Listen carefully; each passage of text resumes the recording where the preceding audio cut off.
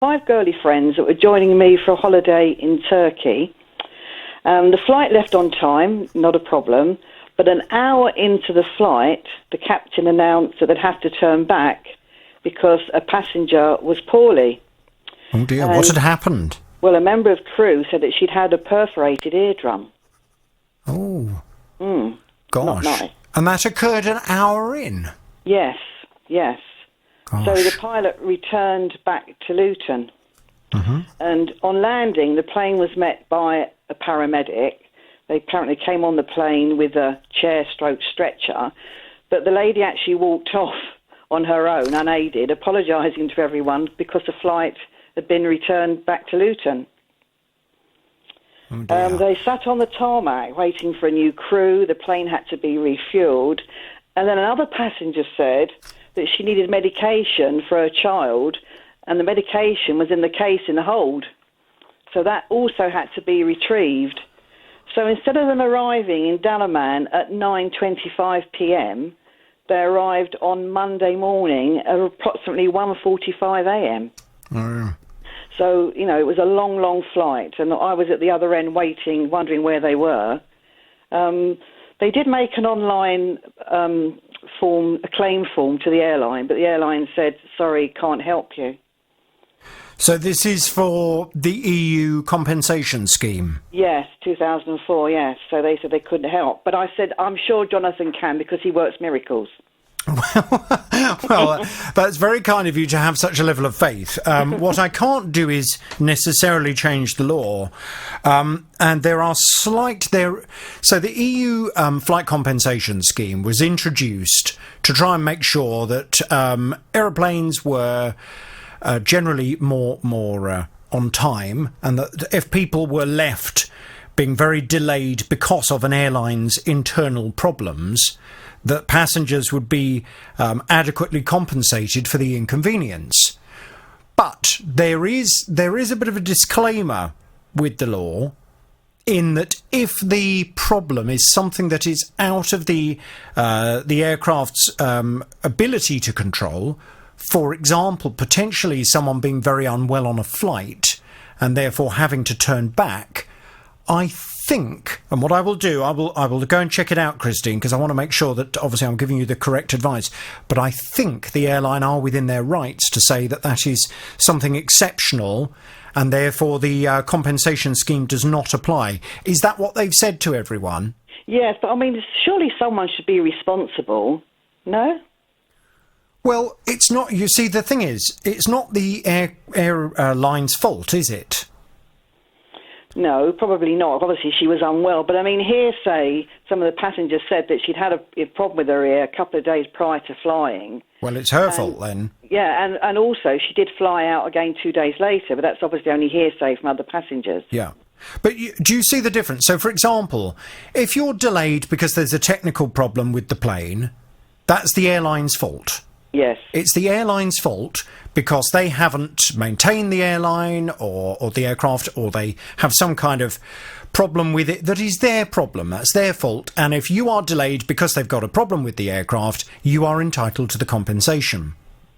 But if someone on board a flight, if you, for example, became very unwell, and as a result, the airline, trying to do the very best for you, said, OK, we're going to have to go back because this passenger urgently needs to go to hospital.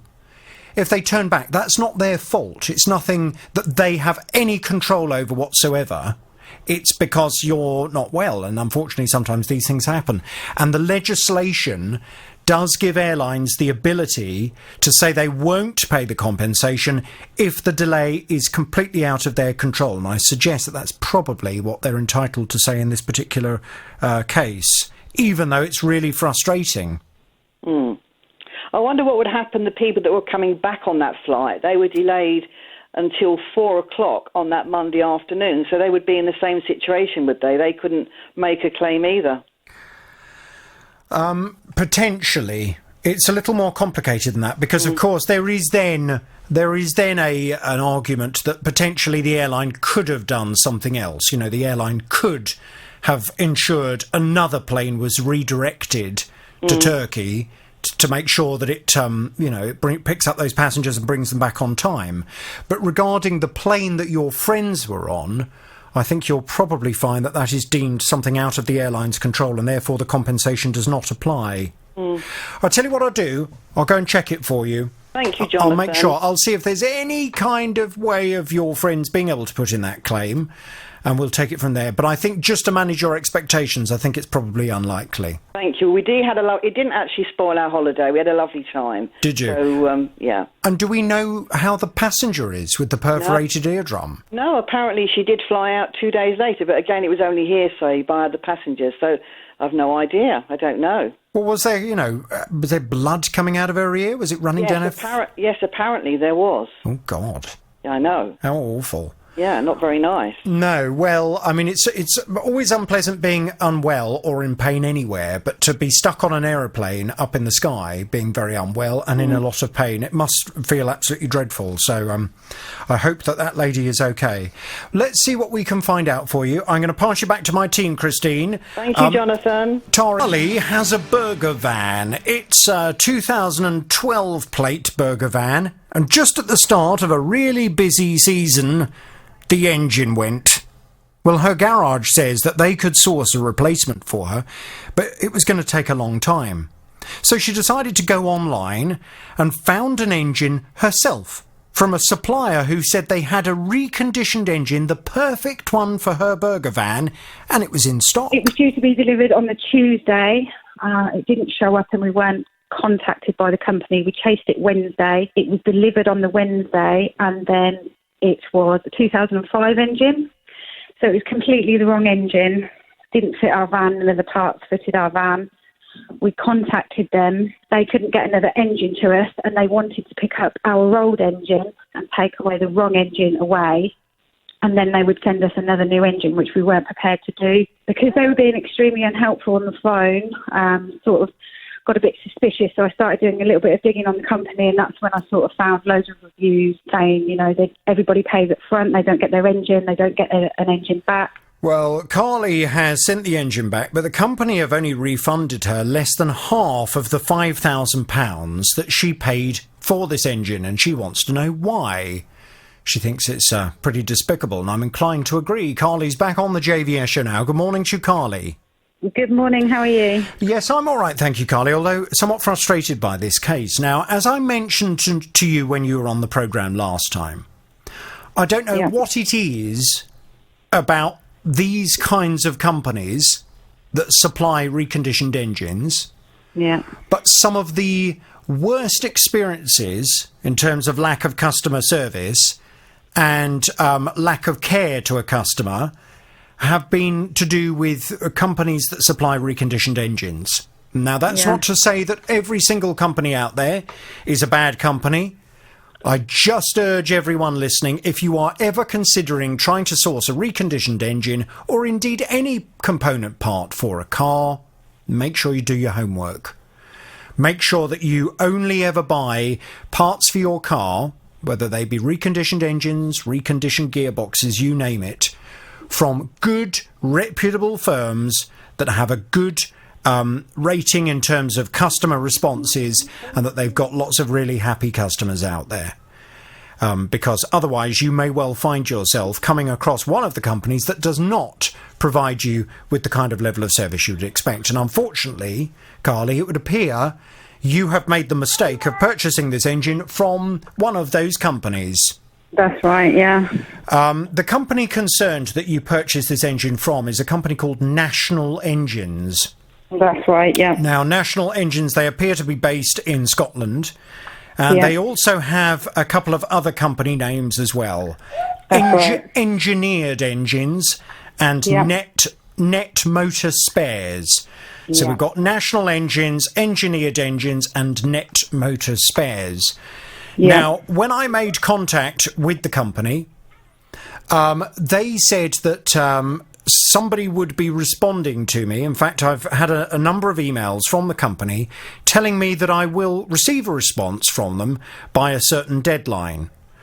Well, I made it very clear that that deadline was up, and they have now just stopped responding. Yeah, sounds So about right. it would appear that they do not wish to provide any kind of response to explain why they have taken your money up front and then supplied you with an incorrect engine. And when you've sent that engine back, why they have still held on to over half of your money. Yeah. Now, unfortunately, if they choose not to respond to me, there is, apart from warning everybody listening to the programme about them and about the experience that you've had, and indeed the lack of response that I have had from them, there's not really anything more I can do.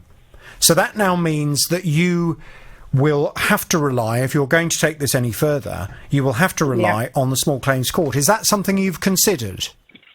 Well, as it stands at the moment, they've got about another week to respond to me from Trading Standards Letter under the 1979 Sale of Goods Act, by where anybody can order anything within 14 days and change their mind. The only thing I would say to you is that the 1979 Sale of Goods Act was superseded by the 2015 Consumer Rights Act. Right, okay. Have you referred to the Sale of Goods Act? Yes. Right. Yeah. Well, that is incorrect legislation. So I would suggest that you're going to have to write them another letter citing the accurate... Who told you to cite the Sale of Goods Act? That was through Trading Standards themselves. What, they told you that, or that was something you came across on their website? Yeah, no, I have referred the case to them, and that was the act that they gave me to proceed on, because I ordered a 2012 engine. They sent me a 2005 engine, and it wasn't fit for purpose. Yes, so that was the act. They said no, I don't know quite why they've asked you to discuss out-of-date legislation. The legislation concerned is the Consumer Rights Act of 2015. It came in October 2015.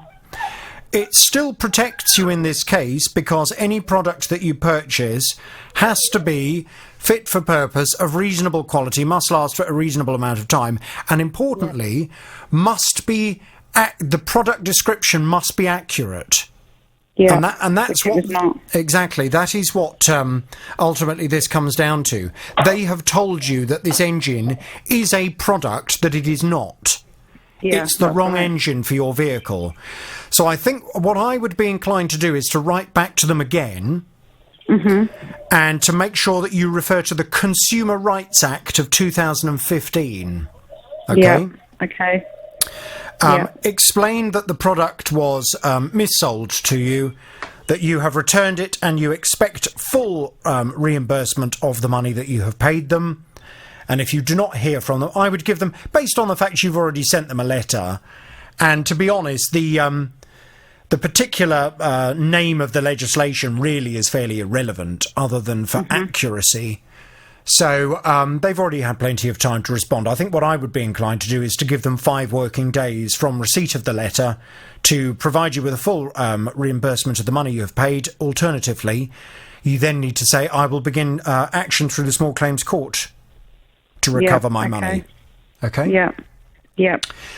Now, just be aware, the actual company that you paid was National Engines.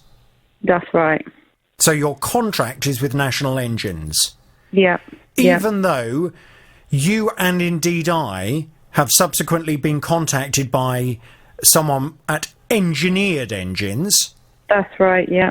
And they also seem to have this other company, Net Motor Spares. The telephone number for National Engines, when I last tried it last week, was not working. Oh, right, okay. Now, my slight concern with all of this, and something you need to be aware of, and you need to go into this with your eyes open, let's just hope that the company you ultimately have the contract with is still in existence if you do indeed decide to take them to the Small Claims Court. Yeah, okay.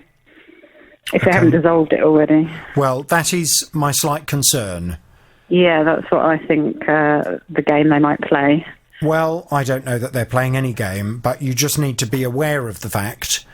And I think I would be inclined to based on the fact that you've received information from Engineered Engines saying that they were going to reimburse you the money, and I've seen copies of those emails, I think I would be inclined to send 2 letters, one to National Engines and one to Engineered Engines at the same address, saying the same thing and putting them both on notice that you will consider small claims court action.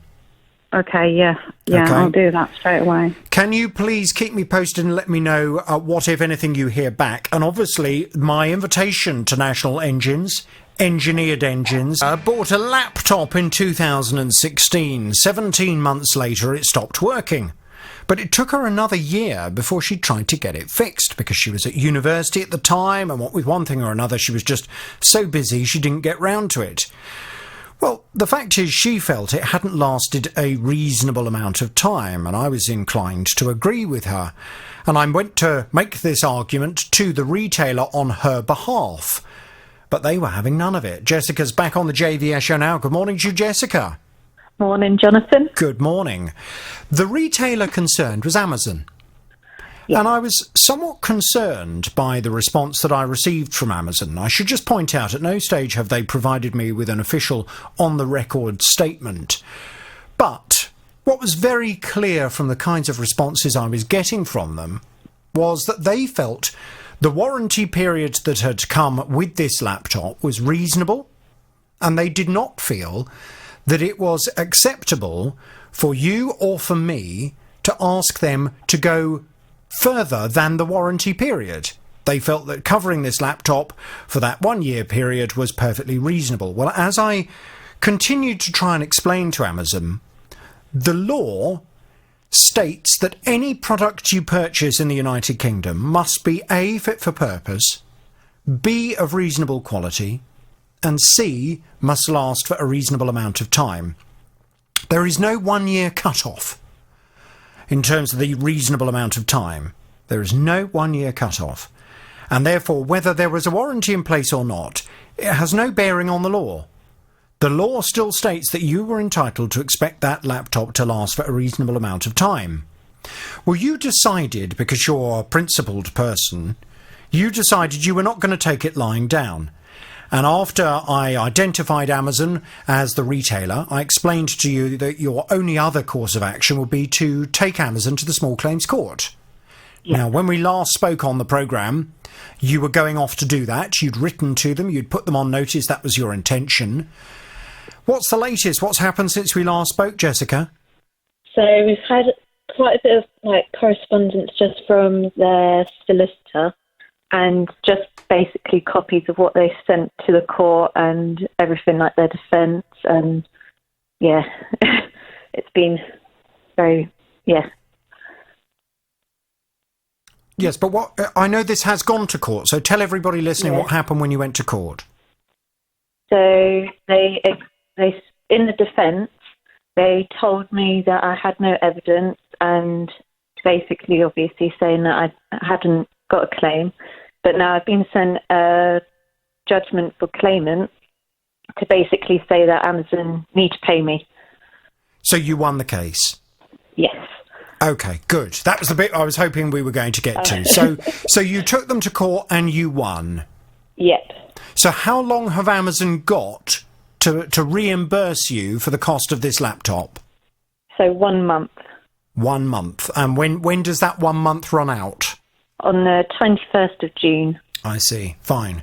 Well, just out of interest, I went back to Amazon, who repeatedly have refused to back down on this, and I couldn't understand why, because as I tried to point out to them, the law was very much on your side. And this product, you'd already got evidence that the product had failed, not because of anything you'd done to it, but because of a manufacturing problem with it, i.e. a component that had not lasted for a reasonable amount of time. Amazon have just refused to back down. And right up to the very last, when I went to speak to them and say I was going to be speaking to you on the programme, I said to them, I gather Jessica took you to court and won. Do you have anything you would like to add?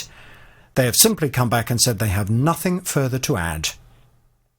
Does that surprise you, Jessica? Not particularly.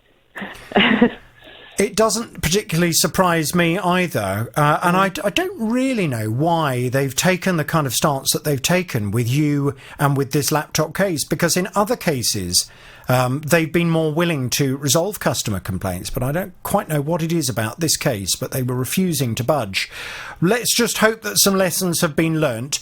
Can you please keep me in the loop and let me know as soon as the money has arrived from Amazon? And if indeed it does not arrive, also let me know, because I will go and chase it up for you. Yes, definitely. Thank you. Congratulations, though, Jessica. The Small Claims Court, it's always a bit of a gamble when you go to the Small Claims Court. You can lose as well as win, but I'm pleased to see that on this particular occasion you were successful and the judgment was found in your favour.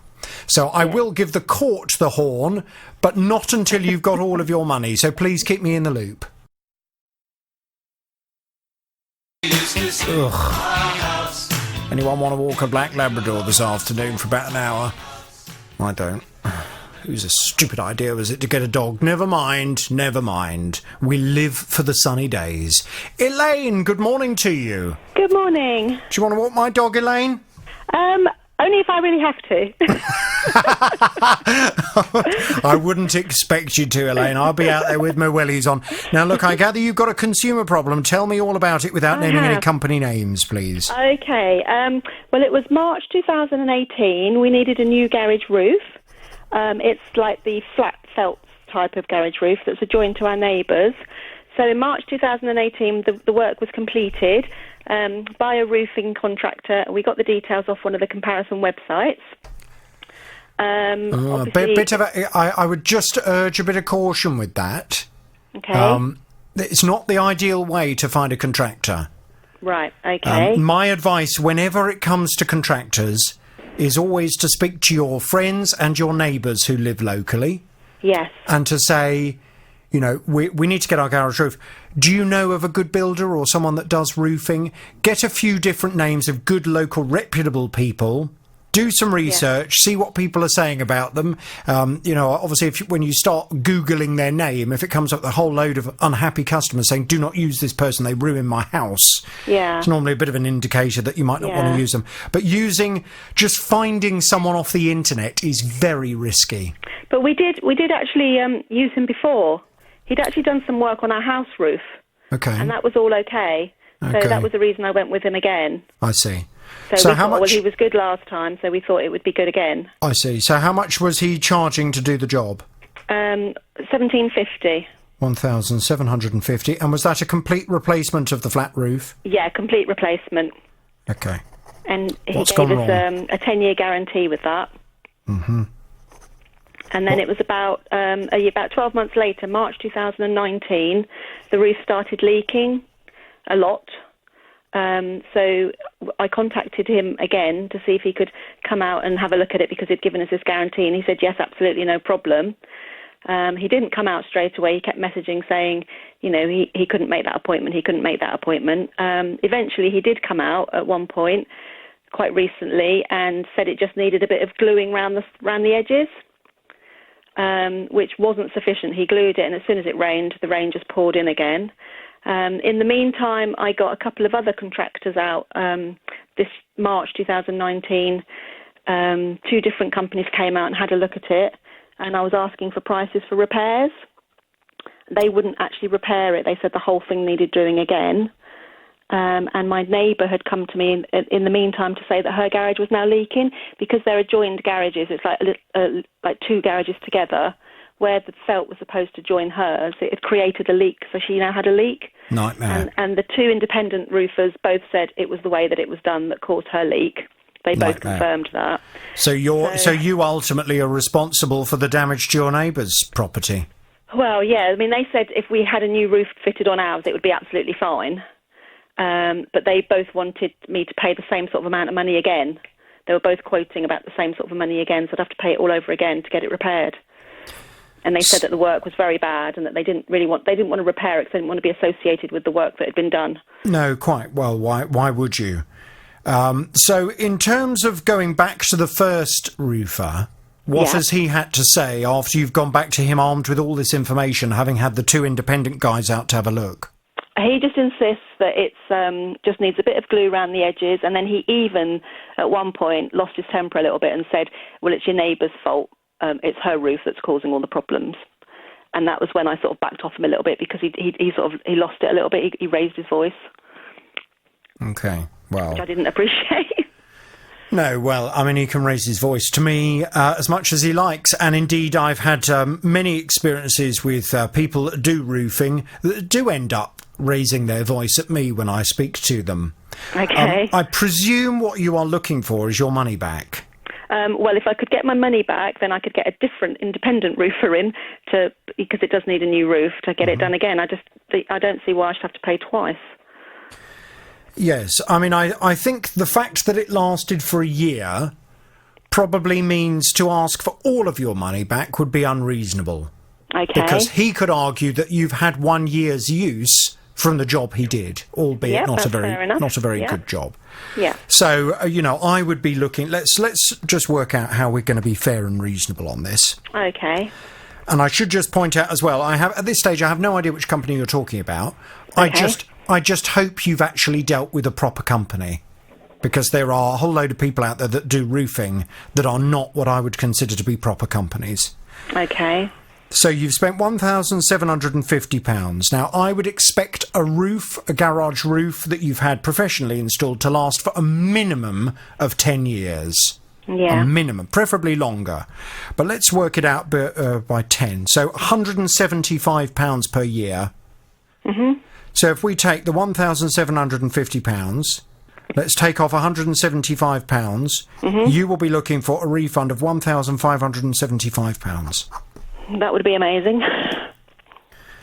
Whether you're going to get it or not is another matter, but let me see what I can do in terms of going to have a conversation and hear his explanation as to why this roof, it would appear, has been done very badly. Okay. I'll also be... Have you done any research about him and his company since all of this? I have just sort of looked at some comments about his work.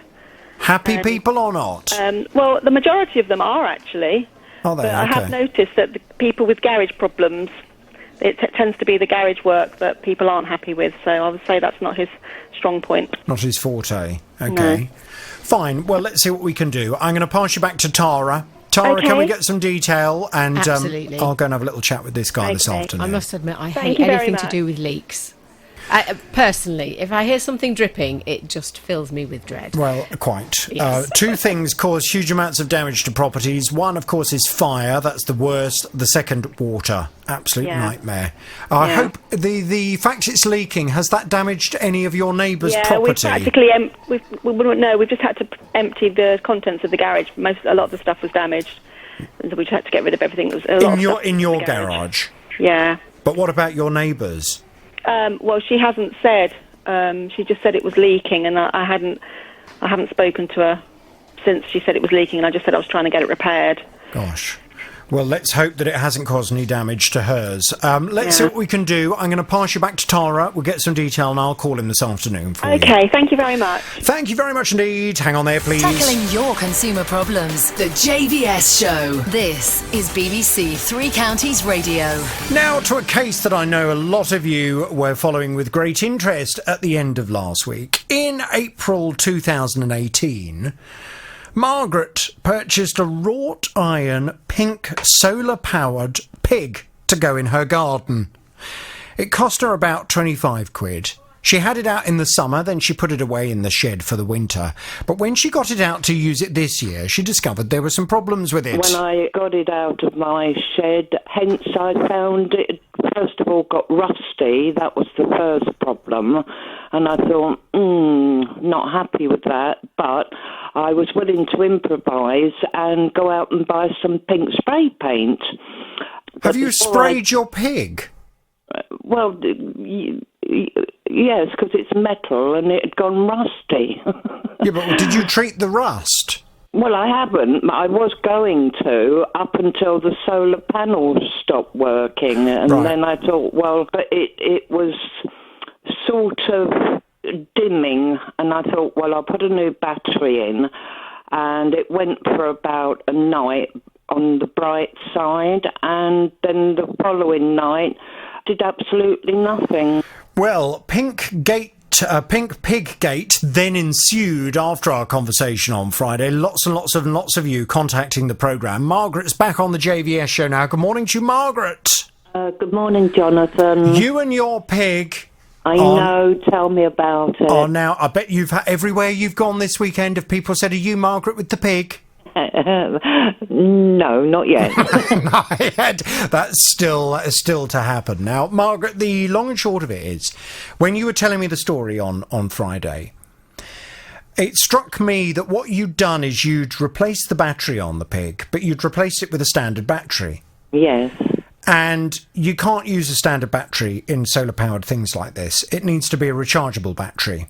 Right. Because the way that it works is when you put a rechargeable battery in, the solar panel on the pig will take the energy from the sun, will convert that to electricity, that charges up the battery during the day, and then at night time, when the automatic switch turns it on so that it recognises it's night time, it then illuminates. Mm-hmm. But if you put a standard battery in, although it will work for the first few nights, as soon as that battery has run out of power, it won't be able to charge up because it's not a rechargeable battery.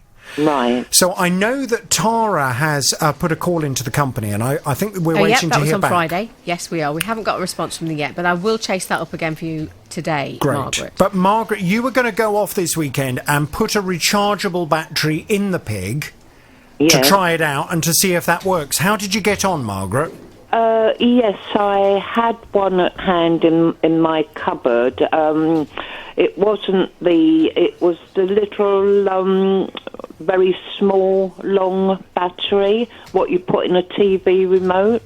Well, is it the same as the one that would come out? Same size? It must have been, yeah. It must have been. Or it's quite important it is, yeah. It was from, I pretty much believe that it was, because I tend to save batteries that I take out of things and just throw them in the cupboard. Anyway, this one seems to be working okay. It's worked all over the weekend, well, evenings anyway. Not a problem. Right. So basically, So putting a rechargeable battery solves the problem? Yes, but it doesn't solve the rust, does it? Because they did verbally say that it was rust-proof. I mean, I've just ordered another 2 set of lights, absolutely lovely, and they are guaranteed not to rust. So they were £25, so I'm hoping they won't rust. Well, where does it say? You've just said they told you verbally it shouldn't rust. It was over the TV. Right, so they said on the TV that it won't rust? Mm-hmm. Okay. Well, if they said it on the TV, then that is the same as saying it in writing, because there will be a record of it. Tara, we've stressed that in our correspondence to them, that they have stated it on television that it is a rust-proof product, and yet it has started rusting? Yes. Okay. Well, let's wait and see what they have to say. I'm pleased regarding the battery problem, which was obviously the most crucial part, that it wasn't illuminating. I'm pleased that putting a rechargeable battery in it now seems to have solved the problem. Now let's wait and see. How do you want to resolve this, Margaret? What would you like from them? Well, I preferably would like a refund, but if that's not in the offering... So hang on a second, so you'll return the pig and they'll give you your money back? Yeah, because I don't think they've got any more of those in stock, and if they did, I'd still have the same problem again with the rust. Potentially. But potentially. Doesn't the rust add something? Doesn't the rust add a bit of character? No, it doesn't, Jonathan. Oh. No, it's not nice.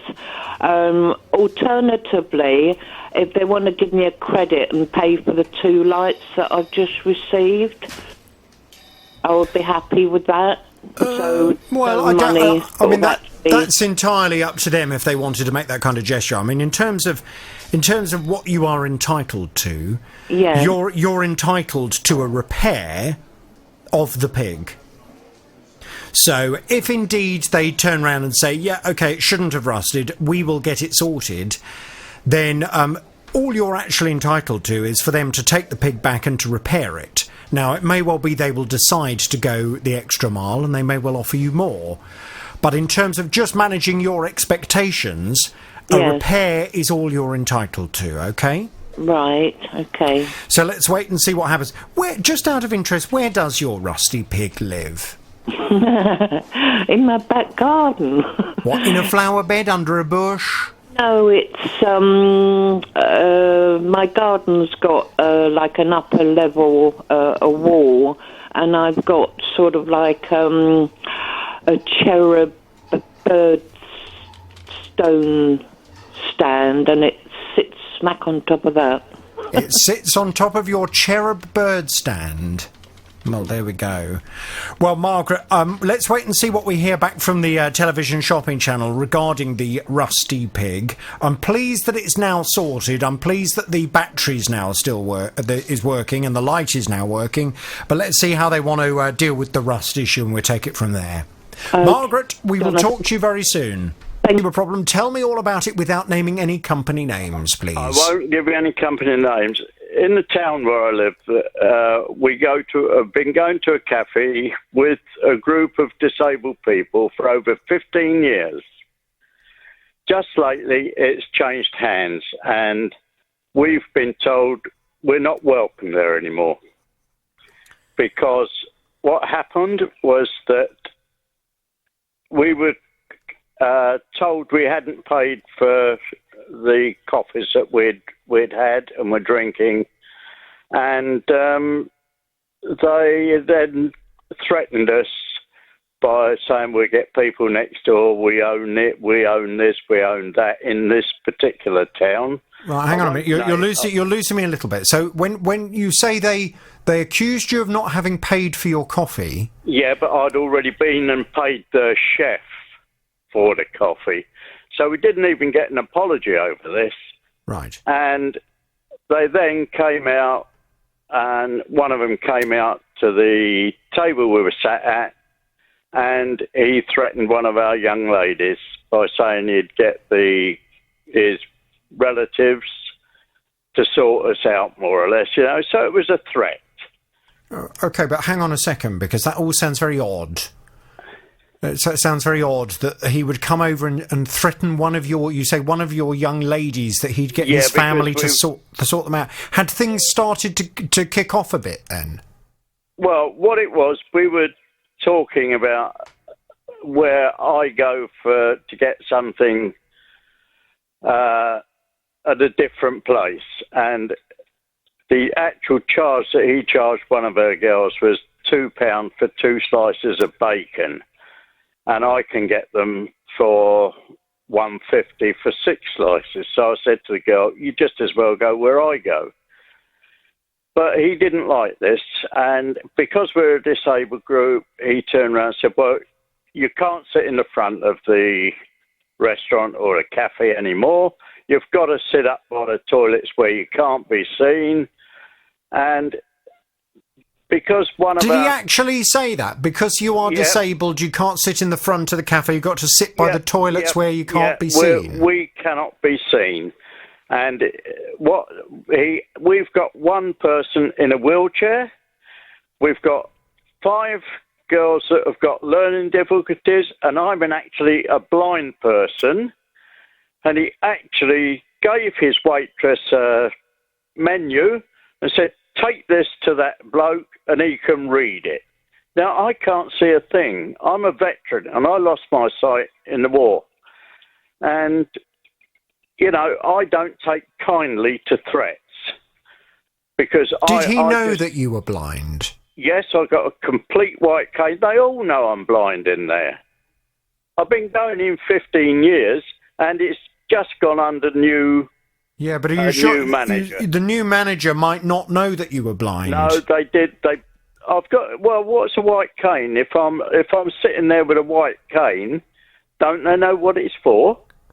Well, I don't know. I mean, No, you seem to be he- suggesting but- that he deliberately said that to be rude. Yeah. Well, he was rude, absolutely diabolical. Right. And also, he said it. So we said, well, we're not frightened of your family, and we just carried on drinking our coffee. Then he turned round and said we were banned. We cannot, he said, walk past our cafe on the main footpath, because now he's put his tables lengthways across the footpath instead of along his windows to block the footpath. And this is actually discrimination against a disabled group that have been going and using this cafe for over 15 years. Right. But are you sure? Because it sounds to me, Len, I mean, you'll have to understand, I wasn't there. No, So it's understandable. I'm hearing your story. Yeah. It sounds to me as if somewhere along the line there's started to be a bit of animosity, and things might have become got a bit out of hand in terms of the way... He turned round and said that we hadn't paid for the coffees. Okay. This is what started it. Okay, so at that point, you know, At you that have paid point, for them, so I turned round and said that I'd paid for them, and he got really shirty about it. He sent his chef out to talk to us again, and it ended that we got banned. Right. So then But you see, somewhere along the line, that must have got out of hand, because surely it's a very simple thing. The manager doesn't realise that you've paid the chef. You say, oh, no, we have paid. We paid your colleague, the chef. The chef comes out. The chef says, oh, yes, I've accepted the money for these coffees. Well, how on earth did that end up with you getting banned? Well, what it was one of our young ladies, as I said, she went, it was last Friday, they allowed us to go back in on the Monday and Tuesday, last Monday and last Tuesday, that we could still go in there then because the ban had been lifted. Well, hang on a second, because we're skipping all over the place here, Len. You got to explain this in steps, because I'm not aware of this. So, right. Hang on a minute. Go back. How did you get to a point where the chef comes out and the next thing you were banned from the cafe?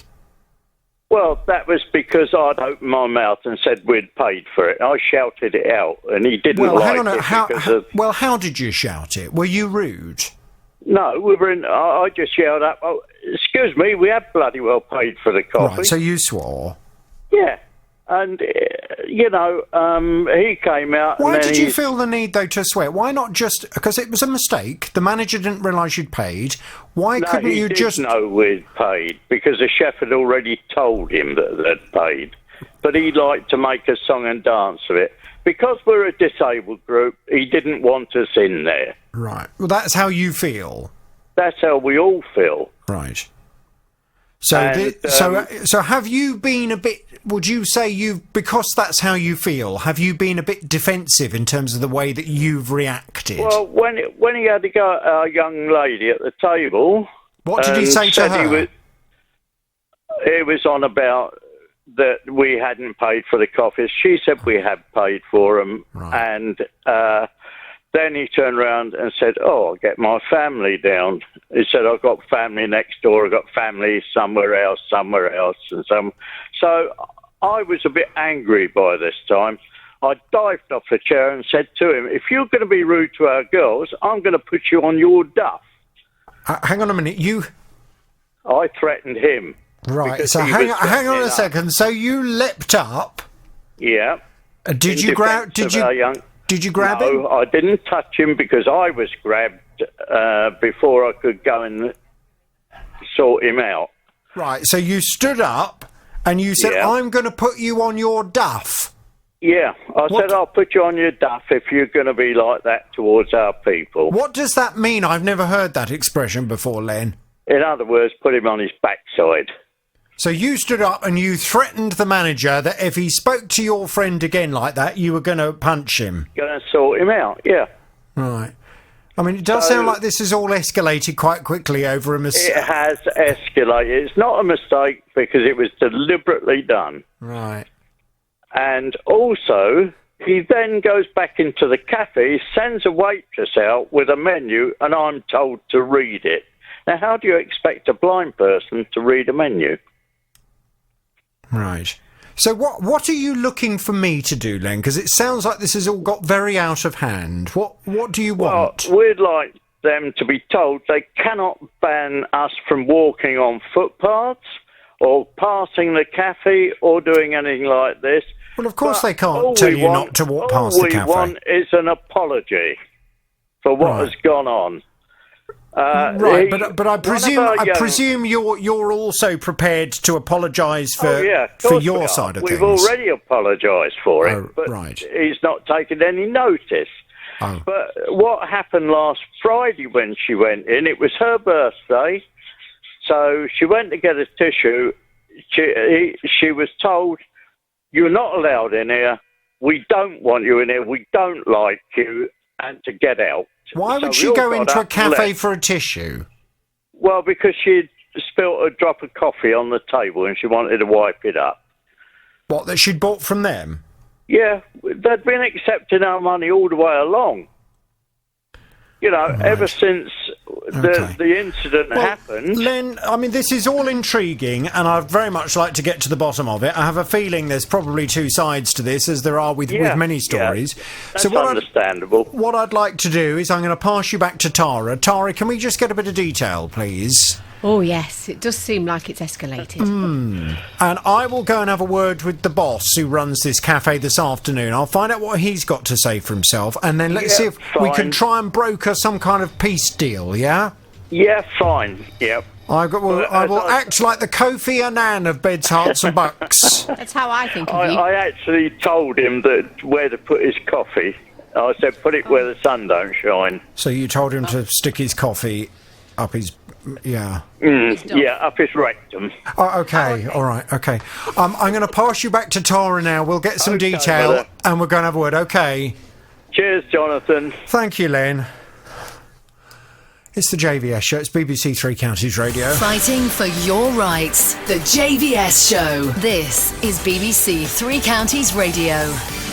Now to Neil. In May, Neil went on a 5-star all-inclusive holiday to Ibiza with his wife and their 4-year-old daughter. Everything was absolutely perfect when they arrived at the airport. They got a taxi to the hotel. This had all been arranged by the holiday company. When they arrived at the hotel, the bellboy came over to them and said, "Let me take your luggage. If you'd like to make your way over there, there is a complimentary drink awaiting you." Well, they thought, how nice, how super. The bellboy said, "I will take your suitcases to your room." Well, after they'd finished the drink, Neil and his wife went to the hotel room, but the bags weren't there. So they waited, and they waited. But those bags never arrived. Well, Neil obviously was unhappy. He contacted the holiday company, and they said that there is clear evidence to show what happened. We have brought this up as an issue with them because we went to the airport and the police brought up the CCTV to see the bus driver unloading the bus. Mm-hmm. The passengers get off. He gives them all the cases. They only take the cases, clearly see they've only taken their cases. And he turns and he walks straight back to his door without checking the luggage container. And the policeman turned around and said to me, "The bus driver has stolen your luggage." Well, what have the police done in terms of investigating that bus driver? I asked for an interpreter. Can we, I was expecting to go down, obviously, straight to his house or go to the bus company and sort this out. But they said there's not enough evidence. So, yes, it transpires that while the bags were sitting outside the hotel, the CCTV shows a bus arrived outside the hotel, the bus driver got out, loaded the 2 suitcases of Neil and his wife's that were sitting outside the hotel, and drove off with them. Well, Neil believes that that bus driver then stole those suitcases because the police have checked the CCTV at the airport and the bus driver did not unload those cases. And according to the bus company, the cases were not left on the bus. So Neil's really unhappy. Well, he's back on the JVS show now. Good morning to you, Neil. Good morning, Jonathan. Good morning, Neil. So I've been off to have a word with the holiday company that you booked all of this through. Now, they are TUI, and they have come back with this response. We are very sorry to hear of this family's experience in Ibiza. The member of staff involved did not work for TUI, but as a result of this incident, we are reviewing our transfer providers in Ibiza. The incident is also currently being investigated by the police in Ibiza. Our reps in resort did everything possible to help the customers, including providing a contribution towards the purchase of new clothes and belongings whilst on the holiday, as well as a gesture of goodwill when the customers returned home. And there endeth their response. So as far as TUI are concerned, they believe what they have done is reasonable. And it sounds as if that's as far as they're going to go. Now, I know that when you and I last had a conversation, you were saying that you do have some travel insurance. The travel insurance is via your bank, and you'd spoken to your wife's bank that provides travel insurance. They had suggested that they were not prepared for you to make a claim given the circumstances, but you were going to go and have a word with your bank that also provides travel insurance. And you did that, and they were a little more positive. What did they have to say for themselves? They have come back, went through the situation with them, and they said, as far as they're concerned, until the paperwork goes in, they say we are covered. You are covered to make a claim. But I will believe that when it comes back after this happened with the other bank. When we went through the claim, they read it and said, in the small print, you are not claimed. You are not covered. So I'll believe it when we hear back from them, hopefully in the next 7 days. Well, I guess we have to wait and see. I mean, at this stage, while you're putting in a claim with the travel insurance, I think we will hold off going back to TUI. As you heard from their response, they are apologetic. They say that the police are investigating, but they do seem to suggest in their response that they have already offered you a gesture of goodwill. And I think they've paid you, it's over 600 quid, isn't it? It was, it was a gesture of goodwill, and it's company policy, as I've read up. Yeah. Because if are we allowed to mention names now then? Well, I only want the name TUI. I don't want any other names. Oh, no, that's fine. Anyone booking a holiday with TUI, I would suggest, I've read up on quite a lot of social medias, advisory, trip advisors and different people, and it is company policy that if anything happens, like the suitcase go missing, whether it's at the airport, their hotels, they have to offer you €50 per person per day until your suitcases are found, which they didn't do. They offered us, they give us the money, but there's reports of that hotel and reports of most of the hotels they do stuff with. They're losing cases.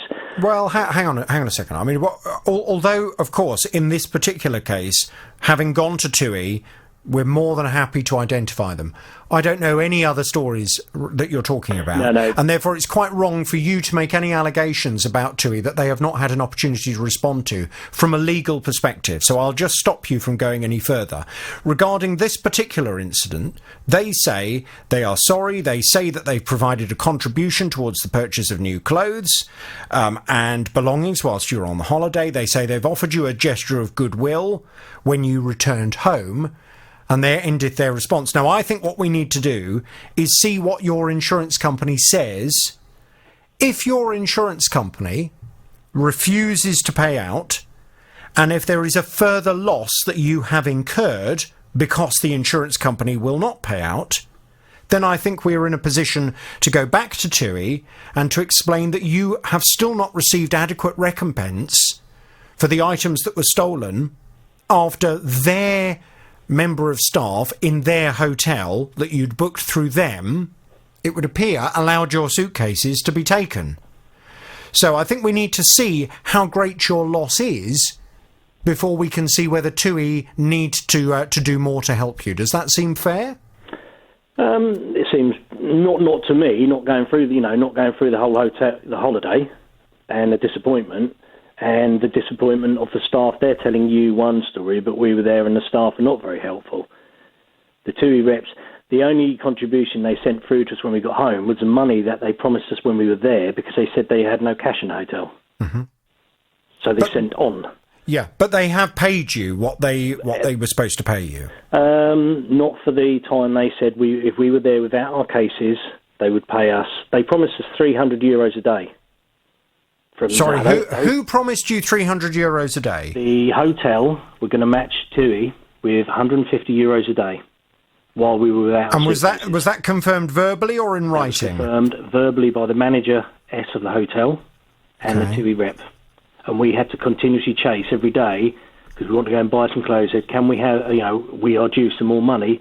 Oh, we haven't got any more money in the safe. We will source it. And this went on. After they paid for the first 2 days, and they didn't pay any more. Hang on a second, because I want to work out exactly if indeed they agree that was confirmed at the time, and I will need to go back to them and put that to them. How much then should you have received from TUI? €150 a day per day. Times how many days? We would want holiday for 7 days. So that's £1,050. €1,050. Yes, that's correct. Yeah. Okay. Have you received €1,050 from TUI? No. How much have you received? I believe it was somewhere around about because the hotel gave us one payment and then didn't give us any more. But I think my wife's got it down at about 476. I thought you mentioned a figure of 600 odd last time you were on the programme. 476. And then they forwarded on a cheque which they're saying to you is a gesture for when we went home. Right, hang on a second. So €476 or pounds? Euros. So €476 you received while you were there? Yeah. And how much did TUI give you when you returned home? A cheque for £150. £150. So let's say that's about what would that be? About €180? Pass. And where are you getting this figure of £150 a day that TUI have in their terms and conditions? They will pay people for lost luggage. If you look on, as I say, I've looked on different advisory pages. What, on TUI's own advisory pages? On TripAdvisor. No, that's not TUI. TripAdvisor is another company. But if you go on to TUI and look down their pages, their response on the TripAdvisor from TUI and the hotel, their reps in their place turned around and said it is company policy that you get €50 per person per day until you get your suitcases back. And I was then told... And does that include adults? Or is that including children? They said that's why they give us €150 a day, because that covered my child as well, because all her clothes are in our suitcase. Well, right, OK. Well, I need to go and speak to TUI. I need to ask them if that is indeed their company policy. Yeah. What I'd like you to do is to go and get me that evidence that you've just raised on the programme. I'd like to see screenshots of what you're talking about so I can go to TUI with that. Yeah. Let me ask them why, based on what you've just told me, the amount of money they have paid you seems to fall short. Let me also ask them if they recognise what you're telling me, that the hotel manager in resort said that he would match the amount that TUI were prepared to pay. And let's take it from there. It was a manageress, and I can give you a name if you want me to give you a name. I'd like you to give the name to my team. I'm going to pass you back to my team now. I will go and have another further conversation with them. In the meantime, can you please continue to pursue the insurance claim, and can we catch up as soon as you've had a conversation with them? And, of course, if TUI want to add anything further... Good morning, Jonathan. Morning, Chris. I gather you have a consumer problem. Tell me all about it without naming any company names, please. Right. It's basically a problem with clinical waste. My wife has terminal cancer, and part of that is that she produces a fluid called ascites, which is collecting in the abdomen. So she now has a permanent drain fitted in the abdomen, and that fluid is drained off into a bag called a rocket bag. And that fluid is deemed clinical waste. Right. To get that removed, you're no longer able to contact a council directly. It has to be authorised by a medical professional. So you can't just chuck it in the bin? No. We did have a contact from the council saying that perhaps we could do that, and we said, well, no, the health professionals tell us it's clinical waste, therefore we want to dispose of it as clinical waste. The options, the health professionals did contact them, and we had one contact from them who at first said that they'd had no request from the NHS for waste collection. So I then recontacted the district nurses who made another request. My wife had a phone call, I wasn't in at the time, and they said, yes, we'll pick it up on a Wednesday. Fine. Now, my wife didn't ask them how we were to get the collection bags, which they were to be disposed in. We've had one Wednesday since that phone. Well, and also, how was it going to work? I mean, were they going to come and knock at your front door, or did you have to leave a bag out on the drive? Or, I mean, how would it work? Exactly. We're unsure. When I realised that they hadn't said how we were getting this bag, since the first time I had this phone call that said they'd had no request, I'd actually gone on to the council website and to the waste department page and put in an email request for them to ring me on my home phone number urgently, because we had, I think at that point, it was 3 weeks' worth of waste awaiting collection. We were developing a nice stockpile in the hall.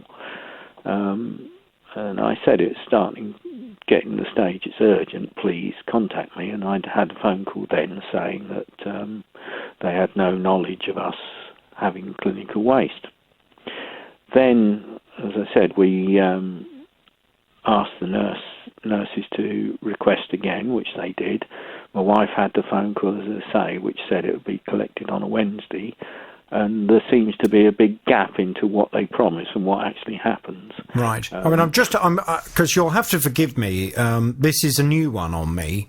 Right. And I'm just having a little look on another local authority website. I'm sure this is not the same authority that you have, but just to look at what the kind of normal procedure is. And on this particular local authority's website, they say, we collect and dispose of hazardous clinical waste for residents who have medical conditions that generate waste, which must be disposed of under controlled conditions.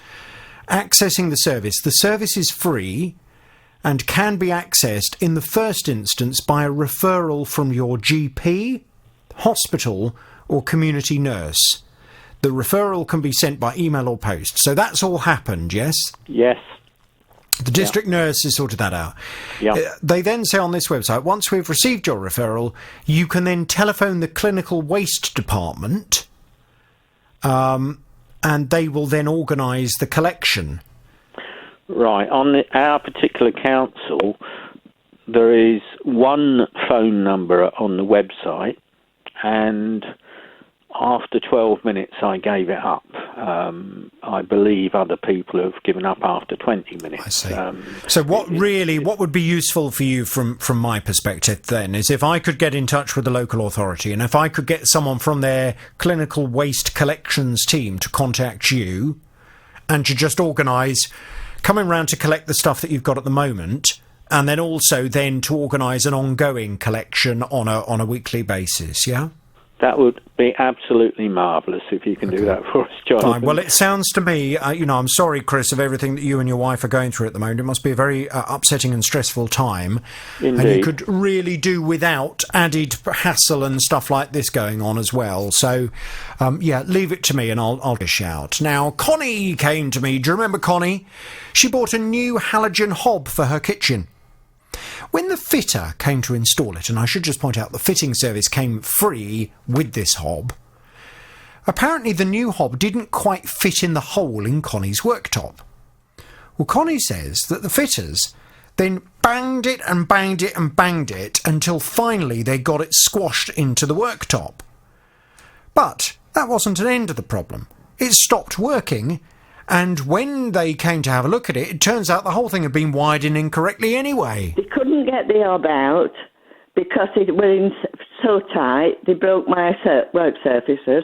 They eventually got the hob out. It was all the metalwork underneath were mangled where they'd hammered it in, and it was wired up wrong, and it had burnt. And the engineers were absolutely disgusted at the way that, because they said it could have caused a fire.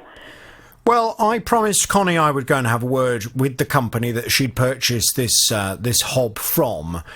They are Argos, and I was a bit frustrated, to be honest, when I had a conversation with Argos, because Argos was saying, well, this hob, the installation service is provided by the manufacturer, so really, if there are any issues with the installation, it should be taken up with the manufacturer.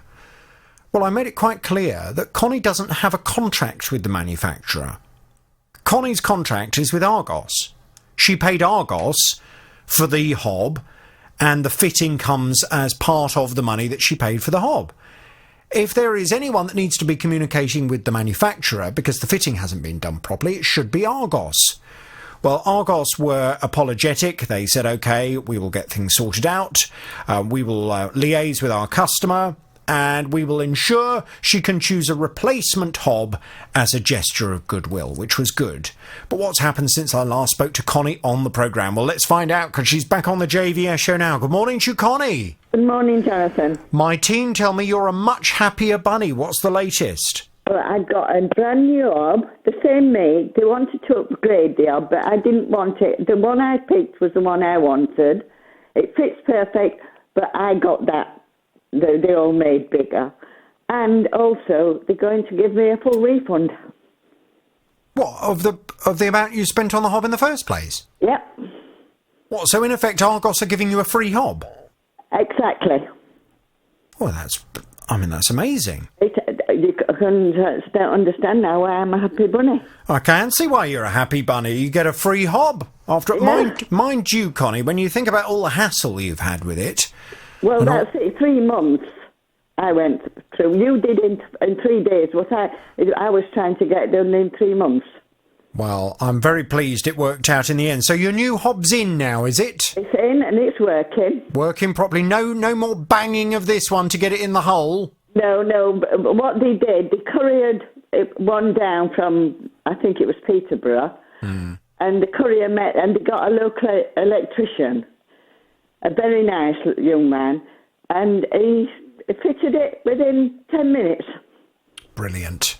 Lovely. Well, that sounds good. Are you happy then? Very happy, very happy. Shall I give Argos my horn and thank them very much? Yes, and you can thank you and your team as well. Thank you very much. Well, it's just a pleasure that everything's sorted out now, and you can get bubbling up your vegetables. I can even boil an egg. You can boil an egg. What have you cooked on your new hob so far? I did a lovely spag bowl last night, Connie, on my hob. Oh, it was delicious. Well, I did vegetables and a roast dinner, but not on the hob, the vegetables and everything. Yeah. But I've used it every day. Brilliant. Lovely. Well, listen, I'm really pleased that it's all sorted out. I will thank Argos. I'm giving them my horn. Any other problems, Connie, you know where I am. To fly from Edinburgh to Colombo in Sri Lanka. She booked them through a third-party internet site on the 18th of April and was due to go on the 2nd of June. The tickets cost just over £1,000, but 3 days after booking the flights, there was some rather horrible news. On the 21st of April, there were the devastating terrorist attacks in Sri Lanka. The UK government advised against all but essential travel, which also meant I couldn't get any travel insurance for my trip, and it was just kind of, we decided, we can't go on this trip anymore. So I called the third party almost immediately to discuss options of like refunds, change of location. So they said it was too early to say anything because the trip wasn't kind of imminent yet or anything like that. So I was advised to call back closer to the time. Well, when she called back closer to the time, they then said, oh, sorry, we're not prepared to do anything. We can't do anything. If you want to cancel, you can have about 100 odd quid back. Well, as you can understand, Hannah wasn't very happy. She said, look, I've given them loads of opportunities to try and sort something else out. I wasn't demanding my money back. I said, could we reorganise flights to somewhere else instead? And they just told me it was too early to do anything. So Hannah has been the victim in all of this. Well, she's back on the JVS show now. Hannah, good morning to you. Hiya, good morning. Now, before we get to the nitty-gritty of all of this, I must just give you a bit of advice, and indeed many of my listeners as well. You'd booked these flights through a company I had never even heard of. And you can imagine, I spend a lot of time dealing with airline problems and flight problems. I'd never even come across this company before. When I did, it quickly became apparent they are not a British company. They're based abroad.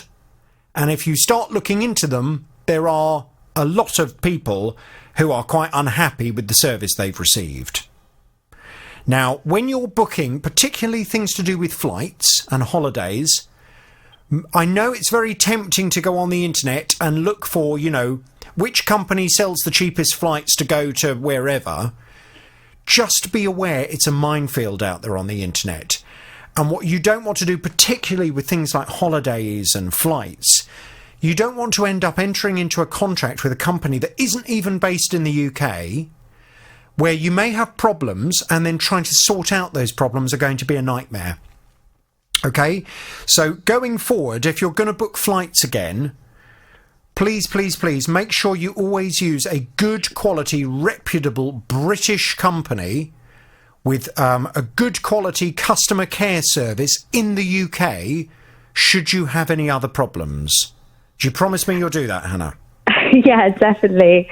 Okay. I absolutely agree. It's been a massive learning curve for me, and I'll probably always book through the airline themselves and such like this time. Well, yes, but again, you have to be careful of the airline you're booking through, because if you end up booking with a company based abroad, remember your UK consumer rights might not necessarily be as you think they will be, and they may not be honoured. Trying to deal with a company in another country, on the other side of the world, might end up being quite difficult. Now, you were lucky, I think, Hannah, because I was able to find out the parent company of this website that you'd used.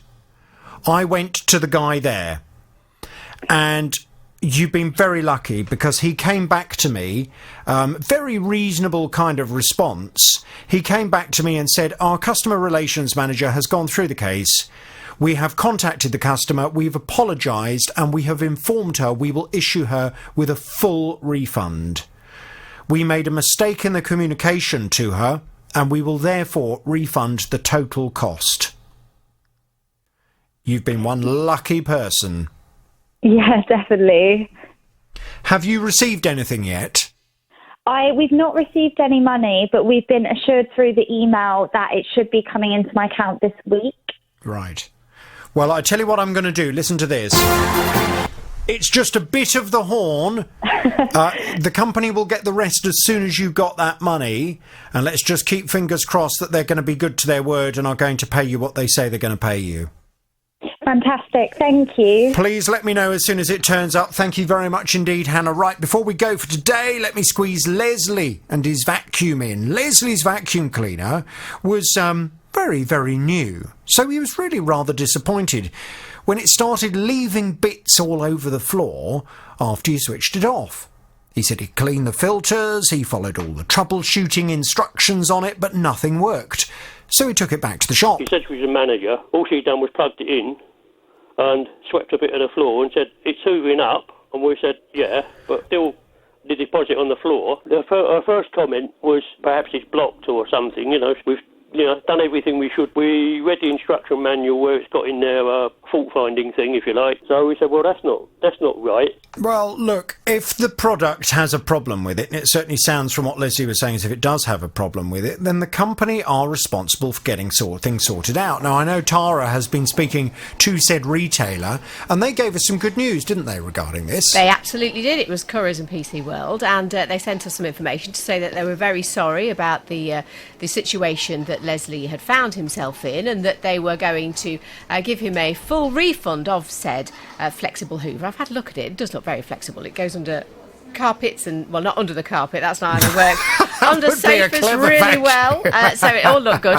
And yeah, they were going to give him a full refund and a gesture of goodwill. Oh, okay. Now, the last time we spoke to Leslie, he hadn't had the gesture of goodwill yet, so he couldn't nip in and swap his vacuum cleaner. Let's find out how he's got on. Good morning to you, Leslie. Good morning, Jonathan. Morning, Leslie. So, has anything arrived since we last spoke? Yes, we went over there. We got the voucher yesterday morning. Yeah. We went over there yesterday afternoon to the store, and we said you should have an email. They checked through, eventually found it. Yes. And they said, well, which do you want an alternative Hoover or vacuum? And we said yes. We chose the one we wanted. Which a little bit more expensive, but with the, as I say, they sent us a £20 voucher as well. Yes. So with that on top and paying a little bit extra, yes, we've ended up with one we wanted, which we were very happy with. Oh. Lovely. Gosh, right, okay. And have you tried it? Oh, yes. And are you happy? Yes, very happy. Doesn't leave any bits on the carpet? No. Perfect. Good. And is it a rechargeable one? It's a rechargeable one. One yes, of those that hangs stick on the wall, ones, yeah. Okay. Well, I mean, let's just hope that this new one lasts longer than the last one, because how long was the last one going until it started dropping bits all over your carpet? What was it, about 2 months? 2 months, yeah. Well, let's hope that this new one... Is it a completely different brand? Yes. It is, okay. And it's good? Sucks well enough? Oh, yes, very good. Good. All right, lovely. Well, have you been vacuuming this morning, Leslie? No, my wife was last night. Right, okay. Is that, vacuuming's not your job? Hey? Oh, it is at times, but not today. I've been... When you're told to. Getting the wiring in for the charger. Oh, right, yes, okay, yeah. So it all looks smart on the wall. Lovely. I've been doing that side of it. Well done to you, Leslie, and let's hope you have a very happy life with your rechargeable vacuum cleaner without dropping any bits on the carpet. We will obviously thank... It was Curry's PC World. Curry's PC World, thank you very much. Very much indeed for getting things sorted out. Leslie, any other problems, you know where we are. Well, okay, again, thank you very much to yourself and Tatara and the team.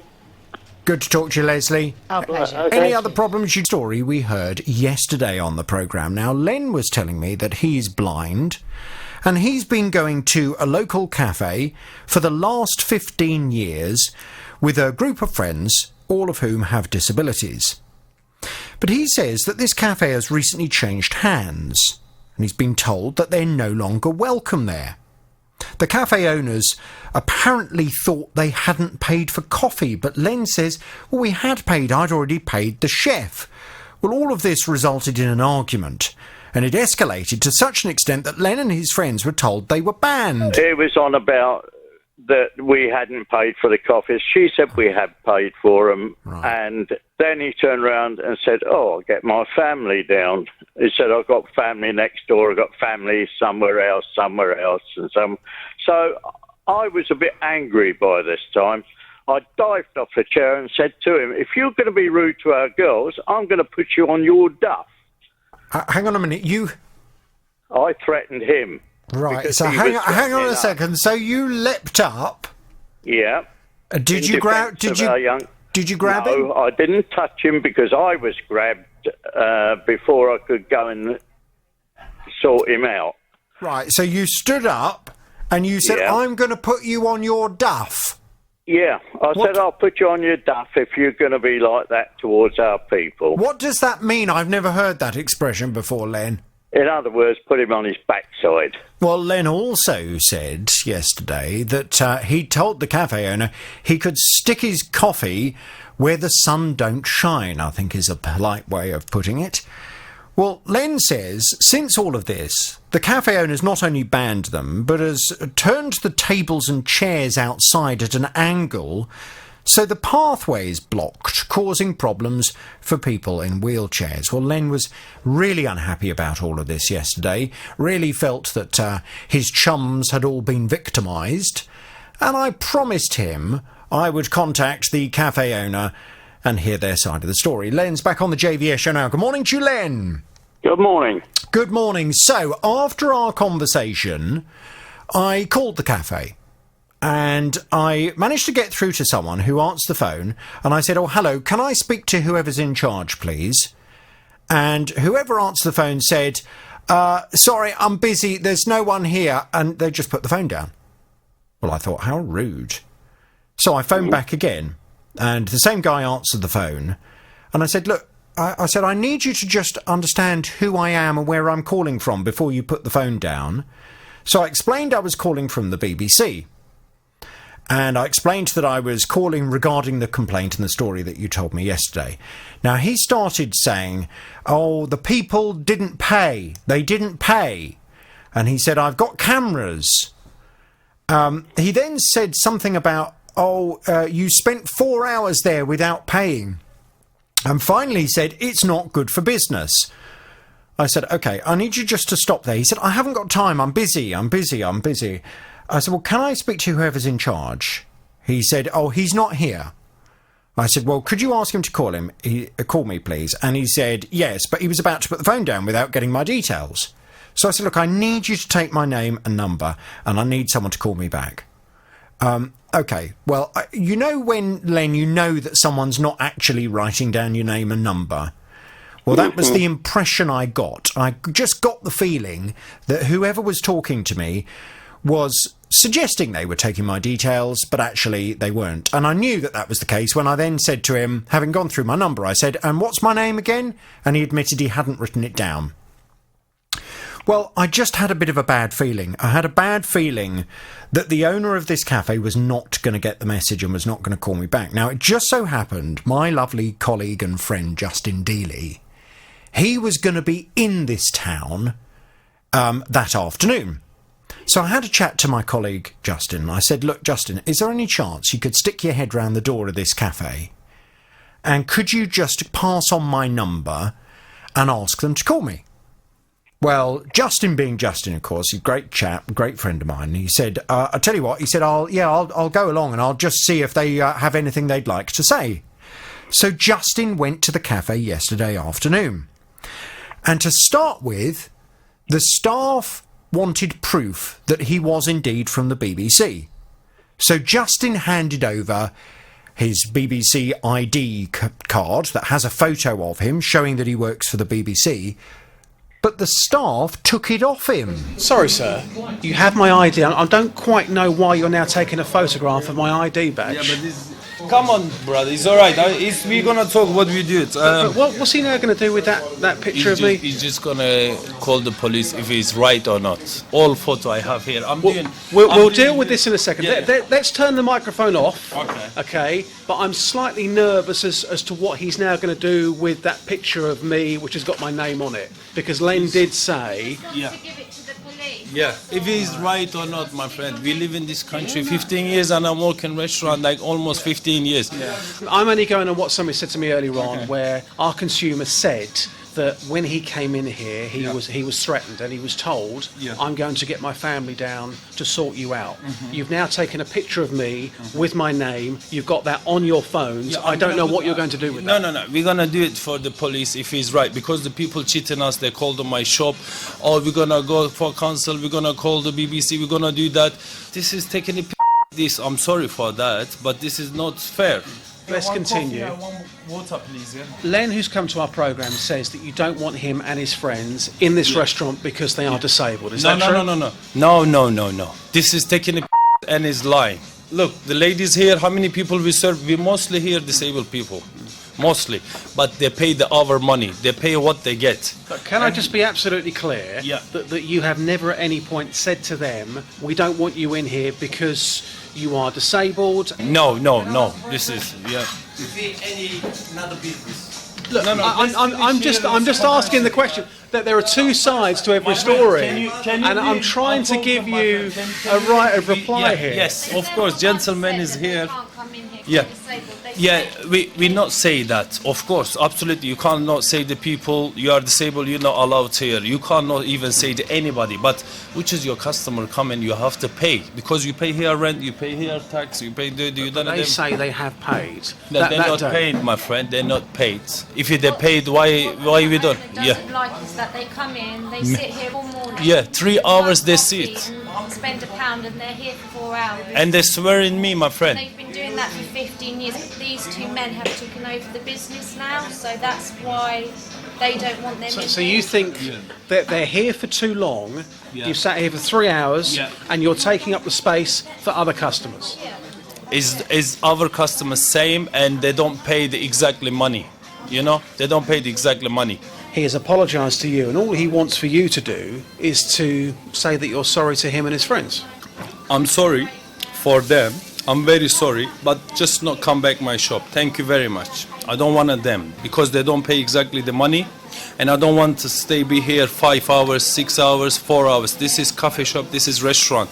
You have the table. You need the table. Any restaurant you go, you stay 2 hours. They give you 2 hours. If you eat in starters, main, and drinks. For drink, you cannot stay that. Another customer come in, they don't have space. And what is the reason I have to take it? And you don't pay exactly the money, and you swear in me in my shop. And you're taking it with me. How do you do in this? What would you like to say to Len? Please, just don't come back my cafe restaurant. Well, Len has been listening to that response. Len, is there anything you'd like to respond to that they've said? I mean, they made 1 or 2 allegations that I'm sure you would like a chance to address. They said that you didn't pay, and their issue is that apparently you sit there for 4 hours having bought 1 coffee, and they have to keep turning other customers away because you're taking up the table. That's a load of cobblers. We go in there at 7:10 and we leave by 8:30. So if that's the way, and we did pay the money because I went up and paid it to their chef, and that's all we got to say. I'm drawing a line under it, and they can keep their cafe, and we'll never go there again. They did, I mean, he did kind of apologise, although it was an apology and then, but don't ever come back in here again. I presume you didn't... Fine, they can keep it. We know we have paid, and that's it. Right. We've found 2 other cafes that welcome us, and that's it. We go there in future, and we don't sit for 4 hours in one cafe. We never have done, and we never will. Right. So as far as you're concerned, then, that you're drawing a line under this now, and you're just going to find somewhere else to... we found somewhere. To eat and drink. Yep. Okay. Well, Len, these other cafes are disgusted with the way they're running their cafe. That's all I've got to say now. Okay. Well, Len, I mean, life is quite short, and there do sometimes come times where, you know, things just get out of hand, and a situation gets to a point where you think, do you know what, there's not really a way back from this. So I think maybe to find a cafe where you feel more welcome, I think is probably a good idea. And it's just a shame that, having been a customer of this cafe for 15 years, it's just a shame that it's all ended like this, eh? And we went in, it wasn't once in a day we went in there, we were going in 2 or 3 times a day, so they've lost a lot of money. Right. Well, Len, we must leave it there, but if you're prepared to draw a line under it, I have now been given the owner's telephone number during that conversation, but it sounds to me as if you've drawn a line under it, it's probably best just for all parties to move on. Yep, I'll never go back in there, and that's it. Yeah, okay. Well, hopefully now things can be de-escalated. No more, you know, threatening to punch people's lights out and sticking the coffee up your whatnot. You know, it's probably best just to move on.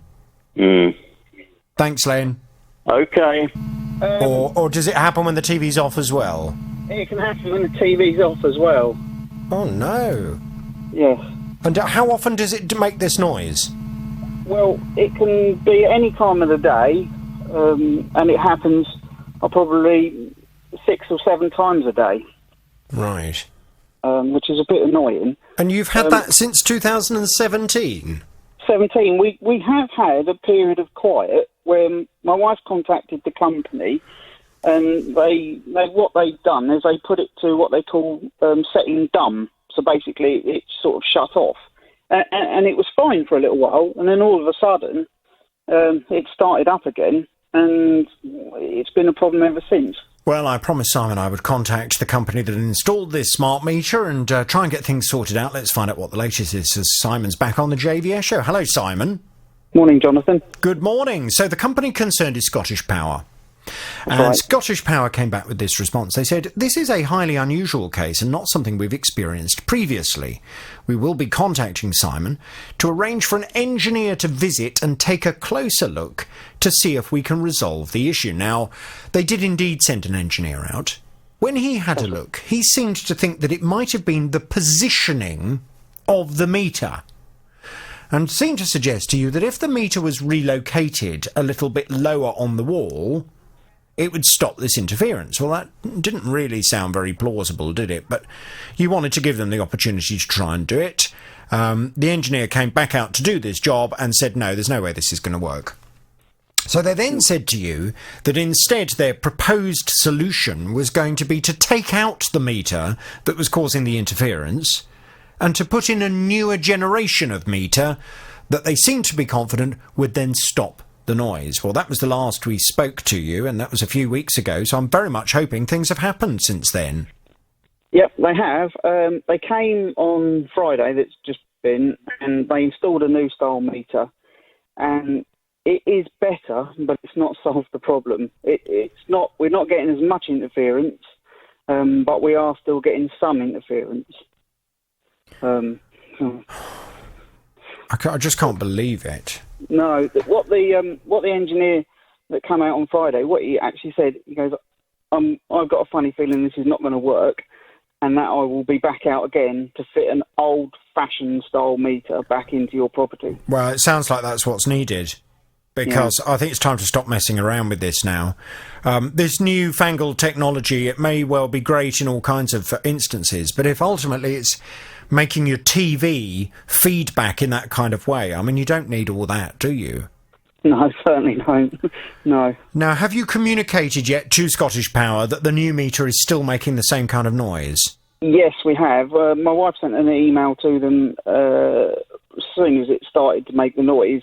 She's yet to hear anything back about what they intend to do. Well, do you know what I think would be a good idea? I think it would be useful for me to go back to them and to say, look, it would appear your various solutions you've offered so far have not worked, the latest one being to replace the meter. So can you please come and just take out the smart meter, put in a standard, traditional, old-fashioned meter that will record the electricity usage without causing this interference, and can you try and get this sorted out as soon as possible?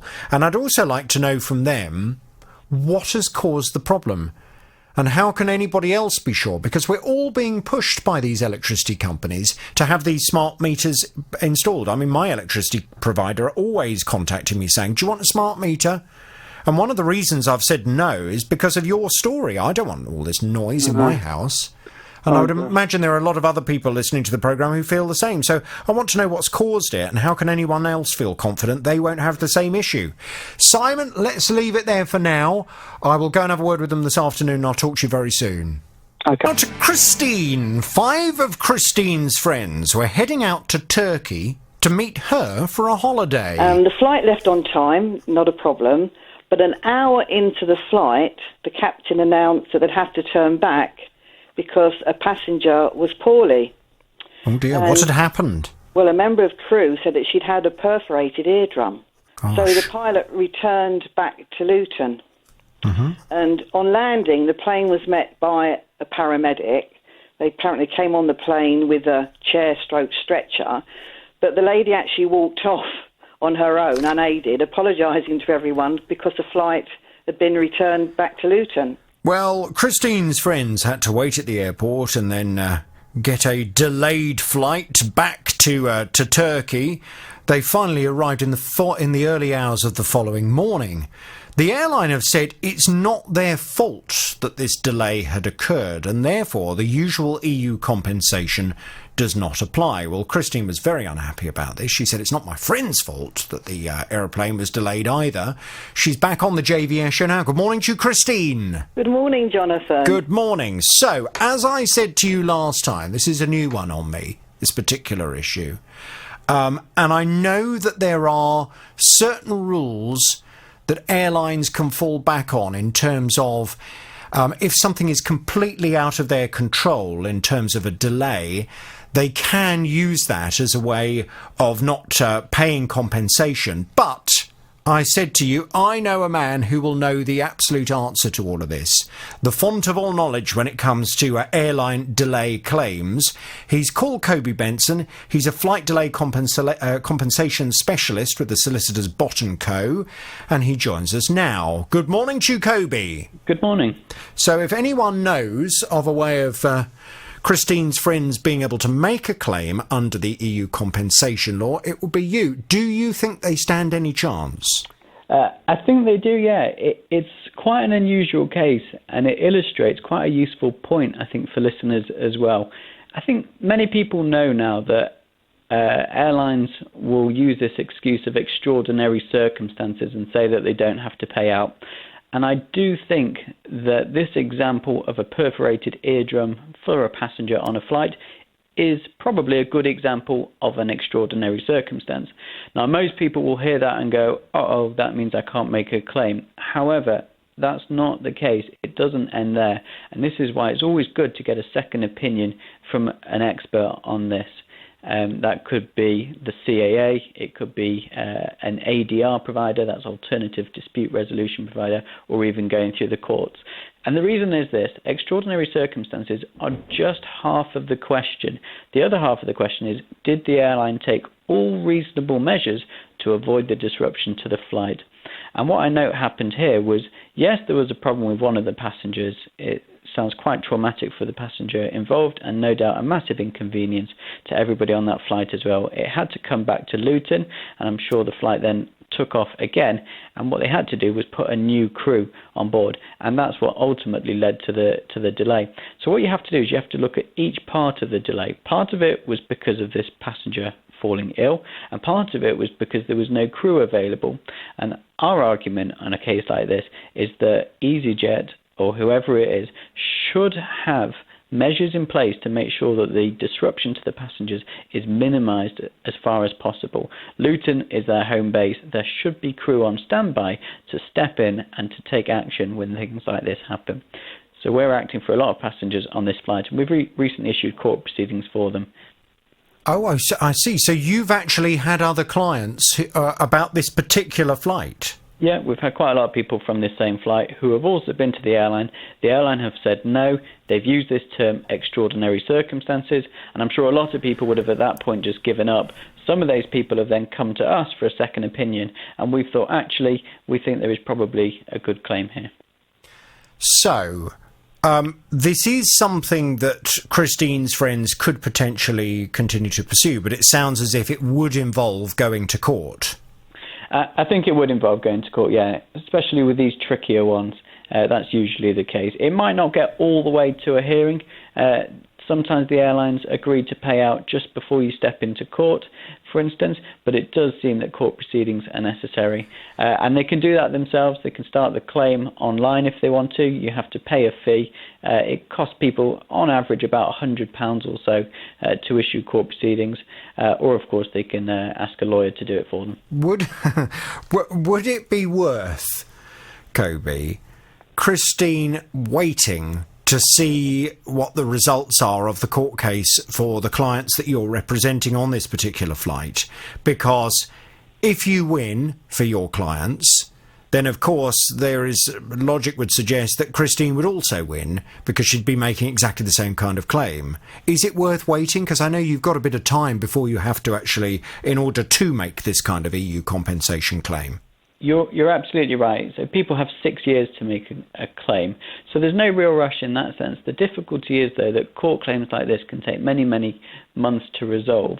And most importantly, they're not binding in any way. So even if we were successful for our clients and we went to court, that doesn't actually mean that EasyJet have to pay out again if they were faced with another claim. So EasyJet could run the exact same arguments, go to court all over again, and strictly speaking, a different judge on a different day could reach a different decision.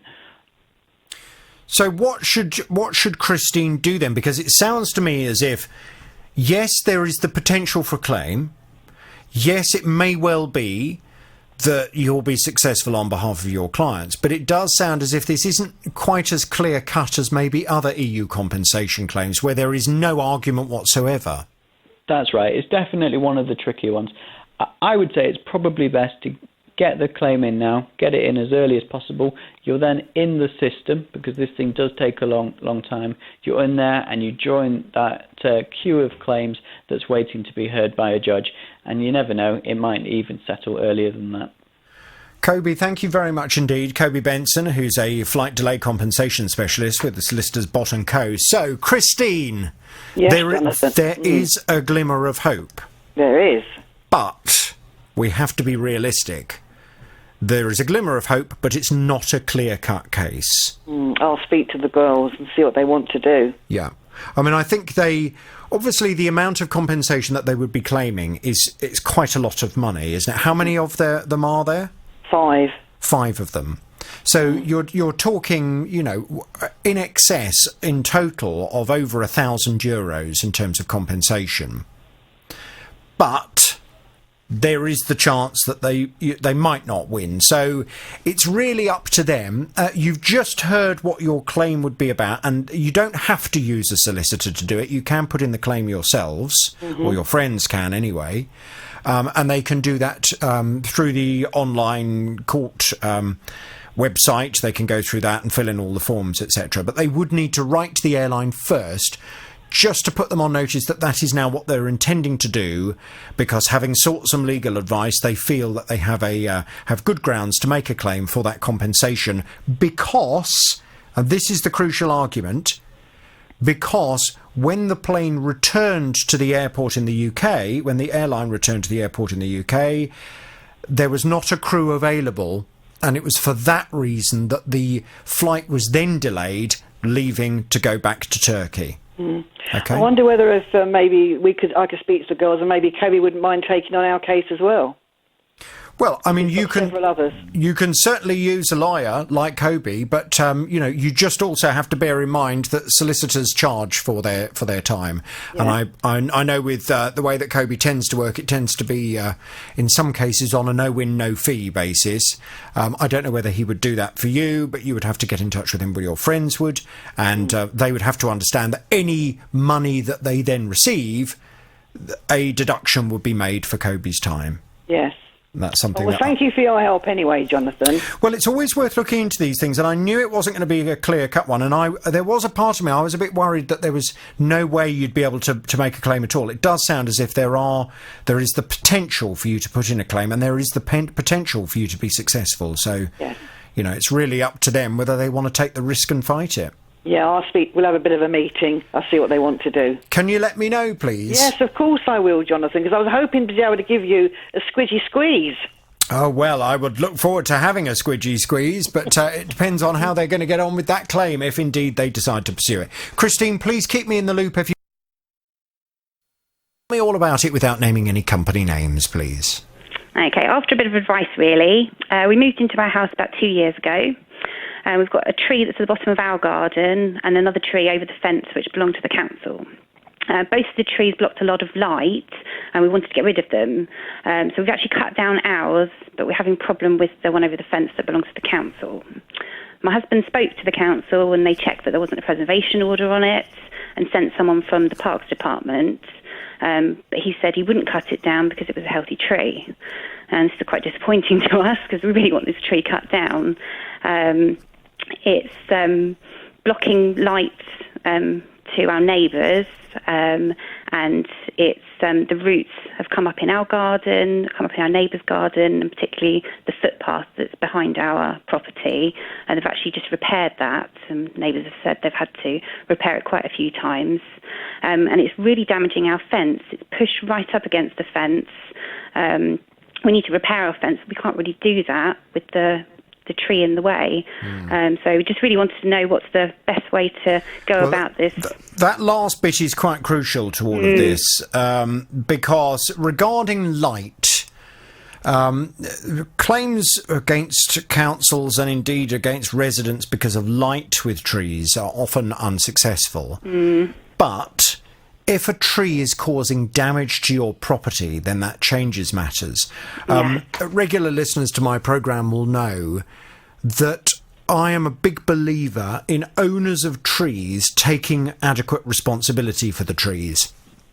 I have trees in my garden, and if those trees get out of hand, if they get too big, if they start causing problems for one of my neighbours, then it's my responsibility to pay someone to come in and to cut the tree back. That's exactly what we did with the one that was in our garden. Exactly. I mean, you take responsibility. Trees get very big and tree roots can cause problems. Trees are very expensive to maintain. You know, you get a tree surgeon round to come and cut a big tree right back, you're talking about hundreds of pounds potentially. Yeah, we've spent a lot of money. Yes, exactly. And it really annoys me when either private individuals have a tree in their garden that they don't take responsibility for, or councils have trees on their land that they don't take responsibility for. The fact that this council-owned tree is damaging your fence and means replacement of the fence is going to be almost impossible because of the tree, I think that is your strongest argument. What have the council said then? They've just said, no, sorry, healthy tree, we're not doing anything about it. Exactly, yeah. How rude. So basically their argument is they think it's okay for their tree to damage your property. Yes. How rude.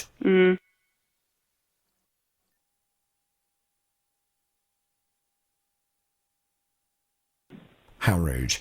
Well, I think what we need to do is go and have a word with the council and to explain that it is damaging your property, and we need to go and have a word with them and ask them to please get things sorted out and to come and cut the thing down.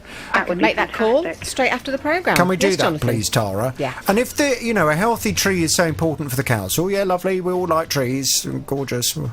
Plant another one. Plant another one in a park or somewhere where it's not going to damage people's properties. Trees are wonderful in the right place. That last part of your sentence, very key. Absolutely. If you plant a tree in your garden, you need to recognise that you are planting something that is probably going to live for longer than you, and it is going to involve a lot of ongoing maintenance, because as that tree gets bigger, it's going to start to... The roots are going to get bigger, they could cause problems, it's going to take moisture out of the ground, it's going to potentially overhang your neighbour's property, you might get bits falling into their garden that they're not going to be very happy about, it might block out the light, it might cause all kinds of problems. You need to take responsibility for it, and if you're going to plant a tree on your property, make sure you put it in the right place so that it's not going to inconvenience anyone other than you. And also, it's the right tree in terms of root structure. Quite. Because some of them go a lot further than others. Do you know what kind of tree this is, Laura? Yes, it's an oak tree. Oh, it's an oak, is it? A biggie. It's a big oak tree. Right, OK. Well, let's go and have a word with the council. Let's ask them to please take responsibility for the tree, and let's hope that they do indeed decide to do the right thing and stop damaging your property. Brilliant. Thank you very much for your help. I'm in Luxury Lodge to celebrate her and her husband's 60th birthdays, as well as their 30th wedding anniversary. It was for 4 nights in May of last year, and it cost about £1,000. Well, initially, when they arrived there, everything was absolutely super. But the following day, they encountered some pretty substantial problems. On the second morning, we woke up, and there was this almighty noise going on, and we couldn't work out what it was, and eventually my husband turned the tap on and the noise stopped, but no water came out of the taps. and we just thought, there's something weird going on here. So I went and found the manager of the site, and he was very good, very accommodating, came over and said, oh, really sorry, there's a water issue here, and apparently underneath the lodge it was just swimming with water, so the water just wasn't coming through. And we asked if we could move to another lodge, because we'd obviously got another 2-night stay there, and he said, unfortunately, everything's booked out, so the only thing I can suggest is that you pack up, go home and get in touch with the company and see if they'll give you a complimentary stay in another lodge to suit yourself. Well, that's exactly what Kim did. They went home, they rebooked, and the company said, yeah, that's fine, we'll give you a complimentary stay, just come back next year and everything will be super. Well, that was lovely. The problem was that just before they were due to go on their complimentary stay to this luxury lodge, the company that runs the luxury lodges went into administration. So, in effect, Kim, it would appear, has lost her money and has nowhere to go. Well, there was a glimmer of hope. Thankfully, Kim had paid for this luxury lodge trip by credit card, and because she paid by credit card, it means that she has some protection under the Consumer Credit Act. So I advised Kim to contact her credit card company and to put in a claim. That's exactly what she did. Let's find out if she's heard anything yet. She's back on the JVS show. Hello, Kim. Good afternoon, Jonathan. Well, really good afternoon. Yes, hello to you. So, last time we spoke, the credit card company said, OK, we need some time now to go and investigate and to look into this, speak to both parties, etc. They were going off to do that, and I can't remember exactly what the time frame was, but that should well and truly be up by now. What's the latest? Yes, I spoke to them on the 28th of May, and they told me that by the 6th of June we would have a case handler allocated to us, and things would be moving along. I hadn't heard anything by the 6th of June, so I called them again, spoke to one of their representatives, and he'd been working there for about 6 months and said in his experience so far, some cases along similar lines to mine can take up to a year to resolve. What? At which case I went, oh no, please, I can't, why? And he said that once we've had a case handler allocated, they would explain everything as to why the process may take this length of time. And funnily enough, I had a call yesterday afternoon from a very nice lady called Anne, confirmed that we had indeed got a case, as have quite a few other customers with this same company. And we've now been allocated a Section 75, which means that our credit card company have accepted that we've got a claim. But apparently they have to have a three-way agreement that the company is at fault. So they've agreed it, we've agreed it, but they've now got to get the merchant to agree that they are indeed at fault.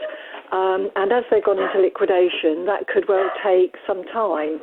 So that's where I am at the moment, just waiting to hear whether the merchant is going to accept that there is indeed a problem. Did they give you any idea as to how long that's going to take? No. I did say to Anne, how long, and she said it's really difficult to put a time frame on this. But as far as I understood it, my complaint now is with my credit card company, and therefore, as long as they've agreed that there is fault here, that they should pay our money back and then pursue the merchant. Well, that is normally how these things work, and I'm a little bit surprised to hear the things that they have said to you, because in my experience, what credit card companies will normally do in these kinds of situations is to say, yes, we believe you have a case, and we believe that you are entitled to your money back, so we are going to refund you the money. Yeah. But be aware, we are then going to investigate further, and in effect, should we find that things are not as we've been told they are, it may well be that we will take that money back off the card again. That's normally the way that it works. But I'm surprised to hear that they're kind of leaving you in this limbo without your money. Yeah, they're saying it's a three-way agreement, and obviously they've agreed, I've agreed, but the merchant there has gone into liquidation, so how can they possibly Well, all we'll do is go to the bottom of the creditors pile. My understanding of the Consumer Credit Act is that the credit card company is jointly liable with the retailer to you, the customer, for the product or service that's been bought and paid for. And therefore, if the item has not arrived, if it's in the case of a product, or if the service has not been availed, then you are within your rights to get your money back from the credit card company. And they then have to take it up with the creditor or whoever it may be, but that's a separate issue. I think it would be useful for me to go and have a word with that credit card company, don't you? Oh, that would be great. One thing I would say when I was talking to Anne was that obviously I've sent over the contracts and the invoices, and she said there's a slight discrepancy on how much we've paid against the invoice. The invoice was for just over £1,000, £1,102.80, and going through on our credit card we've got £1,034. So there's a difference of £102.40. That's interesting. Yeah, which they say they need to be able to account for before they can get the money back to us. But maybe that might be something to do with the delay. But whether you have a consumer problem, tell me all about it without naming any company names, please. Okay.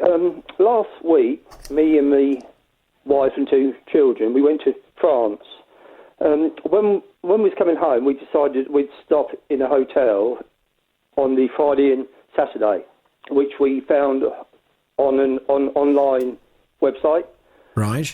Where had you gone to in France, incidentally? Sorry? Where had you gone to in France? We went to Verdun. Where? Verdun. It's where the war fields are, battlefields. Oh, okay. Where's that? Down in the south or in the north? South. In the south. Oh, nice weather. Like this? Yes, it's about 28, 30. 28, 30, that's about right. Beautiful. Nicer than here.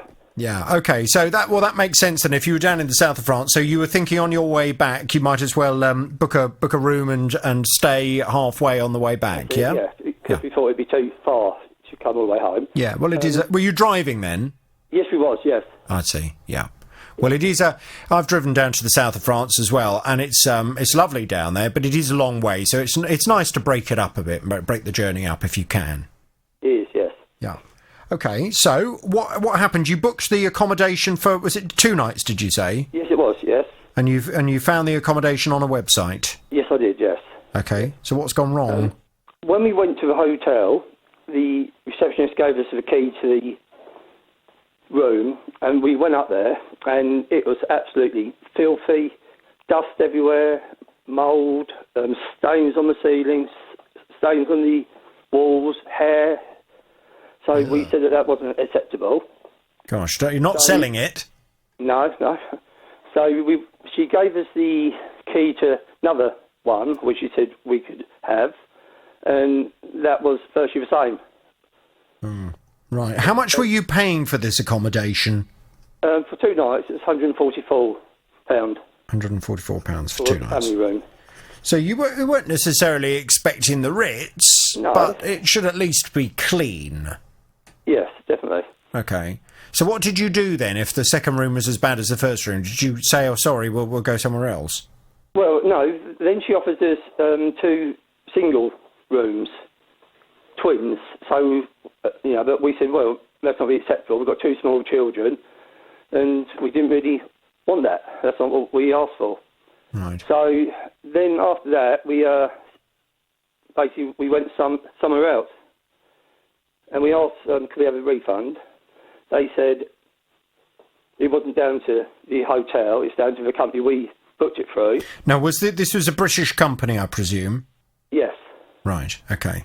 I was going to say, I mean, it's very, very important, if you're looking at booking holidays and flights and all those kinds of things, it's always very important to try and make sure you book it through a British company that, of course, will have to abide by our consumer law in this country. So you booked for it. And did you pay for it on credit card?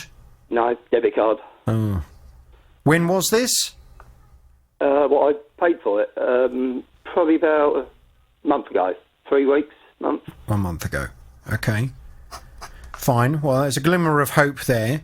So the £144, you were requesting that back, and you needed to go via the company that had taken the money, this booking company. Okay, So- and what have they had to say? Well, I phoned them up from my car when I was outside the hotel, and the man I spoke to was quite helpful at first. He said, yes, that's fine. If you can email me what's happened, send any photos, which I've taken, which I did all that. And then I think a day later, they came back to me and offered me £20, which I emailed them back and said, that's not really acceptable. Then they emailed me back then with a final offer of £30. And that's not enough. No.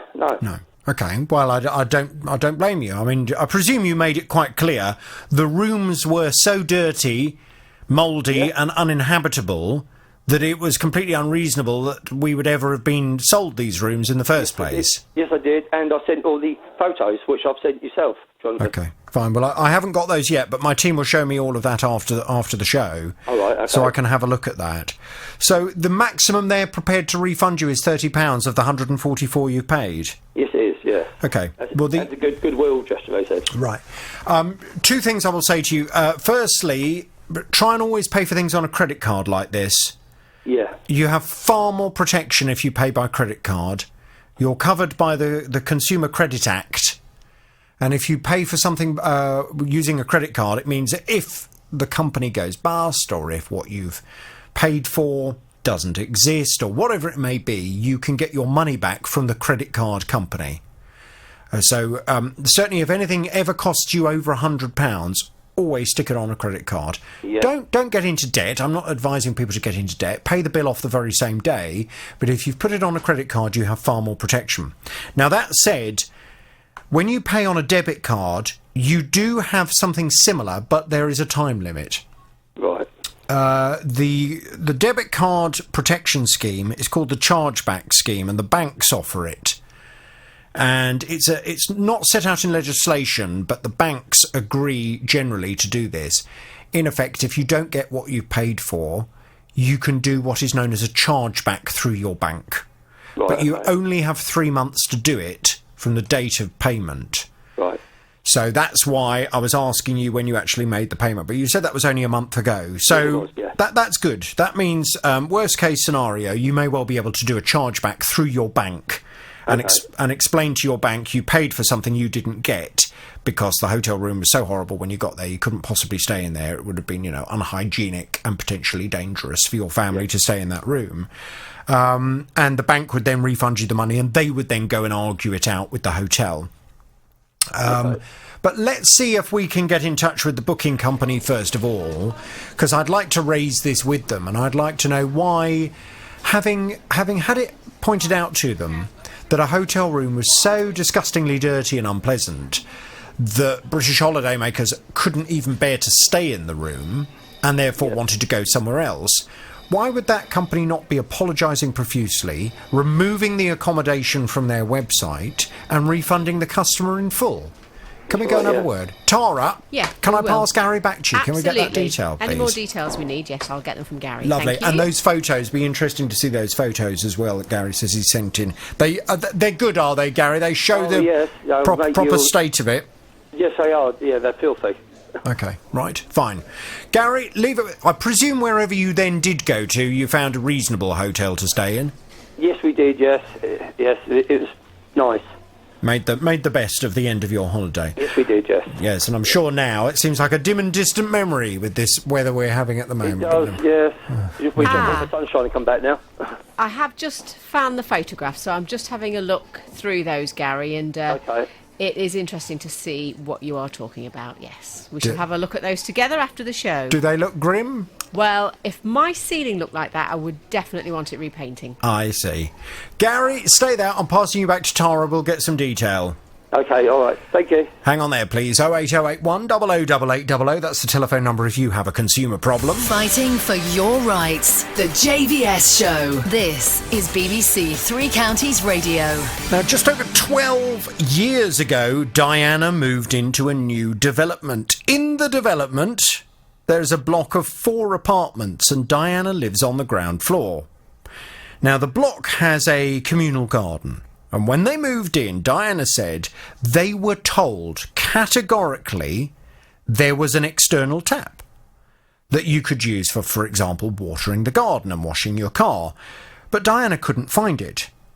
Well, the builder eventually agreed that an external tap had not been installed.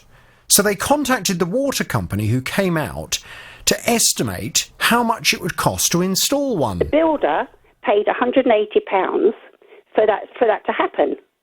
The water company then came back with a drawing and an estimated cost for installing the tap of £3,280. In the meantime, on the 1st of January this year, the development was eventually handed over to a management company. Now, the builder are now saying that because we were a block of 4 flats and we've got the right to manage, that we must pay for the tap. But our argument is that this tap should have been installed when the development was built, and it's down to them to install the tap, not us. Well, the crucial part of all of this, Diana says the tap should have been installed when the building was first built. Should it? Does it clearly say that on the plans?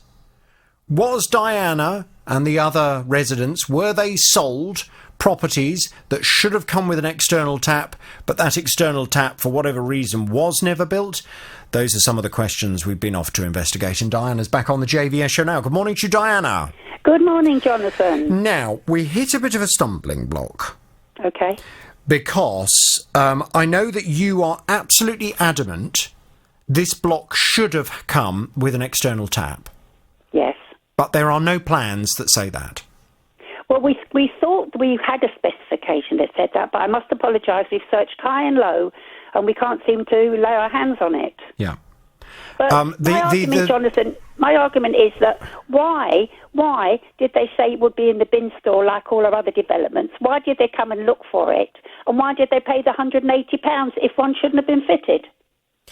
So they say that, first of all, the original plans do not show a communal tap for the apartment block or for the bin store.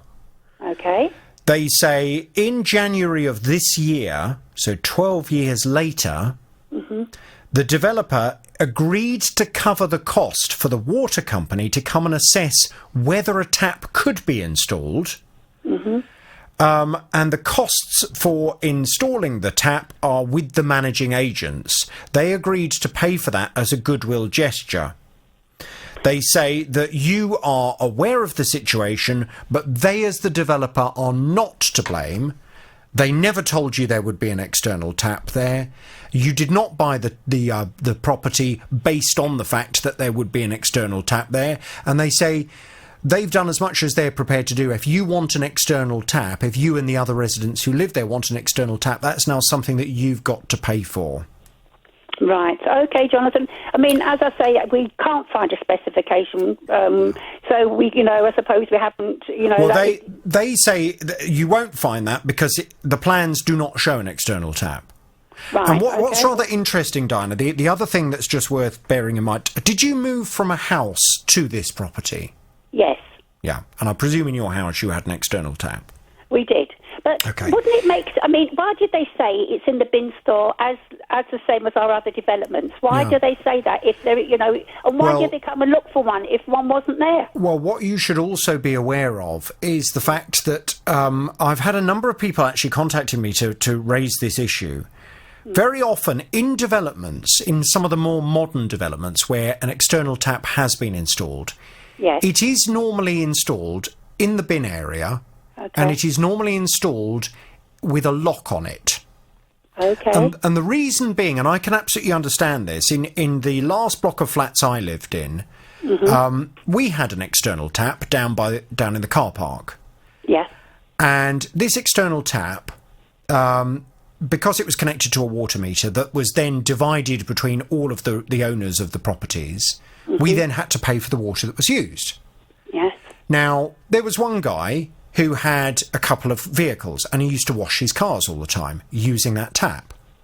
Why should I have to pay for him to wash his vehicles? Why should I pay for the water that he uses to wash his vehicles?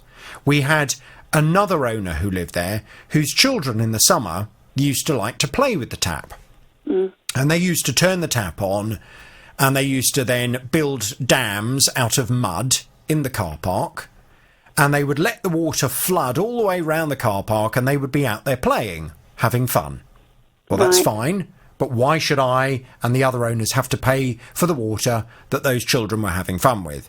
Yeah. So a communal tap can cause problems, and it's for that reason that they are normally kept under lock and key in a communal block and are only accessible to the management company that would be responsible for organising for the bin area to be washed down from time to time. It doesn't, just because there would be a tap there, doesn't automatically mean that you and the other owners, or lessees, because I presume you are a leaseholder.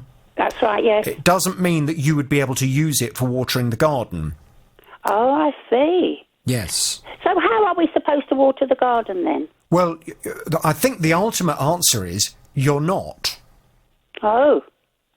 Because... So what happens if we get lovely weather eventually? What happens to the plants then that we put in the baskets and the pots? Well, but that's the point. Who put the plants in the baskets and the pots? We did. So who should have to pay for the water? Who should have to provide the water for the plants that you see what I mean? When you're, if you were building a block of flats now for 20 people to buy leases for and move into, then most sensible developers would, in the garden area, if there is a garden, they would put things like shrubs and stuff that doesn't need watering. Because obviously they would understand that if you start planting things that would need regular watering, firstly, who is going to do that? Yes. If you've got to pay someone to come and water the plants, where are you going to get the water from? You've got to provide a communal tap. Well, how do you stop people taking the mickey out of the communal tap? You know, how do you stop one particular resident using the water so they don't have to pay for the water in their property? All these kinds of things, you've got added headaches. So I think the problem that you've got, and this is why I asked if you come from a house to this block. Yes. I think you have to realise that, unfortunately, when you are living in a kind of shared environment, such as a block of flats or a block of properties that are made up of people who have leases but aren't freeholders for those properties, you do have to recognise that things like external taps are not necessarily a given. And what the developer is saying is, you and the other owners, you can get one installed if you really want one, but you've got to pay for it and you've got to take responsibility for it. And I would just urge you, I mean, I'm sensing you probably wouldn't do that anyway because it's going to be so expensive. But even if you did do it, you've then got to take special precautions to make sure that people don't take the mickey. Yes, I understand. Yeah, I understand what you're saying. I never thought of it like that before, actually. Yeah. Yeah, I understand what you're saying, but well, thank you very much for all your help. Anyway, it makes it a lot clearer, and at least we know now, you know what's going on, and we're going to have to get a bin. What's it called? To catch the water. Oh, a water butt. A water butt. Yes. Well, there you go. You see. We'll get a water butt and we'll do that, and then we'll just have to water what we put in ourselves. I think that's the only way to do it. Well, yes, quite. And that's the kind of thing that you and the other owners, the other lessees, you know, you could then club together. Water butts don't cost an earth, do they? No, and with all the rain, it would be lovely. Oh, tell me about it at the moment. I mean, your butts will be overflowing. But, you know, you could put a few water butts around and then you could indeed use that water for watering the plants rather than you having to personally pay from the water that you're using on a meter to make the gardens that everyone else is enjoying look nice. Yes, exactly. Thank you very much for your help. I really do appreciate it. It makes things a lot clearer. What you said makes sense, actually. Good. OK, Dana. Well, at least we got to the bottom of it. Any other problems, you know where I am. Thank you very much. It cost just under £25. Well, she put it out last summer. It was lovely. She really liked it. She stored it in the shed over the winter, but when she got it out to use it again this year, she discovered there were some problems with it. When I got it out of my shed, hence I found it, first of all, got rusty. That was the first problem. And I thought, not happy with that. But I was willing to improvise and go out and buy some pink spray paint. Have you sprayed your pig? Well, yes, because it's metal and it had gone rusty. Yeah, but did you treat the rust? Well, I haven't. I was going to up until the solar panels stopped working, and then I thought, well, but it was sort of dimming, and I thought, well, I'll put a new battery in, and it went for about a night on the bright side, and then the following night did absolutely nothing. Yes, well, Margaret was very unhappy with this solar-powered pig. She's back on the JVS show now. Good morning to you, Margaret. Good morning, Jonathan. Good morning. So, we went on a bit of a journey with you and your pig, didn't we? We did, yes. Because it transpired, if I might say, I mean, at the beginning you were having none of it, were you? No. It transpired that you'd put a standard battery in the pig this year. Yes. And I kept saying to you, but you can't put a standard battery in, Margaret. You've got to put a rechargeable battery. You weren't having any of it. You said, no, a standard battery's okay. Well, eventually we had so many calls from people saying, no, it's right, you do need a rechargeable battery and it won't work with the standard battery. Well, it will do for a couple of days until the battery runs down.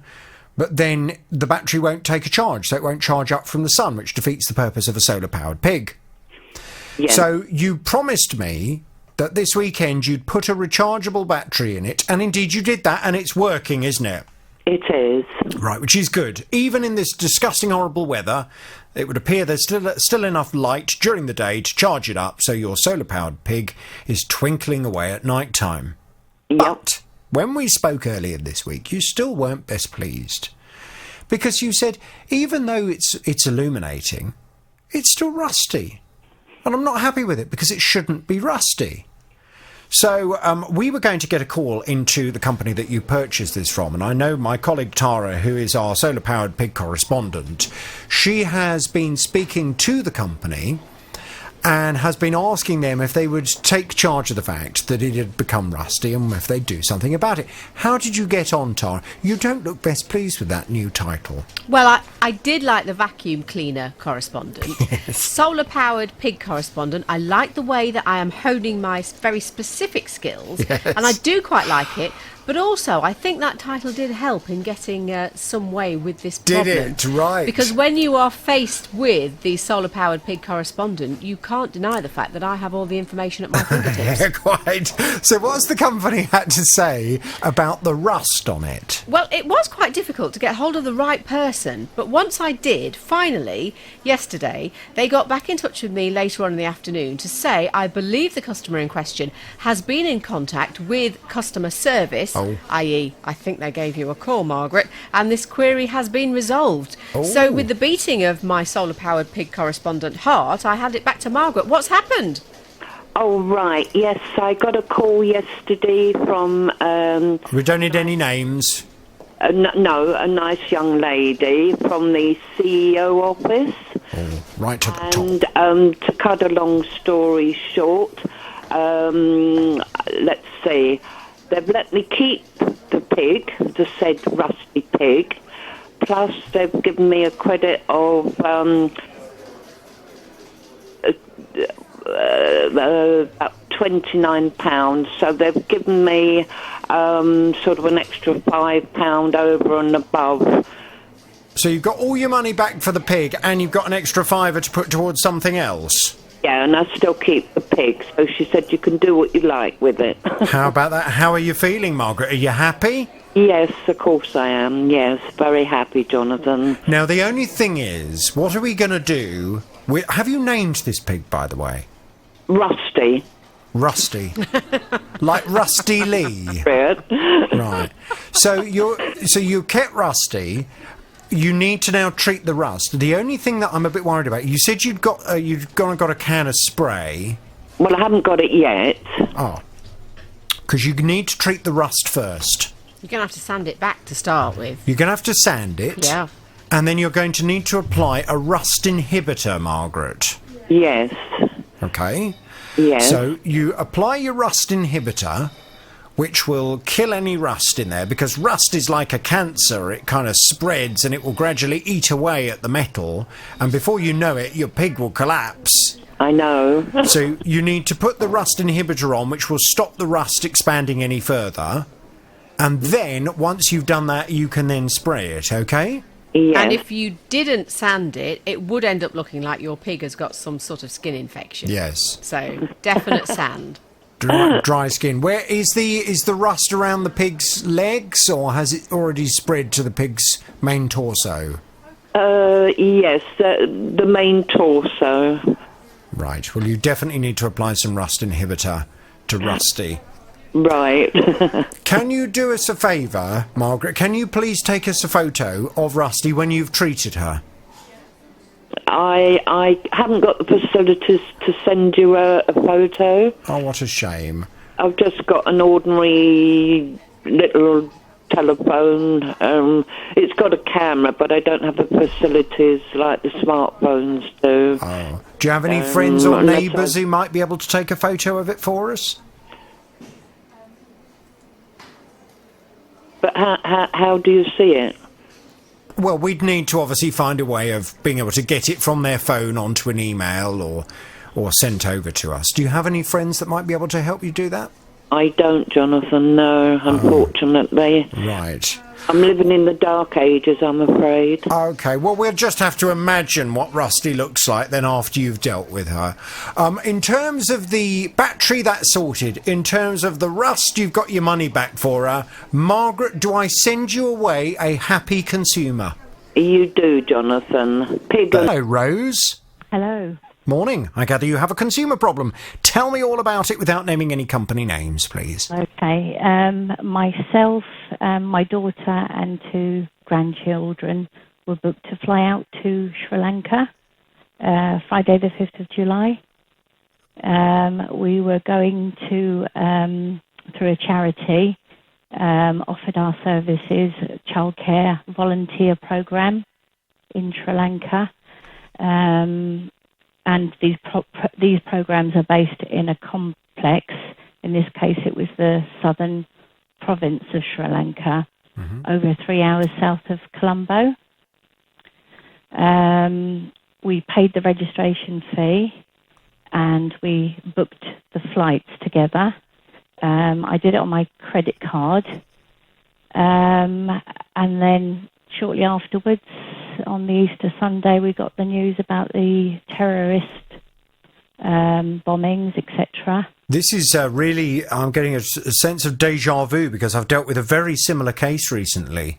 Okay. Regarding exactly this kind of thing. So how many days before the terrorist attacks did you book the flights? Gosh, let me just check. So... Roughly. I mean, was it just a matter of days or was it weeks before?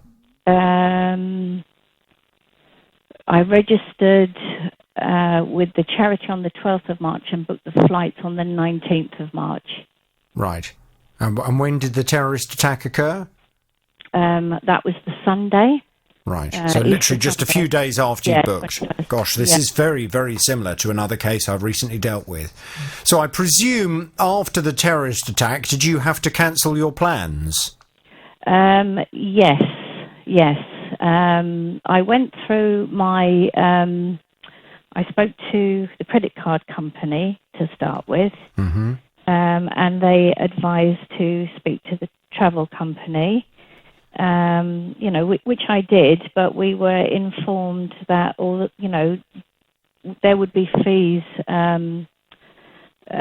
so we wouldn't get all our money back, basically. How much had you paid for the flights? Quite a large deduction. So I paid £2,056.21. So that was the refund I was hoping to get. But I was advised that we would lose £215 per person for the cancellation. Okay. I mean, that's not too bad, really. So they were prepared to refund you everything less 200 odd quid each? Yes, 200. So we were losing 860. That's what I was advised at the time for the cancellation. Did they offer you anything else? I mean, did you ask for any alternatives? No. Okay.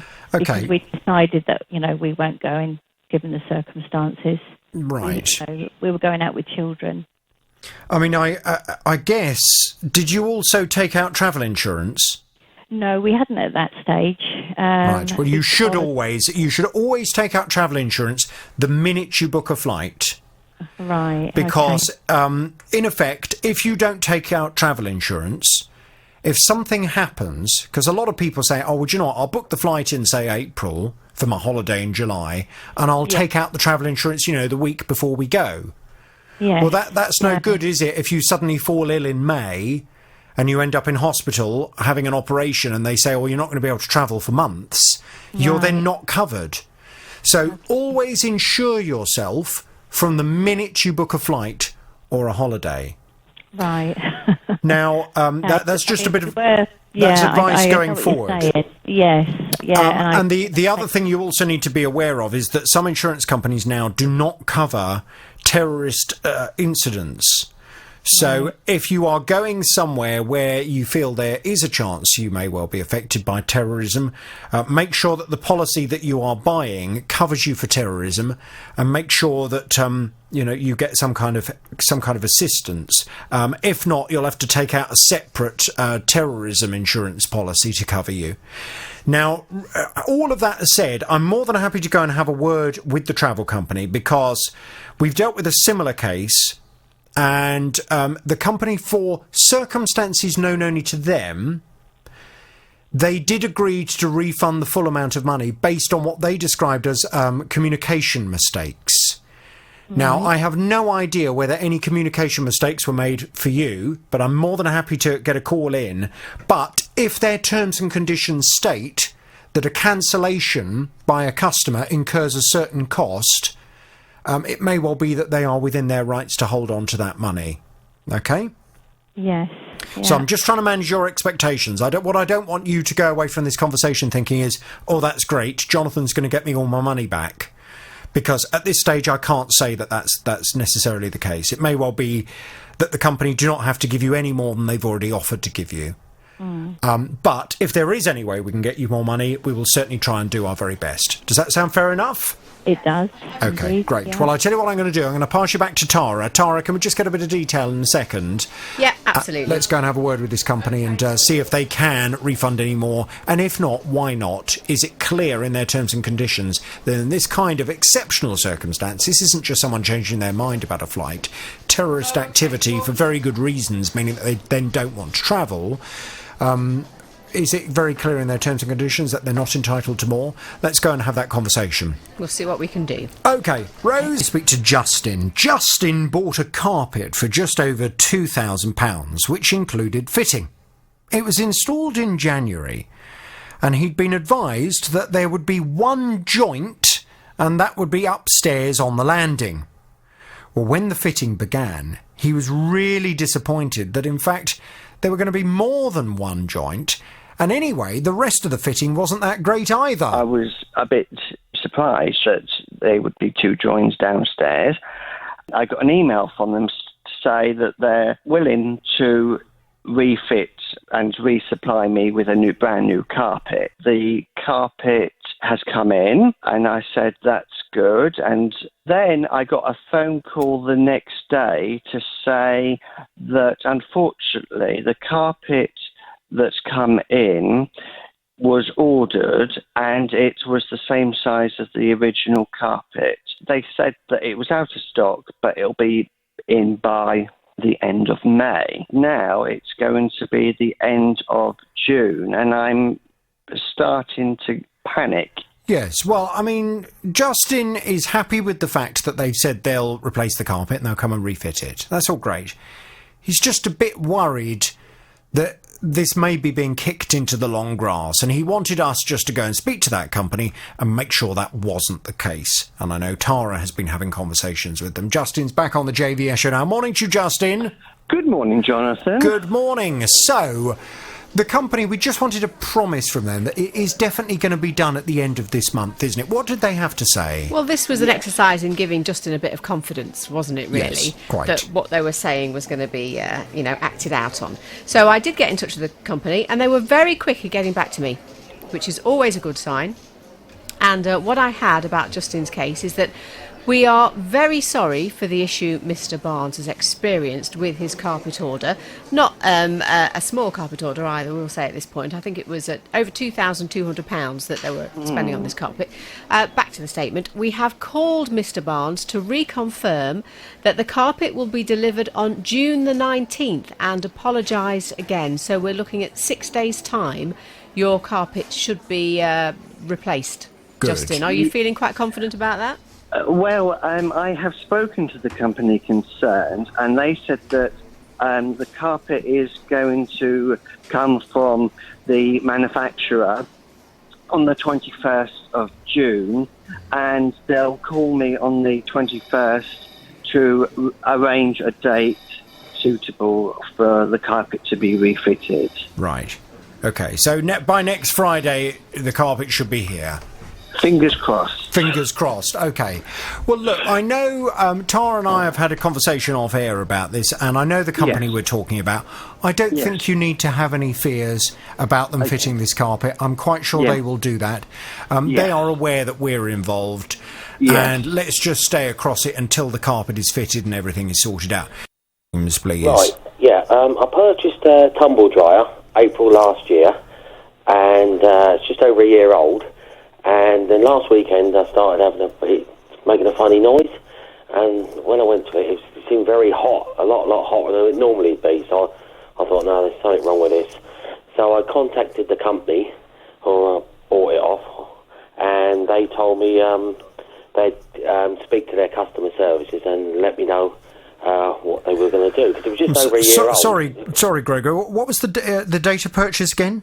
April last year. So it just passed out of its year's warranty. April 2018. Yeah, so I spoke to them and they were going to get back to me, which they didn't. I had to chase them. And when I spoke to them the other day, they said to me that they were going to send me a voucher for half the price of what I paid for it.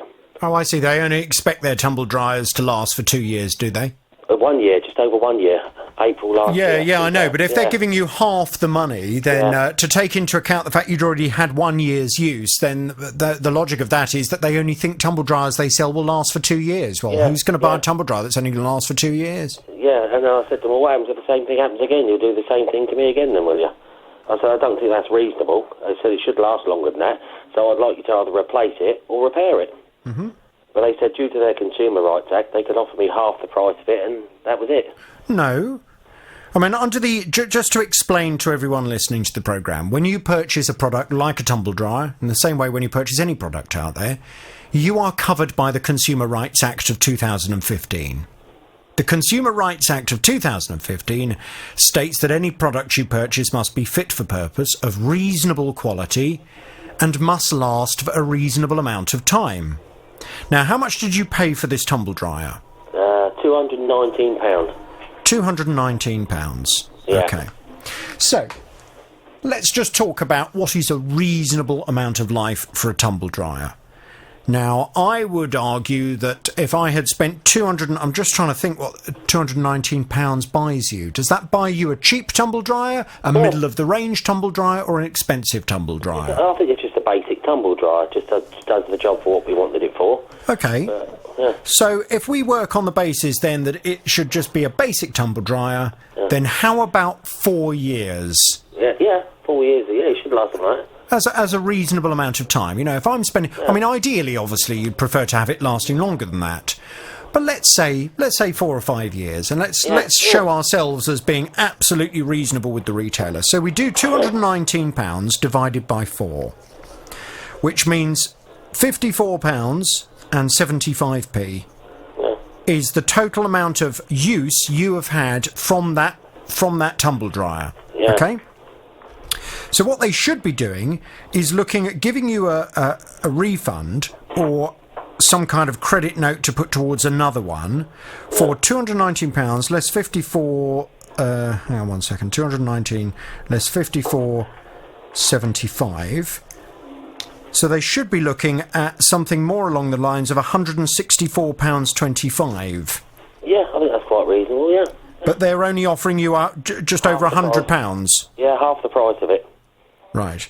I said, well, I don't think that's reasonable. I think really, I said, consider. I know it's out of its year's warranty, so they say. That's irrelevant. Yeah, that's what I said to them. I said, I think it's either you should either replace it or repair it. And they said to me, due to the Consumer Rights Act of 2000, and we're quite within our rights to offer you this. Well, based on the Consumer Rights Act, it is perfectly reasonable for them to give you a pro rata refund or contribution towards replacing the product based on reasonable use that you've had from that product. But again, I come back to the point that who in their right mind would be happy to spend £219 on a tumble dryer that would only last for 2 years? Not me. Yeah. So, would you like me to go? And as part of her illness, she has fluid that collects in her abdomen. Well, the fluid is drained and collected into a bag, which is then deemed to be clinical waste. The removal of this waste has to be authorised by a medical professional. Well, one of his wife's nurses submitted the request to the local council to say that it would need to be collected as clinical waste, but it wasn't collected. And the council now say they have no knowledge of the request. Well, Chris has chased them time after time after time to get it removed, but he told me he's just not getting anywhere. I'd actually gone on to the council website and to the waste department page and put in an email request for them to ring me on my home phone number urgently, because we had, I think at that point, it was 3 weeks' worth of waste awaiting collection. We were developing a nice stockpile in the hall. And I said it's getting the stage, it's urgent, please contact me. And I'd had a phone call then saying that they had no knowledge of us having clinical waste. Then, as I said, we asked the nurses to request again, which they did. My wife had the phone call, as I say, which said it would be collected on a Wednesday. And there seems to be a big gap into what they promise and what actually happens. Well, as I said to Chris last time he was on the programme, I'm quite sure that he and his wife have quite enough else going on in their lives and quite enough else to have to contend with without having to deal with something like this with a local council. So why can the council not just come and collect the clinical waste and make sure that they continue to collect it on an ongoing basis? Chris is back on the JVS show now. Morning, Chris. Good morning, Jonathan. Good morning. Right, now, I sent Tara off to have a word with the local authority and to make sure that they were firstly aware that this request had been put in by the medical professionals around your wife, and then secondly, once they'd confirmed that that request had been put in, to most importantly come round and collect what you've got at the moment, and then to ensure that there will be continued collection going forward. Tara, what have they had to say for themselves? Well, I got in touch with Wickham District Council, and I've got to say they were very, very upset to hear that you've been left in this situation, Chris, and they wanted to be able to do something as soon as possible. So literally, as soon as I spoke to someone in the press office, she said, OK, I'm going to put the phone down, I'm going to make sure I ring the right team to get this kick-started into action, because they didn't want you to carry on being in the position that you and your wife were in for any longer. So I put that call in. They phoned me back that afternoon. I wasn't there, but they were able to leave a message. And then you phoned me in the morning, the following morning, to say... Success. They've actually come and collected the waste. A very helpful guy pulled up, and he brought some orange bags, and we put the bags that we'd already collected into those orange bags, and he took everything away and said, right, leave it outside your front door on a Wednesday morning and I'll be there to pick it up. Right, fantastic. So after all of that, you then suddenly got the service that you'd been hoping to get beforehand. Was there any kind of explanation as to what had gone wrong with the system? Because obviously I have two concerns. The first concern is obviously this happened to you, Chris, and your wife. But secondly, how do we know it's not happening to other people? You know, if the system is failing, how do we know it's not happening to other people? Did they offer any explanation to you? Well, I don't know if you realise, but the Chiltern and Wickham waste teams are combined. So whilst you put a request on the Wickham waste, it doesn't necessarily get through to the people who organise it, who are Chiltern waste. I did have a phone call from a very nice man at Chiltern Mark, he was very apologetic and didn't understand how the email hadn't got to them. But he did give me an email address to come direct through to them. Right. And he said they process it every Tuesday, this particular waste emails. And he said it will always be dealt with promptly if it goes direct to them. So it would seem that there's a slight gap between the Wickham waste request and it actually getting to the people at Chiltern. Well, let's just hope as a result of this, let's hope that lessons are learned and that doesn't happen again for anybody else. And I would imagine, Chris, this must be a bit of a weight off your mind now. Absolutely, absolutely. We are actually in Stoke Mandeville at the moment, and Mary's been admitted. So that was one of the last things I wanted to happen with the waste. Yeah, okay. But thank you ever so much for your help. It's really appreciated. And thank you again to the team at Chiltern Waste, because once they were alerted that there was a problem, they acted very quickly. Well, we will certainly give them the fanfare, give them the JVS horn, and thank them very much indeed. And obviously, Chris, just all the very best to you and your wife. Now, Ailish has an 8-year-old Labrador Dalmatian cross called Max. Well, unusually one evening, he started drinking an awful lot of water and constantly barking, wanting to go outside. Well, this was all very unusual behaviour. So Ailish took him to the vets, and he was diagnosed with diabetes. Well, Max's treatment has cost Ailish £1,000 so far, but her pet insurance company, she said, was refusing to help. He has to be injected twice a day, but now he's gone blind, which the vet said to me, it would have been inevitable, but it's happened very, very quickly. I say the pet insurance, I've been in touch with them, and they've said the reason he was diagnosed with diabetes was because he was overweight.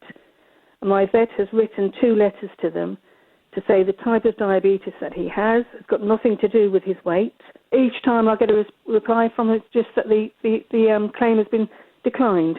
But no kind of justification based on the letter from your vet, etc.? No. And how much are you claiming? How much is the treatment for so far? So far, just over £1,000. To have the cataracts removed would be £3,000 for each eye. Well, Ailish just feels as if this pet insurance company is really letting her down at a time when she really needs them. But it would appear they feel she has not got grounds to make a claim on this particular policy. Now, a little bit of general advice I would give to everyone before I speak to Ailish this morning.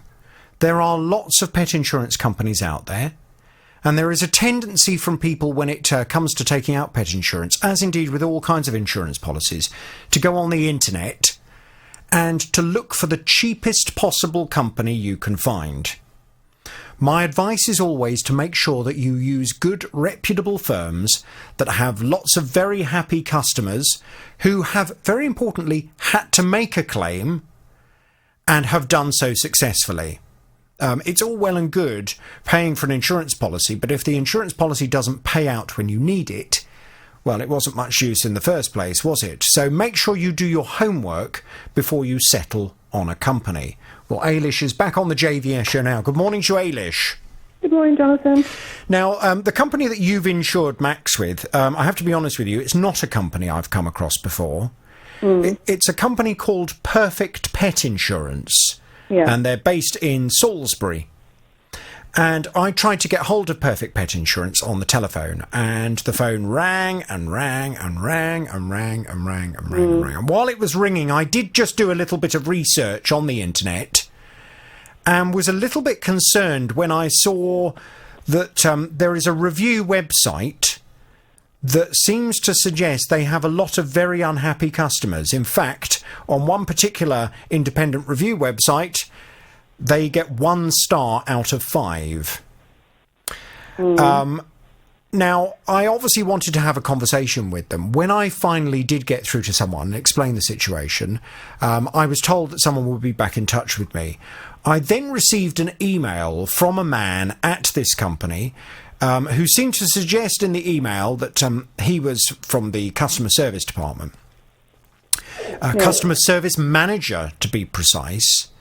When he came back, and I'd outlined exactly what the complaint was all about, when he came back, he said, to start with, that he would need to get permission from you in order to discuss your case with me. Well, that's perfectly reasonable. And I know that he did indeed take steps to try and do that, albeit because your daughter took out the policy on your behalf, the contact details really were for your daughter, weren't they? Yes. So when they did finally make contact with you and get the permission, they then came back and said, this case is currently being investigated and the customer will be notified of the outcome once all elements of the complaint have been reviewed. We distribute dog and cat insurance products which provide cover for a wide range of circumstances, including when pets become ill.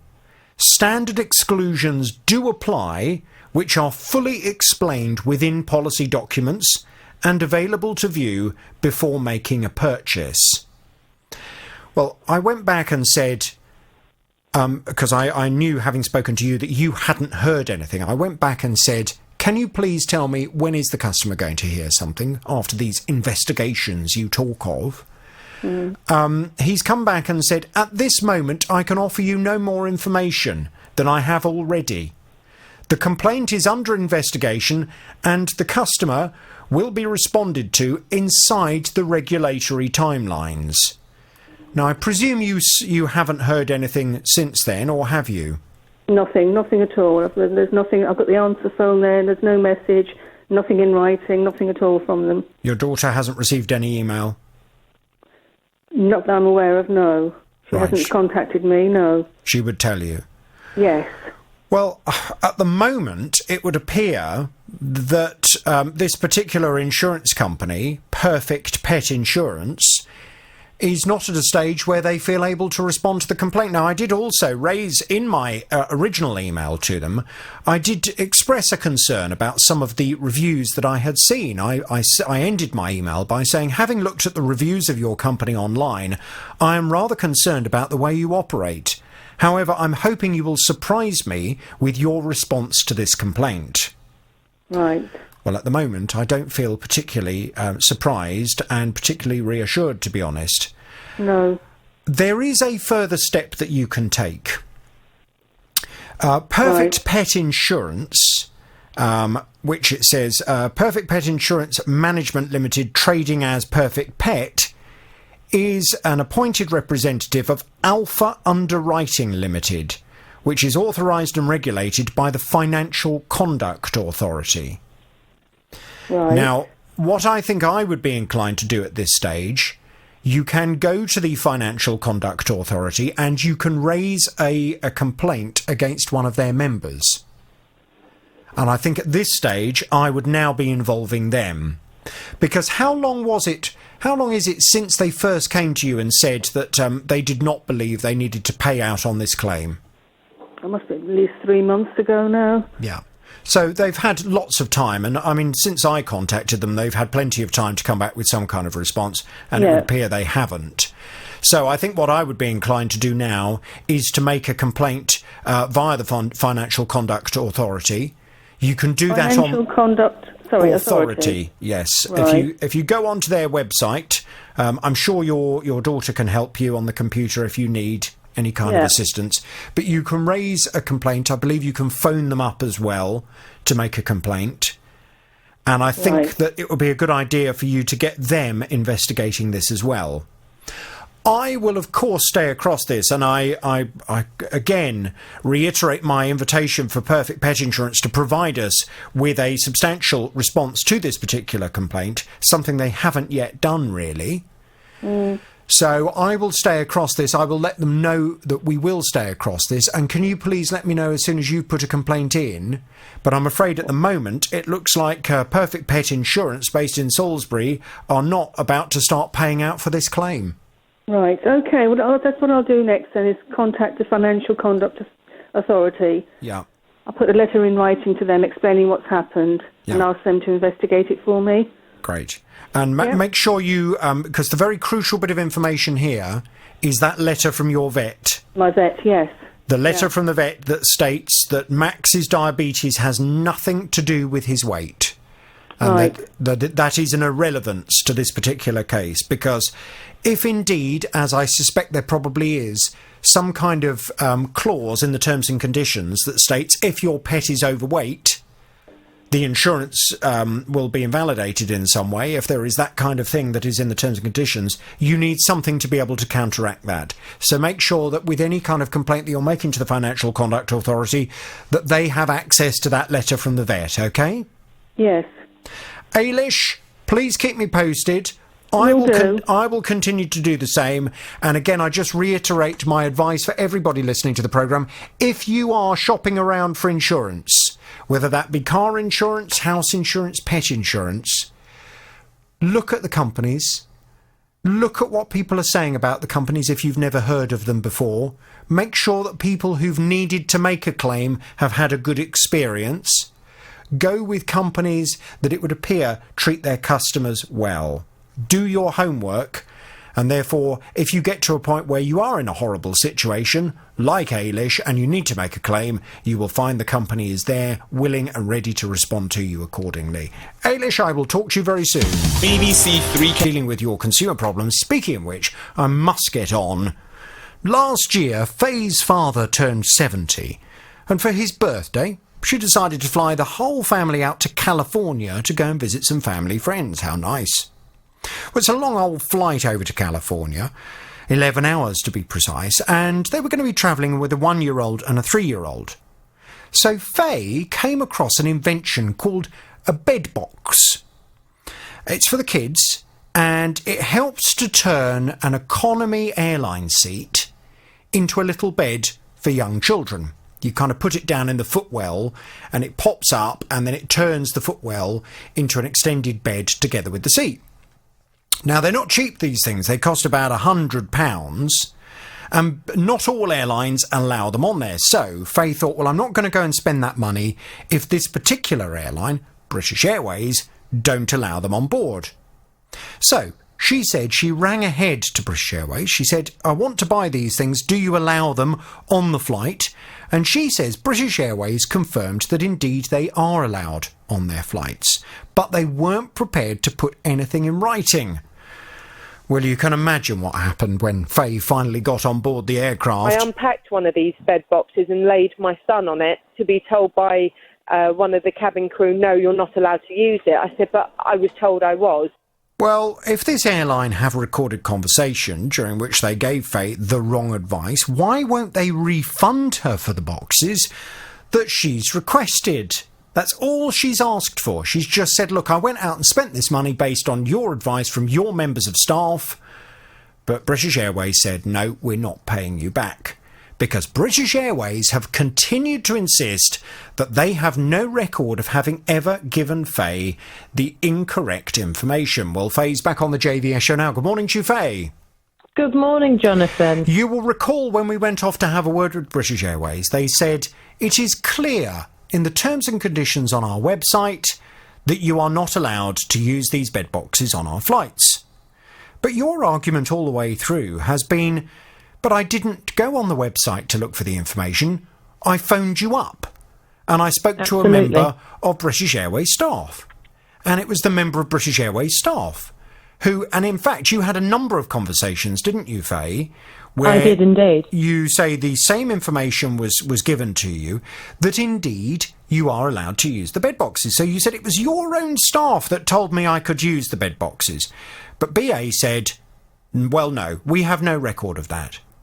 So you said, and I absolutely understand why you said it, right, well, I'd like to have a copy of the recording then of the conversation because I know I was told it. Now, at that point, British Airways said, well, we've gone back and we can't find any record of those calls being made to us. We do not have a record.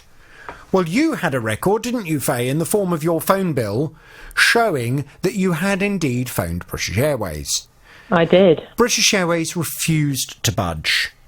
They said, no, we do not have a record of the phone conversation. It is on our website that you're not allowed to use the bed boxes. In other words, it's not our fault that you went out and bought them and we're not prepared to give you this money back.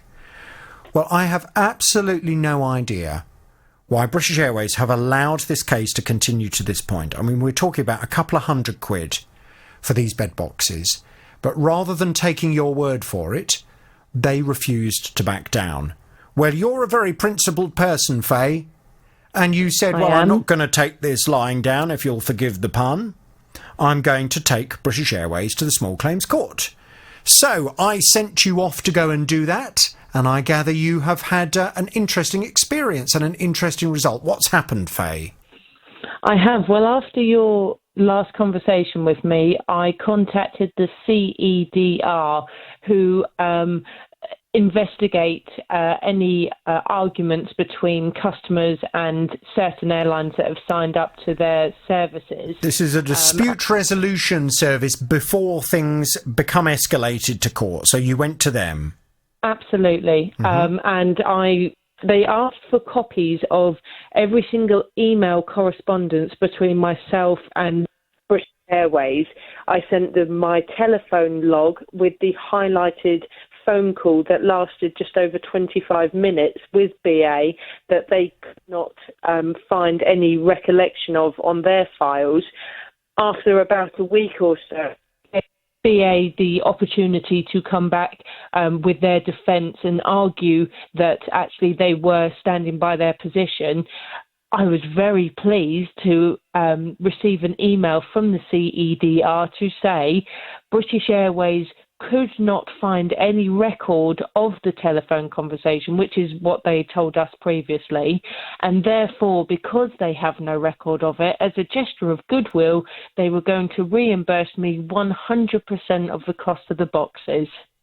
Which is all you'd ever asked for in the first place. Absolutely.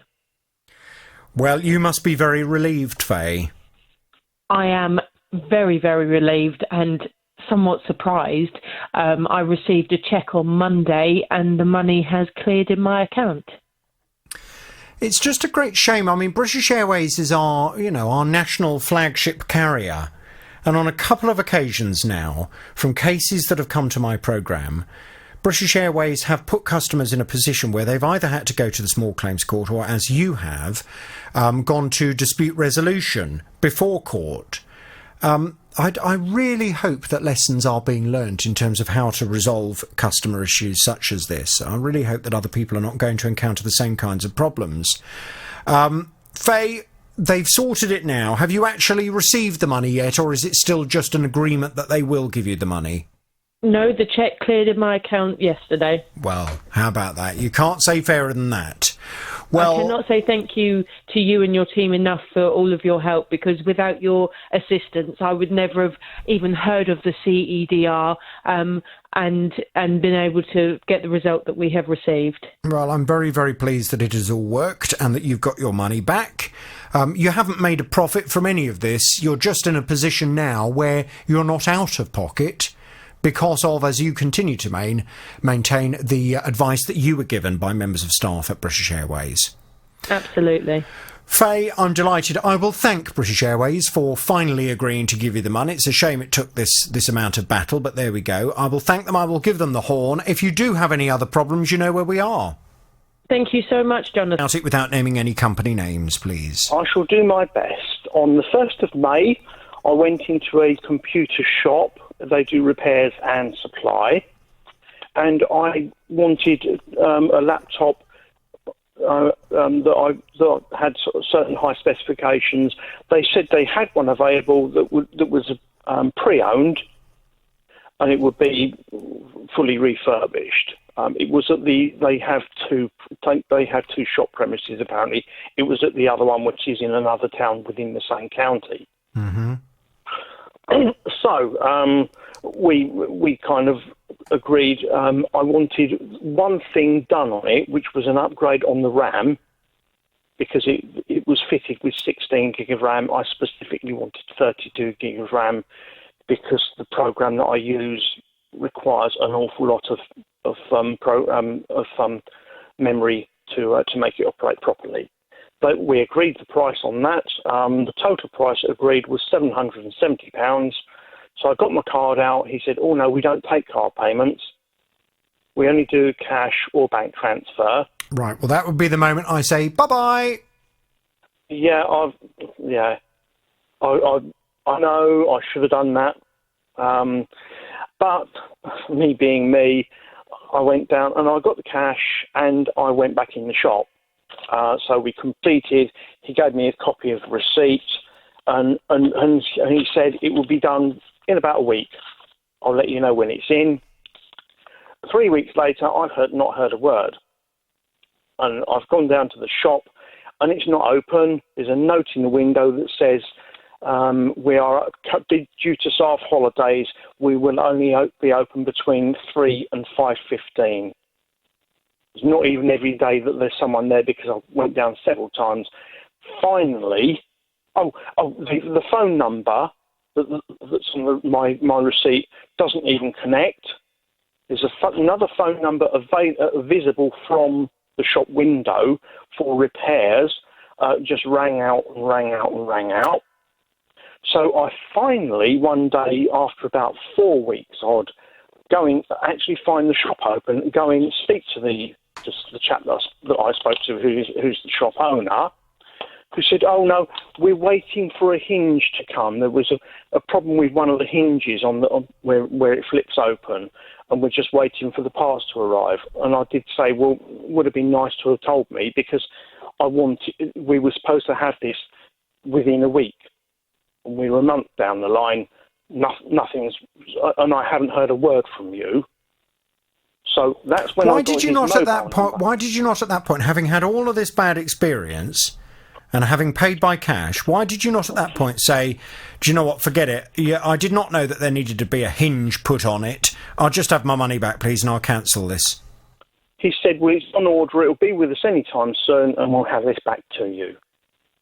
So I said, "Okay, fair enough, but obviously this needs to happen fairly soon." I go back in there again. Actually, no, I rang his mobile, and he says, "No, we're still waiting for the hinge." And I was trying to ring him on Monday and Tuesday of this week on probably 9 or 10 separate occasions on his mobile, and it just rang. Clearly, he's avoiding speaking to me. He actually answered the phone to me on Wednesday. And he said, "Well, we're still waiting for the hinge." I said, "I'm sorry, but I'm not prepared to wait any longer. I want to cancel this order, and I'll come down and collect my cash." "No, you can't do that." So I haven't had the computer. You still haven't given me a firm delivery date. I haven't even physically seen it. I want my money back. "No, you won't be getting your money back." I said, "I'm coming down Saturday, and I will expect to collect my £770 in cash. That's the legal requirement. You have to return the payment in the way it was given to you." "No," he said, "that's not going to happen." And he put the phone down on me. Mm-hmm. So I sent a text saying I will be turning up on Saturday, and I will expect that cash to be waiting. And he sent a text back to say, "No, it won't be going on." So I've come to speak to you. So is the Saturday you're talking about, is that tomorrow? It's tomorrow. Right. Well, I mean, to be honest with you, I just need to give a little bit of advice out there for other people listening to the programme. This should have rung alarm bells right from the very start. A shop that doesn't take any payment method other than a bank transfer or cash should ring alarm bells. It is not normal in this day and age for a shop, particularly a shop that is selling products, electrical products, not to take a secure method of payment such as a debit card, but ideally a credit card. It is not normal. So that should ring alarm bells, really. Did you give him the full £770? I did, and in my defence, he's been trading in our town for some years. Right. He moved premises about 3-4 years ago, not very far away, but still within the town centre. And does he have a good reputation? I mean, if you look this man up on the internet, has he got lots and lots of really happy customers? I haven't actually done that, Jonathan. Right. So you don't really know anything about him? I've got his name and the fact, because at the no, I mean you don't know anything about his reputation. I don't actually know. No, it's very silly, really. Well, all I'm trying to do, and I don't want you, Neil, at all to feel silly, because you sound to me like you're just a nice guy and you're very trusting. And there are lots of people in the world who are nice and trusting and not, old cynics like me, grumpy, miserable old cynics. But the reason why I'm a grumpy and miserable old cynic is that, unfortunately, I've just heard so many stories like this over the years where kind, trusting people like you have assumed that everyone else in the world is kind and trustworthy. And unfortunately... I will say there, Jonathan, I do normally wear my cynical hat, but I'd left it at home that day. You let your hair down on that particular day, you let your guard down. Yeah. Now, Right. the thing is, Guy, is that registered? Yeah. So it's not as if it's completely... It's just that at the bottom it gives his initial and surname and then TA, trading as, and the company name. Okay. Well, it sounds to me as if I need to go and have a little word with him. The fact is that as you haven't had the product yet, and you've given him a perfectly reasonable amount of time to provide it to you, you are perfectly within... You are perfectly within your rights to now say, I'm sorry, but you do not seem able to provide me with the product that I've purchased. I would therefore like a full refund. And if he's not prepared to give you a full refund, well, I'd like to know why. And it may well be that I will be identifying this man and his company on my programme next week, because if I have concerns that a retailer on the high street is taking money from people and is not providing them with the goods that they've paid for, that's a very serious matter. And it's something that everybody should be aware of. Let's give him the opportunity to try and resolve this, though, Neil. I'm going to pass you back to Tara. Tara, can we get a bit of detail, please? And I will call this man after the programme today. Absolutely. I shall make sure we have everything we need. Lovely. OK, Neil. Thank you, Jonathan. Fingers crossed tomorrow when you go down to the shop, he will have that cash waiting for you. And when we talk on Monday, you'll be a happy bunny and say, yeah, everything's resolved. Okay. But let's see what we're going to do. I'll speak to you on Monday, and I'll pass you back to Tara now. We'll get some detail, and I will call him for you this afternoon. Right, thank you, Jonathan. Thank you very much. And you. Thank you very much indeed. It's the JVS show. It's BBC Three Counties Radio. Wake up with BBC Three Counties Radio.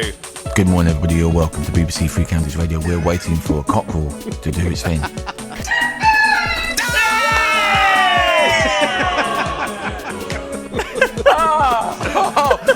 Mr. Cockerel, if you can hear us, you've saved us. Andy Collins. Joining me now is British astrologer, author and proud Middlesex resident, Russell Grant. Good morning to you, my friend. With Middlesex, it's a funny old shape, isn't it? Well, so are you, but you exist.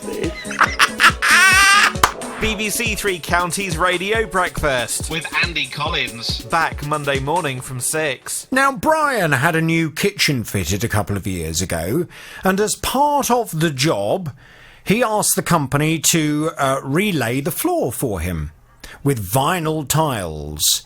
Well, it all looked very smart when it was first done, but unfortunately these tiles didn't last very long. But when they came to do it, they actually put the tiles on top of the original tiles. Basically, ever since they've done it, they've moved. They keep moving, and this time it's got quite bad. Got quite a few of them are moved. Well, originally they said, mumble. They come back and did it, so then it's all moved again. Well, Brian's really not happy at all that this flooring seems to be moving. I don't know whether you can install vinyl tiles on top of existing vinyl flooring, or whether you are likely to have this kind of problem, and maybe the job should have been done properly in the first place and the floor should have been lifted up. I don't know. What I do know is that I promised Brian I would contact the company that fitted this kitchen for him and fitted the floor and ask them to please get things sorted out. He's back on the JVS show now. Hello, Brian. Hello. Morning, Brian. So when I spoke to the company, the company concerned is Wix.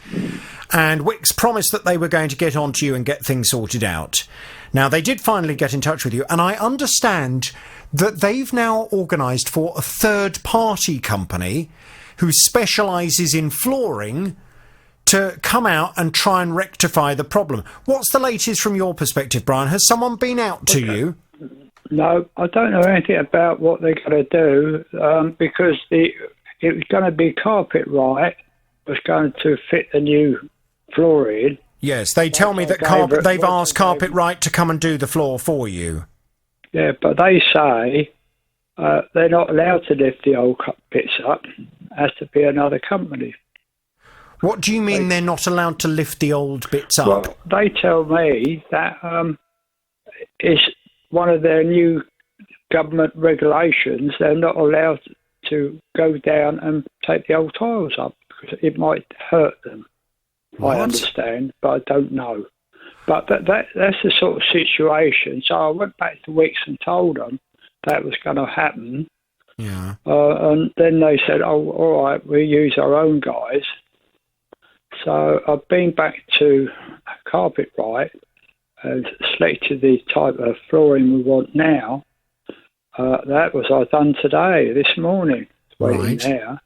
And I haven't had time yet to give the information back to Wicks. I see. So hang on a second, just so I understand before we go for the weekend. So Wicks have now said that they will organise for their own fitter to come and do the floor. That's what I understand. But you're sourcing the replacement floor from Carpetright. Yeah, that's right. Who I was told to go to. Okay, and what kind of floor are you going for? Like a lino? Yeah, lino type or vinyl type, one of those type ones. Yeah, I see. Because they tell me you shouldn't put the small tiles on top of others. You know, they're not ideal for they're only ideal for the individual person, do-it-yourselfer. I see. To do that. Well, to be honest, it was always a little bit concerning to me that vinyl tiles would have been put down on top of existing vinyl tiles. I would have thought in order to do the job properly, it would have been a better idea to take up the existing floor. And I don't know, as I mentioned earlier, I don't know whether that's what's caused the tiles to lose their adhesion to the existing floor. So the good news is then, they've agreed that you can get the floor from Carpetright and they will come and fit it. You've chosen the floor, but you don't yet know when they're going to come out and fit it. No, I have not advised Wick of the latest situation. Right, okay. I've been down there and got the information, so... Fine. Well, can you do me a favour, Brian? And I'll tell you what I'm going to do as well. Because I've said to you, I'm not going anywhere until this is all sorted out, and until you've got your nice new floor. Can you get back onto Wicks? Can you just let them know you've now chosen the floor from Carpetright and that you want them to get this organised as soon as possible? What I will do is I'll just drop them a line this afternoon as well, just to say we've had this conversation. Great news that they're going to come and fit it. You've chosen the floor from Carpetright and you're looking forward to the Wicks fitter coming out within the next week or so. Yeah?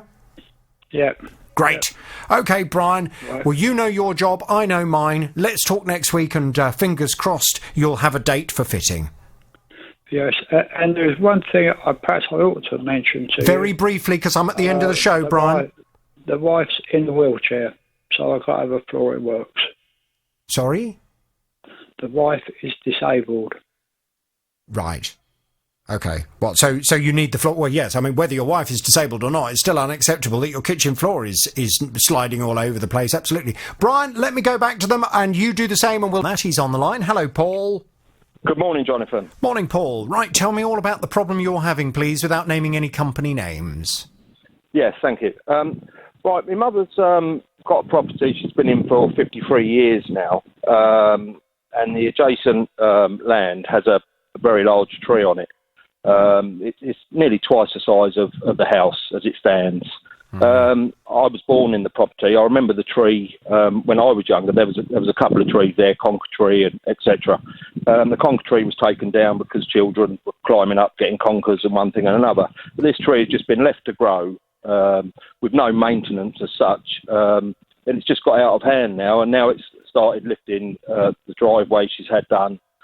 It's just too big now. It's you're getting the bird muck everywhere, branches dropping off. This is the problem with trees. So many times people think, oh, do you know what? A tree would look nice there. And they go off to the garden centre and they come back with a little sapling and they plant it in their garden, normally at the side of the garden near a fence. And of course, after a little while, they find themselves in a position whereby this tree is no longer the little sapling. It's twice the height of the house, overhanging their neighbour's property. It needs hundreds of pounds worth of work spending on it from a professional tree surgeon who's got to get up there and start cutting massive branches off it. And they then start to think to themselves, why on earth do we think this was such a good idea? But unfortunately, that is the downside of owning a tree. You have to take care of it. You have to manage it. I have trees in my garden, and it is necessary from time to time to get someone in who knows what they're doing to come and cut the tree right back so it doesn't become burdensome to your neighbours. The tree that is on the other side of the property to your mum, is that owned by a private individual or is it owned by a council? It's owned by a council. Okay. Yes. Well, in my experience, councils can be amongst the worst at taking responsibility for trees. They never seem to want to do anything. They always say, oh, it's a healthy tree, we're not going to do anything to it. Even if, that healthy tree is ruining someone else's house. So what have they said to you or to your mother? Right, well, my mother first contacted them approximately about 4 years ago. So in that time, we had someone out. They said, yeah, obviously it was too big, said the roots will be travelling very far. Then we had someone out last September, I believe it was, which a chap come out and straight away as soon as he saw it, he said, that's too big to be in between two houses. If that was over the road on the verge or, in a field, he said that'd be lovely. But he said, this was a man from the council? Someone independent they sent out, yes. Okay, yes. Fine. Took photos of the damage that it's caused. He even suggested to my mother that if you wanted to kill the tree, drill a hole in the bottom of it and put a red can of diesel up to seep into the bottom of the tree, which I thought was a little bit... that's not good advice, and certainly a 76-year-old lady's not going to start doing that. So I waited to hear. I hadn't heard nothing, so I contacted the organisation just after Christmas later this year to find out that the tree surgeon had gone back, apparently, and said everything was fine.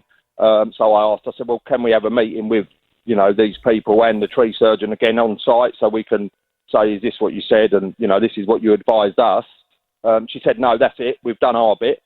So she said, I'll put you through to claims. I said, well, it's not so much, it's not so much about the claim. It's what we're going to do about it. My stepfather's 70. He's out there most days picking branches up and, twiglets. And when the leaves drop, they won't sit in their conservatory when it's windy because of the size of it. So it's just causing a problem. I've done everything they've asked. They asked for an independent quote. I've got a quote out. I've got a tree surgeon out. Well, out of interest, how much was that? Off the top of my head, I think it was £2,200. They've got to move the garage because the garage underneath the garage, it never gets wet. So because the blocks are laid on sand and stone, that would probably be an easy route for the roots to start pushing through because it's nothing solid there because obviously it's a driveway. But hang on a second. So that 2,000 odd quid, that was for a tree surgeon? Oh no! Sorry, that's to put the work right. That the damage is caused. Right. What was the tree surgeon quote? No. He come out just to assess it. They had one out prior to that because the angle they tried to come at is it was nothing to do with us. It's to do with the tenant.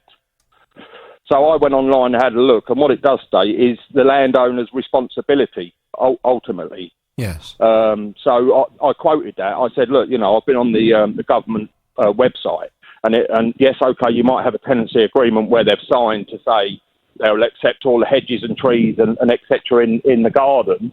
However, it's down to you as a landowner.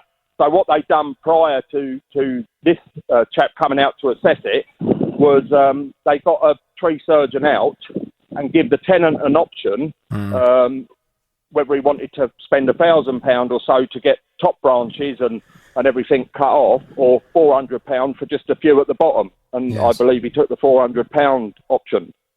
So it hasn't altered the tree at all. No, okay. Well, we need to go and have a word. Trees are a real bugbear of mine, and before I, start getting the how can I phrase it? The bunny-loving tree huggers on my back yet again, saying, "Oh, stop criticising trees." I don't have any problem with trees in the right place. If you really want to plant a tree. Go and give some money to the charity that runs Heartwood Forest or something like that, and pay to have some trees planted in a forest. Marvellous. Great.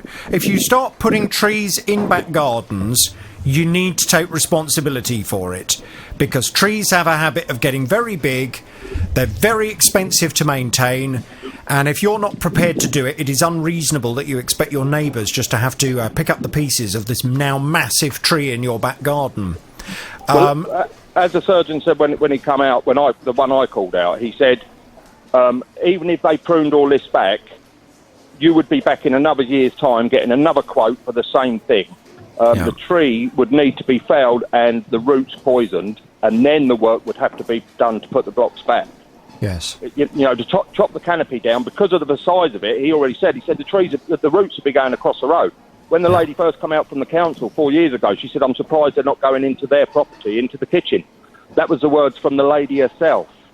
Well, it sounds pretty bad. Tara? Hello. I would imagine you love a tree. I do love a tree. Are you trying to say I'm a bunny-loving tree hugger? No, I can just imagine you spending a sunny afternoon sitting under a tree, feeling the energy from it. What? Yes, I do. Yes, absolutely. Yes, exactly. You're that kind of person in touch with nature.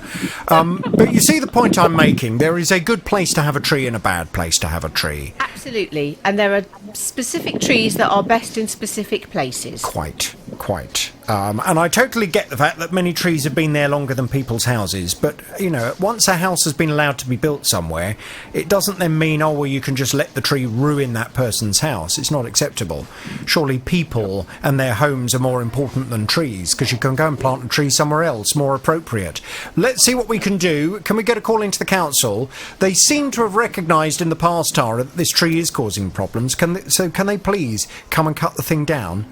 And if necessary, plant one somewhere else. I shall make that call after the programme on behalf of you and Paul. Yes. I don't know how much, just out of interest, if you go to somewhere like Heartwood Forest... Have you ever been to Heartwood Forest, Tara? No, but I do know forests of which you speak, yes. I've seen them in the past. Have you been to Heartwood Forest, Paul?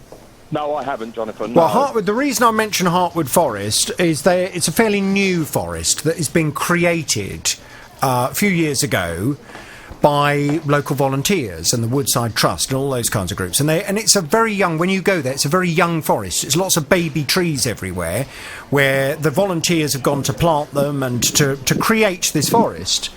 Now, I don't know how much it costs to plant a couple of trees or to volunteer some money or some time to do it. But, I wonder whether this is a good way of being able to apply a little extra pressure to the council to say, look, if you do this, then there is the chance that we will give some money to Heartwood Forest. I don't know if that's something you would consider, Paul. Yeah, for sure, yeah. Anything's an option, absolutely. Exactly, or the council could donate some money if it's the tree they care about and they want to have as many trees as possible. Then just cut it down and donate some money to a local forest that's up and coming. I'm just looking at Heartwood Forest. It costs £200,000 a year to maintain it. I'm sure they would like some assistance. Exactly, that's the thing. So this is not about just getting rid of trees before people say, why are you always trying to cut down trees? We need more trees in the world. No, lovely. Have as many trees as you want. Just make sure they're in the right place. And bought an electric hob in January of this year, and it was fitted at the end of March as part of her kitchen refit. Well, she used it on Sunday the 21st of April, but then a couple of days later, her husband heard a very peculiar noise coming from the kitchen. When we'd finished using it, there was no damage on the hob at all. We simply wiped it over as always, nothing been dropped on it, and we hadn't damaged it in any way. Tuesday, my partner was in the kitchen organising supper, and he heard quite a strange noise behind him. This all sounds completely unreal, but it's true. And on investigating, had realised that the hob had cracked. Now, it wasn't switched on, It wasn't being used. As I said, it sounds crazy, but that's what happened. Well, as you can imagine, Vivian wasn't very happy about this. What made her really furious was when she contacted the retailer she bought this hob from, and they seemed to suggest that it must have been down to her. She must have dropped something on it. There was no way it would have just cracked like that, and therefore they weren't prepared to do anything. Well, if you are a regular JVS show listener, you will know that the Consumer Rights Act of 2015, which is the legislation that will protect Vivian and others in this kind of situation, states that for the first 6 months from the date of purchase, it is the retailer's legal responsibility to prove that the item does not have a manufacturing defect. And therefore, by them saying to her, well, the ball's in your court, you've got to prove that this product has a manufacturing defect, doesn't actually comply with the law. Well, it was exactly that I went to explain to this retailer on Vivian's behalf. She's back on the JVS show now. Good morning to you, Vivian. Good morning. Good morning. So you will recall, when I went off to have a word with the retailer, they came back and said, we would like to apologise for how this matter has been handled, as a full assessment of the hob should have been made in order to determine the cause of the crack. We have spoken to Vivian again. She's arranging for an engineer visit to carry out this assessment, which we will reimburse her for regardless of the outcome. Now, I know that when you and I spoke last, you said, well, yes, indeed, that was a conversation that they had had with you, but there was the possibility of them coming out and repairing the hob instead. What's the latest, Vivian? What's going on with your hob? It's fixed, and I'm cooking. Brilliant. And how much did you Not have to necessarily pay, a good thing. if anything?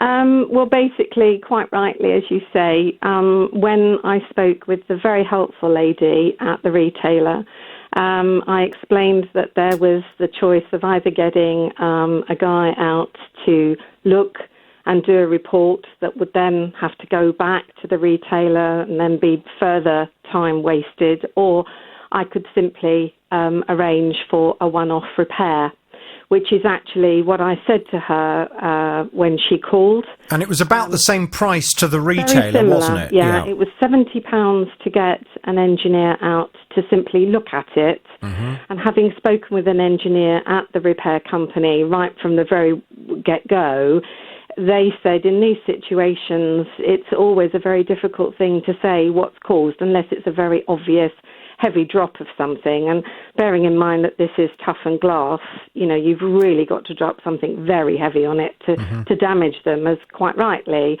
So he had explained to me that when the engineers come out, and again, these are repair guys, they can't necessarily always say what has caused it. So I said to her, look, this is causing, after the conversation that you and I had on the 24th, I spoke with my partner about it, and he just said, look, this is causing you so much stress. Let's just get the thing repaired and just drop it. Let's get it. So were you going to have to pay the difference between the 75 and the repair? That's right. Yeah. That's right. And that was something you were willing to do? Prepared to do. Yeah. So I called back to the retailer, left a message on the answer phone. That person must have been away on holiday. And about 6 or 7 days later, I had another call back from a lady who incidentally has called me again this morning, who was different again from all the other people that I'd spoken to previously, who sat and listened, could hear that I was quite tearful, and saying that I really, really do object to being really cross-questioned and basically made to feel that I'm not telling the truth when I had said exactly, however unbelievable it might have sounded, I was actually telling the truth. And when the guy, just out of interest, when the guy came round to fit the new hob, did he say that everything was fine in terms of the fitting of the other one? Because there were a number of people that did contact my programme to say it sounds as if the hole in the worktop might have been too snug. No. And therefore, when the hob was fitted, there was a lot of pressure, stress pressure put on the glass. And after a while, that's why it suddenly snapped. Yeah. Well, what he said, as soon as he came in, obviously they've got a certain amount of time to do these repairs and then they're off. I said to him, look, would you be very kind and just look at the hob, please, just the hob, and tell me whether you think we have damaged this. And when he looked at it and he said, no, you haven't damaged it. He said, often what happens in these circumstances is, as you have rightly been told by listeners, that sometimes the hole can be too snug and the hob is then forced in, and it puts pressure on the actual unit. Which would make sense, wouldn't it? Which would make complete and then sense. And then that would be unfair to blame the retailer, because that would be down to whoever's fitted the kitchen. But did he say that this hole was a reasonable size? He said that the hob was a reasonable size. What he did comment on was the shape of it, because the guy that had fitted it had made it in well, I can't really describe it, almost like a jigsaw shape to act on pressure points, which apparently he said works perfectly and has never had a problem with it before. When the guy looked at it, he said he'd never seen that cutout shape before, but he said what should be checked is the size before it is then reinserted into the space. Well, we had already checked that out before the engineer had come round, and since then the retailer, who I've spoken with prior to today, had sent me the manual again with the size, and again it's been checked, and although it is an unusual shape, it is still the exact size. Right. So he didn't have to make the worktop any bigger to get the no. Well, in fact, they don't refit it. All they do is they come and repair. They don't then refit it back in. We've since had it refitted. The customer care service that I've had from my most recent contact has been like night and day. The lady that I spoke to after our last conversation, when she'd called following on from the answer phone message that I'd left with the person that you'd spoken with who was away, she fully understood, and she could hear from my voice that I was shaky, talking to her, just reliving the whole thing again, and saying that I really had been really surprised at the way that this whole thing had been dealt with, when, in fact, as you said, as I was listening to what you were saying before we started chatting, that actually I was covered, as is everybody else, under the Consumers' Rights Act. And it should never have been up to me to prove to them that I hadn't damaged it. Yeah. Right from the very beginning, they should have said, or they should have a process in place whereby they arrange for the manufacturers to come out and inspect it, and then they can then prove that. Exactly. What they should be doing is they should be saying, as a retailer, to someone in this kind of position, sorry to hear that your hob has cracked. I mean, it does sound quite unusual. Obviously, we don't know why it's cracked. It might have been because of a manufacturing defect, or it might be something to do with the way it was fitted. Yes. So what we will do is we will send out someone to have a look at it, just to be aware, in the event that person comes out and finds it is a problem to do with the fitting, please understand that will then be something that's chargeable to you. Yes, that would be a perfectly reasonable position to have taken from the start. Absolutely. And let's hope that this retailer has learnt some lessons. In terms of your hob, it's now up, working, running as it should do. Are you a happy bunny? Can I thank this retailer and give them my horn? You can, because and because of the lady that I have been dealing with, and again, she said she would call today. She didn't know that I was coming back on the radio. She did know that I had been in contact with you, but she called this morning and she said she just wanted to check that we'd had a lovely holiday, and that it was all up and working, and that any further problems, please don't hesitate to go back to them. Fantastic. Well, I'm very pleased that they've got it sorted out. I will send you off a happy bunny. Vivian, any other problems, you know where I am. Thank you so much, Jonathan, and thank you to you and your team. You've been a huge support. Dealing with your consumer problems. Now, if you were listening last week, you'll remember Gary. Gary came to me. He was telling me that he and his family had gone on holiday to the south of France. Well, they were driving home, and on their way back, they thought, do you know what, this is quite a long journey. Let's stop off at a hotel and just break the journey a bit. Well, found a hotel online and booked for 2 nights. It was going to cost £144 for the 2 nights. Well, Gary wasn't necessarily expecting the Ritz, but when they arrived, the hotel was absolutely horrible. It was absolutely filthy, dust everywhere, mould, stains on the ceilings, stains on the walls, hair. She gave us the key to another one, which she said we could have, and that was virtually the same. Then she offers us 2 single rooms, twins. So, but we said, well, that's not be acceptable. We've got 2 small children, and we didn't really want that. That's not what we asked for. Then after that, we basically we went somewhere else, and we asked, could we have a refund? They said it wasn't down to the hotel, it's down to the company we booked it through. Well, Gary was really unhappy about all of this. They couldn't stay in the hotel, it was so dirty. And whilst, as I mentioned earlier, he wasn't expecting the Ritz, he knew it wasn't going to be a 5-star hotel, but he at least expected something clean enough to be able to stay in. And because they couldn't stay there, he asked for a full refund. Well, that has not been forthcoming from the company. Who are they, and what have they had to say in response? Well, let's find out, because Gary's back on the JVS show. Hello, Gary. Hello, Jonathan. Good morning, Gary. Now, I know Tara has been off to have a word with the company that you booked this hotel through. I have Tara, indeed, what yes. have they had to say for themselves? Well, they said they'd provide me with a statement, and then I finally got a statement, and I will say that there was some good news in there for Gary, wasn't there, Gary? Yes, there was, yes. Oh, So, okay. shall I read out this statement? Here we go. Oh, you tease. Yes, go on. I know. At Booking.com, our primary aim is to facilitate smooth and enjoyable trips for our customers, empowering them to make informed decisions about the types of travel experiences that are right for them. In the rare instance that a customer shows up to a property and it does not meet their expectations, our customer service team are on hand 24/7 to offer support, just as we have done in this case by providing a full refund as a gesture of goodwill.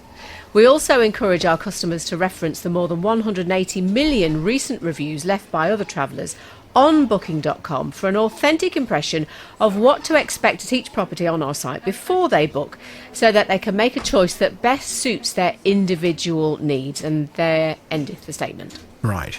So there's a nice bit in the middle there. Yes, I was going to say, let's for a second just focus on the positive. They are giving you a full refund, which is great.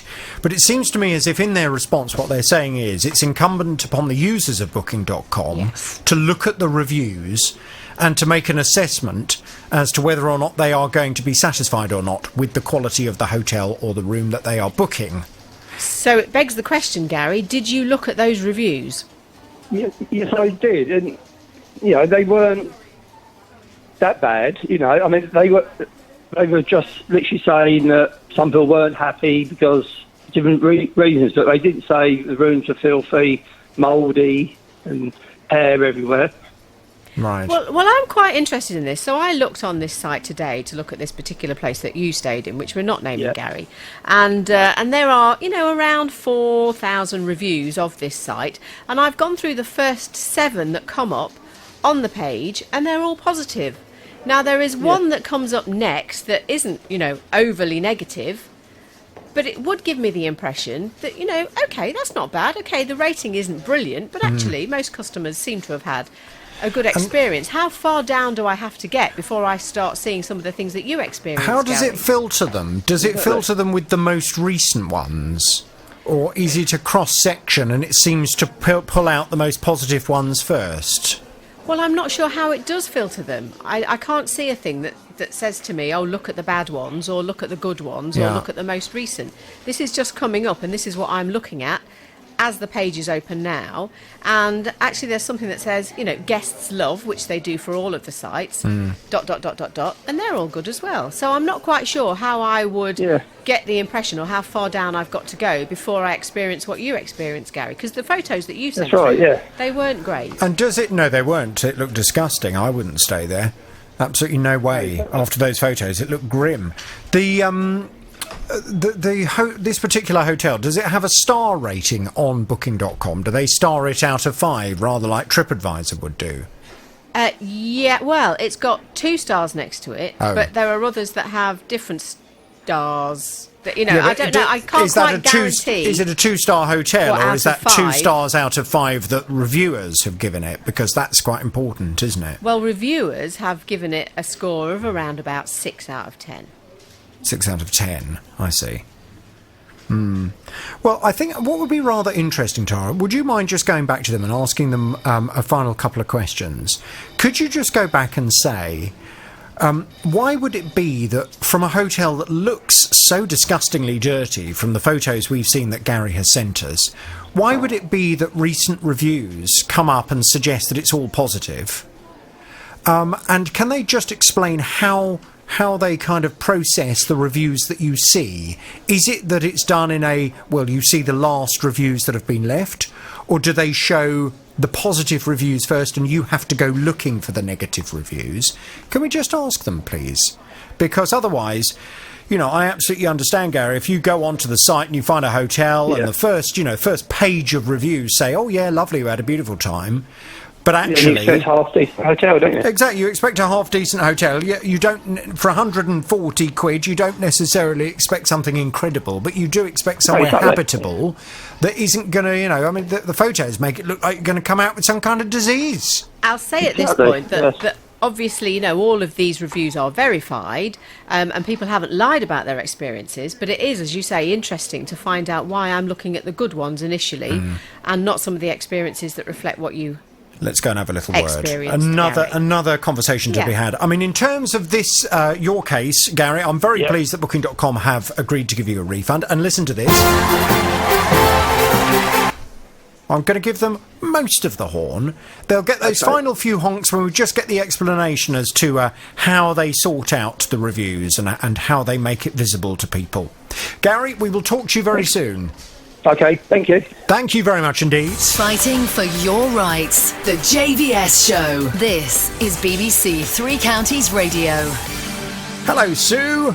Hi, Jonathan. How are you? Morning, I'm well. Thank you, Sue. I gather you have a consumer problem. Tell me all about it without naming any company names, please. Okay, thank you. On the 10th of August last year, I purchased from a well-known online and high street retailer a gaming PC for my son's 16th birthday. We all clubbed together, including my son, to buy this gaming PC for his birthday, and it cost around £550. My son is quite an avid gaming enthusiast, and this was his first proper gaming PC. He plays online with his friends, but he also wanted to use the PC for his college work and studies. This was a brand new PC, was it? Yes. Yeah. A gaming PC, yes. It arrived on the 14th of August. It included the complete package, the tower, the screen, the keyboard, the mouse and the headset. Obviously, my son was really excited. We unpackaged it, we set it up, we turned it on, we had power from the tower, but there was nothing on the screen. I immediately called the retailer, who told me to speak to the manufacturer because it was custom made. So after a lot of Did you know it was custom made? Yes. Right. So it had made it clear in the description that this was a custom-made order. It was made by somebody else. Yeah, it was sold on the order confirmation from the retailer. It said sold and fulfilled by the manufacturer's name. Okay, fine. Okay, so they said to you that your contract was with that manufacturer rather than with them. Basically, yeah, all along. Okay. We've had sort of 3 problems so far in 9 months. They've had it 45 days in total. So the first problem was with the graphics card. It had come completely dislodged from its location. They blamed the courier because apparently it was tested and set up and everything before it was dispatched. So we had to straight away send just the tower back. That was all fine, that was fixed, and as a gesture of goodwill they upgraded his processor speed.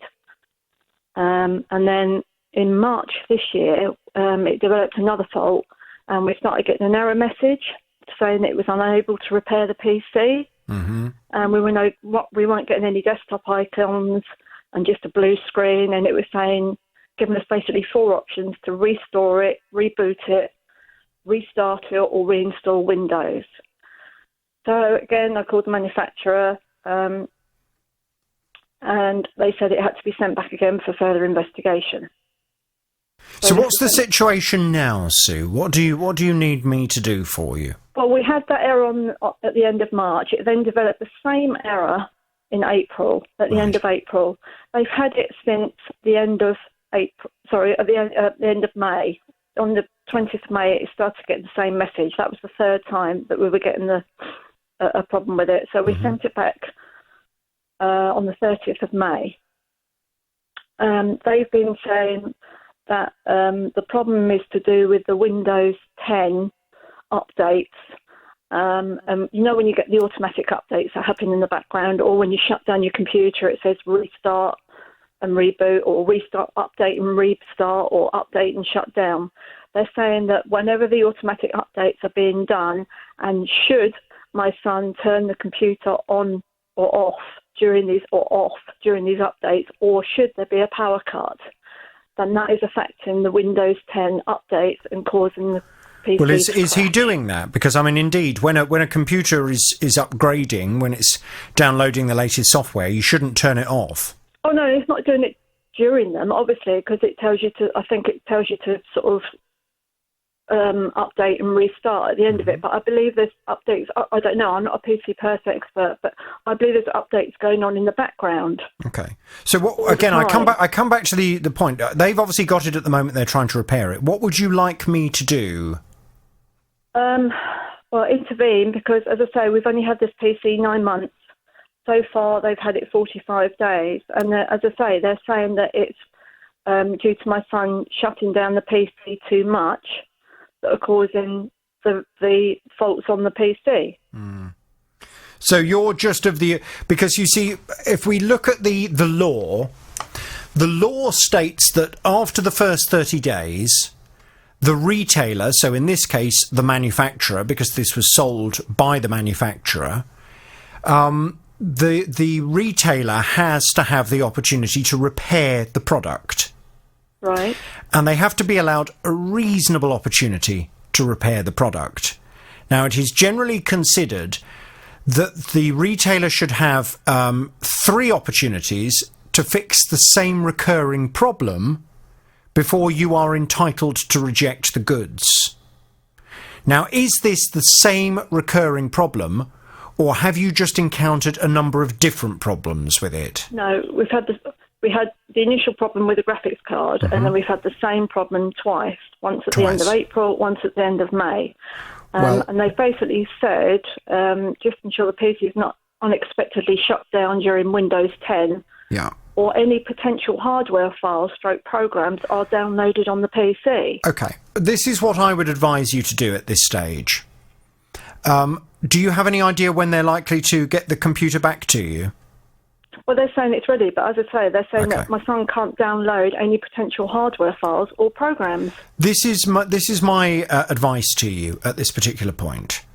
What I would do is I would now write them a formal letter. I don't know if have you written to them already? Have you put anything in writing?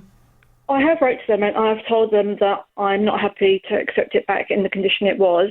And I've sort of quoted the Sale of Goods Act, saying that it's not fit for purpose. Well, it's not the Sale of Goods Act. That's old legislation that was replaced by the Consumer Rights Act. Okay, yeah. So you need to make sure you're quoting the accurate legislation, because if ever there is a surefire way to indicate to a retailer that you're not 100% sure of your rights, it's to quote inaccurate legislation. So what I would be inclined to do is to write a letter to them and say, thank you very much indeed for confirming that the computer is now repaired and is ready to be returned. I have sought some legal advice, and as a result of that legal advice, I am prepared to accept the computer back one last time. However, I would like to put you on notice that if the computer develops the same recurring fault a third time, I will then formally reject the goods and expect a refund or a replacement computer. Okay. You maintain and have maintained that the reason for the problem with the computer is due to the computer being turned off too frequently. We can confirm that that is not the case, and we believe that this is an inherent problem with the computer. However, I am hopeful that your latest attempt to fix it will be successful. Okay. Now, get that letter sent off to them. You can send a copy of it by email as well, but I would definitely make sure I send that letter recorded delivery. Yep. If, when you get the computer back, the same thing happens again, then what I would like you to do is come straight back to me and we will go and speak to them, and we will then be able to say, look, come on, the customer put you on notice in writing that this was your last opportunity to fix it. You've had a reasonable and fair opportunity to fix it. It would appear that your opportunities to fix it have not been successful. Therefore, the customer is now seeking either a refund or a replacement computer. And I think that then puts you in a nice, strong position to be able to make that argument. Yeah, that sounds great. Thank you. But make sure you refer, if you're going to refer to the legislation, it's the Consumer Rights Act of 2015. Okay. Okay? Yeah. Does it cover all those three? Like, it's not fit for purpose? Yes, the Consumer Rights Act states that any product you purchase must be A, fit for purpose, B, of reasonable quality, and C, must last for a reasonable amount of time. Right, and I don't think it's any of those at the moment. No, quite. But it's the Consumer Rights Act. The Sale of Goods Act, that ran from, I think it was 1979, up until 2015, and that ceased to be legislation in October 2015, and it was replaced by the Consumer Rights Act. So if you say that you've sought some legal advice, make sure you put the accurate legislation, then it's just a bit of it's a warning shot to them that you've taken some advice, you now know what you're talking about from a legal perspective, you recognise that they've had this final opportunity to fix it, you're willing to be reasonable and give them that opportunity, but if it turns out that their latest opportunity they have failed at, then you're perfectly within your rights to reject the goods formally at that point, OK? OK, that's great, thank you. Hello there, how are you, all right? Morning, Les. Yes, I'm good, thank you. Right, tell me all about the problem you're having, please, without naming any company names. Right. Well, where we lived here now for almost 29 years, and there is a roadway that leads off that goes past the school and past the supermarket. And in that 29 years, the drains up there have never, ever been cleaned. Now, I contacted the right department regarding that, and they said they would look into it, etc., etc. Nothing happened. Can I just stop you there? Sorry, you say the drains up there have never been... Do you mean the drains out in the road? Drains out in the actual pathway, in the close. Right. In the actual close itself. But, I mean, if you were to ask me, well, when were the last time the drains were cleaned outside my house, I haven't got a clue. No. I mean, why would they need to be cleaned? Well, I mean, these are so bad. They've got grass growing up in there. They're completely blocked. So you get heavy rain like we've had recently, and you get rain during the winter. It just cascades down there like a fountain. I see. So the drains out in the road just seem to be completely blocked up and they can't take any water. The main road itself is fine, but the actual close that leads off the main road, there's 3 drains up there, and they're full of grass, full of muck, full of everything else. Okay. And as I say, when it actually rains, and it's quite a busy close, because as I say, it leads up to a school and it leads up to a supermarket. And do you live there? Yeah, we don't actually live in that close, no. Right. But I use it every day. For to what? go to shops up there. Oh, okay. So you walk along there? I walk along there every day. And when it's very heavily used as well. Right. So when it has rained with all these blocked drains, what happens? Well, the water just lays in puddles up there and doesn't shift at all. And it takes days for it to dry out again. Okay. But is it causing a problem? Does it flood anyone's houses, or does it just kind of sit on the road? Houses, thank goodness. But I know a lot of people use it as a cut through to go up to the school and also to go up to the supermarket that's up there. And it's just a right mess, to put it bluntly. Now, I contacted the council again about 6 weeks ago, and I contacted the same guy I spoke to at the time, and basically I've not had any reply since. So I thought, well, the best way of doing it is to contact your show, because you usually seem to be able to get things done and get things moving. Well, we do our very best. So what you're looking for then is for someone to come and clear these drains so the water can flow properly. Basically, so clear them out so that people can walk up there with cleanliness, etc. But you say people can walk up there with cleanliness. Yeah. And what do you mean? Because surely puddles in the road don't make it unclean. No, but I mean, what I'm saying is you've got grass growing up in these drains, you've got muck down the drains. Yeah. And it's only going to be a matter of time. Well, I've not known them ever be cleaned in the 29 years we've been here. Right. I've never known them be cleaned. And do we know if any of the residents who live in that close, have they complained? Well, basically, there's about 5 or 6 houses up there, and most of them are very older people who have people going in, like nurses, etc., during the day to look after them. And I don't know, because I've not knocked on anybody's house to ask.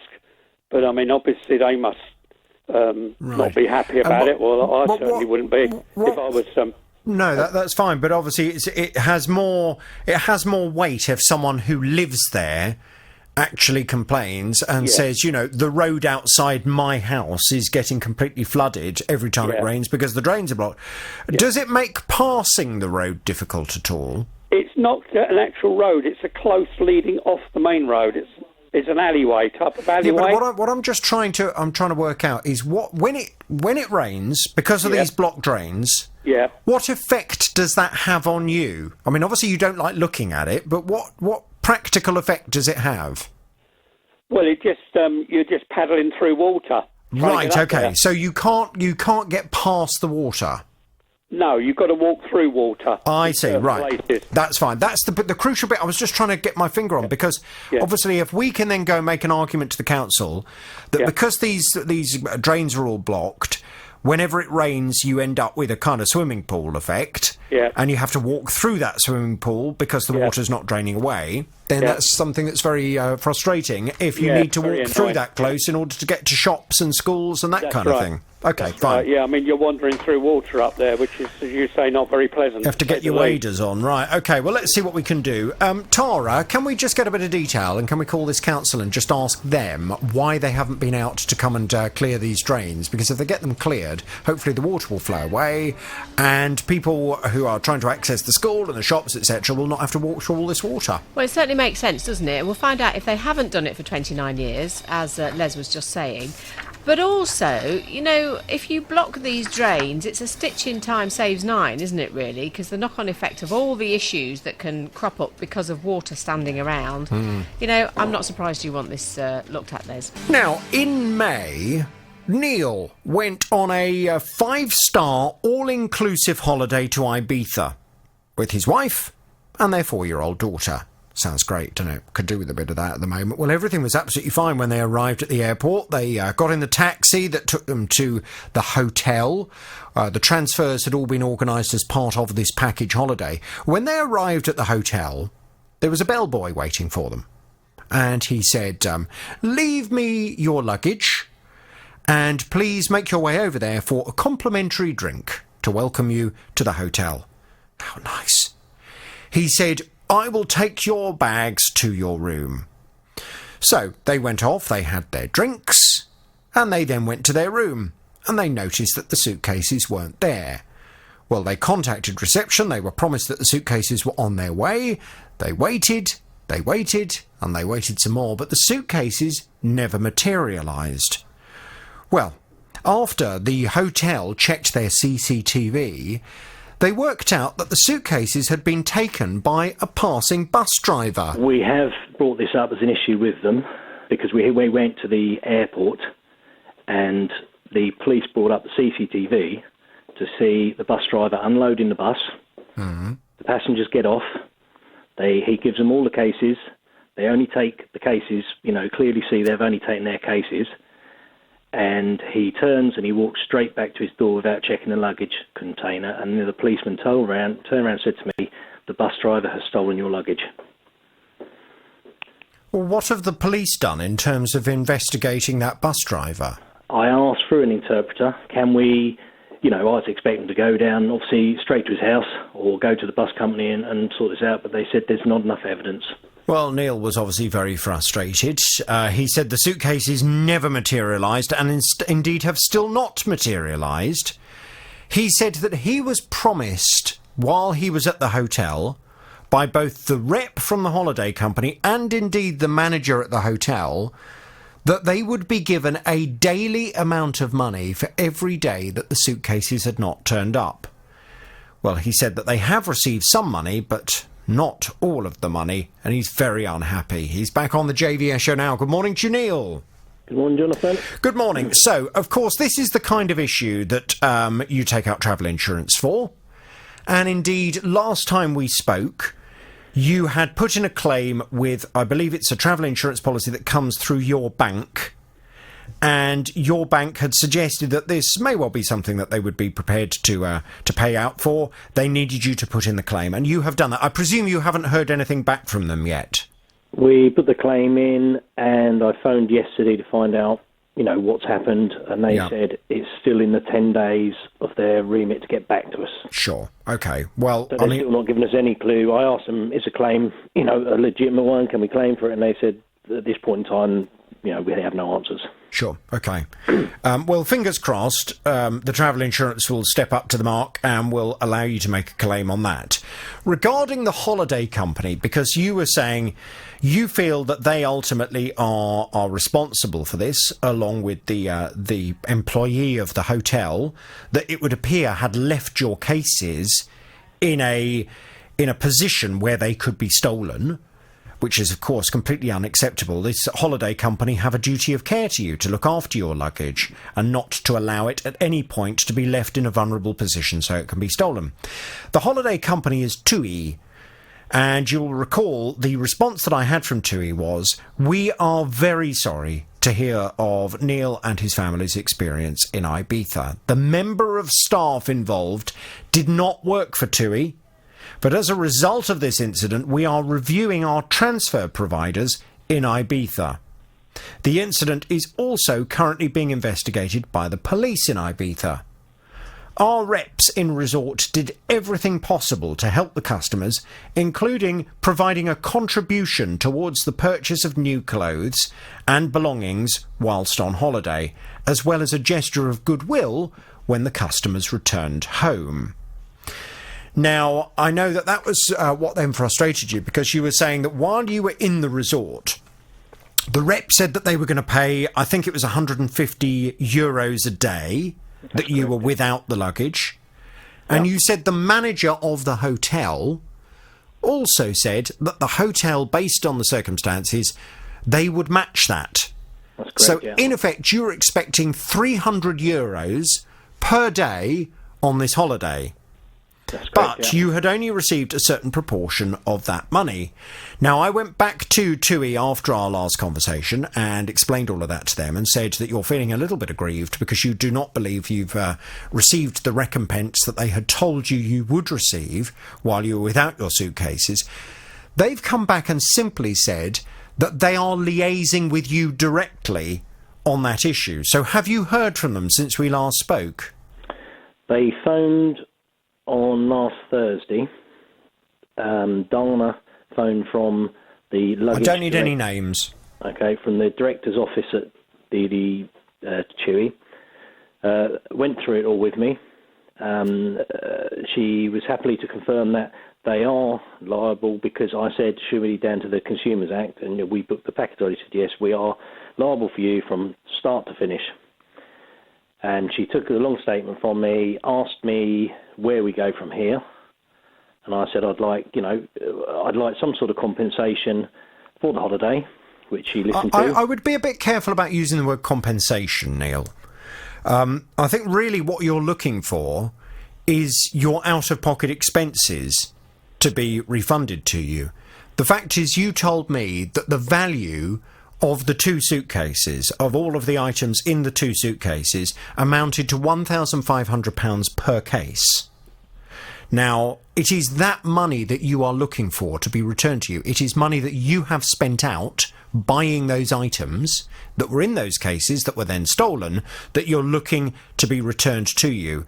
Compensation always conjures for me an image of, oh, well, I've suffered, so I want money for my suffering. And I think actually if you start from the point of saying, I'm not looking for compensation, what I'm looking for is to have the money that I've lost as a result of this refunded to me, I think it puts you in a stronger position. Well, as I explained to her, I talked to her, I said, if the insurance company, the travel insurance company, step up to the mark and pay out, then I'm not sure, and I wouldn't expect them to pay for the lost luggage, TUI, because I don't think you can claim twice. Well, you wouldn't expect to get two lots of money for one problem. No, quite. But I said to her, if they paid up, I'd be happy. That's resolved. But I also talked to her about, obviously, the first 3 days of holidays being ruined, and the stress and the aggravation ever since. And but again, that is a case of you not getting what you've paid for. You've paid money for a holiday, and when you pay money for a holiday, you expect an enjoyable experience. And if, as a result of something that you are able to pin some blame on the holiday company for, your enjoyment that you have paid for has been affected, then of course you've paid money for something that you haven't had. So you are therefore looking for a reimbursement of some of the money you have paid because your holiday was not enjoyable. I think that's the way that I would just phrase it. I'm not a lover of the word compensation. And I know sometimes it doesn't necessarily get you what you're looking for from a company if you start talking about what I call the C word. Right. I think if you can express it that you've paid for something you haven't had, and therefore you're looking for a proportion of that money back, it conjures up a different kind of image, doesn't it, really, to I want you to pay me for pain and suffering and all those other kinds of things that people talk about. Yeah, that's correct. Well, we didn't ask for money back for the holiday. We were actually quite happy for them to either do a gesture towards our next holiday. Yeah. And we actually, at the time, had spoken to them and said we would have not a problem going back to the same resort. Yeah. We're trying to be fair with them. And so what have they offered you? What after this conversation you had? I mean, what is their position on it? I can only think, well, they've gone missing. They've had no contact with us. They were going to contact me.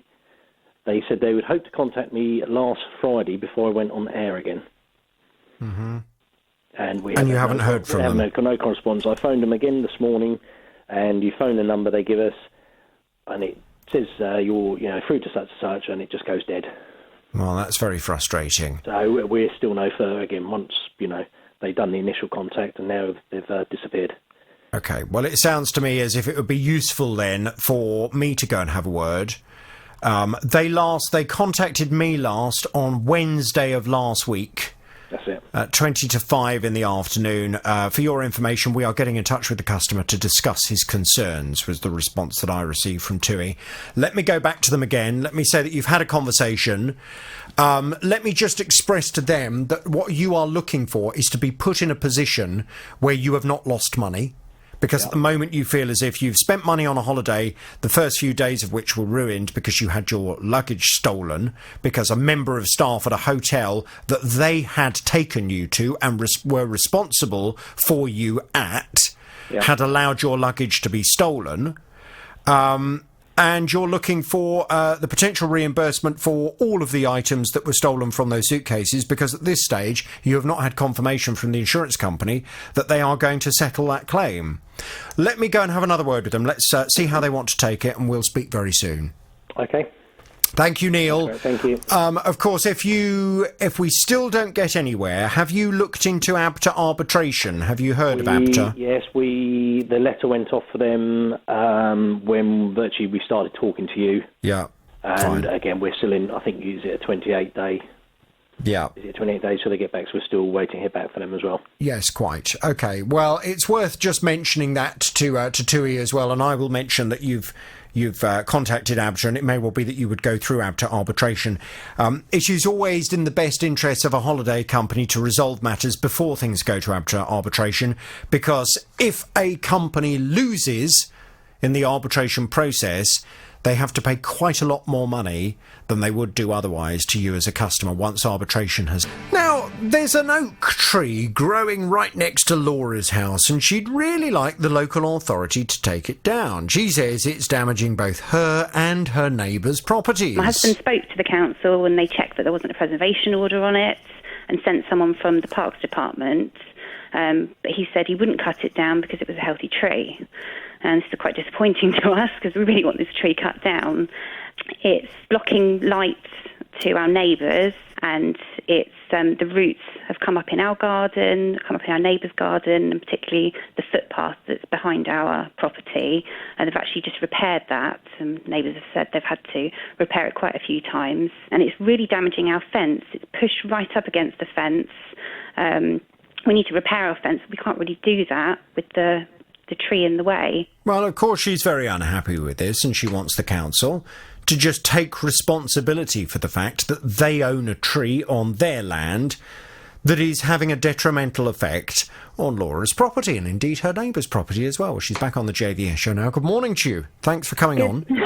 Good morning, Jonathan. Let's find out what the latest is from the council, because I sent Tara off to go and speak to this local authority and ask them why they weren't prepared to come and remove this tree. What have they said, Tara? Well, that was on Wednesday last week, wasn't it? So I left them a message and spoke to someone at the council to have a look at this case. And as you told us, Laura, your husband had raised the issue with them a few years before.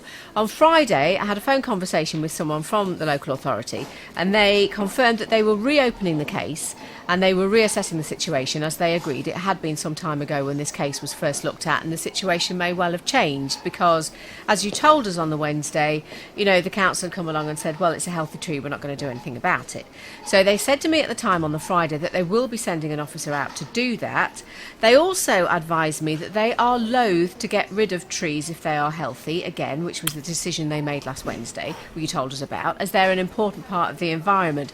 I stressed the issue... Come on, that's an easy get out. Plant another tree in a wood somewhere. I stressed the issue that if it was causing damage to the property, as you'd told us about, Laura, that, you know, perhaps you had a responsibility as a local authority to make sure that that damage was rectified, and if it was the tree causing the issue, that you needed to look about as to whether or not that tree was in the right place. Anyway, they said they were going to do that. That was on Friday.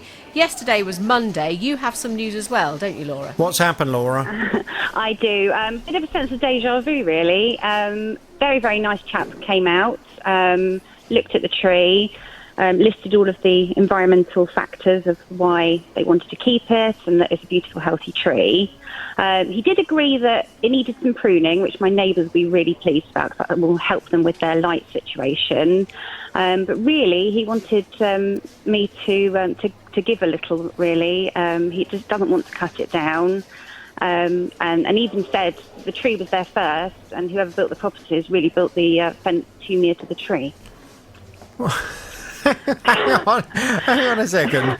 So because the tree was there first, the tree can just stay there whether it's damaging your property or not? Apparently so. I see. Which council is this? Which council is it that we've been dealing with? Luton Borough Council. Luton Borough Council.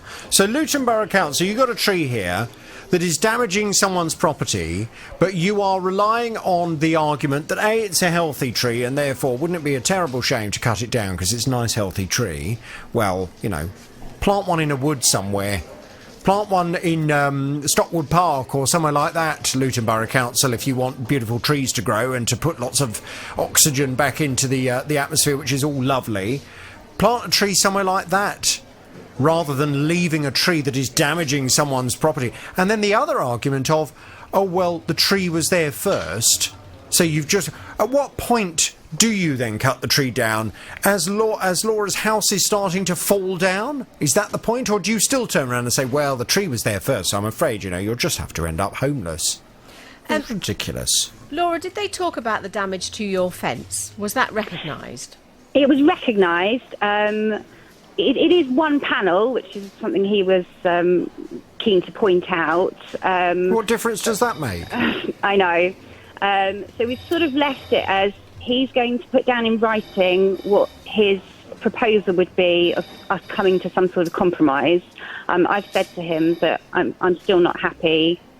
You know, there's damage to my fence, and I'm also concerned about the roots. We sort of left it there where he's going to come back to me. With your home insurance, have you taken out the legal cover? Oh, yes. You have. Good. What I'd like you to now do is I would like you to contact your insurance company, and I would like you to explain the situation, and I would like to find out whether the lawyers that ultimately you have now paid for to try and help you in disputes such as this would be prepared to take Luton Borough Council to court over the fact that this tree is damaging your property. Okay. Yep, we can do that. Can you do that? Can we just let Luton Borough Council know that that's exactly what we are now going to be doing? Also, who is your local MP, Laura? Is it Kelvin or is it Gavin? Oh, I think it's Gavin Shuker. Gavin Shuker. Can we get a call into Gavin Shuker and just explain that one of his constituents is in this situation with Luton Borough Council, who seem to feel that the tree is more important than Laura's property? And can we ask if he is prepared to get involved in this? Yeah, and can we Luton Borough Council know my programme well enough to know that we're not going to go anywhere until this is resolved. So, it's all well and good saying, oh, it's a healthy tree and it was there first. Well, that doesn't really cut it with me, because the fact is this tree is in the wrong place now, and the tree is damaging someone's property. So take the tree down and plant a couple of extra trees if you want, somewhere like Stockwood Park, where you can replenish the lovely greenery, but in a place that isn't going to damage someone's house. Can I just ask something though, Jonathan? When the gentleman came round and had a chat with you, Laura, and the word compromise was mentioned, it does sound a little bit like the extent of the compromise may well be that you keep the tree, but what would compromise mean to you? I know you want the tree down, but how far would you be prepared to go in terms of compromise? I'm not really sure. Me and my husband have had a big discussion about this. At the moment, he really just wants the tree gone, but I would be interested to see what they would be interested in. But how can they compromise? Because it is the main trunk of the tree that is damaging your fence. So they can't cut the trunk in half, can they? So that it's no longer encroaching upon your boundary. I think what he was referring to was trying to move the fence in some way so that it allows the tree to stay in place. But moving it.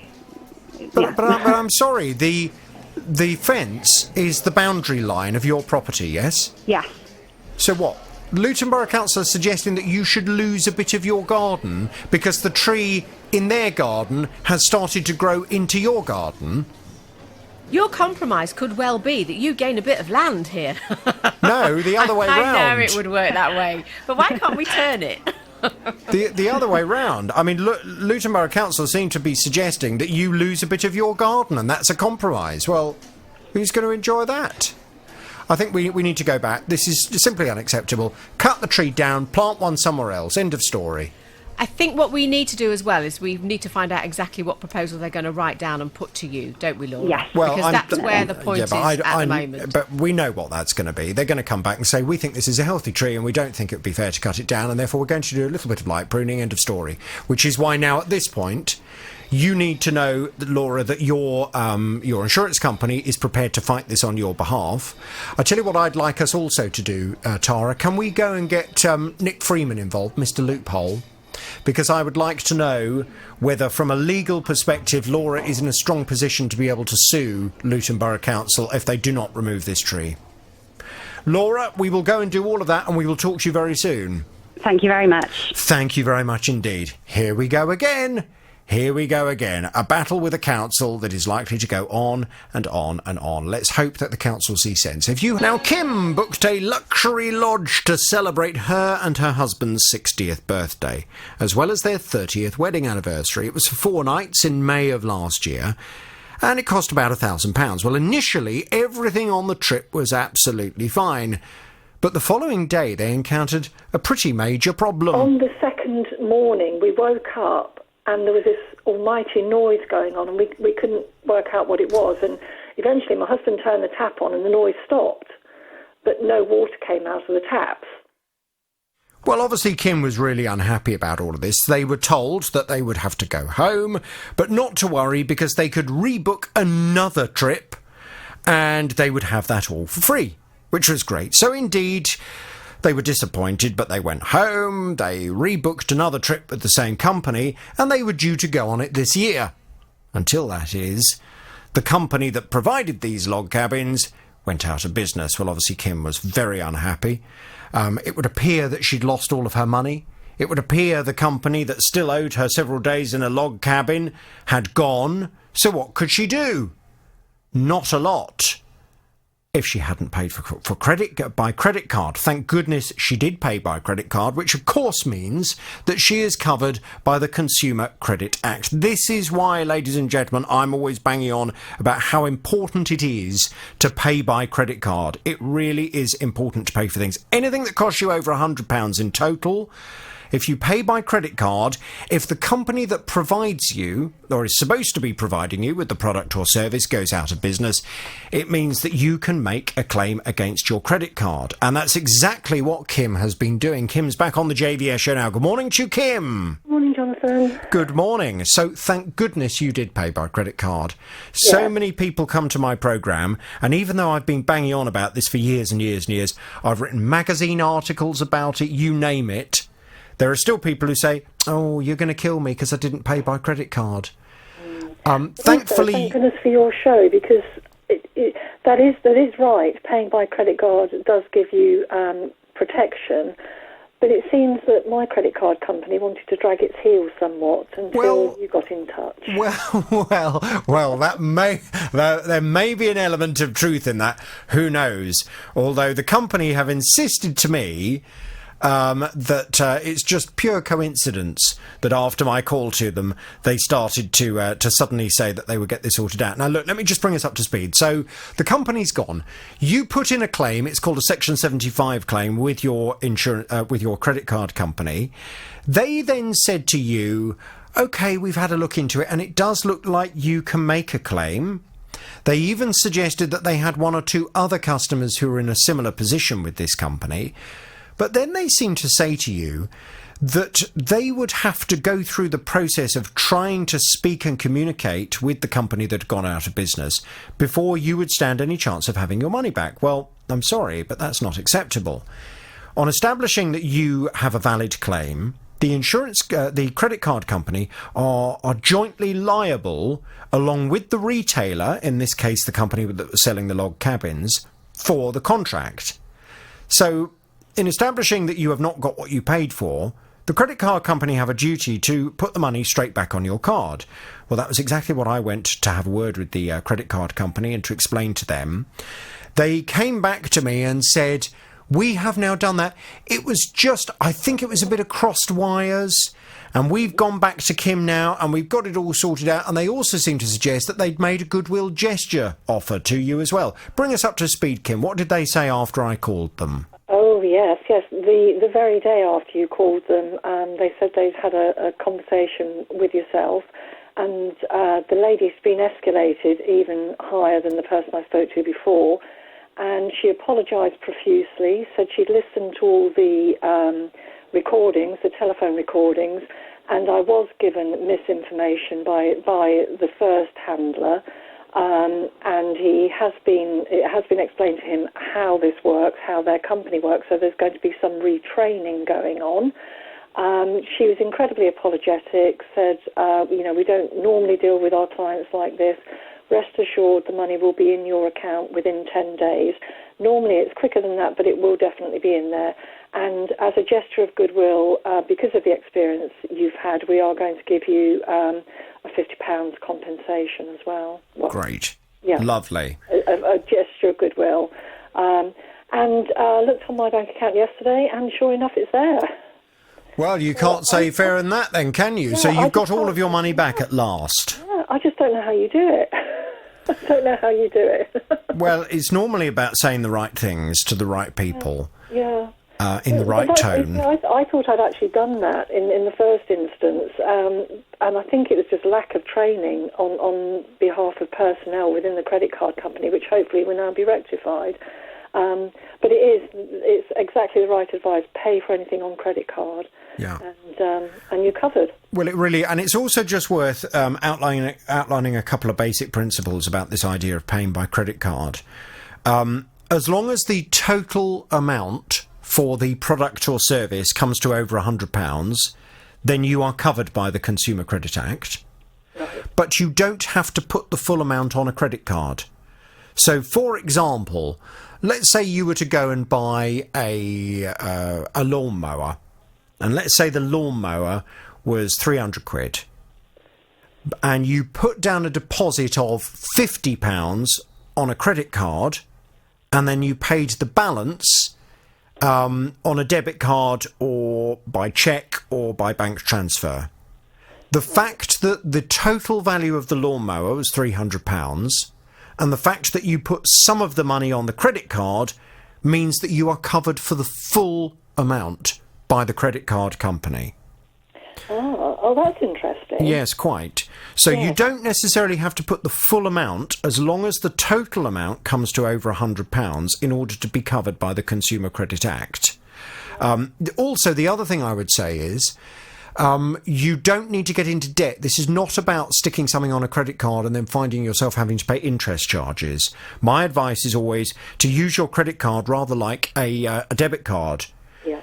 You pay the amount of money on the credit card, and then the minute it shows up on your credit card, certainly for me, I use apps on my mobile phone for my credit cards. The minute it shows up, just pay the full amount off. Yeah, we do exactly that. And then you're not getting in debt, you're not having any kind of difficulty, but you are protecting yourself with the Consumer Credit Act. So please, ladies and gentlemen, make sure you cover yourself and don't get yourself into a pickle, because if you'd paid for this log cabin, for example, by a bank transfer, you would have lost all of your money now, Kim, probably. Yeah, absolutely. That's the reality, and that's why I'm always banging on about it and why I think it's really important. I will thank the credit card company very much indeed for getting it sorted out. I will give them the horn if you have... Now, Gregory bought a tumble dryer in April of last year. It cost him £219. Well, it's gone wrong. And Gregory's really disappointed with what the retailers had to say about all of this. Last weekend I started making a funny noise, and when I went to it, it seemed very hot, a lot hotter than it normally would be. So I thought, no, there's something wrong with this. So I contacted the company. They said to me that they were going to send me a voucher of half the price of what I paid for it. Well, he's only had it since April of last year. And if they were suggesting that they were going to give him half the money back, then that would seem to suggest to me that they believe tumble dryers they sell will only last for 2 years. Well, who in their right mind would go and buy a tumble dryer that's only going to last for 2 years? Not me. That's what I say, and that was exactly the argument we were going to put to this retailer. Gregory's back on the JVS show now. Good morning to you, Gregory. Morning, Jonathan. Good morning. So, Tara, you made that argument to the retailer. Did it work? I did indeed, and it would appear that it did. Would you like the statement? Yeah, what have they said? Corus PC World have said to me, sent me a statement, we are sorry to hear that Mr. Smith has experienced difficulties with his tumble dryer following its purchase in 2018, and we have offered a full refund to Mr. Smith, who is satisfied with the resolution. They turned that round pretty quickly, actually, to say in their credit. And, are you satisfied then? Are you satisfied? Gregory. Yeah, very satisfied. When I spoke to you on Friday, just after 11, they contacted us in the afternoon, told us that they would be sending us credit, and by late in the afternoon I got that through, printed it off, and by 11 o'clock next morning I had the new tumble dryer sitting there. Oh, really? Wow. That is super speedy. That was a quick turnaround, wasn't it? And have you gone for the same type of tumble dryer, or have you gone for a different brand? I've gone for a different brand, and I actually just paid a little bit extra towards it. Right. Because I didn't want to buy the same type. Yeah. Well, it's worth just reiterating that the Consumer Rights Act of 2015 states any product that you purchase must be fit for purpose, of reasonable quality, and must last for a reasonable amount of time. And it is that third thing that so often is useful when dealing with retailers. You don't need to take out extended warranties. You might decide to do it for ease, but you don't need to, because the law is there to protect you. And any product you purchase must last for a reasonable amount of time. And just over a year ain't reasonable. And you are perfectly within your rights to go back to the retailer and argue that, and they must either repair the product or they must make a fair contribution towards the cost of replacing the product based on the use you've had from it and the use that you are still reasonably entitled to expect from it. I'm pleased they've got it all sorted out, Gregory. It would appear they've gone the extra mile. We'll thank them, we'll give them the horn. Any other... Arafat, good morning to you. Good morning, Jonathan. Morning. I gather you have a consumer problem. Tell me all about it without naming any company names. Let's see what we can do for you. Okay. Back in November 2018, I had discovered my car was open and had a theft. So I discovered my wallet was stolen. So I reported to my local police, which obviously have given me a reference number down the line, later, probably in December or January, I had a voicemail from the local police saying that they found my wallet. Someone found my wallet and handed in. Oh. So, yeah, which was a very good news. That's a stroke of luck, isn't it? I mean, the thing with wallets is when you lose them, it's not necessarily the cash that you might have in them, although that's always pretty galling when that's gone. It's more the bits and pieces we all keep in our wallets, isn't it? It's the driving licence and all those other bits and pieces that you've then got to go about replacing. Not to mention, occasionally people keep sentimental things in their wallet as well, so it's always very nice to get it back. Exactly. I was over the moon. So that's some nice person who found it and handed it in. So, yeah. So after that, I got a voicemail saying that, given me a reference number to that property and saying that it's in a near town somewhere in the property office. So I said, okay, fine. Later got another voicemail from the local police saying that this has been passed over. So I don't know how to get it back. So I went to my local police 4 times since, and I couldn't get hold of the wallet yet. So basically what has happened is, the later I found out, it's in the property office near the town, and have given me a contact number to contact them. I am trying to contact them for about nearly 2 weeks. I have no success, unfortunately. But hang on a minute, it's June. How on earth can it be June and you still haven't got your wallet back when you said the police called you in January to say it had been handed in? Yeah, exactly. I went to the local police and trying to get hold of it and was not very successful. They've been told this is in this place, so call this number. I'm trying to call this number, but no answer. The phone rings, but it says go to the voicemail, but no answer. Right, hang on a second. So which police force was it that called you in January to say your wallet's been handed in? Local police. Which one? Bedfordshire, local police. So Bed's police called you in January to say your wallet's there, and did they say which police station it was at? Do you want me to mention it? Well, I don't see the problem with it. Okay, fine. So basically they said it went to Luton Property Office. So it's at the Luton Police Station? Okay. Well, I mean, I don't have any problem with you identifying that, because whoever goes to collect that will have to have evidence that they are, have the same name as the person whose cards are in that wallet anyway. So have you gone to Luton Police Station? No, I have not. Basically, I have been advised to call them, given me a number. Mm-hmm. So I didn't go there. So I tried to call them. Even I've spoken to Luton Police help desk. They were trying to put me through the property office. I believe there's 2 different places. Right. I don't know. Well, I don't know either. So you haven't actually gone... Because, I mean, what I would do if I was in your position is I would get in my car and I would drive to Luton Police Station with some form of identification, with your passport, for example, to show that you are the Arafat whose wallet it is, and then I would ask them to please, point in the direction of where my wallet is. Because... Yeah, I can do that over the weekend. Basically, I do work Monday to Friday, so yeah, obviously weekend I can do it. Yeah. You're not based in Luton then? No, I'm in Bedford. Oh, okay. So you're a bit of a way away. Well, I have. Yes, I mean it should be fairly straightforward. Tara, can we get a bit of detail? Because, I mean, apart from anything else, could they just confirm where Arafat's wallet is? Is it at the Luton Police Station? If Arafat turns up at Luton Police Station, will they have it there? Or, because what he doesn't want to do is come all the way from Bedford, go to Luton, and for them then not to know anything about this wallet, because that would be a wasted journey, wouldn't it, and very frustrating. So can they just confirm where it is, and then can they please put it aside so that Arafat can come and collect it? Because they do have extended opening hours, so hopefully he will be able to go after he's finished work, pop over there. Takes about an hour, doesn't it, depending on what sort of time you're leaving Bedford. Yeah. And if it's after work, yes, probably about an hour's journey in.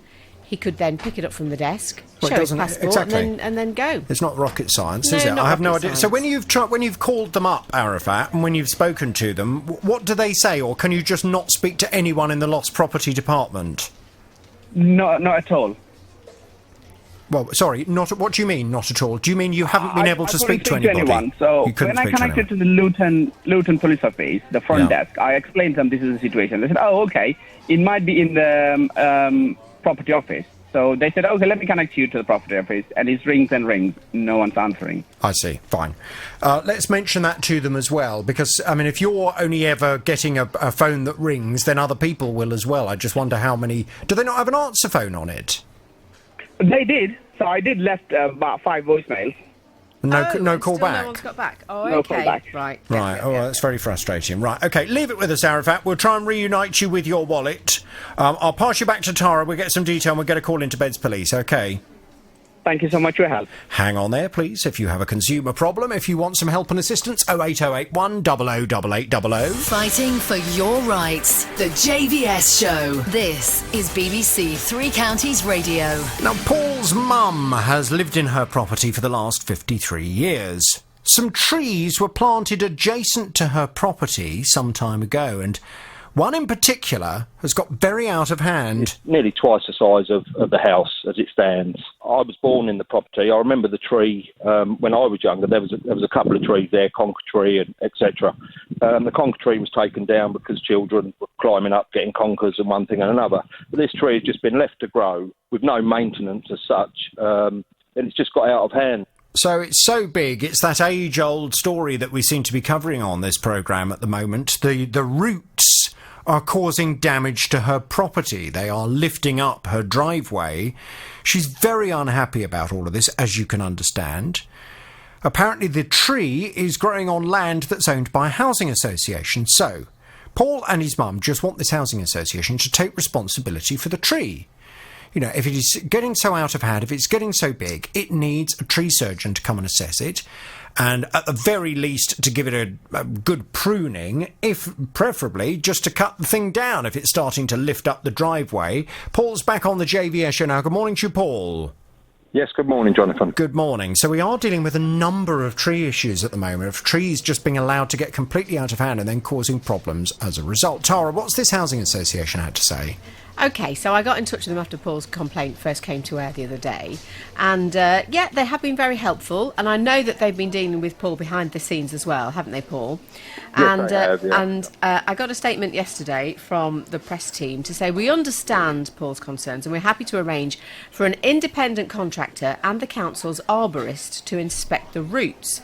So I think at the heart of this, they just want to establish that whatever is raising those blocks, underneath there are roots that are actually linked to this tree. And I know you've got a point to make on that in a minute, Paul.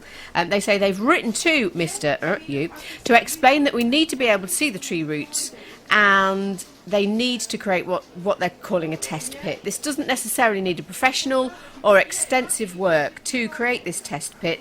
And Paul, you may be able to do it yourself just by lifting up a few of the blocks. So they want an inspection area so that some of the blocks can be lifted, they can identify the roots and then look at where those roots trace back to. Right. If you feel, they say, that a professional is required, you are welcome to submit a claim for any charges to create these test pits.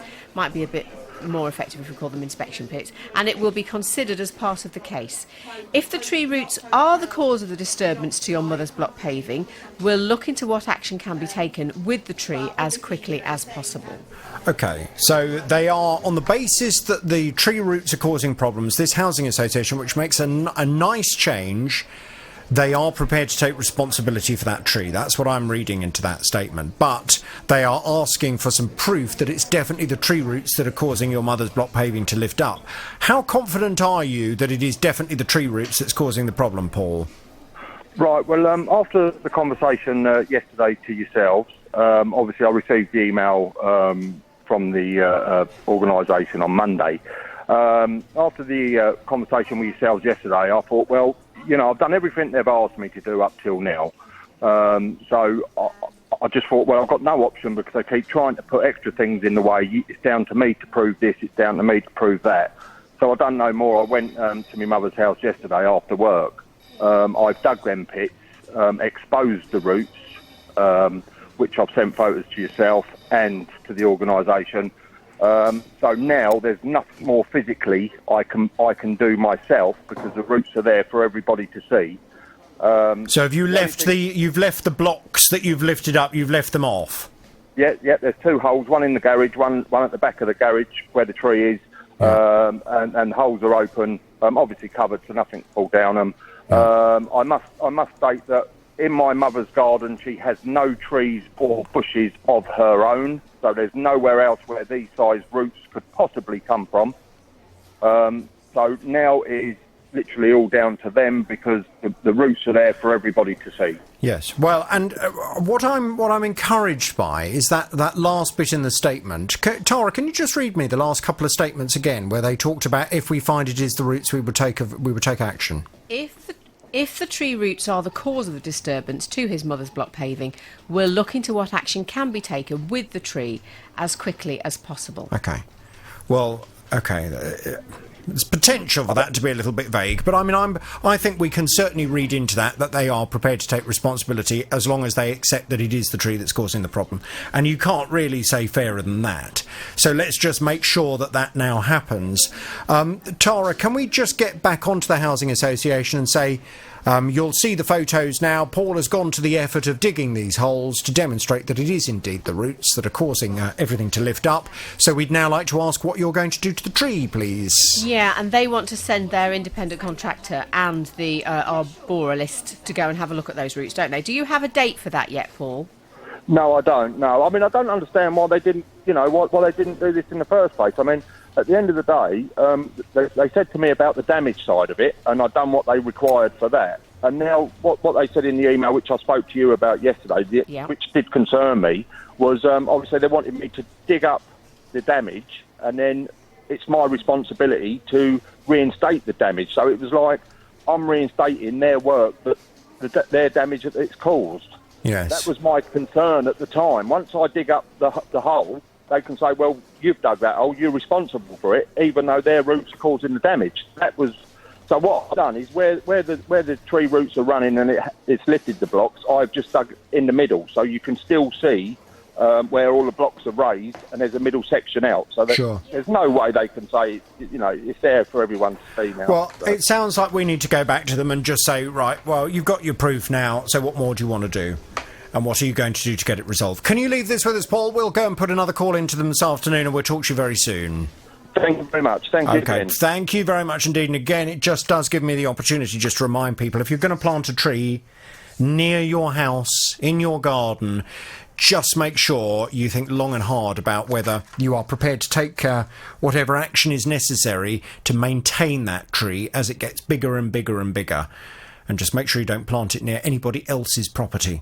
It's the JVS show. It's BBC Three Counties Radio. From trees to car parks, because Sid is a carer for his disabled daughter.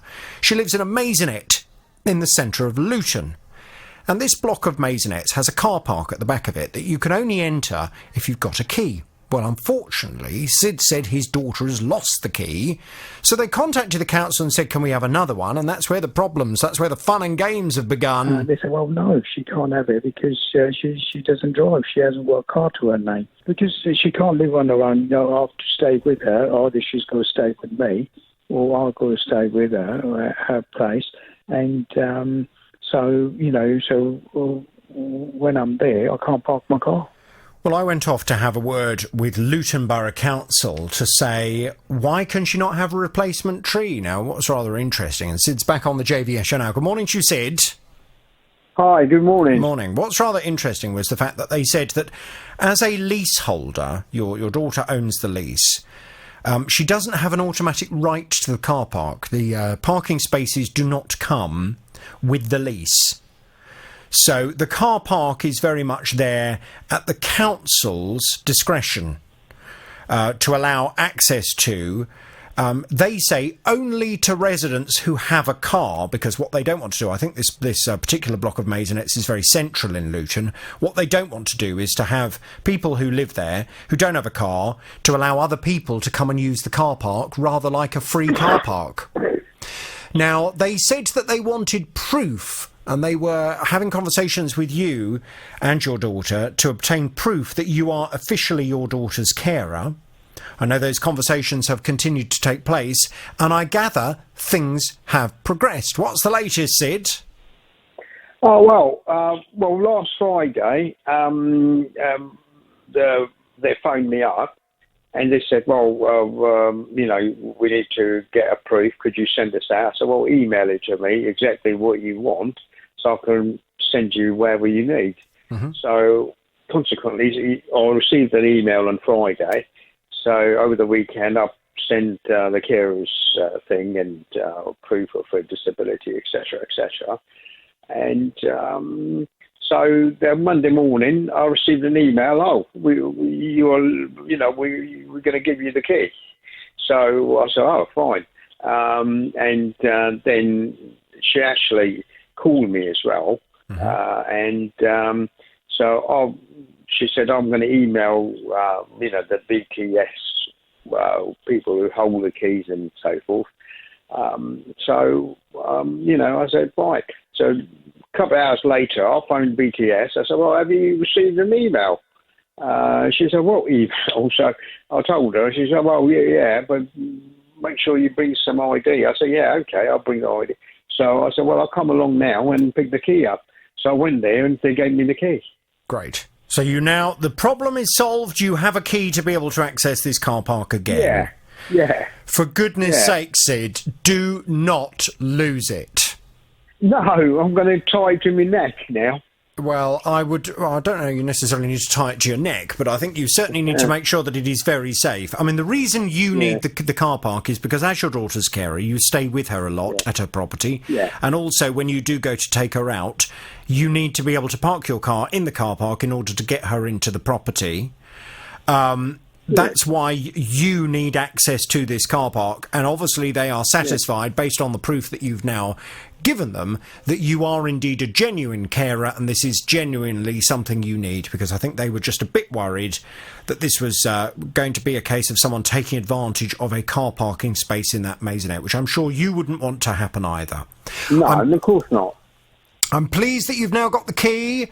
Don't lose it. We will thank Luton Borough Council very much indeed for getting it sorted out. Sid, are you a happy bunny? Yeah, I am. Absolutely. Good. Well, I am too. We'll thank Luton Borough Council and I'm giving them my horn. Now to a case that I'm going to need a bit of your help on. On the 1st of May, Neil went into a local computer shop because he wanted to buy a laptop that had certain specifications. Well, the shop had one in one of their other stores, they said, that was pre-owned and had been fully refurbished. Well, Neil thought this sounded like a rather good idea, but he wanted to upgrade the RAM. So the shop said, yeah, that's fine. They agreed on a total price of £770 for this computer. Now, at this point, the shop said to Neil that they don't take card payments. They would only accept a bank transfer or a payment in cash. I should point out, I would never, ever recommend making a payment in a shop via those means. It is a very unsecure way of making a payment. But, well, Neil said this shop had been there for years, so he had no reason to doubt that they were honourable. He went down and he got the cash, came back and paid the guy in full.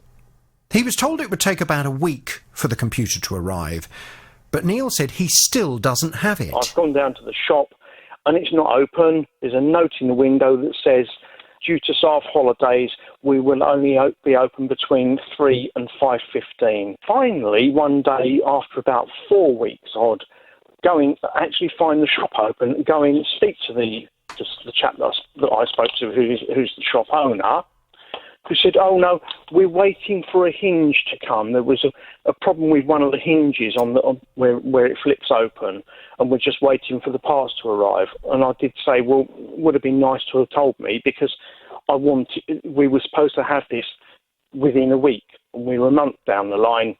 Nothing's, and I haven't heard a word from you.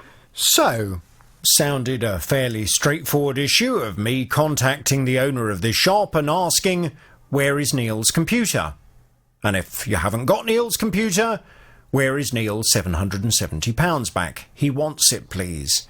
Well, how have I got on and what's the latest? Let's find out, because Neil's back on the JVS show. Good morning to you, Neil. Morning, Jonathan. Okay.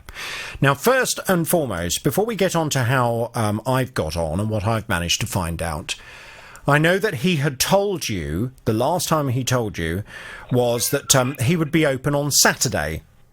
And you were going to go in on Saturday, and even though he'd suggested he wouldn't have the money, you were going to go in and you were going to try and speak to him and try and get your money back. Now, I gather you did go along on Saturday. How did you get on? Okay, just correct that.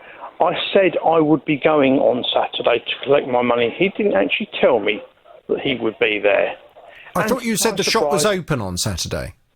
Well, it was supposed to have been. Yeah. You'd think that a shop would be open on Saturday. No, he told me that that he wouldn't be returning the money, but he didn't say he would or wouldn't be at the shop. I said I would be going to the shop on Saturday. So what happened when you got there? The shop is closed. Still closed? Yeah. And what is the state of play in terms of, is there post inside the shop, inside the front door? He seems to go in, probably, I don't know, I would imagine on an infrequent basis. He probably goes in and collects the post. Right. But as to when he does it, I don't know. You can't really see a great deal. I see. Now, this shop, I know that you felt that because the shop had been there for a number of years, that you could feel very confident in them. But I know you also did not look into this shop and look at what people have to say about it. I understand it's a horror story. Well, if you had done that, you may well have thought twice about paying this man and his company in cash. Very definitely. Because when you start to look into this man and the number of computer repair shops and computer sales shops that he has owned and run, you will find quite a number of people who have been left feeling very disappointed and have paid him money and say they have not received what they have paid for. There are a lot of people on the internet that are talking about this man. Now, at this stage, I want to be fair to him. I want to be fair to him, and I want to give him the opportunity of explaining where your money is and where your computer is that you've paid him for. I have not been able to get hold of him on any of the telephone numbers that we have for him. Right. We have a telephone number for the shop that doesn't seem to work. Doesn't connect. We have another telephone number for a different branch of his shop that is never answered. And we also have a mobile number for him that I have tried numerous times. The phone rings, so it is obviously charged up, and, obviously the phone is ringing, but he doesn't answer, and there is no answer phone. I sent him an email on his company email address that bounced back.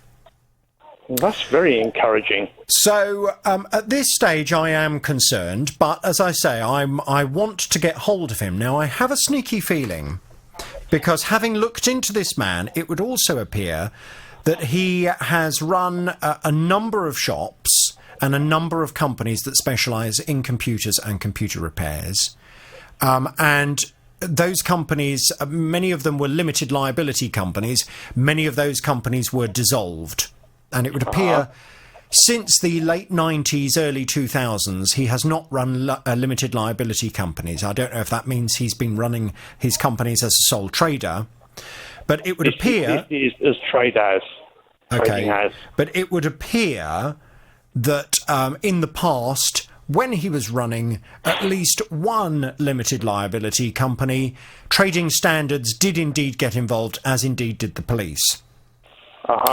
The man that we are looking for, and I have a feeling he is a local man, and I'm fairly sure that someone listening to the programme will be able to give me some information on this man, or hopefully will be able to put me in touch with him so I can have a reasonable conversation and just hear his side of the story as to why your money appears to have gone and you've got nothing to show for it. His name is David Pleece. Pleece. The company concerned is number 4, Bank Court, Hemel Hempstead, a company called Computer Care. Now, he seems to run another branch of this shop in Hertford. And his companies seem to be called either Computer Care or Computer Centre. And they are run by David Pleece. Pleece.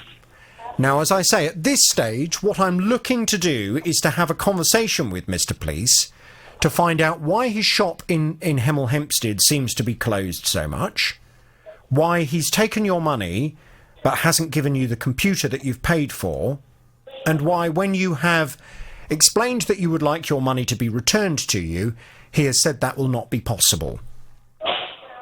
I'd like to know where that money is. So David Pleece, if anybody knows of him, he has one shop in Hemel Hempstead called Computer Care. He has another shop in Hertford by the same name, and I haven't been able to contact him or anyone who works at his shops. If anyone is able to give me some information that will allow me to have a conversation with Mr. Pleece, please call me now. Tell me all about it without naming any company names, please. Hi, so it's an energy supplier that I'm having an issue with. So my mother passed away at the end of May in 2017, and I notified the relevant authorities and her energy supplier within a week of her passing away. Anyway, on the 6th of June, I received a final demand addressed to her property, but addressed to another person, somebody that's never lived in that property. So I contacted, this was from a different energy supplier, by the way. So I phoned this energy supplier up. They wouldn't talk to me because I wasn't the account holder and I couldn't pass the security checks.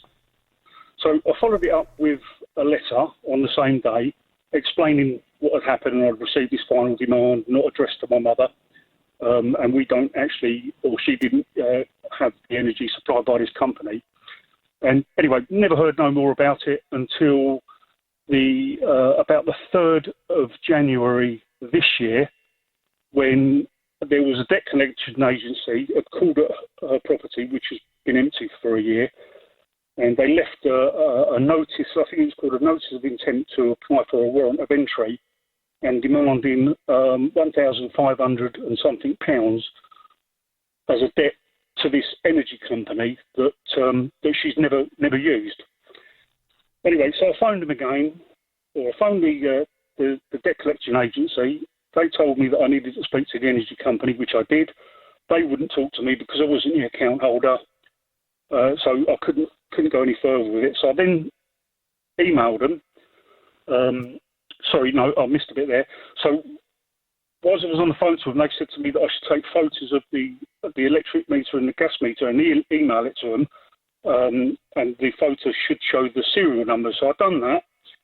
I got an automatic response saying that they'd acknowledged the email, never heard any more about it. And then this week, I've had the debt collection agency call again at the property, leaving another note of intent to gain entry, this time with a bill of £1,867.93. Okay. But it's very frustrating, isn't it? So this electricity company, your late mother did not have any kind of relationship with them whatsoever. They did not supply her gas or electricity. Absolutely not. Okay. Had they ever supplied it? Not as far as I'm aware. Okay. Fine.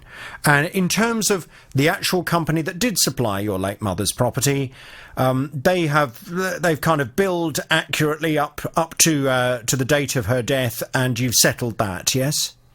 As far as I'm aware, so when I phoned them a week after her death, I didn't know who the energy supplier was, to be fair, so I went through her bank statement. She had a standing order or direct debit set up with this particular company, so I phoned them, went through the details, and then they advised me that they were now closing the account. And the last payment went out, I think it was March 2017. Okay. Have you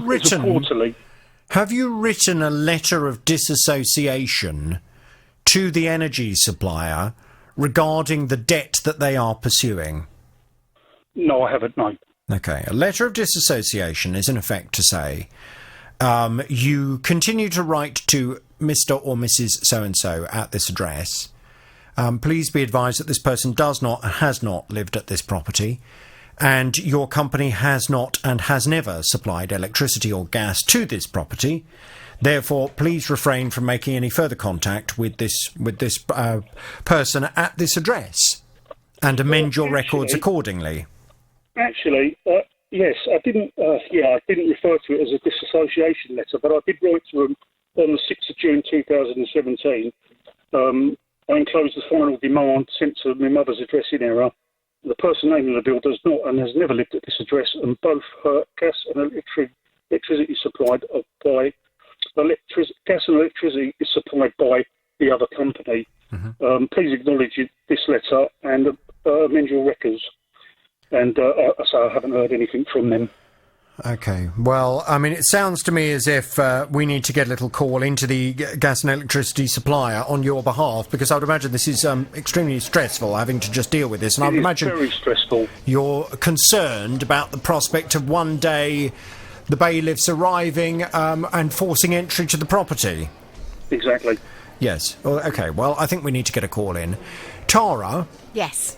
We need to be very firm with this, and I think we need to say, look, this is ridiculous. The family of the deceased have tried repeatedly to communicate to you that you are pursuing someone who does not live at this property, who was never supplied with the gas and electricity at this property.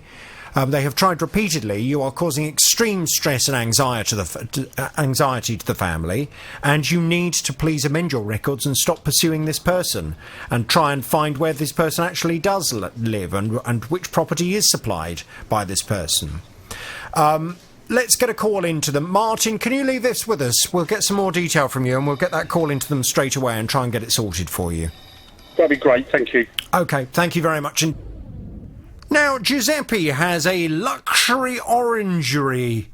Very smart. No conservatory where Giuseppe's concerned. It was built in 2012, and when he had this luxury orangery built, he paid extra for one or two special features. For one of those features, get this, was an automatic rain sensor, which detects when it's raining and it shuts the vents in the roof. I know. Posh or what? Well, unfortunately, the blooming thing failed, leaving Giuseppe with some very soggy orangery furniture. So there's a big vent in the roof that opens automatically based on the temperature in the room that you can set it to. So it'll open and close to regulate the temperature. If it starts to rain, the vent then closes. So we noticed, because in September last year, it started raining and the vent was open, and it didn't close, and it started to leak into the sofa that we've got in that room. Well, Giuseppe came to me because he was saying, despite repeated attempts to get the company to get things sorted out, they hadn't managed to do so, and he was fed up of chasing. Well, I promised him I would call them and try and work some magic. Have I been successful? Let's find out. Giuseppe's back on the JVS show. Good morning to Giuseppe. Hello, Jonathan. Good morning. Good morning. So you will recall I made contact with the man that runs the company. Now, to start with, he seemed to suggest, it was implied to me that, he really had been doing everything he possibly could, along with his electrician, to try and source the part that was necessary to get this automatic vent sorted out, and that it was very unreasonable for you to have come to me. And I said to him, well, hang on a minute. How much longer is Giuseppe supposed to wait? This has gone on and on and on. He said, well, let me get a call into the electrician and try and get things sorted out. Now, he also implied that this might not be covered under the warranty anyway. Well, he then came back to me and said, and his words were, unfortunately, it is covered by the warranty. So I think he was a little bit grumpy about having to cover the cost for this. But he did say that having spoken to the electrician, they'd managed to source the part, and the electrician would be in touch with you to come and get this all sorted out. Well, that was the last we spoke. What's happened since then, Giuseppe? Has it all been fixed? It has indeed, Jonathan, yes. So they did what they said they'd do when you spoke to them. They've got the part. The electrician came around last week and he's fixed it, and it's all working as it should be. Great. And all covered, all expenses covered by them? Yes. Good. So it's sorted, and you're a happy bunny. Sorted. I am indeed, yes. I mean, it's a shame I had to come to you to get it done, but obviously you have worked your magic, and I am pretty confident, well, very confident, that it wouldn't have happened had I not contacted you, which is frustration. That's the way they work, but there you go. you did manage to speak to them, and I think as a result of that, they've done what they were contracted to do. Good. Well, let's hope if you have any other problems, you'll come back to me and we can get it sorted again. But for now, enjoy your luxury orangery, and I will thank the company for getting this thing fixed, OK? Thank you and your team for your help, Jonathan. I really appreciate it. Giuseppe, you. Hi. Thank you for speaking to me. Well, it's an absolute pleasure. I gather you've got a consumer problem. Tell me all about it without naming any company names, please. Right.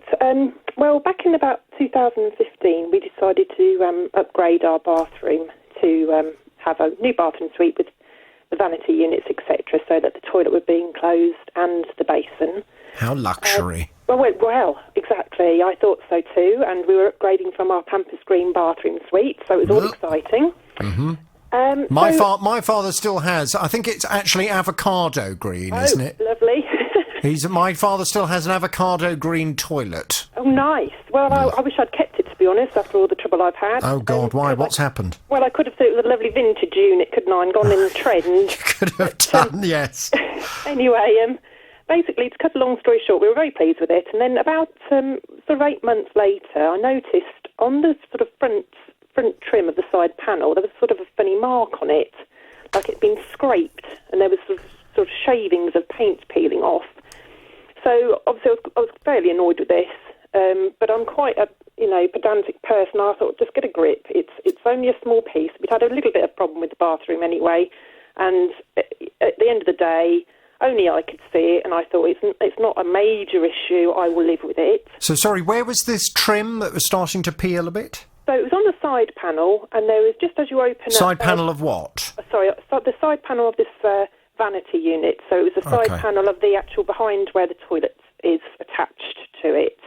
Okay. And is the so let me just make sure I'm imagining the right kind of thing then. So these various vanity units that you've got in this new bathroom, that house, for example, the cistern for the toilet. That's right. So you don't see that or any of the pipes. Yes, there's a nice worktop on top where we keep our toothbrushes. Nice worktop, and then you've got your sink kind of cut into the vanity unit. Right, yes. Okay, I know the kind of thing. So it's looking very nice. And this is kind of fitted furniture. That's right. Yes, it's all attached to the wall behind. And was it laminate?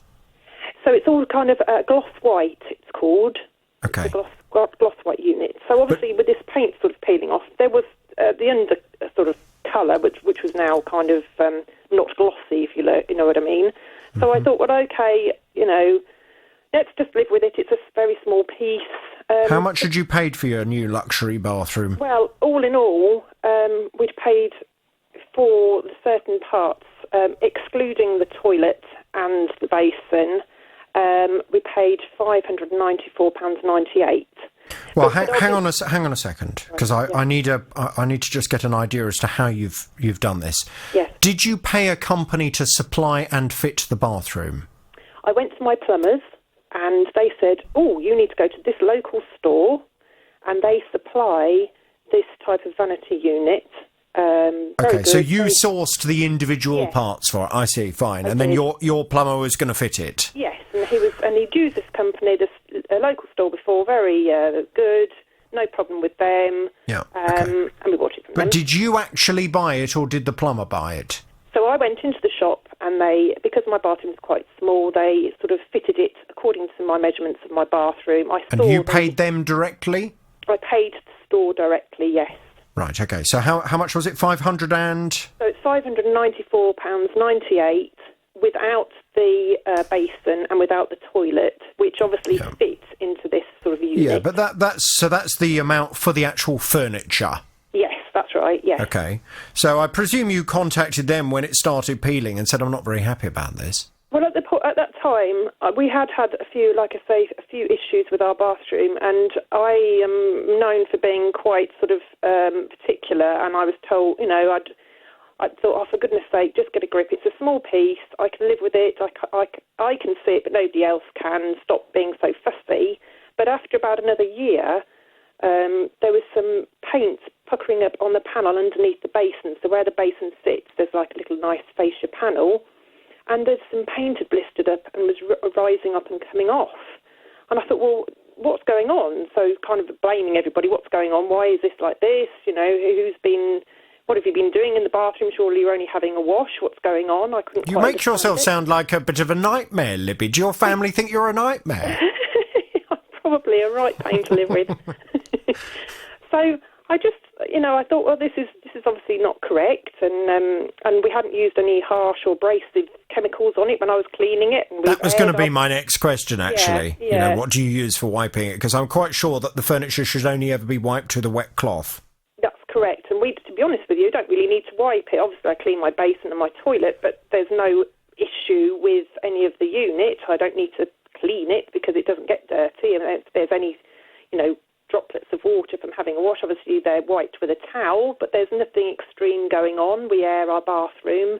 The windows are open any time of year, rain, snow, whatever. They're all aired, and we squidgy everything. The tiles are squidgied and wiped, so there's no excess moisture going into our bathroom. Okay, so at this point, I would imagine you did complain to the company. What have they had to say about Well, it? at this point, unfortunately, we had 2 bereavements in our family, and it took a back burner, I'm afraid to say, because my dad died, and then within a year my mother-in-law died, and so to be fair, unfortunately, things take priority, don't they? Yeah. So after listening to your programme, so I was quite new to your programme just before Christmas, you kind of encouraged me to get my act together and sort of seek advice, because by this time the blistering and puckering marks had come away all over the units and were forming cracks in the door, detailing, and it looked like somebody got a blowtorch to it, basically, or carved it with a knife. So I then approached the manufacturer, who said, oh, yes, it's all under a guarantee, 5-year guarantee. And so I sent an email with pictures, 26 pictures. Why did you not go to the retailer that you bought the stuff from? Well, that's the problem. So I think this is where the crux of the problem is, really, because the local store has closed down. Oh.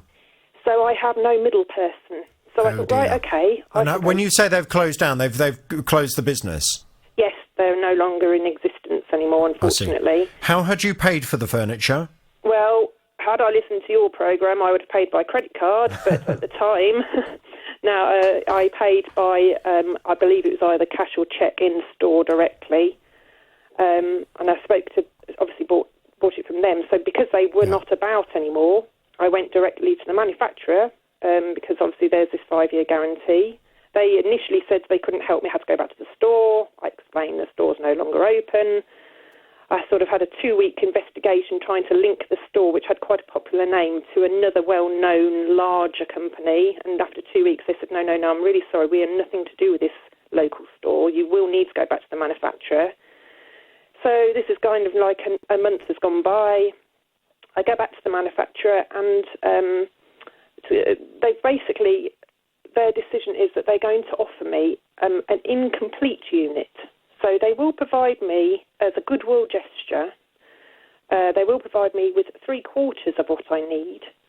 But as you can understand, I've got to now have everything ripped out and basically start again. So I've got to pay for a plumber, I've got to rip all of their existing damaged goods out, I've got to put it all back in, possibly affecting my floor and my tiles at the back.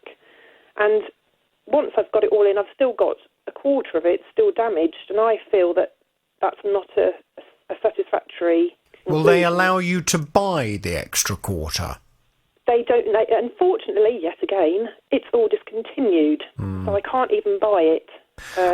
Just to be realistic about it, Libby, I think the problem is that any company that has any legal obligation to you has gone out of business. Yeah. So your ability to kind of bang your fist too vigorously has gone, really, because there's no one really for you to bang your fist vigorously at. Any warranty that is there by a manufacturer, that is something that is there in addition to your legal rights, and it does not mean that you then have a contract with the manufacturer. It just means that the manufacturer via the retailer has made a promise via the retailer that any product that goes wrong that they have sold you, the manufacturer will help you out with directly. Via the retailer, but it doesn't actually mean that you then suddenly have a contract with the manufacturer. No. So ultimately, if they are offering you anything really, it is better than the alternative, because they could turn around and say, I'm sorry, but for whatever reason, we're not able to fulfil that warranty, and therefore there's nothing we're prepared to do.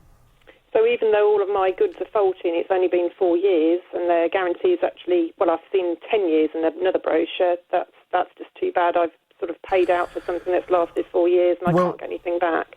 Again, the problem is the company that you would take that up with and say, hang on a minute, this is not good. The company that has a legal responsibility to you has gone. Yeah. You have never paid the manufacturer.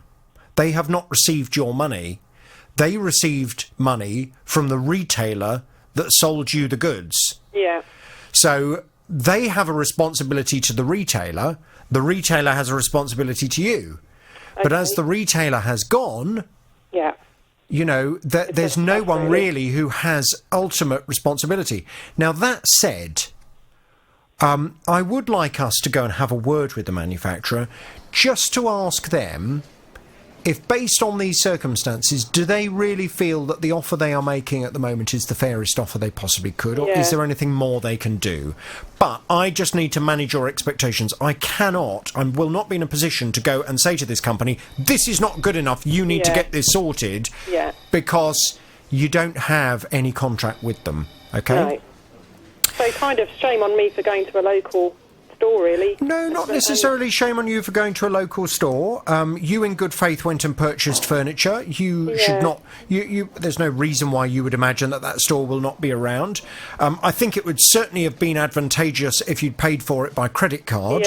Because if you'd paid for it by credit card, you would now be able to go back to your credit card company and say, the retailer has gone, my contract is jointly with you as the credit card company under Section 75 of the Consumer Credit Act, so I now want you to take responsibility for it as the retailer is no longer around. But because you didn't pay by credit card, you haven't got that protection, and that's why I'm always... I mean, you've learnt this now since listening to my programme.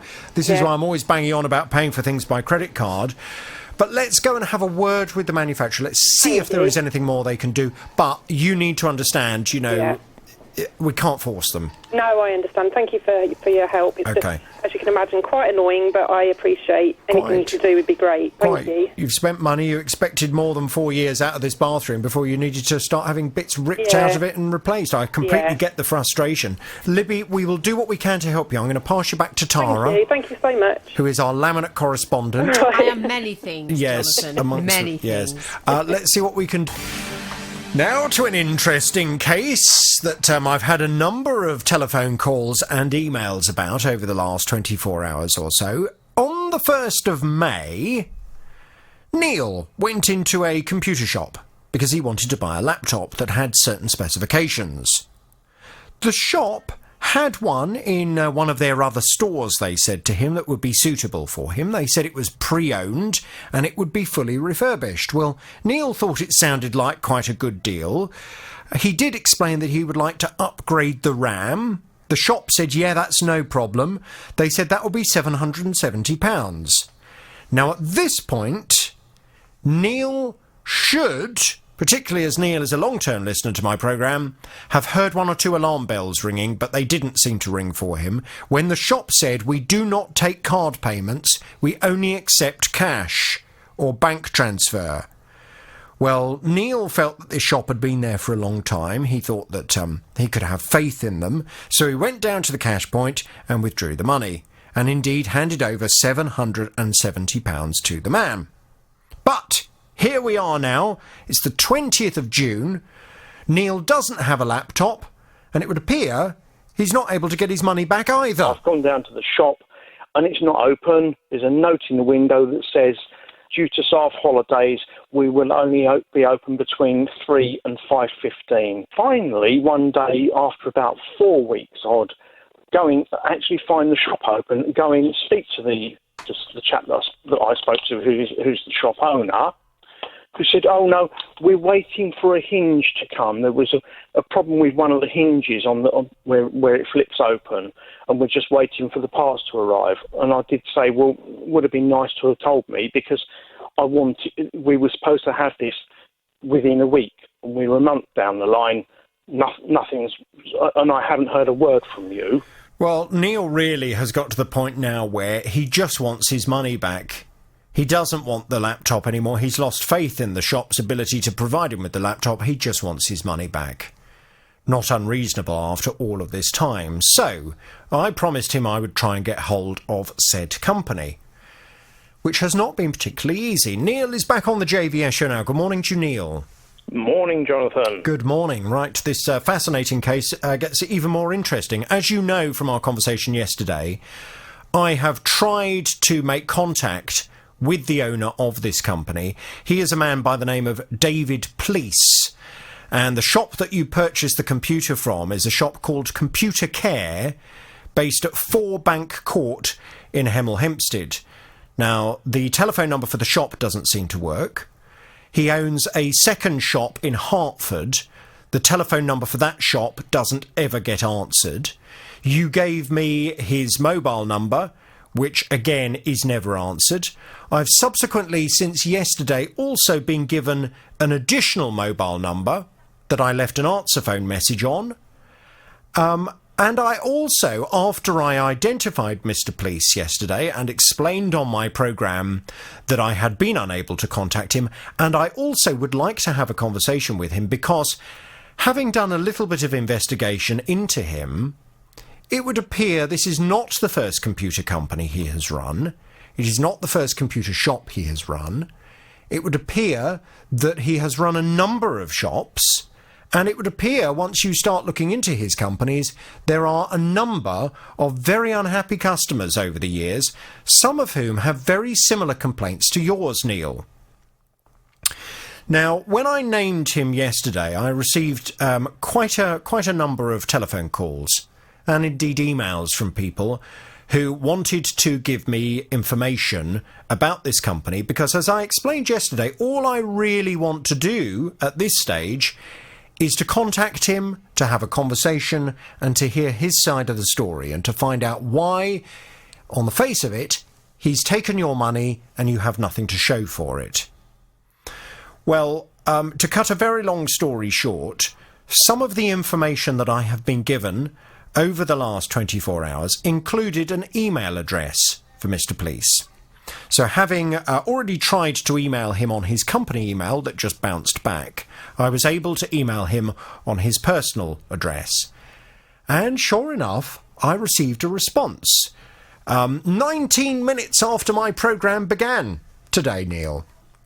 It came through there's a miracle. 19 minutes past 9 this morning.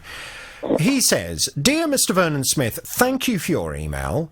I am concerned that Neil appears unhappy with the contract of supply he entered into with the business. Whilst we will not normally discuss the details of individual supply and repair contracts with people other than the customers directly, it is fair to say that if Neil has not yet received goods or services he ordered, it is highly likely that those goods or services are not yet due under the terms and conditions of the supply contract. Neil will have willingly read, signed, and thus agreed to documentation detailing the terms, conditions, and supply time of goods he has ordered. We will contact Neil direct by text message to clarify the current position and advise him in due course when his contract has reached fulfilment stage." Now, I know that he then subsequently sent you a text message. What did it say, Neil? Well, you actually have a copy of it, and it says, "As per our agreement," which, funny enough, I didn't get a copy of, and was never offered a copy of his so-called terms of an agreement of business. And the verbal agreement over the counter was, "Will be with me within a week." Well, he says in the response, "I would like to take this opportunity to clarify why you are not at this time entitled to a refund of the monies you have paid in relation to a contract of supply. As you will be aware, you read, agreed, signed and dated the document agreeing to our terms and conditions and maximum supply time. We are complying with those terms and conditions and presently are well within the contractual time period for supply of the laptop. You will be contacted in due course once the laptop is complete and available for your collection. For the sake of clarity, please ensure all future correspondence remains in written, and we shall do the same. Yeah. Now, when he asked you to sign paperwork in the shop, did you read it? No, I didn't read it, and I think that maybe I should have. But yes, you should have. You should never sign anything without reading it. But at that point, having signed it, the least that should happen is I should be given a copy of that. Did you request a copy of it? I didn't actually request a copy, but if he's asking for that to be signed, then I think it's his obligation to provide a copy. Well, I mean, you firstly should have read what he was asking you to sign. You could have signed up to anything, Neil. Also, there is an onus on you as the customer to say, do I get a copy of that? Then I'd like a copy of what I've just signed. So there is absolutely, I agree with you, in an ideal world he should have given you a copy of that. He may, of course, if he was on the programme now, he may well argue that he did give you a copy of it, but we don't there's no way that we can prove that you didn't get a copy of it. No, the only thing I have of his is the receipt that he gave me. That's all that he ever gave me. There's nothing on the reverse side. It's just that invoice. So we have no idea what you've signed up to and the minimum amount of, or the maximum amount of time, rather, he has to fulfil the contract. No. Because he says that he is complying with those terms and conditions and presently are well within the contractual time period for supply of the laptop. But there was a verbal agreement that it would be turned around within a week. There may well be a verbal agreement, and a verbal agreement is legally binding. The problem always is proving it. Now, all I will say is, having looked into Mr. Police and looked into his shops and looked into the comments that have come back from people, your complaint is one of a number that seems to follow a similar kind of theme. So therefore, I would now like to go and make further contact with him this afternoon. I would like him to send a copy either to you or to me of the paperwork that you did indeed sign. I would like to ask him why he did not provide you with a copy of it. And I would also like to point out to him, and I'm also going to be speaking to Trading Standards at Hertfordshire County Council this afternoon about this. I have already been in touch with them. And I will be speaking to him, if I can have a conversation with him, about the terms and conditions that he asks customers to sign up to. Any terms and conditions must be deemed fair and reasonable. You can't just ask someone to sign a piece of paper with unreasonable terms and conditions and then say, well, because you signed it, those terms and conditions apply. The terms and conditions must be reasonable. And I want to know what he considers to be a reasonable amount of time to take money from someone and then to delay until you actually give that person the product that they've bought. Yeah. I mean, obviously, in my situation, who in their right mind is going to say, well, that's okay, I'll buy second-hand goods from you and I don't care how long it's going to take for them to arrive? It's just a nonsense. It's just hiding behind legal nonsense. Neil, I don't necessarily disbelieve your logical train of thought. The issue, of course, is we need to see what you've signed up to, what it says in the paper, is it reasonable, and most importantly, if what he's suggesting is that he is going to fulfil the contract, when?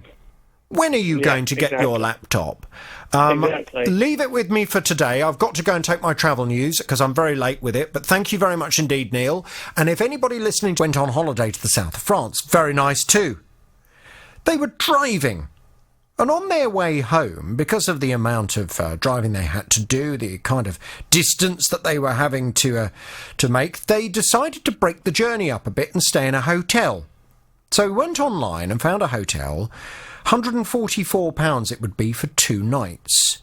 Well, he wasn't necessarily expecting the Ritz. It wasn't a 5-star hotel, but he wasn't expecting something as horrible as it turned out to be. It was absolutely filthy, dust everywhere, mould, stains on the ceilings, stains on the walls, hair.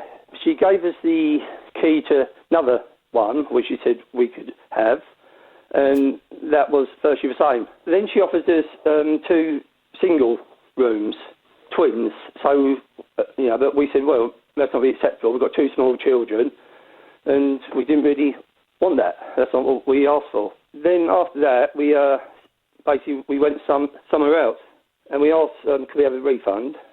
They said it wasn't down to the hotel, it's down to the company we booked it through. Well, Gary was obviously very unhappy about all of this and contacted the company that he had booked it through, but they only offered him a £30 refund, which he found to be thoroughly unacceptable. He's back on the JVS show now. Good morning to you, Gary.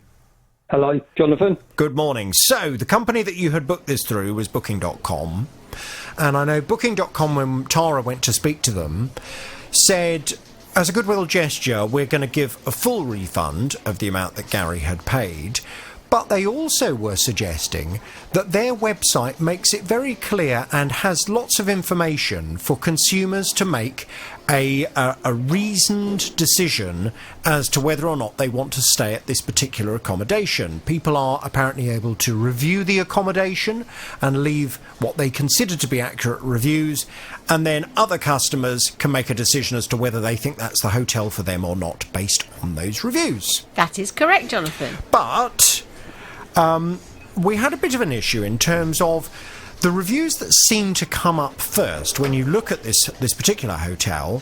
The reviews that come up seem to be quite positive. So if you only look at the front page of it, you would get a feeling that this was not a bad hotel to stay at. You certainly wouldn't based on the photos. I mean, I have to be honest, Gary, I've seen the photos. What disgusting decor. Whoever's decorated the hotel has absolutely no taste whatsoever. But it doesn't look dirty. You know, you wouldn't necessarily look at this and think this is an unhygienic hotel to stay in. This isn't somewhere I'm going to come out ill. You just think it's somewhere that may well hurt my eyes. But we were going to ask them how they actually list the feedback so that consumers can get a fair idea of what it's going to be like. What have they said, Tara? Well, I did ask them that question. I said, look, looking at the page for this particular hotel, on the review option that you can click through when looking at the photos, if you put your mouse over the picture, which I'm sure is what you did, Gary, there is a little box that comes out and you can flick through 10 reviews. And I said those 10 reviews didn't really reflect the most recent reviews given for this hotel and didn't really reflect the experience that you had when you visited there with your family, Gary. So I asked them how they choose the reviews that go into this immediate option.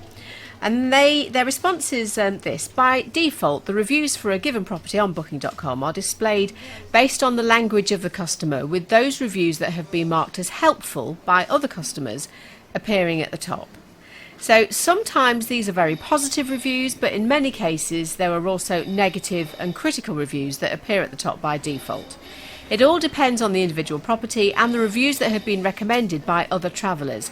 That being said, customers always have the option to filter their reviews to only see those from specific countries or sort them based on the date, newest to oldest or oldest to newest, and also the score, lowest to highest or highest to lowest, depending on what's most useful to their decision-making process.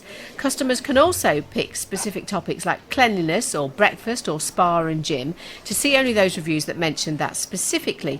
This is also customers can access the insights from other travellers to make an informed decision about where to stay. And this is quite interesting because this picks up on human nature, doesn't it really, Gary, I suppose? Because it does, yeah. If I am going to read a review and the review says, do you know, it's absolutely beautiful and the breakfast was brilliant, and I think to myself, oh, do you know what? I've found that really helpful. And I've clicked on the helpful bit, which would mean that that review all of a sudden comes up top. Now, if I look at a different hotel and the hotel says, do you know what? The sausages tasted like paste. I'm going to think to myself, oh, I like sausages that don't taste like paste. So based on that review, I'm going to look somewhere else, and I'm not even going to click on whether that review was helpful or not. So that review won't go higher up. I will pick another hotel where they don't have paste-like sausages. Not that they were at the place that you went to, but you wouldn't know because you didn't stay there. So we are more likely to click on things being helpful if they are positive. Also, I ask a stupid question, I don't know, but if you go on to the feedback, and I'm just trying to do that now, so hang on a minute, so if I go on to this feedback for this particular hotel, if I click on it, review score, is that how you do it? And then it comes up, oh yes, here we go. If I, hang on a second, helpful. I have just been able, as someone who's not a Booking.com customer, or someone that has any kind of involvement with Booking.com, I'm not registered with them or anything else. I've just gone onto their website and I've just clicked that a review was helpful. And it's now come up and said, you found this review helpful. How do you know, how do Booking.com know, and how can they be certain that their system does not potentially mean a hotel owner that has a customer that leaves negative reviews doesn't get all of their family and friends to click that review was unhelpful and that all the positive reviews were helpful? How do you ensure that the hotel management, the hotel owners, I mean, I'm sure it would never happen, but how do you know that they are not then manipulating the system so the feedback that appears first is the favourable feedback, meanwhile the negative feedback drops all the way down the bottom? Well, I suppose the catch-all in that is the fact that they do have these other windows that you can specify within them to say you want the lower scores so that you get a better overall view. But I suppose, Gary, when, for example, you were coming back home and you are driving, you've been driving for a long time, you want to do something relatively quickly, you might only look at the earlier ones. I suppose this is a message to suggest that actually if we are booking something, even if it is at the 9th hour, that we really take some time to have a look through. And it's a shame we have to do that, but as a potential customer of somewhere, I suppose we really do need to process all of the information. And I think the one thing we can also say, and I just begin this by saying thank you to Booking.com for giving a refund. Yeah, they have done it very promptly. But I think what we can also conclude is that Booking.com also have accommodation that many of you may well find horrible listed on their website. And it's up to you, the consumer, to actually do your research on their site to decide whether or not you consider that to be horrible or not. There are everyone has different standards, everyone has different kind of tolerances of cleanliness and hygiene, and it would appear some people have very low standards, and there are some hotels that are listed on that site that may well fall well below what you would consider to be acceptable. Just because it's on their site doesn't mean it's good.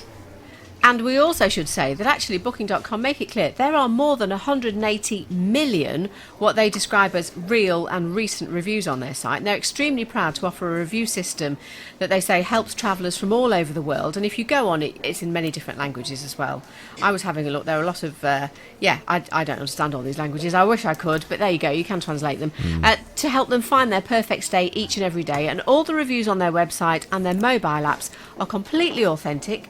Only a person who has stayed in a Booking.com property can leave a review, but as you've just found...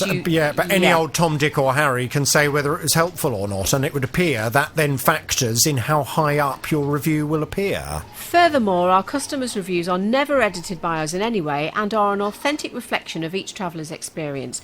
We believe that it's crucial for consumers to have a clear view of the good as well as the not so good about each property on our site, so that they can make an informed decision about the stay that's just right for them every single time. So I suppose it's a case, Gary, and everybody, all of us, me, you, Jonathan, making sure we look at everything, the good and the bad, not just the ones that come up top. Absolutely, and then you make a decision based on that. Gary, listen, we will say goodbye. We will give Booking.com the horn for giving you the full rate refund in spite of everything else that they have said. We will give them the... Harriet.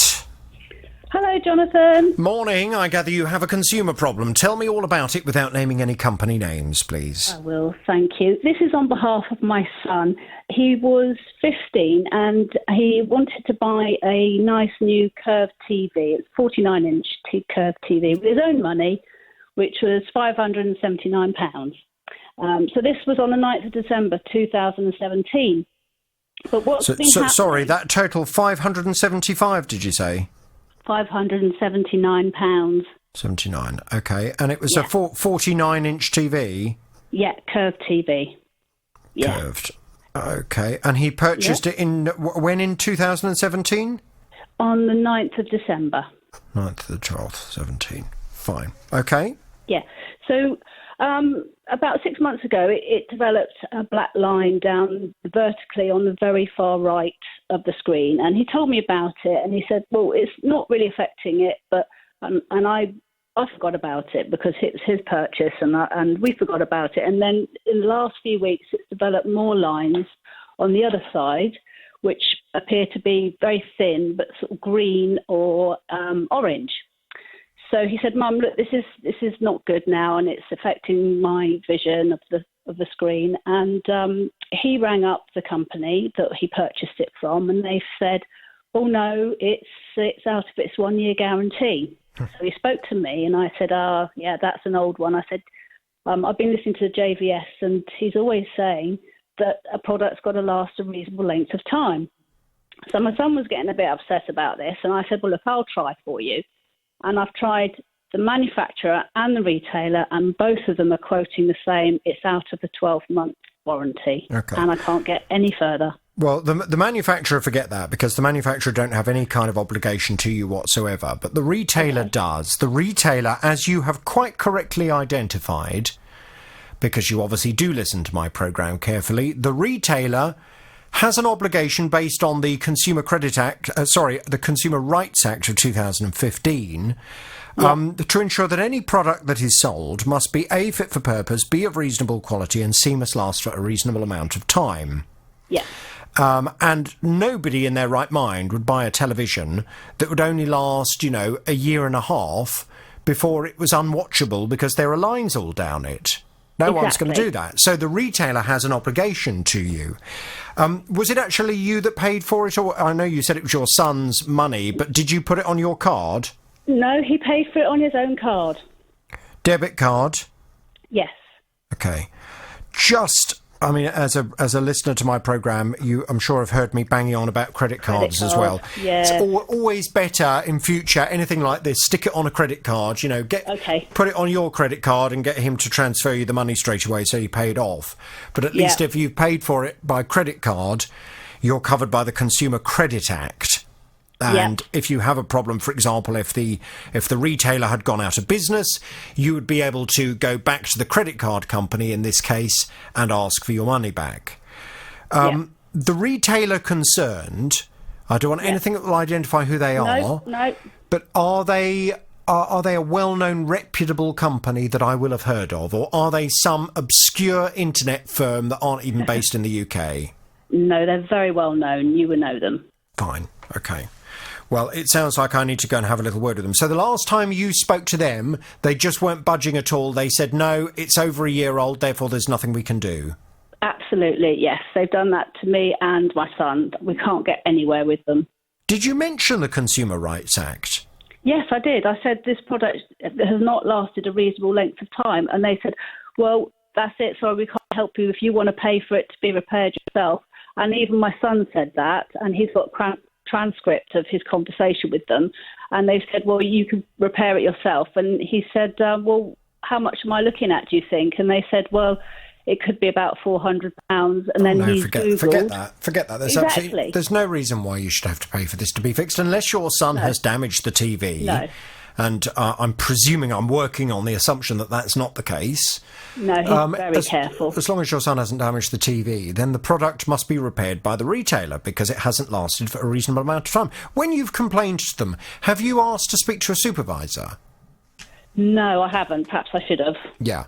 I think because very often the frontline people who answer the phone for customer services for some companies, they are advised, oh yeah, well, just if it's over a year old, just tell customers that it's it's out of warranty and there's nothing we can do. And to be honest, probably, unfortunately, you'll probably find about 60 or 70% of customers will say, oh, okay, and they'll go away. Yeah, but that's what they're banking on, I should think. Exactly. What I would advise people to do, this is not necessarily good business for my programme, because if people do this, it may well be that they don't end up calling my show to ask for assistance. But what I would do in that position is I would say to the person, I'm sorry that you are quoting inaccurate legal information to me. Can I be put through to your supervisor, please? Because I'm extremely concerned. Right. And I would speak to the supervisor and I would say, OK, I want to speak to you on two levels. Firstly, I want to talk to you about my TV and the fact it's not working. Secondly, I wish to raise a complaint with you that your member of staff that I've just spoken to is ignorant of the law, is ignorant of the Consumer Rights Act of 2015, which, considering you have employed them as a frontline member of staff working in customer services, is incredibly concerning to me. So how are you going to deal with both of those issues? That's how I would approach it. But look, let's see what we can do. Tara, I'm passing Harriet back to you. Can we get some detail and we'll go and call this company? Absolutely, and yes, we will. Morning, Jonathan. Morning, Sue. I gather you have a consumer problem. Tell me all about it without naming any company names, please. Okie doke. I'll try and condense it best as possible. Okay. What it was last year, my friend had a death in the family, and it prompted her to decide to go on a one-off holiday of a lifetime, and before it's too late, basically. So, and she very generously offered to pay for me to go as well if I wanted. So, both being massive animal lovers, we plumped for a safari, went to safari in 3 parks, and then a beach holiday after, all inclusive. So I started researching different travel agents and areas, and went for a very reputable one that had good reviews. And so anyway, we booked it all up, and so the first issue was so hang on a second, just so I have a basic idea of the holiday. Yeah. So you say it was a safari to start with, then an all-inclusive beach holiday. How long was the safari part? It was 7 nights, 6 days in 3 parks in Tanzania. Mm-hmm. Then you flew to Zanzibar for a week in an all-inclusive luxury hotel. Oh, how nice. That's the bit I'd like. I'd prefer that to the safari bit, to be honest. Oh, yes. So one week in the all-inclusive luxury resort. Perfect. Correct, And how much yeah. was it costing for the two of you? The total price was £9,796. Okay.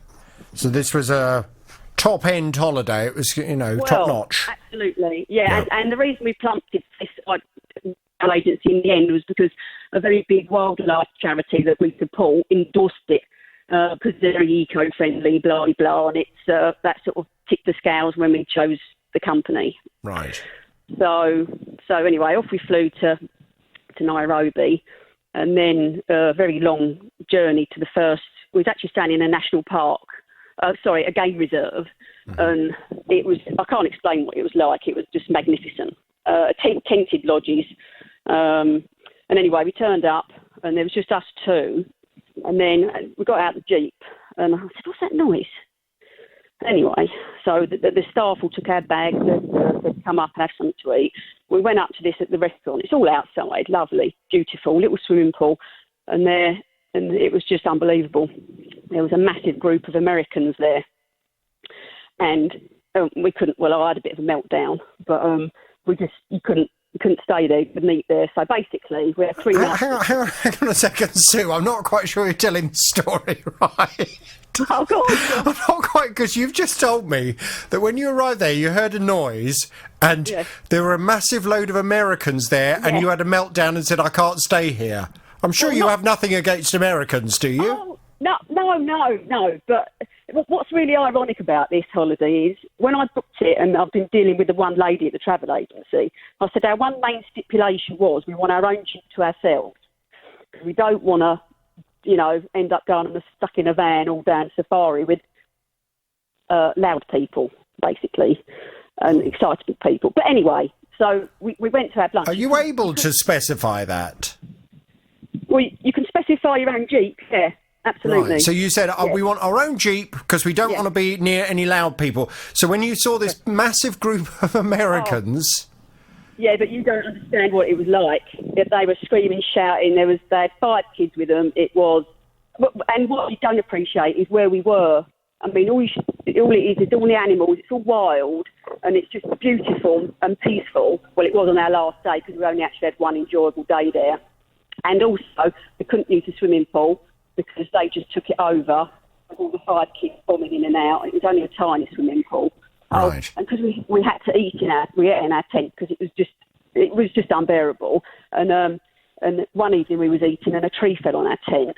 But that's just something else anyway. Well, hang on a minute, because I feel this is taking some very... So you didn't like the American family? They were very noisy? Oh, yeah, unbearably noisy, yeah. Right. So you then ended up eating in a tent and a tree fell on your tent? Yeah. It didn't... I mean, their tents are like... They're massive. But it didn't actually damage the tent as such, but it bent the 3 metal posts that actually hold it up, if you know what I mean. Dear. So, but that was that anyway. That's not the main gripe of the holiday, really. Oh, That was ruined the first 2 days. Anyway, the rest of the safaris were great as they was intended to be. So that all went brilliant, and the places we stayed in were phenomenal. So then, at the end of the week, we flew to Zanzibar. Arrived on Saturday evening. On the Sunday was fine. It was everything was peaceful and nice. I mean, we did see this massive structure, but you don't really think, do you, what it was? And anyway, Monday morning we got up, had breakfast, went to the beach, came back lunchtime, got to the room, and there was about 3 maids and 3 men out there, and water coming out the door. And then we looked, and the sewers had backed up and all come up through our toilet, and the whole room was just covered in excrement. Oh dear! Basically, totally flooded the whole apartment. And well, the smell, obviously I can't explain that on the phone. It was just unreal. So off we went to the reception. Anyway, they didn't have another room. He said, "Don't worry, go out in the afternoon. I'm sure you'll be fine." So we went out. Then we went to dinner in the evening. Back to the room. Thought, "Oh yes, it looks all right," And we opened the bathroom door. Well, we couldn't go in there. It was just rancid. And went back to reception. This was late now. He said, "Oh, we'll do the deep clean in the morning." And what it was, where the sink was, there was a big wooden slatted panel, and obviously all the poo and stuff had gone behind it, and they hadn't cleaned it. You got poo behind the wooden panel in your bathroom? Yeah, basically, yeah. That's putting it politely. But, so I couldn't use the bathroom that night at all, so I had to wee in one of their bins, but anyway. Hang on a second, you had to wee in a bin? Yeah, because we couldn't go in the bathroom because the smell was so bad. We had to lock it from our side, leave all the windows open because of the smell, and you couldn't go in there because of the mozzies as well anyway. You'd have been bitten to death. So in the morning, they a couple of weeks in Mallorca, I think, would have suited you much more, Sue, than all this. Well, I haven't had the best bit yet. So anyway, so then the Tuesday morning, we went to the beach and they said, right, they've got the mat, these tools and everything. They said they're going to take everything off, clean it all. Still didn't have another room, blah-de-blah. Off we went to the beach. And we could hear the noise from the beach. We just didn't think anything of it because you sort of don't really. But, and anyway, we went back lunchtime, thought we'd lay by the pool, but on the way back, you could hear this hammering and sawing. And anyway, this construction that we'd noticed, the building work, it was just, you couldn't lay by the pool, basically, because you're not building work, hammering and sawing, angle grinders, and 9 till 5 every single day. So we had to stay on the beach, which was a bit unfortunate, because in the afternoons on the beach from 1 o'clock, for some reason, you got this waft of, I don't know what it was, sulphur, bad eggs, sewage or whatever. And so you sort of had to endure that every afternoon, because you couldn't lay by the pool because of the noise. Oh dear. So yeah, it wasn't relaxing. It was pretty awful, to be honest. And like you say, which is what I said to them, if I'd have, wanted that, I could have gone to Benidorm for a week. Yes. I mean, had you done your homework in terms of, had you looked at the hotel you were planning on going to, just to see if there were any reviews that suggested that there was building work going on and that they had a problem with their sewers? No, absolutely. Because what I did, it's funny actually, because that was one of the things I really did look a lot at. Loads and loads of reviews for the hotel, and I said to my mate, I said it sounds brilliant. Every review I read, they said they'd go back there, and I read loads. Right, so you were obviously very unlucky. Yeah, I literally didn't read a bad review. One for the hotel, the food was phenomenal, but it was just, we'd had a really, you just want to relax. And that noise is just the worst. And it's all hand built. So there was about, I don't know how many men there were there, 10, 20 or whatever. And they're all just hammering Like, so with metal. what are you looking for, Sue? I mean, I presume you complained at the hotel, and I presume you requested that you be moved somewhere else.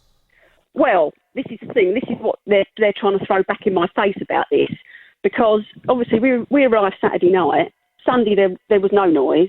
Monday we was out most of the day, and we was obviously caught up with this sewage in the room, and was just sort of, we was concentrating on that. Although I did send an email on the Monday and the Tuesday, but the Wi-Fi was rubbish and it just went to my outbox, although they did get them. And then it was only on the Tuesday, in entirety, when it was like the realisation of the problem. And so then I didn't even think about moving hotel, because it was like we only had 3 days to go. But, I mean, if we'd have known about the building work when we arrived Saturday, we could have moved straight away to another hotel. But you see, there is something called mitigation of loss that is very important, and this is, I mean, it's a very good thing for us to be able to discuss on the programme, because lots of people will be planning on going off on their summer holidays if they haven't done so already.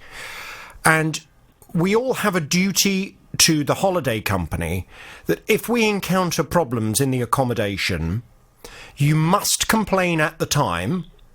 Yeah. And you must give the holiday company an opportunity to sort the problem out. Now, when you complained in the hotel and you said, I'm not happy about this, I'm not happy about the sewage, I'm not happy about the noise that makes it impossible to lie around the pool. Yeah. What did they say to you? What was the answer? answer? In the hotel. That was another one of my when I spoke to the customer service eventually when I come back here, although I've sent them loads of emails. Yeah, but did you? No, but never mind the hotel. Did you complain to the holiday company that were responsible for your enjoyment of your holiday while you were there? Well, I emailed, but the Wi-Fi was useless. So I did email, but they didn't get them till the Tuesday or the Wednesday evening because it just wouldn't go. My phone. And what did they then suggest on the Tuesday evening when they did receive the complaint? On the Wednesday, I only received a reply from her on the Thursday. That was when it came through to me. Right. And all her reply was that they'd contacted the hotel and told them, because we didn't even get an apology for all this sewage stuff and whatever. And what did she say? So what are you looking for now, sir? I mean, let's just get to the point that you're at now. What is it you're looking for me to assist you with? Well, I've spoke to her, the customer service lady for this one particular travel agent. She does it all, and we had a conversation Monday, and she made an offer of £300, and I said no. I did say that I'm hoping to go to a consumer, the BBC, and get some help, and whatever. She said, "Oh, go away. She'll talk to her boss." And anyway, she come back with a final offer of £300, but I just don't. Because she said she doesn't understand why they didn't know, because this building work's been going on for 6 months and it'll be another 6 months. And yet, why didn't they know? Well, you see, you have to be fair. Regarding the first part of the holiday with the noisy American family, that's not the holiday company's fault. You can go on any holiday, and unfortunately you can have, a loud family in the hotel or whatever that can have an effect on your enjoyment, and it's very frustrating, but it's not the holiday company's fault. So the first part of your complaint, let's park that to one side. The second part of the complaint, you then arrive at the hotel, you've had all these problems with sewage, but then you don't actually complain until you're almost ready to go, at which point, I mean, when you'd arrived at the hotel, if you'd said, "I'm sorry, I don't like the fact it's right next to a building site, means we can't enjoy the swimming pool, we've paid a lot of money for this hotel, I would like you to organise somewhere else for us to go." And if they then turn around and said, "Well, no, sorry, but you've got to stay put," no, that's right. you'd then be in a very strong position to say, "Right, well, you forced us to stay in this horrible hotel with all the noise. I want some of my money back."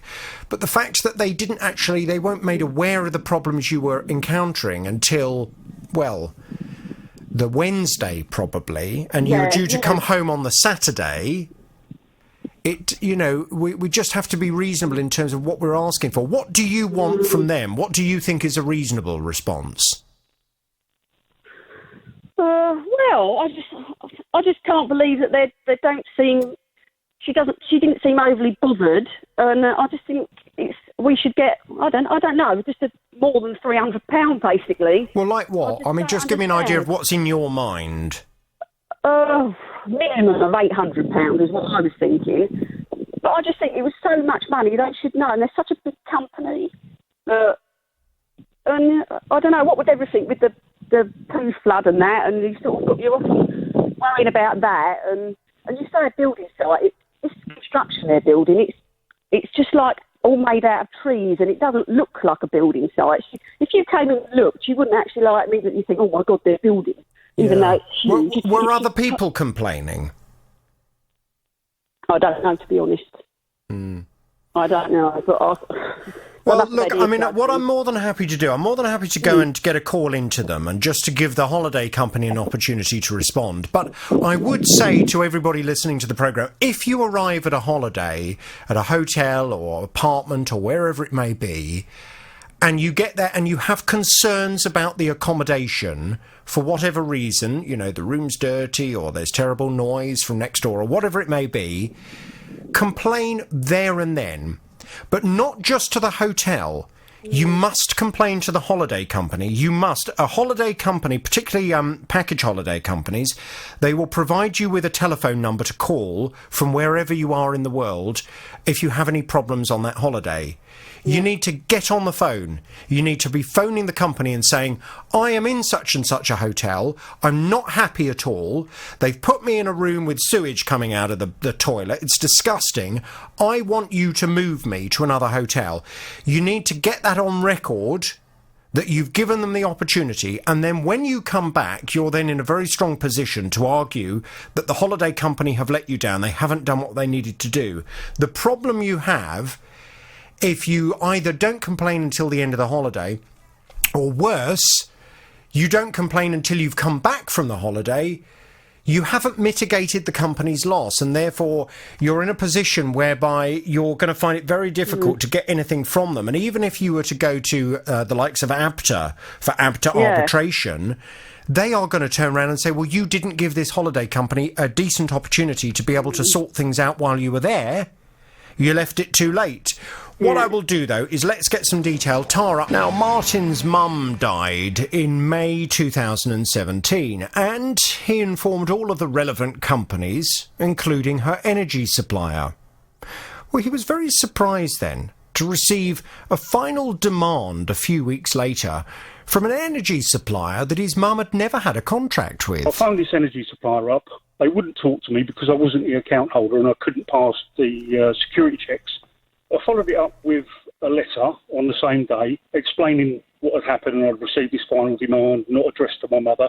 She didn't have the energy supplied by this company, and never heard no more about it until about the 3rd of January this year, when there was a debt collection agency had called at her property, which has been empty for a year, and they left a notice of intent to apply for a warrant of entry and demanding £1,500 and something as a debt to this energy company that she's never used. Well, he says ever since then he's received another letter. The bill has now gone up to £1,867.93, and it doesn't seem to matter what he says to this company. He cannot make them realise that his late mother was not one of their customers, that they are sending a bill to someone who has never lived at her property.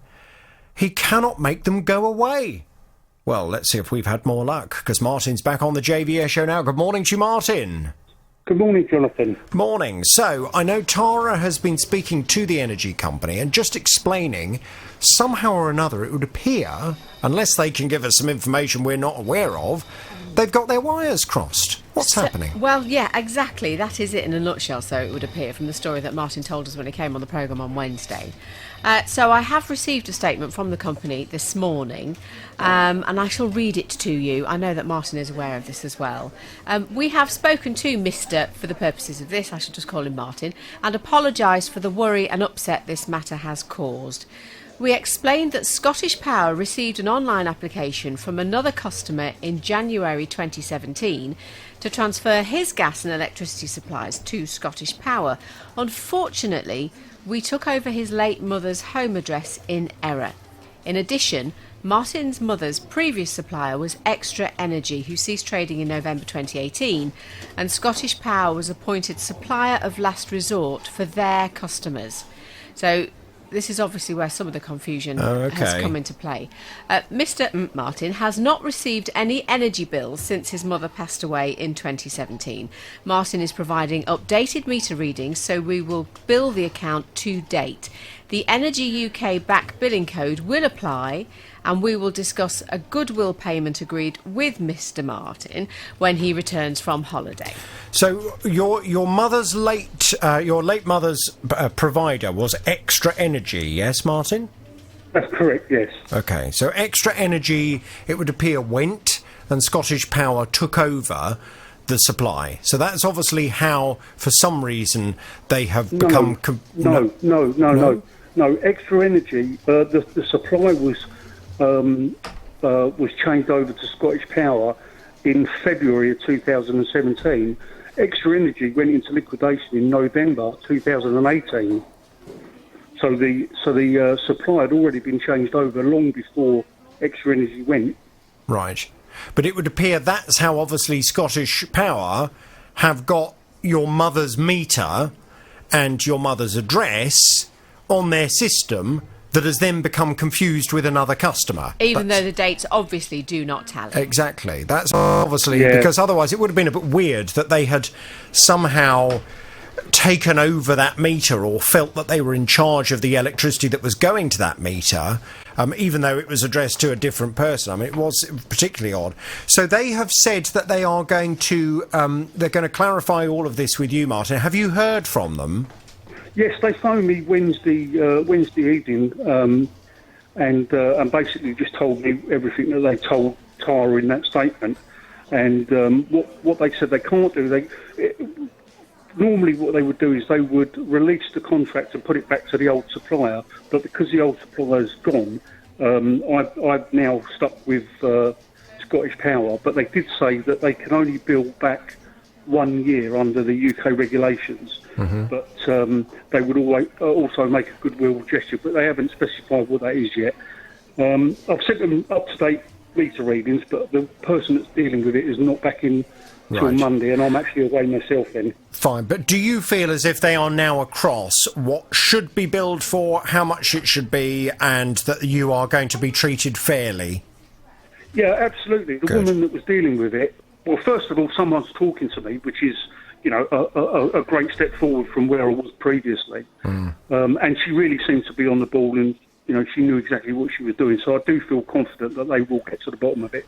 Fine. OK, well, it sounds as if things are getting sorted, but we will obviously stay across it until you are able to confirm that everything is resolved, and I'm not going to give Scottish Power the horn until that is resolved. Martin, there was only one point that I just needed clarification on, because obviously you have had 2 letters from a debt collection agency.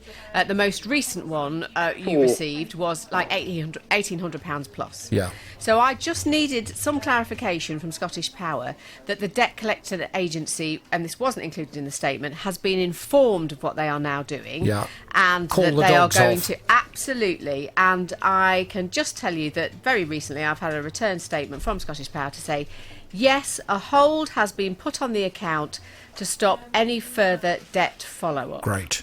So you're not going to have the blokes turning up at the door threatening... Well, that's a relief. Yes, exactly.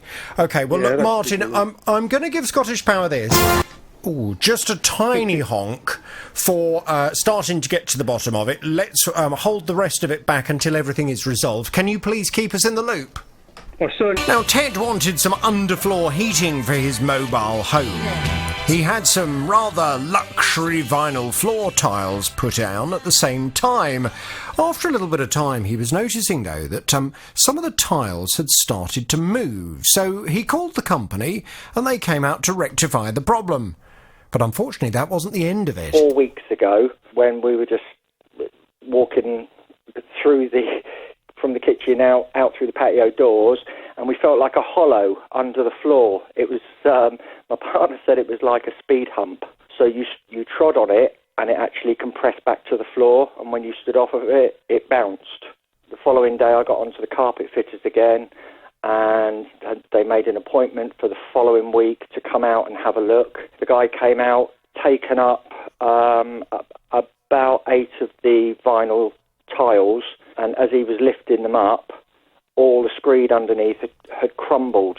Well, Ted was very frustrated, and poor Ted has been stuck in the middle of a bit of a dispute, it would appear, between the flooring company and the electrician who fitted the underfloor heating mats. Well, he asked if I could try and get involved and get things resolved. He's back on the JVS show now. Good morning to you, Ted. Good morning, Jonathan. Good morning. Right, so when I went off to have a word with the flooring company, the man that I spoke to there said, look, I'm going to go out and have a look at it, but my fitters are telling me that the problem with this is down to the electrician who fitted the underfloor mats, because the underfloor mats were not glued to the floor. He said it would be normal with this kind of thing that the underfloor mats would be properly stuck to the floor, but because they haven't been, he said what we suspect is happening is that as people are walking around on top of the floor, the heating mat is now moving underneath the screed, and that's what is then causing the screed to break up, and then the tiles are moving as a result of it. He said, I think the electrician is to blame for this. Well, when I spoke to you, you said that you'd had a conversation with the electrician, and the electrician had, rather bizarrely, from having previously insisted that he'd done everything quite according to the manufacturer's instructions of the heating mats, and he'd done everything properly, he had a change of heart and turned round to you and held his hands up and said, yeah, do you know what, I think this is my fault. I think it's down to the way I've fitted these mats. And he said to you, leave it with me, I will get it resolved. I'm going to talk to the flooring company and I'm going to get things sorted. Well, I mean, obviously you were just happy that someone was taking responsibility for it. We left you to resolve the matter with the electrician, but I gather he's now had another change of heart. What's the latest, Ted? What's going on? Well, after speaking to you, a few days later, I got an email from the electrician saying that he'd spoken to the flooring contractors, had a conversation with them, but he was now not happy that it was his fault, blah, blah, blah, blah, blah. But however, he's now put it in the hands of his insurance company, and they are going to look into the matter. And I had an email from him a couple of days ago to say, sorry, I haven't been in touch. The insurance company apparently are dealing with it. As soon as I've got some news, I'll get back to you.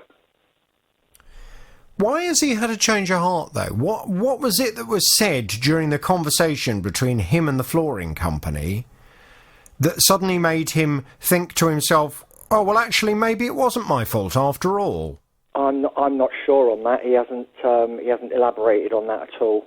He just said he's put it back in the hands of his insurance people, and as soon as he's got a reply from them as to what they think, he'll be in touch with us. Well, this is very frustrating because I still feel, Ted, as if you're stuck in the middle of both parties.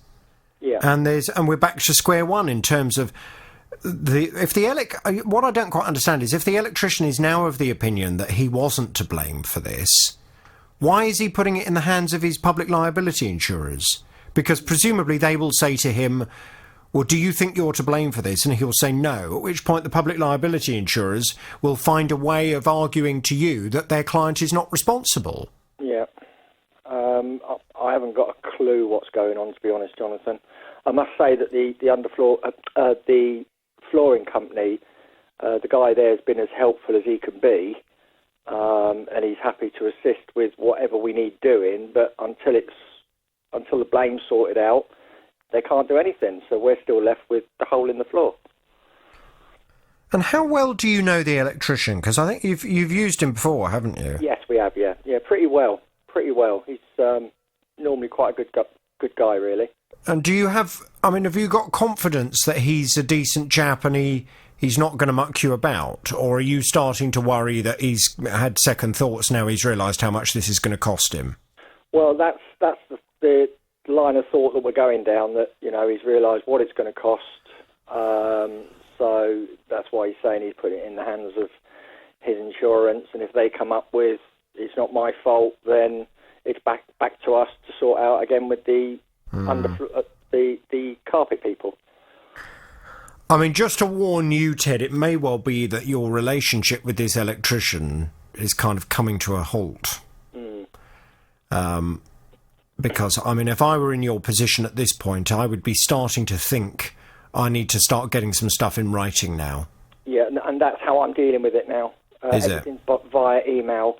And every email that I've had, I have sent a copy to your team. Yeah. So you can click it to the account or whatever. Okay, but in terms of the latest response you've had from him then, he's still saying to you it's in the hands of my public liability insurance. How long is he saying it will take for them to make a decision? He hasn't put a timeline on it. He's just said as soon as they get back to him, he'll be in touch with us, and that was on Wednesday, just gone. Right, okay. Well, do you know what I think I would be inclined to do? Give him till Monday.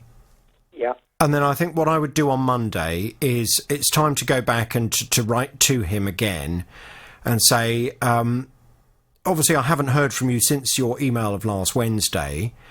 I appreciate you put this in the hands of your insurance company. However, be aware of the fact that in the meantime, I'm left with a floor that is becoming... I mean, would you describe it as dangerous? Is it a trip hazard, this floor?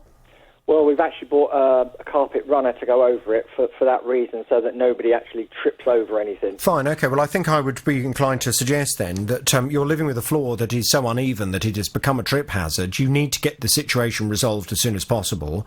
And I think I would be inclined to say, you know, I am feeling somewhat disappointed that you did admit that you were to blame for the problem. Now you seem to have had a change of heart. I want to know who is going to take responsibility for this floor and pursue matters accordingly. So can I please suggest that you respond to me within 24 hours explaining whether your insurance company will settle this matter or whether I will need to begin legal action?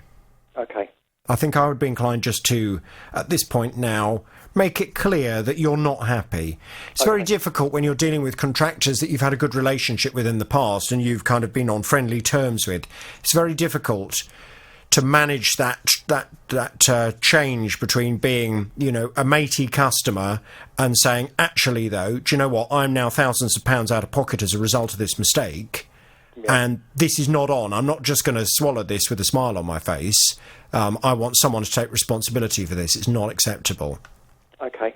Okay. Yeah, Ted, if you want to copy me in on that as well, I'll be interested to see what he has to say in response, and we'll take it from there. And if necessary, and this probably would be a little down the line, I'm more than happy to go and have a word with the electrician as well. Okay. I think in one of the emails that I did forward you, or attach you into, there was a comment on the bottom from the electrician which stated, please be careful who you're sending these emails to and what you say. So I think that was because I was forwarding them or CCing you into all the contacts as well. Well, okay. Yeah, so he's now already going a little bit on the defensive. So I think it's absolutely time to make this transfer over to absolutely professional customer and contractor relationship. And you need to put the ball in his court, give him a reasonable opportunity to respond, and then make it quite clear that if you don't get a satisfactory response, you'll then be escalating matters in a formal fashion, OK? OK, Jonathan, thank you very much. All right, Ted, I'll speak to you soon. Yeah, thank you. Thank you very much indeed. Always awkward, very awkward when you've used contractors in the past and then things go a bit pear-shaped. It's happened to me. I'm sure it will have happened to lots of you in the past, and trying to manage that relationship is very uncomfortable, very difficult indeed.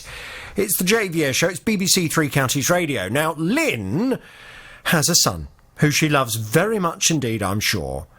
But unfortunately, parked his car on her drive, and one particular day in July of last year, for some strange reason, the handbrake failed on his car, and the car rolled down the drive, rolled into her house, smashed through the gate, and then ended up embedded in her living room wall.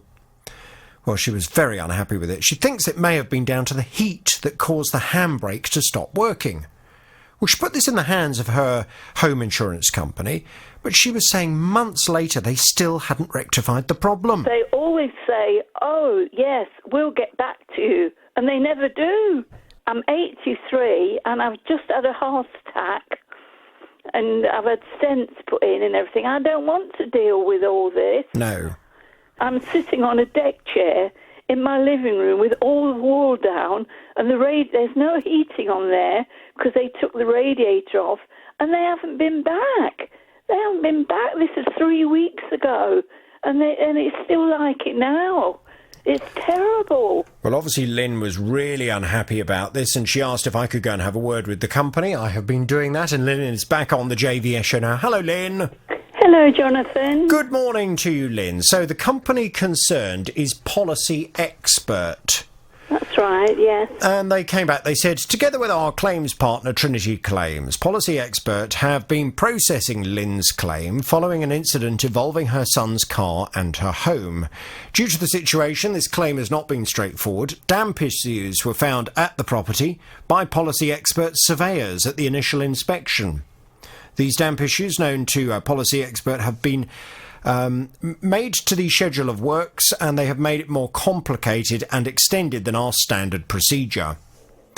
Lynn has now instructed Policy Expert to carry out the works, which shall be completed by our network of specialist surveyors and builders. We're working closely with her to ensure the works are completed within the agreed timescales and that Lynn is fully updated at every step. We apologise for this unusual extended length of time that the claim has taken and for any inconvenience this has caused. We are looking forward to completing the work and getting Lynn fully back into her home, which was great. And indeed, you were then told one or two things in terms of people coming out to do bits and pieces, but then I know you had to go into hospital. They let you down before you were due to go into hospital, and it's been a couple of weeks since we last caught up. That's right, yeah. Well, I went back to Policy Expert and said, can you just let me know what is happening with this now? They've come back with a further response. They say, unfortunately, the contractor due to attend Lynn's property was taken ill. Lynn was contacted at 1:17 in the afternoon by the contractor who explained the situation and confirmed that the work would be carried out on Friday and Saturday of this week. Well, this was sent a little while ago, a couple of weeks ago. The decorating work is scheduled to commence next week, as planned. So whilst there is an unfortunate delay to the work starting, the completion of the work should be unaffected. Well, then, of course, you had to go into hospital. So where are we now, Lynn? How is your property? Are we any closer to getting it sorted? Well, after you got in touch with them, everything went mad. They came and they started doing things, and I was thrilled to bits. I thought, oh, it's going all right. But then it slowed down, and there's various things now, small things that still want doing that they haven't done, and I can't seem to get them onto it. OK, let's just go through those, Lynn, because as I said to you, and as I always make very clear on my programme, I stay across complaints until we get things sorted. So it is not a case of people tell their stories, I then get a response from the company, and I say goodbye to you, never to speak again. I make sure that the companies do indeed follow through on their promises they have made. And if they haven't yet resolved the problems, and if it is, I mean, obviously we do have to be a little bit fair, Lynn, in terms of you were in hospital for a while. That's so right. that of course was something out of their control. That's but right. if there are still issues now, I need to get back onto them and get them sorted. In terms of the wall and everything, you're now secure and warm in the house? They've got the wall done, yeah? Well, they've put the wall back up. Yes. And they've papered the wall, and they put the radiator back on. Yes. But they discovered that for 3 weeks, while the radiator was off, it was leaking, and it's ruined my carpet. And they haven't told me what they're going to do about that. Then I needed a border put up in my living room, which they said they couldn't get a hold of. They've been trying. So my son... What, like a decorating border? Yes. And they've decorated the room, but they've just decorated the skirting board. They haven't done the doors, and which I've thought, oh, well, go to hell, let it be. I can't be bothered to keep on to him about that. And then my son said he will go and get the border on Monday, and then they can come and put it up. Well, I'm still waiting for my gate to be put on, which they haven't put on yet. And also the wire to the internet is all down, which they haven't put back up yet. And also they promised that when they moved my three-piece suite out, they would clean it. But I haven't heard anything about that. We've asked them about it, but they haven't come back with an answer. Fine. So I need to go and speak to them about the carpet, the border, the doors that need painting, the gate being put on, the internet not working, and your three-piece suite being cleaned. That's right. Well, it's quite a list, isn't it? Right. They're all minor things, but they're things that I'm going into hospital again on the second week in July, and I need these things to be done before I go in. I don't want to keep worrying about all this sort of stuff. Leave it there for today. I promise you, I will go back to them this afternoon. I will raise these issues and we'll take it from there.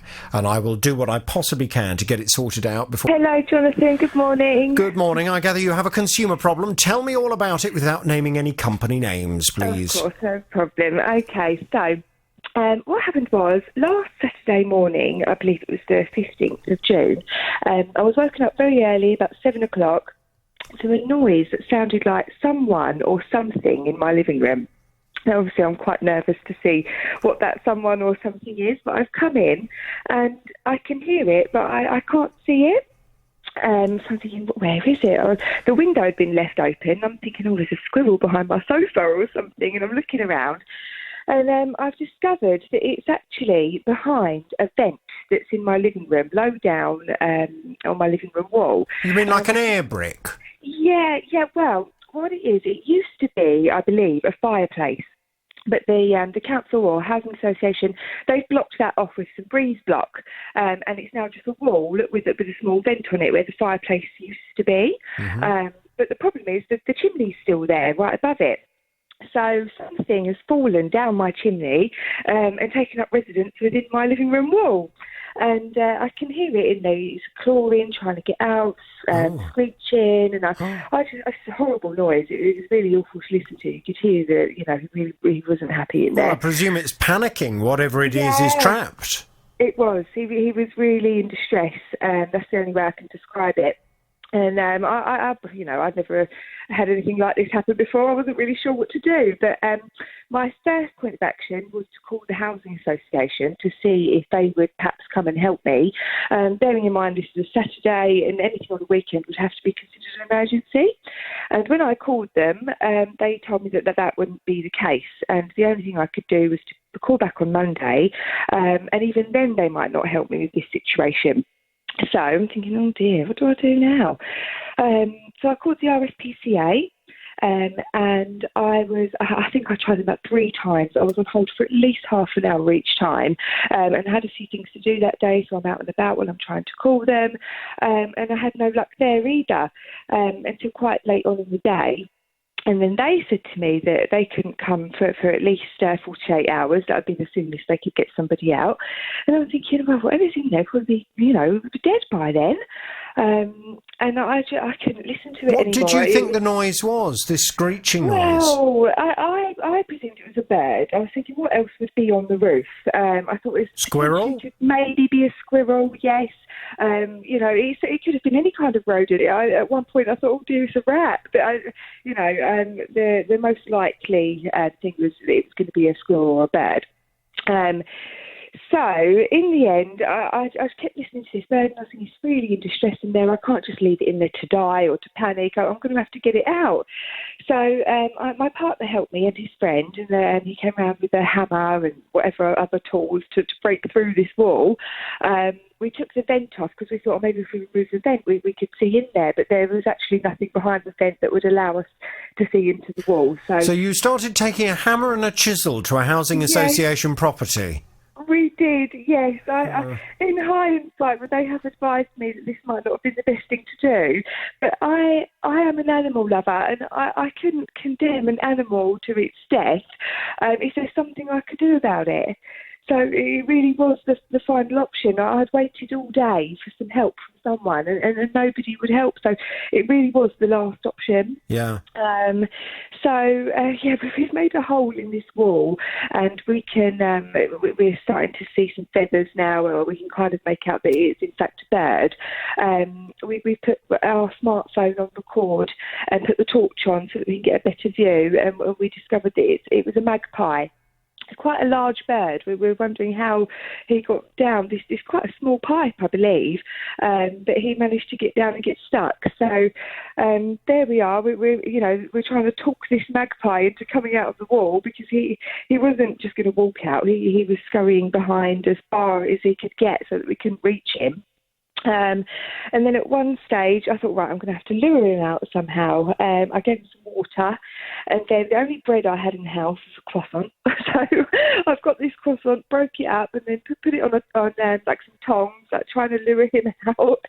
And what he actually done, he stuck his head out the hole, grabbed the croissant, and went back in. Away. He literally stuck his head out, and then we can see him. We were cracking up just like you are now, Jonathan. Honestly, it's hilarious. We can see him in there now, munching away on this croissant, not a care in the world. And I don't think he wanted to come out now. He probably thought, "Oh, this will do me." I think I'll stay here and get him dead, watered, Oh dear. And then so the croissant was gone. I didn't have that leverage anymore. So we had to then hack away a bit more of the wall so we could get God! So you're demolishing more of this property. I know. So my partner's put his gardening gloves on, reaching in there, trying to get this bird, and eventually we got him. And he came out, and he's but then my partner accidentally let him go, so he's flying around my living room. He's gone into the window and nearly knocked himself out. He was a bit dazed. Yes. Oh dear, oh dear. You haven't heard this one before, have you? I've never. I so often think I've been doing consumer programs for 20 years, and I so often think I've heard everything. And then someone like you will phone in with something completely new. Quite unusual. Yeah, so you ended up with this magpie flying loose around your living room, presumably in a state of panic. Yeah, basically. We did have both the windows open, but he managed to pick the one window that wasn't. So he slowly to the window. Then he got out, brushed himself off and came out the window. And we watched him fly for quite some time, so he was fine. Yes. But unfortunately, that left me with quite a large hole in my living room. So this little bird... demolished living room? Yes. I've got bricks all over my floor, sawdust, or whatever you want to call it, in a big hole right in my living room wall. But I saved the bird's life, so,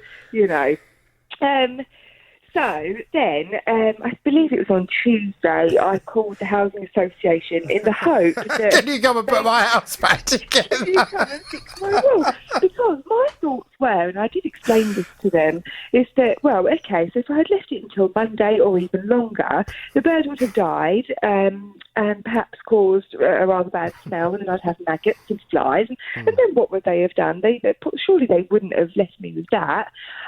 So I assumed they would have done something similar to what I did, but they told me perhaps not. And the last thing they said to me, I actually went down to the offices because I just wasn't happy with the result that I got, and they told me I should have let nature take its course. No, I wouldn't have thought so either, because I really think one way or another they would have had to get that bird out, whether it was alive or dead. Well, absolutely. I have some friends who live in London. And I went round for dinner at their place once, and I went to the bathroom, and as I went into the bathroom, there was this terrible smell. Oh, yeah. And I thought, horrible smell. So I came out, and I said, I don't mean to be rude, but there's this terrible smell in your bathroom. Mm-hmm. And they said, I know, it's the rat. I said, what do you mean?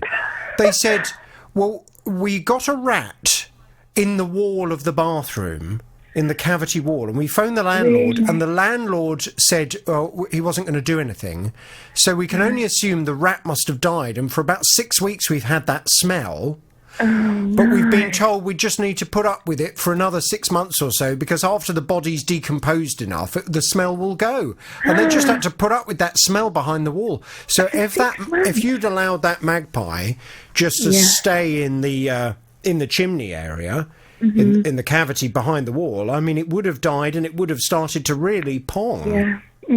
Yeah, that was my point. And I just thought that one way or another, that's what would have had to be done, and at least my way saved the bird's life. And they're basically saying that because I made the damage, I should have to pay for it. I don't know whether that's legally acceptable. I'm not sure. But then I got in contact with you guys, and I'm hoping that you might be able to help me. Well, I think there probably is an argument from their perspective that, yes, you're the one that knocked the wall down, you should have to build it back up again. I think there probably is, from a legal perspective, the responsibility is probably on you. Okay. But having said that, I completely see things from your perspective. And surely a little bit of common sense is necessary in this case. You did what most of us would do if we had an animal that was trapped behind the wall in our houses. Most of us, if push came to shove, would end up having to make a hole to get the animal out. Yes, we would not just let it die. Away. Yeah, I tried all other options. That was my other point. So I really did. How much damage is actually done? I mean, to what extent of work is necessary? I'm looking at it right now. I did actually email over you a picture. Did you? Have a look at. Yeah, I did, to Laura. Laura's not here today. So is there any chance you could forward it on to JVS Show? Sure, at bbc.co.uk? Yep, I'll do that straight after the call. Yeah, no problem. Okay, because I would like to... do you mind if I share that with my listeners as well, so everyone can see what you've done to your room? Yep, have a look. So what is it? What do you describe it to us now? Okay, so there was a big hole in the wall, and lots of obviously the bricks had all come out. And what I've done, I'd say the hole is probably the size of the average human head, maybe a little bit bigger, perhaps. And it's quite big. Yeah, it's quite big. And then there's obviously where we've the infrastructure around it has started to crack as well. So I'm not sure if they do anything about that. But what we've done, we've just filled it back up with the bricks, and I put my footstool in front of it, and I'm pretending it's not there. I see. Right. Well, I think, Well, I think we need to just get a call into the Housing Association. We do. Tara, can we just get some detail? Let's get a call into them. And can we just say, look, we totally get from your perspective, you're not the ones that made this hole. But having said that, I'm sure as a responsible landlord, you recognise the difficult position your tenant was in. You know, and morally, I believe they should help. Well, and I think one particular argument that we may well be able to make is, when they blocked off the chimney, why did they not put a bird guard on the chimney at the top? Because... And when I asked them to do that, they even refused to do that as well. They said that would also be my responsibility. What, to put a bird guard on the top? Yeah, if you start, if you've got a chimney out there on your property and you've not got a bird guard, I mean, this kind of thing can happen. Yeah. If you've actually got a fireplace, I guess it's not the world, because you just get a chimney sweep round with his brush and he shoves it up and the dead bird would go flying out the top of your roof. But if all the fireplace has all been bricked in, then once the bird has come down there and died, there's no way of getting it out, is there? That's right, exactly, other than what I done. So there was no vent in there at all then? There was a vent, but behind the vent there was 6 small holes, and that was it. Oh, okay, yes. So I think we need to just argue to them that the situation is what it is. Can they now work with their tenant to try and get this resolved? Let's see if they can help. Yes, we'll put that call in. And I think putting a bird guard on the top of the chimney would probably be a good idea, so this doesn't happen again.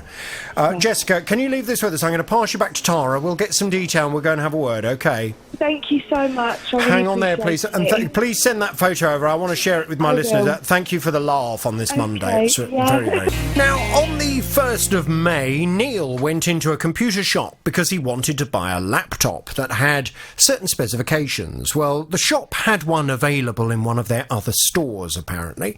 It was a pre-owned one, and they said to Neil that it would be fully refurbished before he received it. Well, Neil thought this all sounded rather good. He did ask them to upgrade the RAM on it, which the shop said, yeah, that's no problem, and they settled on a price of £770. Well, this was the part where alarm bells should have rung for Neil, but they didn't. The shop said, we only take payments in cash or by bank transfer. We don't accept any card payments. Well, Neil went down to the cash point, took out the cash, and came back and handed over all £770 to the guy.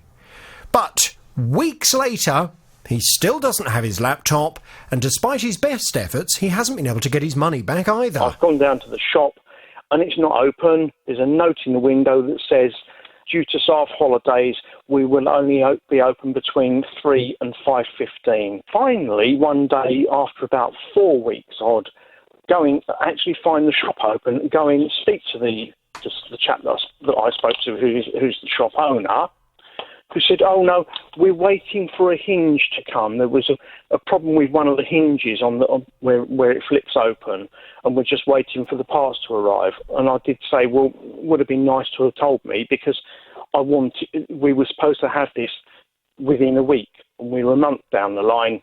Nothing's, and I haven't heard a word from you. Well, Neil's obviously very unhappy about this, and I promised him I would contact the man who runs this shop and have a conversation. That has not been straightforward. Neil is back on the JVS show now. Good morning to you, Neil.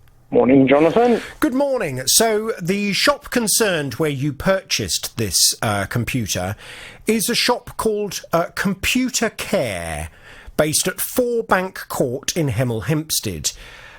This company also operates under the name of Computer Centre, and it's run by a man called David Pleece. Now, that's Pleece. Now, Mr. Pleece, it would appear, also owns another shop in Hertford. I have tried at both branches to make contact with him, and I have been unable to do so on the telephone. I was also given his personal mobile number. He hasn't answered that at all. What is particularly concerning is, having done a little bit of research into this man and his companies, there are, if you look on the internet, a number of very unhappy customers who all seem to be complaining of similar problems to the one that you've had, i.e. they've paid money, and as a result of paying money, they've had absolutely nothing in response. Well, as you can imagine, that was a little bit concerning, and I have tried to put all of this to Mr. Pleece. Since we last spoke, I know he has entered into a little bit of dialogue with you via text message, because he emailed me and said, I'm concerned that Neil appears unhappy with the contract of supply he entered into with the business. Whilst we will not normally discuss the details of individual supply and repair contracts with people other than the customer directly, it is fair to say that if Neil has not yet received goods or services he ordered, it is highly likely that those goods or services are not yet due under the terms and conditions of the supply contract. Neil will have willingly read, signed and thus agreed to documentation detailing the terms, conditions and supply time of the goods he ordered. Neil will be contacted directly by text message to clarify the current position and to advise him in due course when his contract has reached fulfilment stage. Well, I know you received a text from him. You have requested a copy of the paperwork that you signed, as indeed have I. That has not been forthcoming as far as I'm concerned. Have you received a copy of that paperwork yet? I received a copy in the post on Saturday. Did you indeed? But I have actually emailed, messaged over copies to your team. How have you done that? Through the 81333 number. Okay, well, I would need that to be emailed over, if you could email that over. Our text system, as you can imagine, is not designed to be taking email attachments. Well, she did say that she'd received it. Okay, well, I think it was Laura I spoke to last week. Okay, well, I haven't been able to see all of that, but what does it say? Have you signed up to terms and conditions that state this man can take forever to give you your laptop? It's a repair sheet, repair booking in sheet. That's the header on it. And yes, it gives up to 3 months. But he said, no, that's okay. When we were in the shop, the arrangement was within 1 week. He said it was in stock at the Hertford shop, and he would get everything done within 1 week. Verbally, that was told. That was verbally. Mm-hmm. So on this computer care, and on the top it says repair booking in form. Then it just gives my details and the details of the machine involved. And there's a paragraph that says about please note that by default we always suggest that computer has formal diagnosis of the reported fault. He's put a strike through there because it's not a repair that I've taken in. But what does it say about the time? That's the crucial bit, Neil. On this front part, it says nothing at all. On the terms and conditions thing, it says, I understand while my due care and attention will be observed, all data and so forth, nonsense. And it says, it does actually say on there up to 90 days. Up to 90 days for you to receive the goods? Yes. OK, but you didn't read that when you signed it? No. OK, and he didn't give me a copy of it. OK, back to Neil then. So Neil, on the 1st of May, went to a computer shop called Computer Care, based at Fourbank Court in Hemel Hempstead. He handed over in cash, because the shop said they did not accept card, £770 for a pre-owned computer. It is now the 24th of June, and Neil still has no computer, and despite his attempts to get his money back, he's been unable to do so. I have tried to make contact with the owner of this shop. On the telephone, I have failed to do so, despite having tried him at both his Hemel Hempstead branch and also his Hertford branch. The man who owns this company is David Pleece, P-L-E-E-C-E, and despite my attempts to make contact with him, I have only recently managed to do so by email. Now, just before the news headlines, Neil was telling me that he has been sent over a copy of the terms and conditions that apparently he signed in the shop on the 1st of May, and in those terms and conditions that Neil admits he did not read, it says that the company has 90 days to fulfil the order. So that's 3 months from date of purchase to fulfilment of the order. Now, Neil, you said you didn't read those terms and conditions at the time, but you say verbally he told you it would be a week before you had your computer, yes? Yes, he glossed over this terms and conditions thing. He said that's only really applicable if something's coming in for a repair. OK, well, the problem is you have put your signature to a piece of paper, but the crucial bit, and this is what is interesting, terms and conditions have to be reasonable. Now, I think what's the interesting question here is it reasonable for a shop to say to a customer that they hand over the money in full for an item and will not get their goods for potentially 3 months from that date of purchase? I don't know that that's reasonable. I don't think most of us would be very happy if we'd purchased something and we had to wait 3 months before we get it. Now, I did receive a further response from Mr. Pleece this morning. He says, Dear Mr. Vernon Smith, Neil has been reminded why his order has not yet reached fulfilment stage by the way of text messages sent in response to his inquiries on Wednesday the 12th of June, Thursday the 20th of June and Friday the 21st of June. At all times we have complied with the relevant trading standards legislation and of course will continue to do so.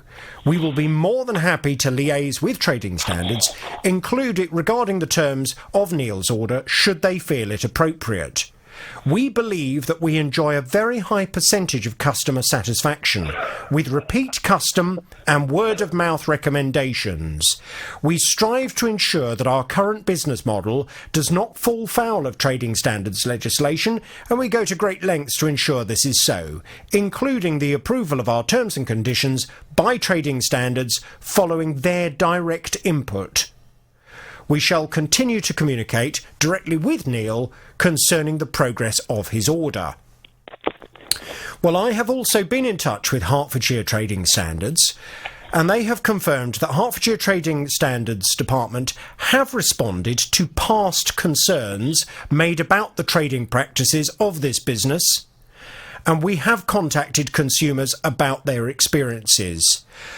They have now got your details, Neil, And I believe Hertfordshire Trading Standards will be looking into your case as well. But what I think I now need to do is I now need to seek some legal advice in terms of whether expecting a customer to wait for 90 days to receive their goods that they've paid for in full, is that reasonable or not? Those terms and conditions, are they reasonable, or could you challenge their legitimacy? I need to go and make that further inquiry. Apart from receiving the terms and conditions then, Neil, you've heard no more. You haven't got your laptop and you haven't got your money back. No. OK.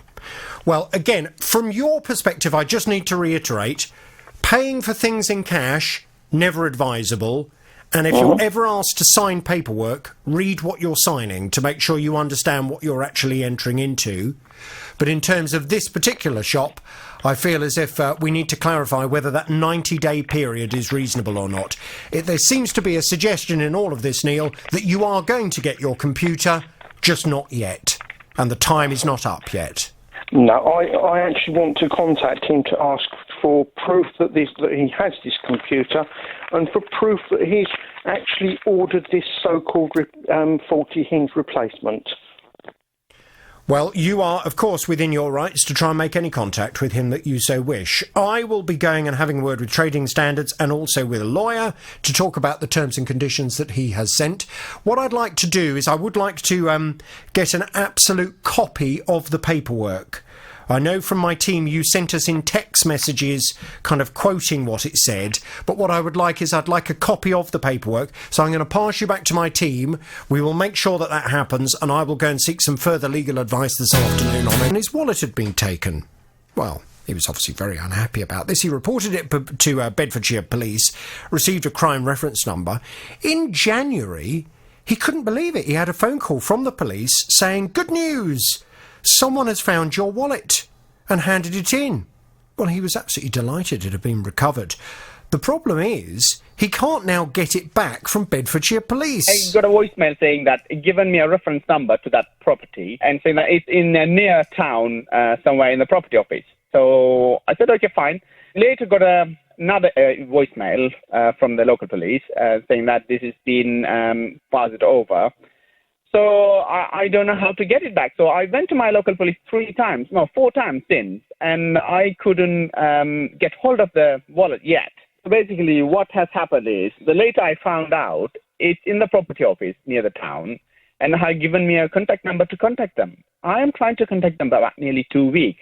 I have no success, unfortunately. Well, it's a bit crazy, isn't it, really? And we promised we would contact Beds Police and say, look, where is Arafat's wallet? You've obviously got it because you called him to say you've got it. Can he just have it, please?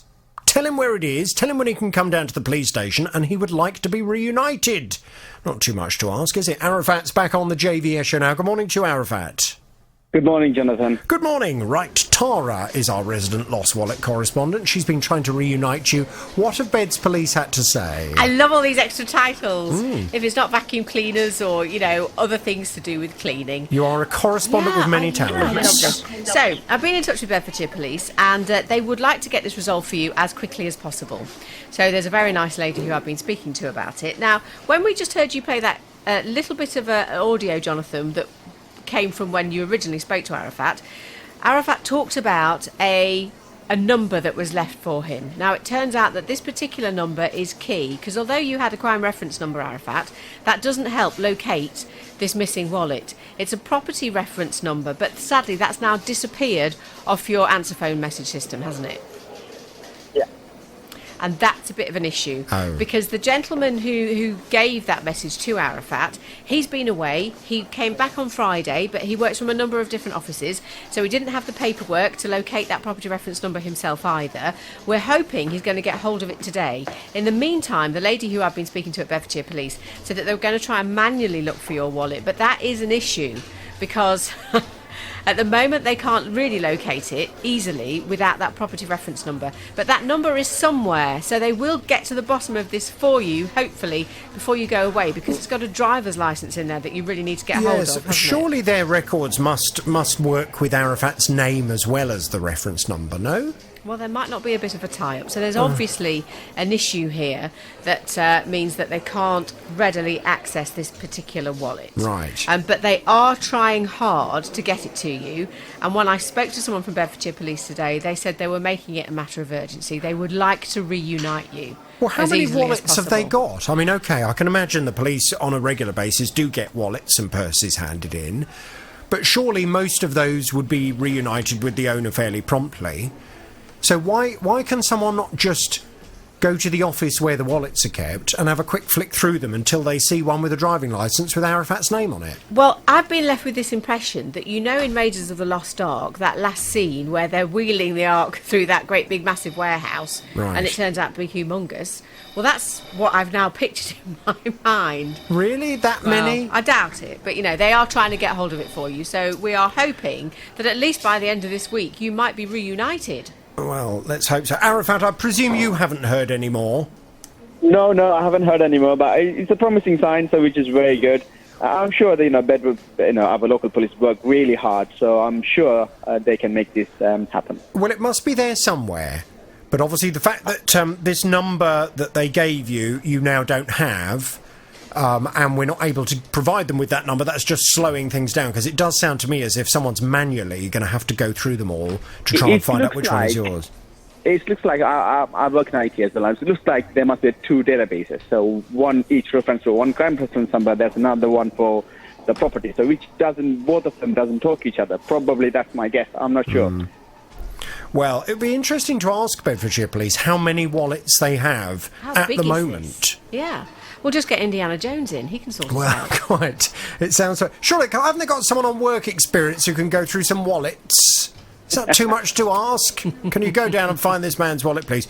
Well, Arafat, listen, let's wait and hear what happens after they've had a little bit more time to look for this, but we will keep across it until it's sorted. Beds Police know that, so I'm sure they'll be doing everything they can.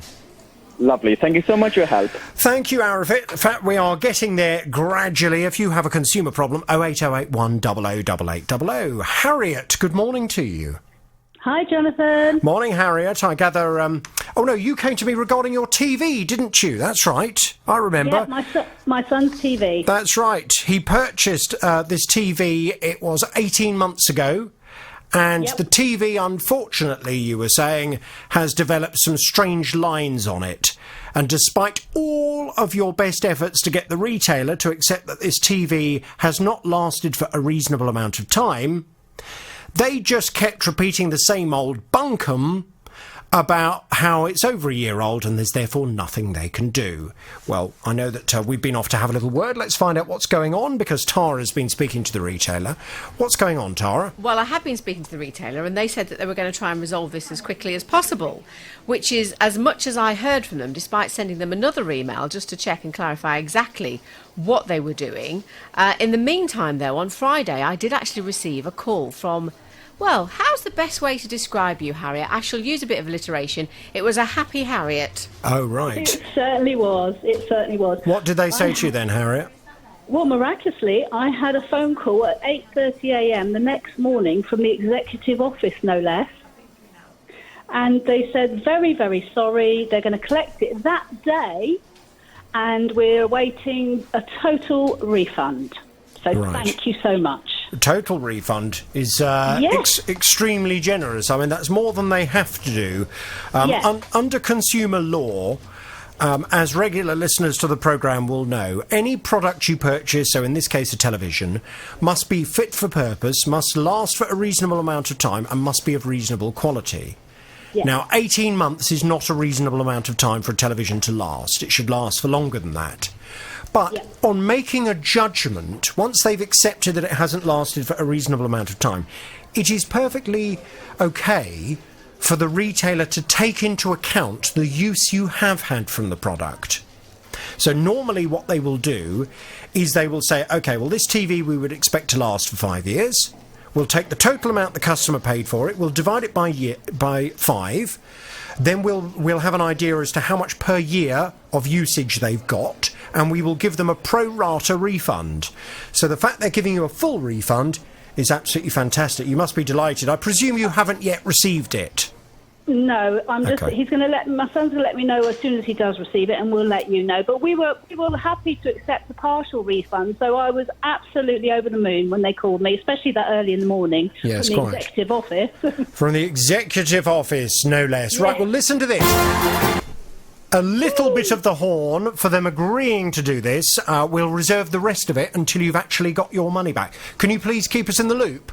Of course. Thank you so much to everybody. All the best. We'll talk to you soon. Now, Les has lived in his property for the last 29 years. Every day, he walks through a nearby close to access the local shops.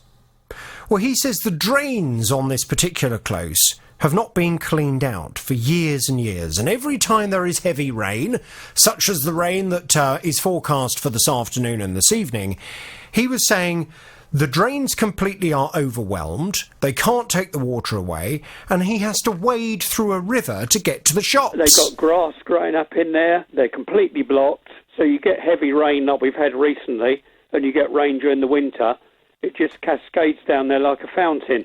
There's 3 drains up there, and they're full of grass, full of muck, full of everything else.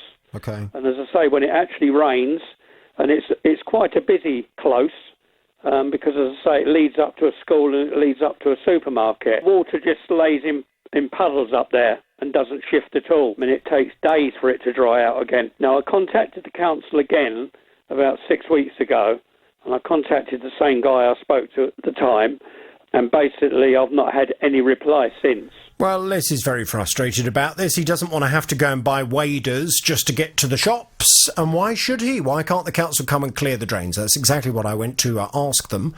And Les is back on the JVS show. Hello, Les. Hello, Jonathan. How are you? I'm good, thank you. Hopefully no waders or wellies necessary. No waders are necessary at all. Good. The council concerned, Luton Borough Council, they have assured me that they were going out last week to get this all sorted, and I gather, indeed, some people have turned up. What's the latest, Les? What's happened? Brilliant. I had a phone call in the afternoon of the day I phoned you from the council to tell me a guy would be coming the next day at 10 o'clock and would I show him the problems. He knocked dead on 10 o'clock. I went up there. It was the manager of the team who do the drain cleaning. He took all photo of the name of the close, said it should never have been left like it, but apparently it wasn't on their radar, as he called it. But he would get somebody within the next couple of days to sort it, and then he would give me a ring back. Well, the following day, when we went out, they'd already started on it at 9 o'clock in the morning. And they cleared all the drains up there, the 3 drains, right the way up to the middle bit. One now is a double drain, which I don't think anybody realised it was, because it looked like a single one. But they've actually done a fantastic job up there. They've cleared all the weeds as well on the first bit. Yeah. He did say he'd noticed something else, but I think that's a different department that will have to deal with that, so that's not been done yet. Okay. And I guess we're going to have to wait for a heavy downpour just to check it and make sure that it's working. Oh, I think it will run away, because I say you can see right down the drains now, no problem at all. There's no muck there whatsoever. Fantastic. The weeds that were all surrounding it and in it have gone. I call that a result, Les. Do you? All that a brilliant job, and, you know, it's thanks to your programme we got it sorted. I mean, the locals up there are delighted, because I went up there to take some photos myself, and some of the locals come out and said they've been battling for years to get this done. Nobody had taken any notice, and they wished me luck, but they didn't think it would happen. But it has happened. And as I say, it's down to your programme and your people. Well, it's a pleasure to be able to help you. We will thank Luton Borough Council for getting it sorted. Any problems, any other problems, Les, you just get back to me. No problem at all. And thank you very much to you and Tara for really getting in. Hello, Kim. Good morning, Jonathan. Good morning, Kim. I gather you have a consumer problem. Tell me all about it without naming any company names, please. Okay. In March, I purchased a park home, which needed work doing. So we contacted a specialist company. They came down and gave me a quote. It was a little bit above my budget, but we decided to go ahead. Well, I decided to go ahead with them. And unfortunately, they took money. They did some work, took the money, and left and never came back, and left me in rather a state, basically. So what was the work that needed to be done in this new park home? It was more or less a complete refurb, new ceilings, new walls, new electrics, some new radiators, new kitchen, new bathroom. Oh, gosh. Wouldn't it just be easier to, scrap the thing and build a new one? If I had the money, that would have been good, yeah. But it was going to be easier just to refurb it, just so that my future would have been secure, because unfortunately I'm in remission at the moment, so I wanted to get everything done so I didn't have to worry in the future. You've been battling with cancer, have you?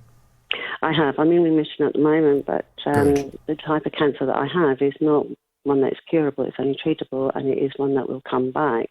I see. So you wanted to use this opportunity of remission to be able to get your house in order, and then to be able to relax, knowing that at least, any other battles you may face in the future, your property will not be one of them. That's correct. Okay. I actually sold a 2-bedroom flat so I could actually move where I've moved to, because my friend is there who would be able to help me once the cancer came back. So the property that you purchased, the park home, how much did you pay for the park home? The park home itself was $110,000. $110,000. And then you say you found this company to come and do the refurbishment. Mm-hmm. How much were they going to charge you in total for refurbing it? In total, it was £27,500. $27,500. And how much have you paid them? £27,500. What? They wouldn't. They told me if I didn't pay the money, they weren't going to come back and do the work. They did actually walk out once, so I had to pay some more money to get the builders back. And then once the whole $27,500 was paid, they came back on the Saturday, finished off a little bit on the shower. I went back up there, and the keys were in the letterbox. I phoned the guy and I said, why are the keys in the letterbox? And he said, you can put those under the mat. He said, so when the guys come back on Monday. On the Sunday, I rang him and left him a message to say that I was going to leave the key with my friend. But he never got back to me and nobody turned up. Okay, but hang on a second, Kim. How much work has been done? In terms of, if you had to put a percentage on it, what percentage of the work has been done? Everything has actually been done that I asked for, but it is not up to a reasonable standard. Okay. They left all my doors off. I've got a wobbly toilet. The kitchen sink is not flush, so you can slice your hand on it. The cupboards and drawers in the kitchen do not close properly. There's a big square hole up by the extractor fan. The new door that they fitted on the front hasn't been sealed complete. Well, they haven't actually sealed it at all. They just put the door in and that was it. So have you had anyone else out to have a look, and have they been able to put a figure on how much it's going to cost to get everything put in a proper condition? Not the complete works. I've just paid £1,000 out to an electrician that had to come and put all the electrics right. They pulled the dishwasher out and the socket was actually hanging off the wall. There was one socket that only had one screw in it on the kitchen counter. All the ceiling lights, they've all had to be redone because there was no earth there at all. This company that you've used, I mean, obviously it is so important to do your homework when you're finding a contractor. That is the same whether you're employing someone to come and work in a house or in a park home. It's really important to do your homework. My advice is always to only ever use people that have been highly recommended to you by trusted friends and family, and even then to do your research, to look them up, to see if people are saying positive or negative things about them on the internet, to see if they are accredited to any particular organisations, etc., or bodies. So how did you come across this company? A friend of mine, he actually went online and he found a couple online, and this guy came down and gave us a quote. But you do know, Kim, I could I could go online and set up a business repairing park homes, you wouldn't want me repairing your park home. I'd be useless. No, I know. With hindsight, my friend and I, we made a huge mistake. Well, I mean, I just need to stress that point because, obviously, for you, it's too late. But for other people listening to this programme, it is so important. You know, please don't go on the internet and, you know, Google local bathroom fitter or local builder or company that does park home repairs, all those kinds of things, and just say, oh, OK, well, they've got a website, looks all right, we'll use them. You have no idea who that company is, whether they are even a proper company. You have no idea whether they're going to do a good job. And you have no idea whether they are going to find a way of extracting £27,500 from you and then are going to do a terrible job and walk off without finishing it properly, which is exactly the predicament you're in. When you've tried to contact them to ask them to come back and put things right, what have they said? I haven't. I just rang on the Sunday and left a message for them to give me a call back, and they never called me back and no workman turned up. But at that point, I really don't want them to come back. The amount of damage and all the rubbish and everything that was left behind, I really just did not want them to come back again. So what would you like me to do? How can I help you with this, Kim? I don't know if you can help. I mean, I would like at least half my money back so I can get a new kitchen and bathroom put in. But even if it just saves somebody else going through all the trouble that I've actually gone through, all the heartache and the tears and everything, that would be a bonus.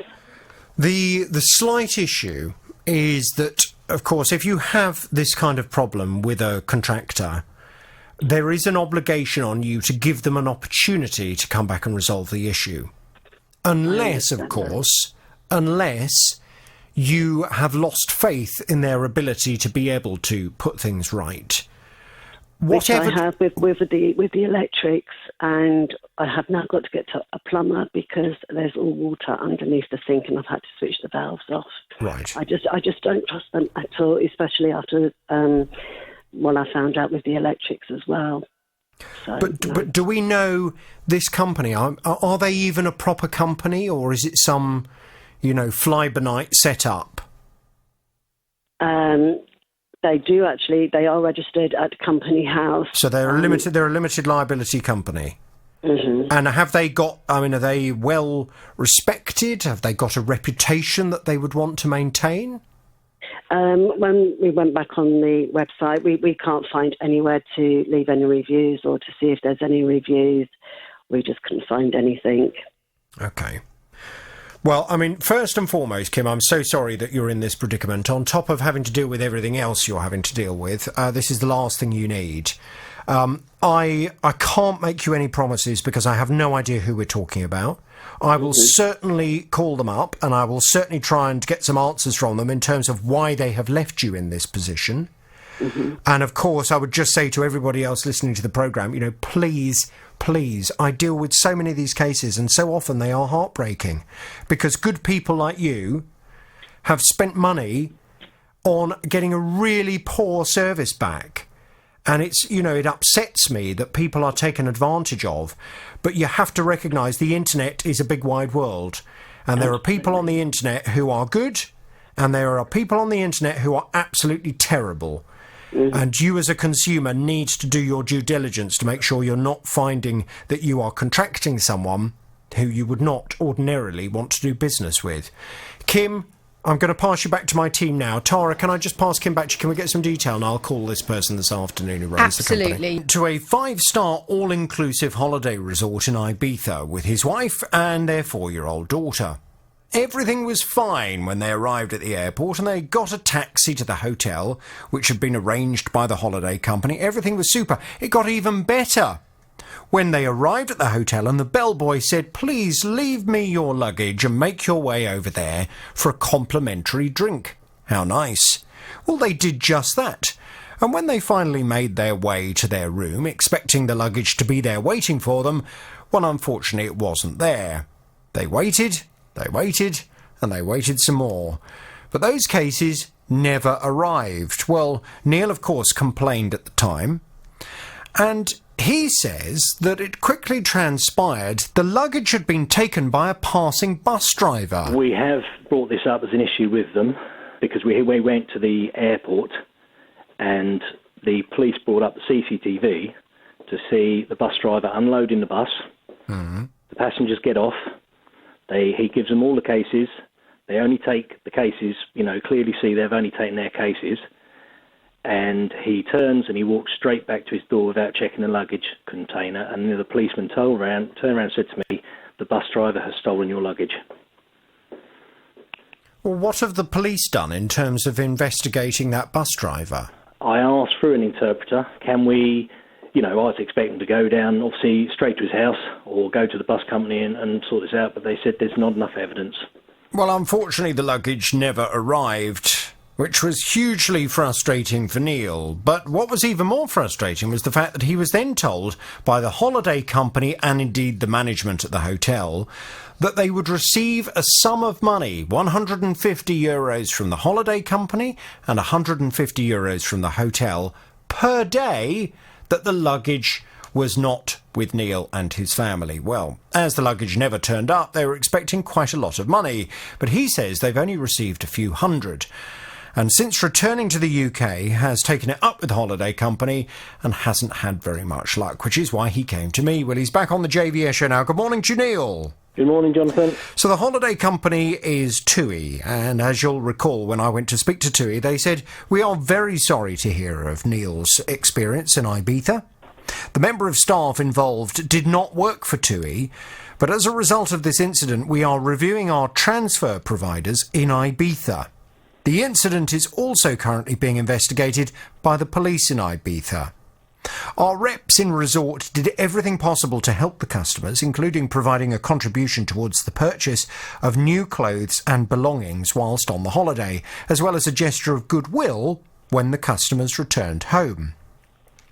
Well, no mention in there about this figure of €150 per day from TUI and €150 per day from the hotel provider. So I went to speak to them again, and they then said that they would prefer to communicate with you and to get things resolved with you directly. Now, when we last spoke, you said that you had received a call from them, and they did say that they wanted to know exactly what you were looking for. What was your position on this? You told them, they said, OK, we're going to go away and we'll come back to you, but they hadn't come back to you. So I chased them up again and said, look, can you please contact Neil and explain what your position is, because he wants to know whether he should accept your offer or take things further, potentially in the form of going to ABTA arbitration. Well, I gather that worked and you suddenly received communication from them. What's the latest, Neil?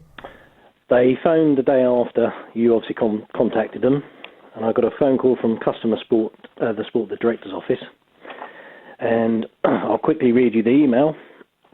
"Thank you for taking our phone call earlier. Just to confirm, as requested, we are pleased to offer you a full refund of your holiday, totalling £1,877.14.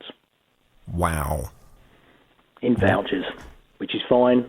We're more than happy with that. And if we want to take holiday anywhere in any of their resorts, if it's any more than that, we have to pay the difference, which we'd expect. And if it's any less, they will transfer the money into our bank." I don't know about you, but I call that a bit of a result. I know that you have also been speaking to the insurance company that you have holiday insurance with a view to potentially being able to make a claim through them for your lost luggage as well. So I'm hoping that you are now feeling much more positive. At last, yeah. I mean, that TUI also have said to me, if the insurance company will not pay out or pay out less than we were asking for, I've got to get back in contact with this lady at customer support, and if there's email or in writing from the bank saying what they're going to do, if it's anything less than what we want or if it's not what we want, they are happy to look at it and see what else they can do towards the insurance. Brilliant. Well, I mean, you can't really say fairer than that, can you? I can't, no. And, as I say, without your help, your radio station, and, the pressure you guys put on, I don't think we'd have got anywhere. Well, I'm just very pleased that they've agreed to get things sorted out. It's a horrible way to start a holiday. We all look forward to our holidays so much. and we all expect them to go nicely, and to have something like this happen right at the very beginning must have been absolutely dreadful. However, I'm so pleased that TUI have got things sorted out now. Shall I give them my horn and thank them very much? Oh, I think you should. Well, I will do then. And any other problem, Ryan, he's the man who had a nice new kitchen fitted a couple of years ago. Well, as part of this kitchen, the company were also putting down some nice new vinyl tiles to go on the floor. Trouble is, these tiles have started moving. But when they came to do it, they actually put the tiles on top of the original tiles. Basically, ever since they've done it, they've moved. They keep moving, and this time it's got quite bad. Got quite a few of them are moved. Well, originally they said, mumble. They come back and did it, so then it's all moved again. Well, Brian has had enough of it. I suspect probably part of the reason for this is that the vinyl tile should not have been fitted on top of an existing vinyl tile floor. It should all have been removed and a proper screed should have been put down first, but it wasn't. Now, Brian just wants a kitchen floor that doesn't move and look dreadful. Not too much to ask, is it, really? I've been off speaking to the company concerned that fitted the kitchen and the floor for him. They are Wickes.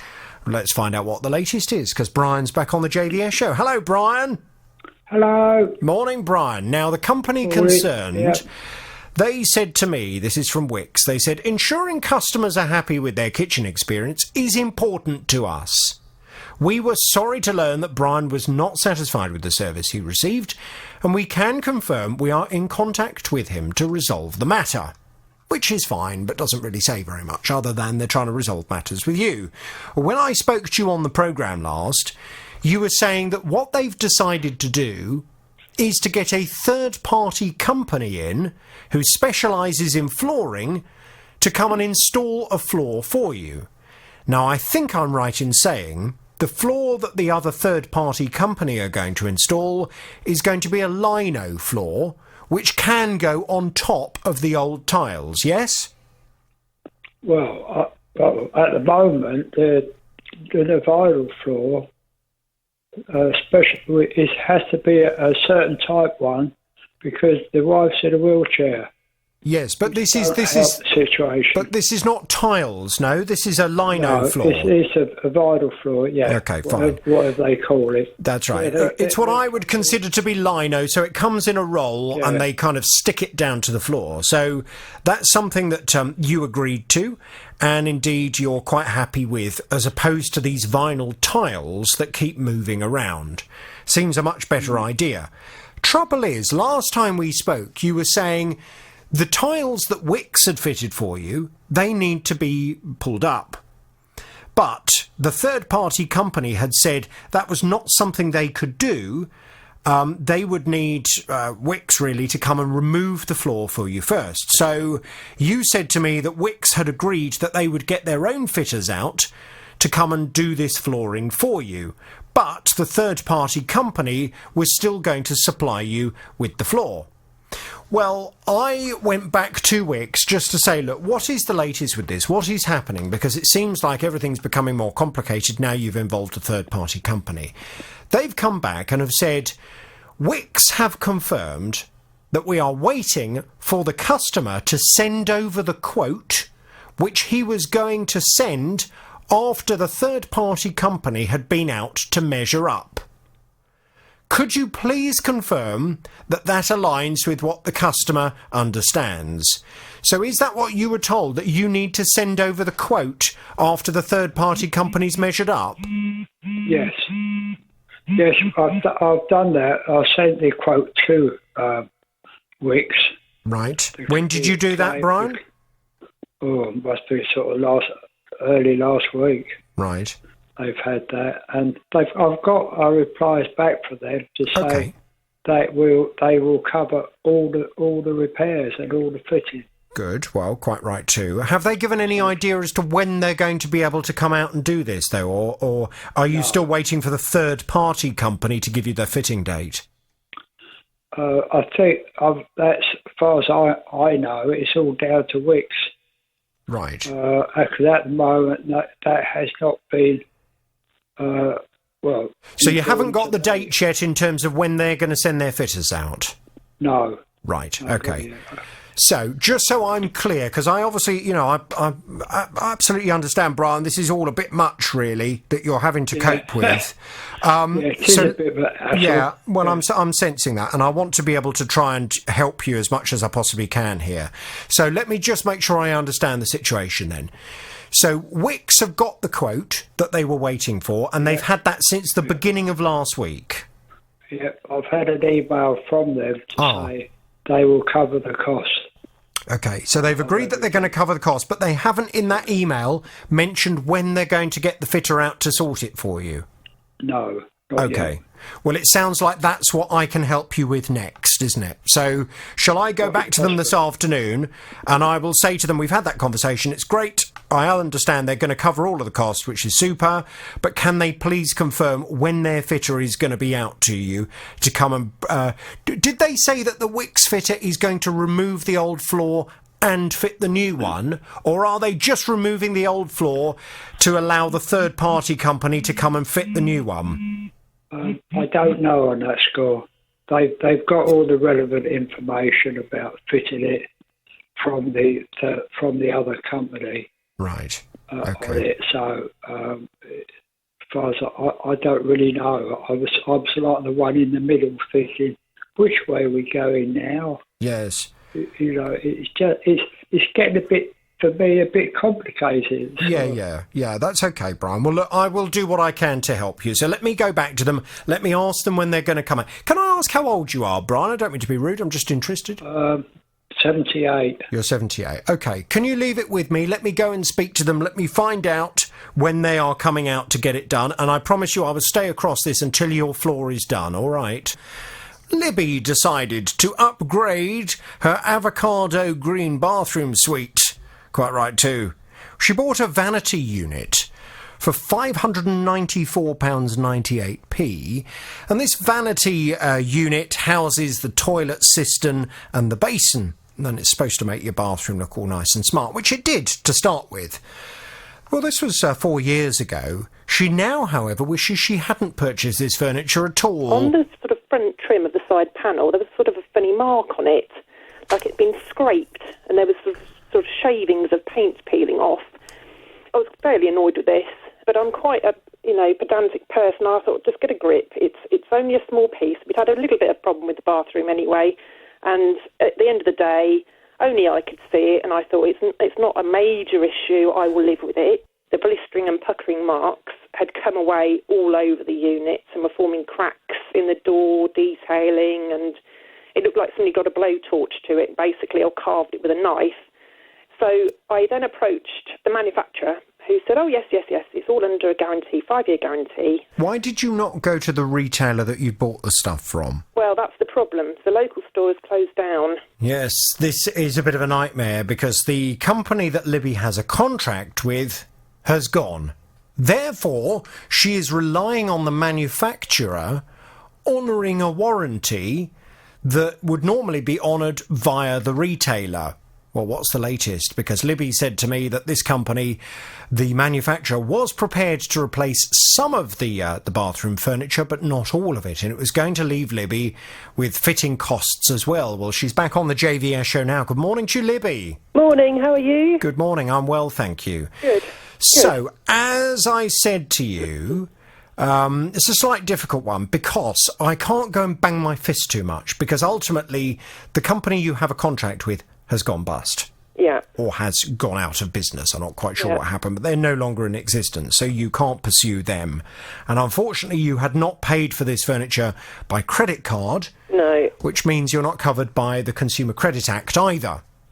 So I went directly to the furniture company, the manufacturer, and asked them to please respond. Now, I know that they have subsequently emailed you because they copied me in on the email. Shall I just run through what they've said? Yes.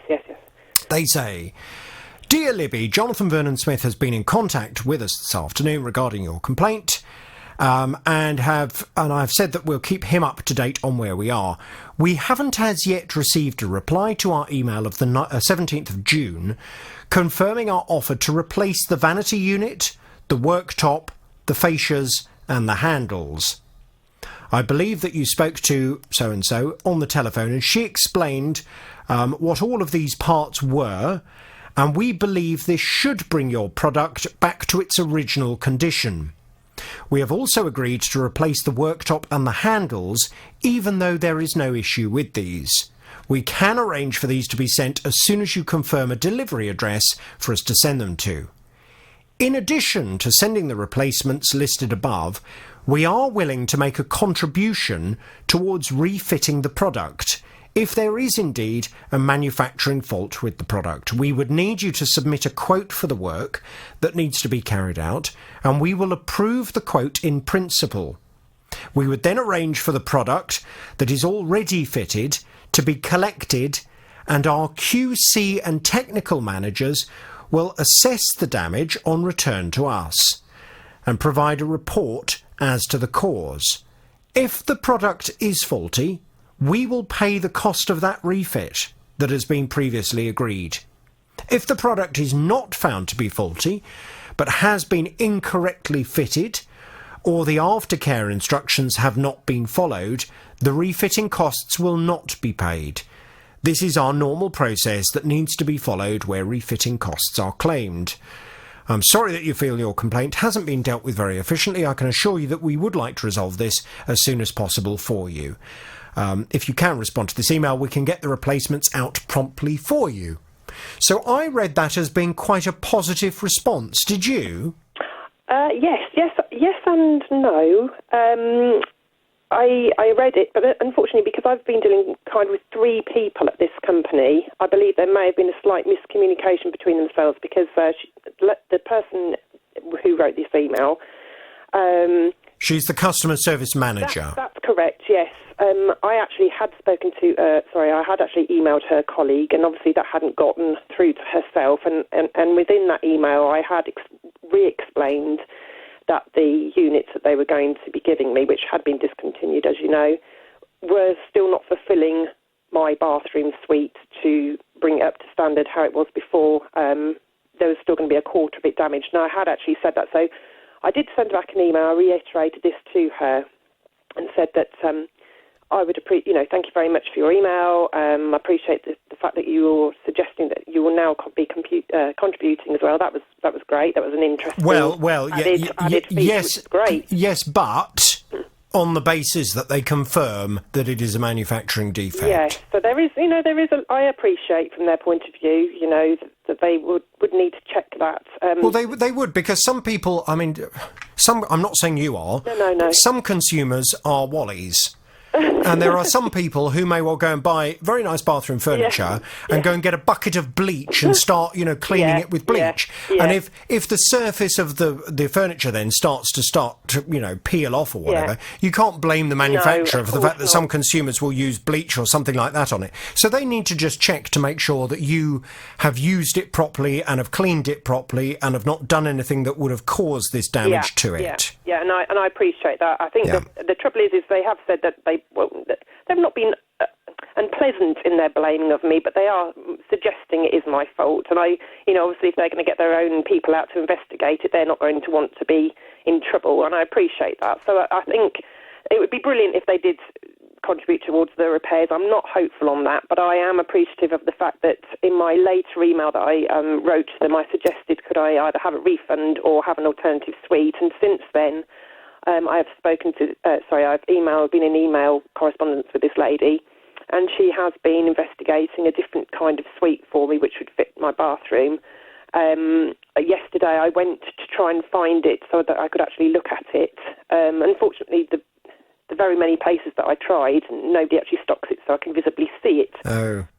But I did actually go to somebody who is extremely helpful. He showed me at least the panel colour of what it would be. Yes. And he was very helpful in providing a quote, if you like, as to what parts I would need. And I sent this off to the lady who I'd been dealing with since you spoke to her. And she's actually basically said, yes, that's what we're suggesting to you. So that's actually really positive. I'm feeling much more optimistic about it. So have you also now got a date in terms of for them to come and deliver the furniture and uplift the old furniture? Well, what I'm doing now is I'm actually literally today my plumber is actually going to come out and provide a quote, and to be able to tell me how much it's going to cost and if it's feasible. The unit that they're offering me is slightly deeper than the one I have, and I need to make sure that I'm going to be able to actually open my toilet door to get into the bathroom with this new suite. So at the moment, I know the lady is away today, so at the moment it's kind of a bit in limbo, and I'm just double checking that it is going to fit correctly. Great. So it's moving forward. I'm really pleased. Good. Well, I'm very pleased about that as well. I mean, they don't strike me, from the response they've given you, they strike me as being a decent, responsible company. Good. And I think, we need to also just keep bearing in mind the fact that if this manufacturer turned around and said, you know what, actually forget it, you would find it impossible to take matters any further because the company you have the contract with has gone. So I think we need to just bear that in mind. It seems to me that they do want to try and sort this out, and I'm very pleased. Can you keep me in the loop and let me know what happens? And if you need me to go and apply any more pressure, I'll happily do that. Great, and I'm really, really happy with what's happening so far. Thank you so much for your help. Discovered his car had been broken into and his wallet had been nicked. How frustrating. Well, he reported it to Beds Police and was given a crime reference number. Well, to be honest, he wasn't necessarily expecting to hear any more. So you can imagine his delight when in January he received a call from Beds Police saying someone's found your wallet and handed it in. And would you like to come and collect it? Well, Arafat was delighted. He's been trying to get his wallet back ever since, without any luck at all. Arafat's back on the JVS show now. Good morning to you, Arafat. Good morning, Jonathan. Now, just to put this in perspective, you live in Bedford, and you were told by Beds Police that the wallet was at Luton Police Station. And you've been phoning the number that they had left you on the message to say, please call this number and we'll reunite you with your wallet, several times, haven't you, since they first called you? How many times? Nearly about 2 weeks. I lost the count, sorry. No, but how many times have you called them? Oh, I think probably about more than 12 times. More than 12 times you have called Beds Police to say, I want to speak to someone about getting my wallet back, and you were saying you just cannot get through to anyone. What happens? Does the phone go to an answer phone, or does it just ring? It just rings and rings. Then in the end, it goes to answer phone. I left voicemail as well, but I never heard anything back from them. You didn't hear anything back. Now, we contacted Beds Police to talk to them about it, and initially they said to us that they needed some kind of reference number that you would have been given on your initial call, during the initial call, that I understand was an answer phone message left for you. But unfortunately, you haven't got that number anymore. So we were saying to them, can you please try and find this wallet using Arafat's name? Surely you must have some. Well, it would appear, based on what they were saying, that was going to be quite complicated. I don't know how many wallets they have to go through, but they were going to manually try and find the wallet in their Luton Police Station Lost Property Department. So, hopefully, they found it. Or have they? I know Tara received an email from Beds Police that, well, to be honest, Tara, you shrieked when this email came through. Tell us what it says.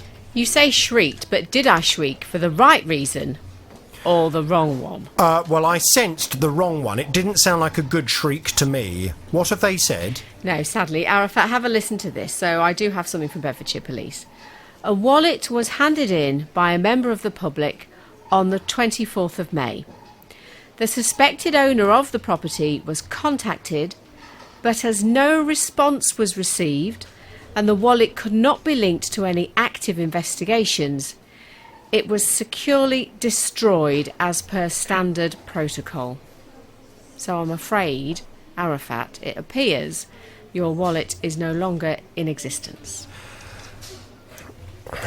Arafat, your response before my response. I'm shocked. It's not definitely May, so it's definitely. I was going to say that was the first thing I was going to pick them up on in that response. You told me when you first came to the programme that you received the call in January of this year to say that the wallet had been found. Is there a chance that they're confusing your wallet with someone else's wallet? Probably, basically, yeah. So, yeah. The thing is, which I didn't have any record of the date, so it's not definitely May. It's not definitely May. It's definitely before. But I didn't have a record of, because all my voicemails I got deleted, so I didn't have any record of the date. So I'm thinking they might have confused with someone else, because my name is quite a long name. So yes, but it's a bit worrying that having worked with your name, they've come back to us and have said that your wallet has been, what did you say, securely destroyed? How does one securely destroy a wallet? Well, do you know what? They might not have been working with Arafat's name at this stage, because they were waiting for someone to return from work who had the property number that would have been the message that was left on Arafat's mobile phone. Surely they wouldn't so have I'm not sure whether or not it was from that number, because they were tracking down and speaking to that officer. But Tara, why would they have come back to us to say they've securely destroyed a wallet if they weren't sure that it was Arafat's wallet they're talking about? No, they would even be more sure if they got hold of that property number, which they may well have done. But this is a nightmare. And to be honest, how do you securely destroy a wallet? And why would you bother to destroy a wallet? Surely you would keep it in case the person comes back. Well, it depends how big their story is. Look, I have emailed Bedfordshire Police back again just to find out a few things, including how long they usually keep lost property items for. Well, there are a couple of issues. I mean, I hope that they are launching an investigation to find out how this could have occurred. Yeah. Because this is very important. If you had something stolen from you and it was handed into the police need to have a process to reunite that property with you, the owner. Now, Arafat says he's followed their process. He's been calling the number he was left on the answer phone message. He's left messages on the answer phone and no one's called him back. And now they're saying they've destroyed the property. Well, how do we know this isn't going to happen to anyone else? Well, we do need to know exactly what has happened. They need to launch an investigation. They need to find out exactly what's gone on. Arafat, I'm not satisfied with the response. We will leave it there for today. Well, thank you very much for your help. On the 21st of May last month, I filled my vehicle with diesel from a retailer. I had about just under a quarter of a tank left. I filled it more or less to the brim with £50 worth of fuel. Once I've done that, it was absolutely fine. I headed back towards where I live in Dunstable, about 15 miles away, and I was pulling into a car park, and my car sort of suddenly just cut out.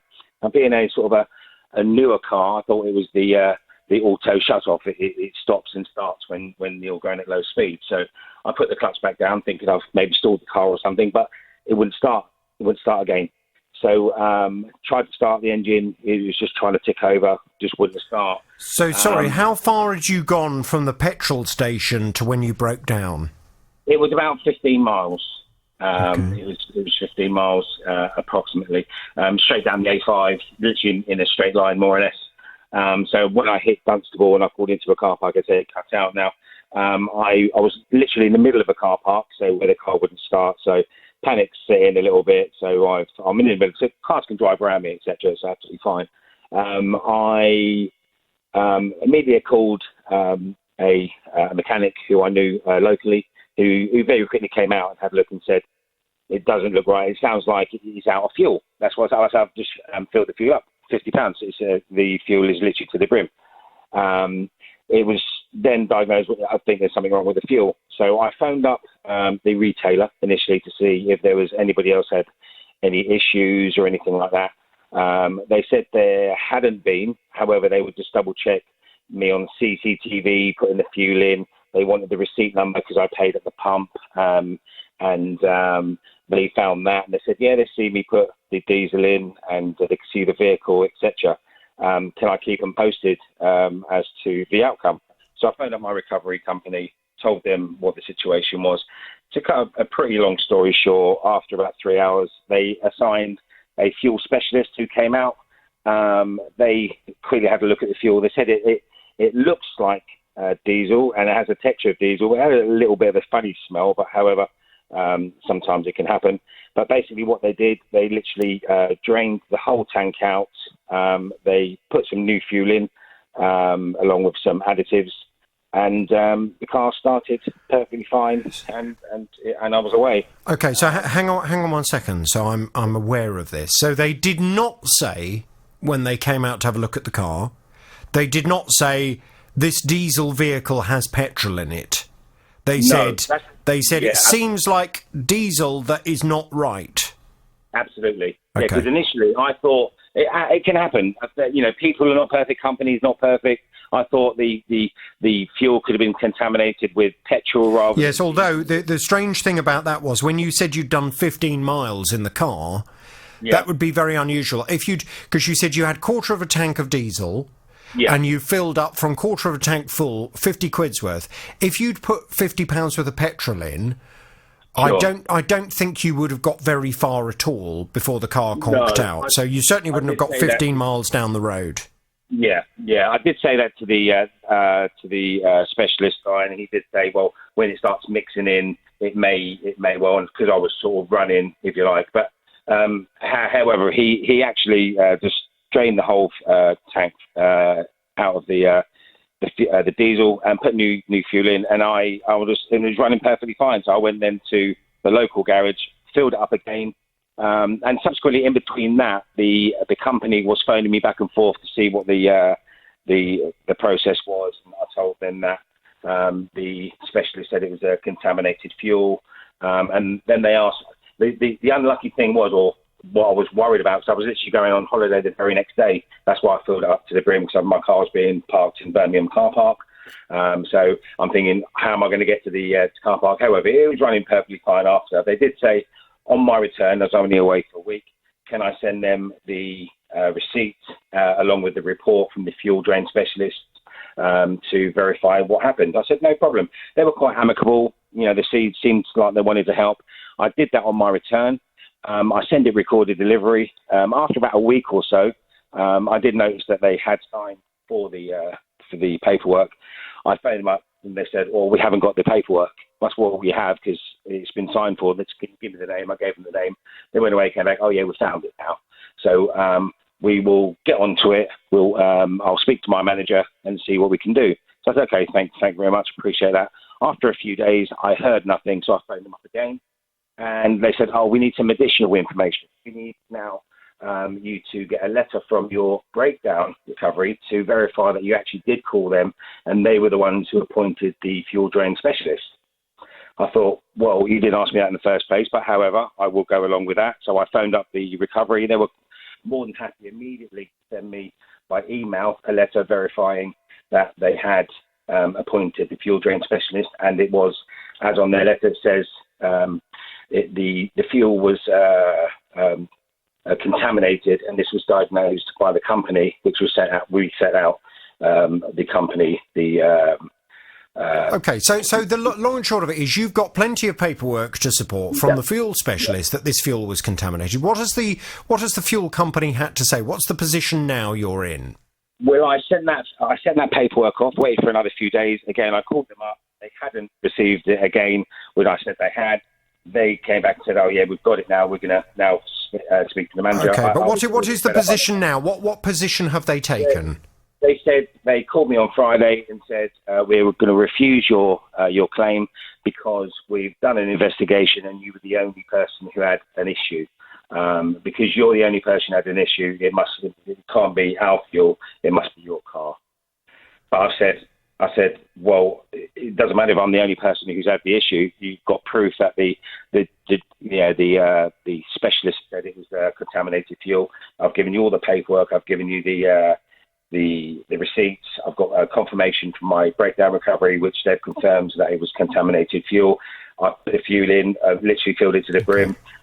You know, okay, well, it sounds to me as if we need to go and have a little word with this fuel company then and just ask them why, faced with this evidence, I mean, how else do they assume his fuel could have been contaminated? He filled up that afternoon, and just several hours later, there is a report from a fuel consultant. Yeah, but you had to wait 3 hours, didn't you, for the fuel consultant to come out? So you have a report taken 3 hours later, having broken down 15 miles down the road to show that the fuel is contaminated. Why do this fuel company seem to think there is any other explanation other than they sold you some contaminated fuel?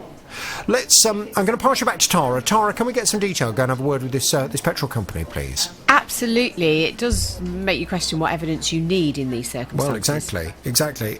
Mark, including the receipts and stuff. I do appreciate your help, Jonathan. Much appreciated. We will see what we can do. Mark, I'm going to pass you back to Tara now. We'll get some detail. We'll go and have a word. Fighting for your rights. The JVS Show. This is BBC Three Counties Radio. Now, last July, Lynn's son had parked his car on her drive. Her driveway is on a bit of a hill, and we're not quite sure what happened, but somehow the handbrake failed, and the car rolled down the driveway, smashed through a gate, and ended up embedded in her living room wall. Well, obviously she was a bit shocked. She thinks that it's the heat on that particular day that had caused the handbrake to stop working. Well, she contacted her home insurance company and expected them to pull their finger out and get everything sorted, but she came to me saying 10 months later they still haven't got it sorted. They always say, oh, yes, we'll get back to you, and they never do. I'm 83 and I've just had a heart attack. And I've had stents put in and everything. I don't want to deal with all this. No. I'm sitting on a deck chair in my living room with all the wall down, and there's no heating on there because they took the radiator off, and they haven't been back. They haven't been back. This is 3 weeks ago, and it's still like it now. It's terrible. Well, I promised Lynn I would contact the insurance company and try and get them to pull the finger out and get things sorted. Lynn's back on the JVS show now. Good morning to you, Lynn. Good morning, Jonathan. Morning. So the company concerned is a company called Policy Expert. Policy Expert initially said, together with our claims partner Trinity Claims, Policy Expert's been processing this claim following an incident involving her son's car and her home. Due to the situation, this claim has not been straightforward. Damp issues were found at the property by Policy Expert surveyors at the initial inspection. These damp issues, known to Policy Expert, have made the schedule of works more complicated and extended than our standard procedure. The statement continues that they will get things sorted and they will make you a happy bunny. Well, indeed, after that initial contact from me, when you appeared back on the programme, you were elated. You said, I can't believe it. They've been out. They're trying to get things sorted. It's amazing. What a change. Now, I know if we just fast forward to where we're at, you were saying that, yes, they have got a lot of it done, but there are still some outstanding issues. And you are a bit concerned as to when they are going to get those outstanding issues sorted. So I said to you last time we spoke, right, don't worry about it, Lynn. Leave it with me. I will go and raise those outstanding issues with Policy Expert and ask what's going on. Well, shall I run through the issues that you raised on the programme and see what their response is, Lynn? Yes, OK. They say, we have been communicating with Lynn and with her son, and we have agreed that our approved repairer is to attend the property on Wednesday the 26th of June, today, to complete the outstanding works. Now, they say the outstanding works. Number one, the decorating, including the doors and the border that you raised on the programme last time. They say your son has agreed with customer services that he would purchase the border and that our contractor will fit the border on Wednesday. These conversations happened consecutively on Wednesday the 19th of June and Wednesday the 26th of June. Well, it can't be the 26th because that's today. There has been no discussion between Lynn or her son and us regarding decorating any doors. Well, I did request the doors to be painted because they painted the border, but they've now come back and said they won't paint the doors, they'd just paint the border. So I thought, oh, well, I'll accept that. Were the doors damaged? No, the doors weren't damaged. Well, why would you expect them to paint the doors? Because it looks different. When they've painted the border, the doors look different. But I'll accept that they're not going to paint them. That's maybe pushing it a bit too far. OK. Then let's continue. Her side gate has not been installed. It was agreed by Lynn's son and our customer service department that Lynn's side gate would be installed at the same time as the border. to avoid any further inconvenience. So I think they're going to do that today as well. Well, no, a man came this morning and fixed my border, which he's done it very well, I must admit. Good. But I said to him, are you going to fix the gate? And he said, no, a man will come this afternoon and do it. Oh, right. Today. Okay. So I said, okay. So things look as if they've moved and I've got things done. Thanks to you, Jonathan. I wouldn't have got all this done, you know. I just wouldn't have, because they say that the damp held them up. They only discovered that little damp thing about 3 weeks ago, and that's July since they started this job. Okay. But well, I'm pleased that anyway, it's working. I've not finished yet, though. Let's continue with the list that you gave me, because I did promise you. I promised you I'd go through everything you raised on the programme. Yeah. And I've done just that. The other issue you raised was your carpet. That's that right, had been yes. damaged by the leak. Now, they say there was a stain found on Lynn's carpet. However, our contractors felt the damage was not caused by their removal of the radiator. Lynn has chosen to have the carpet cleaned herself, but as a gesture of goodwill, the costs incurred for this will be reimbursed by us. So they're going to cover the cost of you having your carpet cleaned as well. Right, okay. But they did, it was because they took the radiator off that the pipe leaked, and it was leaking for 3 weeks and no one noticed. That's what made the carpet all go rotten underneath. Bit frustrating, but they've agreed they're going to cover the cost of cleaning the carpet. Now, regarding, you also mentioned to me on the programme, the internet cable was down. They say, we are not aware of an issue with Lynn's internet cable. This has never previously been mentioned by Lynn or her husband throughout, or her son rather, throughout this claims process. A message was left for Lynn on Friday to discuss this, and we are yet to hear back from her. Have you now spoken to them about the internet cable? No, I haven't. It's still hanging off, but my son said he will do that just to save any problems. He will do that. Oh, that's an easy one, is it? Yeah, Right. it needs to be put back on the wall. It's all hanging off the wall. Now, the other issue that you mentioned, the final issue you mentioned, was that your three-piece suite that had become very dirty because of all the problems and the mess that you've been living in after all these months, your three-piece suite needs cleaning. Yes, it does. They have said, once the work is completed on Wednesday, the 26th of June, Lynn will be contacted to find a suitable time for her three-piece suite to be cleaned.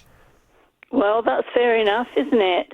So they're going to come and clean your three-piece suite as well, okay? Yes, okay. There is a firm that does it, that they're involved with, that they will get to come and do it. So, good. Yes, I'm pleased with everything that's gone on, and I'm pleased with what you've done, Jonathan. I know they wouldn't have done it without you. I just know they wouldn't have. So thank you very, very much. Well, when you first came to the programme and you were so stressed by it all, and I said to you, Lynn, stop stressing, let me deal with it. And I hope that having gone through all of this process, and hopefully by the end of, today, all the repairs will be done, and then you've just got to have this bit of cleaning of the three-piece suite done. Hopefully you will then feel much more relaxed about it. Are you feeling better? I will. And I must tell you, I Googled you to see what you look like. Gosh.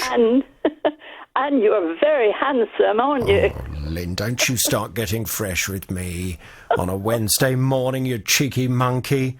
Listen, I'm absolutely delighted it's all sorted. I'm going to thank the company. I'm not going to give them the full horn. I'm going to keep a couple of honks left. Okay, so then. Listen to this. That's for policy experts so far. They'll get the rest as soon as you confirm to me your house is 100% finished. Lynn, please keep... Ailish came to me regarding her 8-year-old Labrador Dalmatian cross called Max. Unusually, one evening he was drinking quite a lot and constantly barking, wanting to go outside. It was all very odd behaviour for him. So she took him to the vets and he was diagnosed with diabetes. Max's treatment has cost Ailish £1,000 so far, but rather frustratingly, her pet insurance company is refusing to help. He has to be injected twice a day, but now he's gone blind, which the vet said to me, it would have been inevitable, but it's happened very, very quickly. The pet insurance, I've been in touch with them, and they've said the reason he was diagnosed with diabetes was because he was overweight.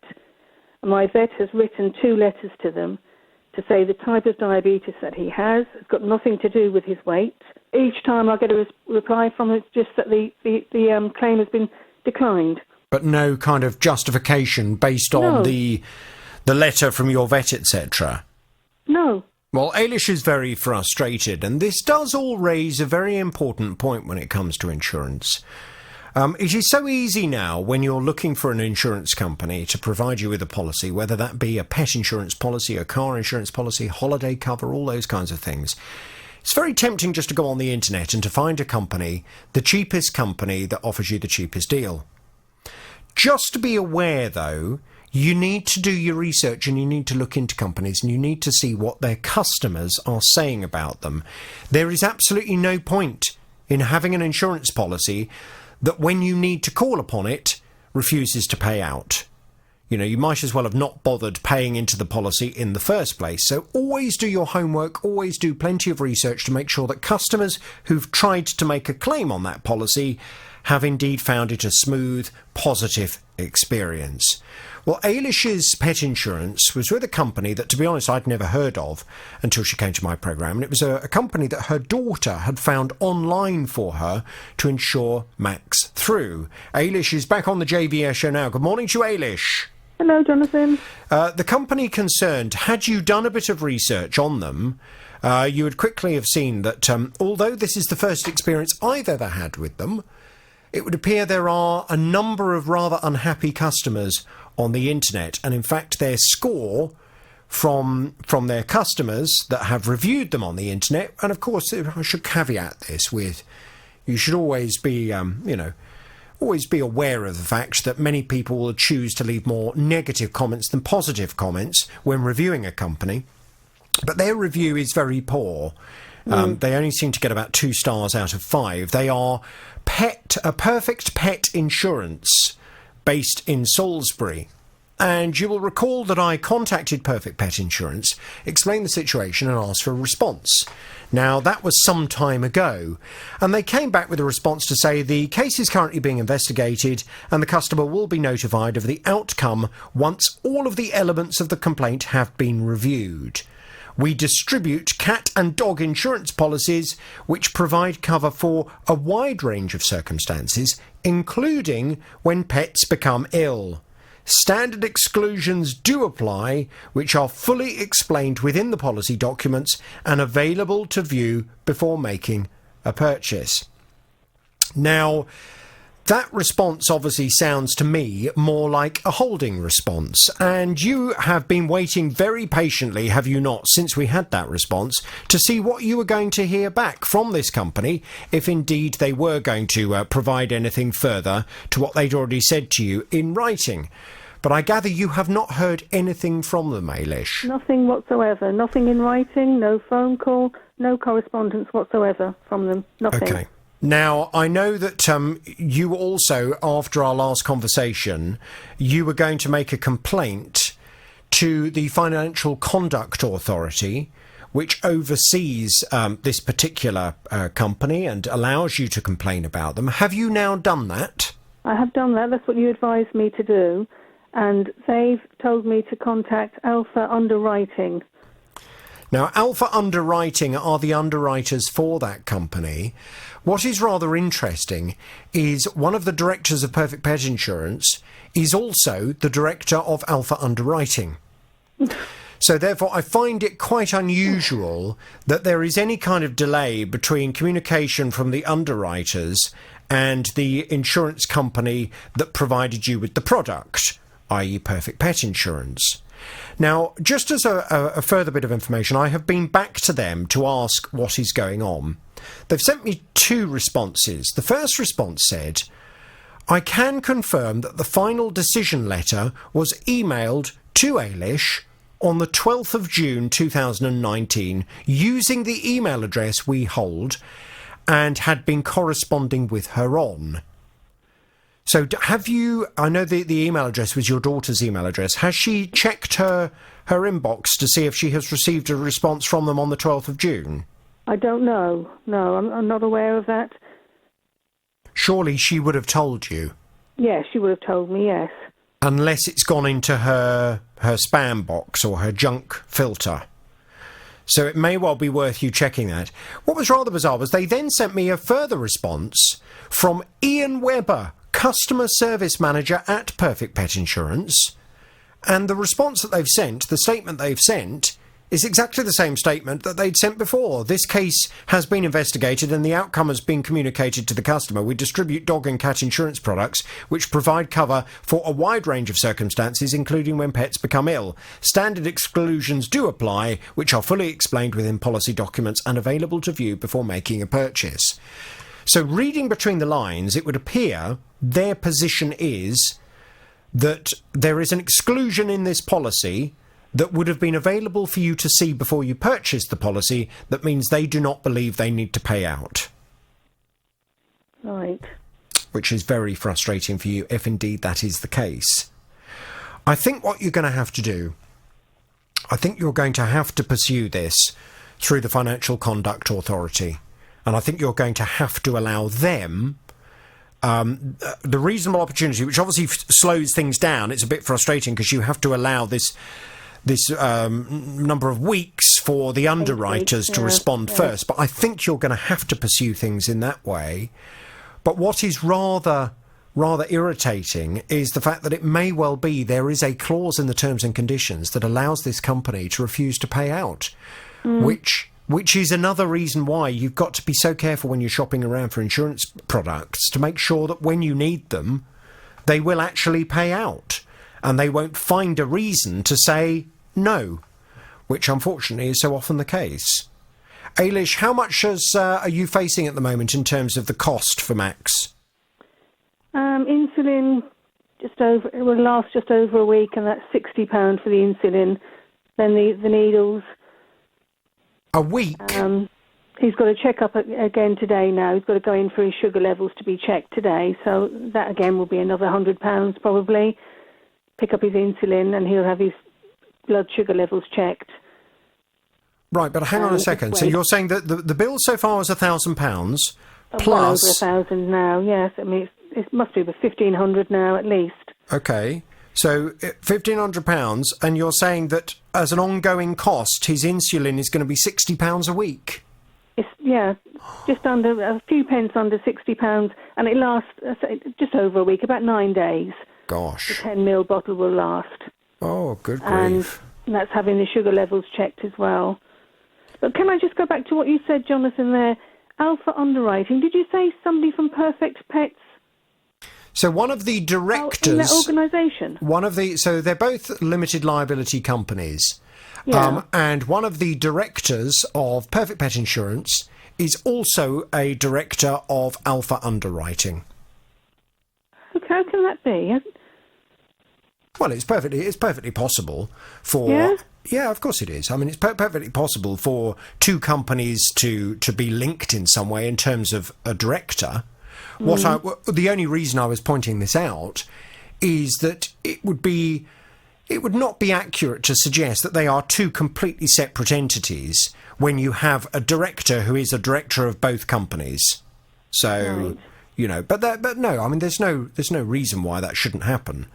That's perfectly okay for that to happen. It just is a bit frustrating because when you think about it, the two companies clearly are linked in some way, certainly by a director, and therefore any time delay in communication between the two companies seems somewhat frustrating. Ailish, can you please keep me in the loop? Can you please let me know what happens in terms of the response that you do get from the underwriters and what the Financial Conduct Authority have to say? And we will obviously take things from there. In the meantime, everybody listening to the programme, you have heard Ailish's experience with Perfect Pet Insurance. Please be aware of this incident. And I again reiterate my advice. If you're looking for an insurance policy, shop around, but then do your research to make sure that the company you're insuring can up by a rather strange noise coming from her blocked-up chimney breast. So she decided to investigate, as you would do. I mean, she said it was a bit of a screaming noise. Most concerning.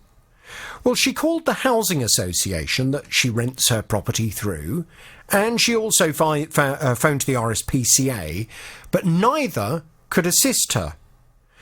So, in her mind, faced with this terrible screeching noise that was coming from the wall, there was only one feasible option, and that was to get out a hammer and a chisel and to start knocking the wall down to get that magpie out. I thought, right, I'm going to have to lure him out somehow. So I've got this croissant, broke it up, like trying to lure him out. And he stuck his head out the hole, grabbed the croissant and went back in. Away. He literally stuck his head out and then we could see him. Well, joking aside, the magpie eventually did come out of the hole, but further hilarity.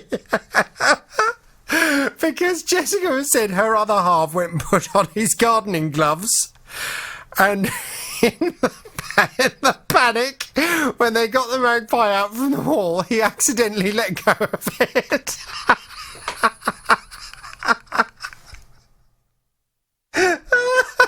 And it started flying around the living room and then went smack into the window.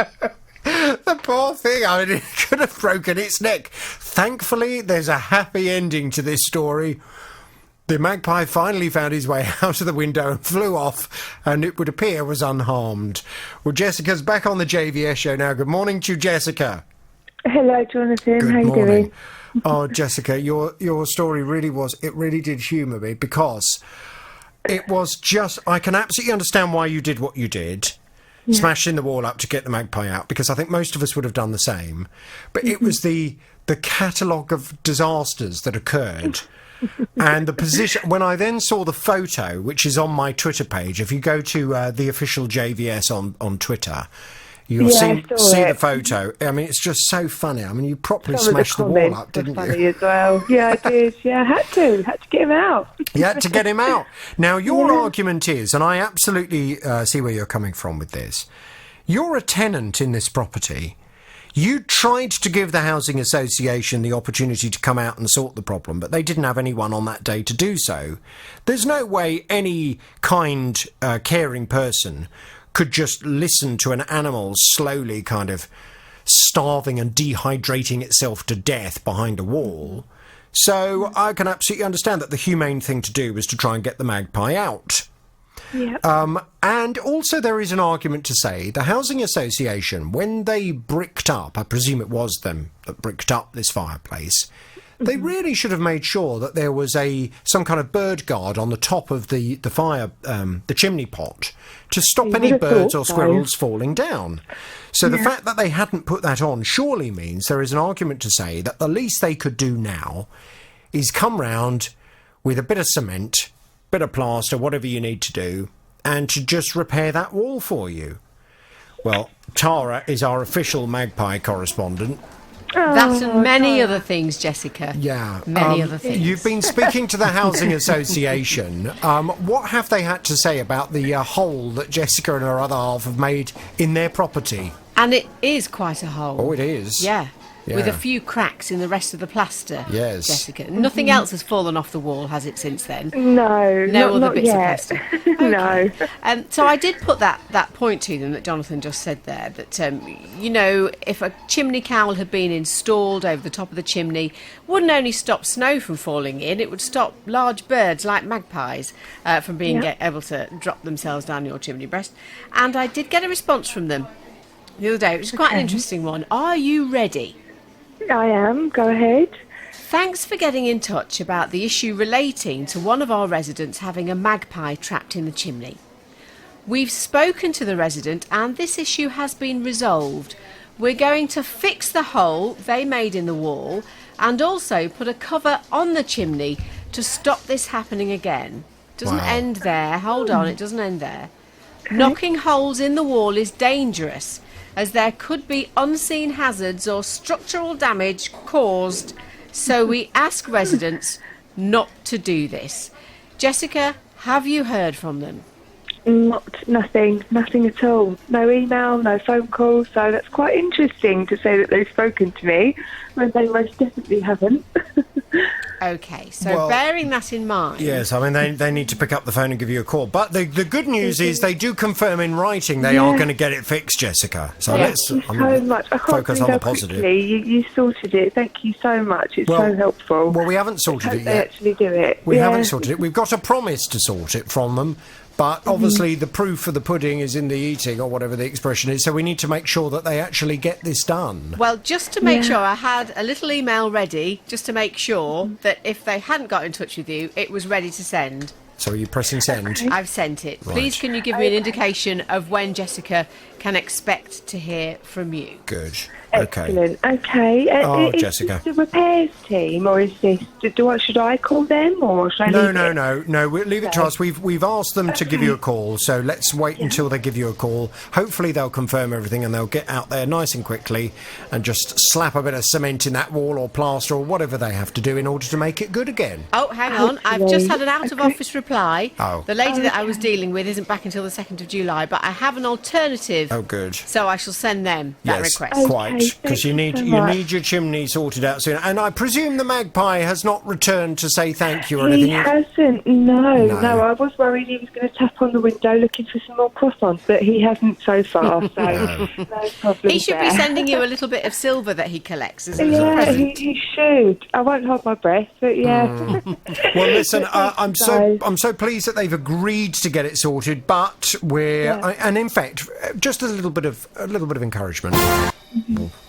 I know I'm being a bit tight with my horn, but let's just leave it at that for now. As soon as they've confirmed with you they're coming out, they'll get a bit more, okay? Lovely. Okay, thank you very much. Thank you, Jessica. All the very best to you. 0808 100 8800. That's the number if you have a consumer problem. June, hello to you.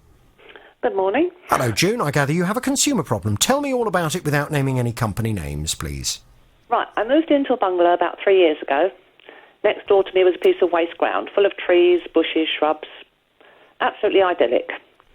I guess that at some point they would be building on this property. But what I didn't realise was they were going to clear it all out, dig down 2 foot, expose the footings to my garage, and dislodge all my fence posts so that my fence falls down. Oh dear. And I have contacted the council.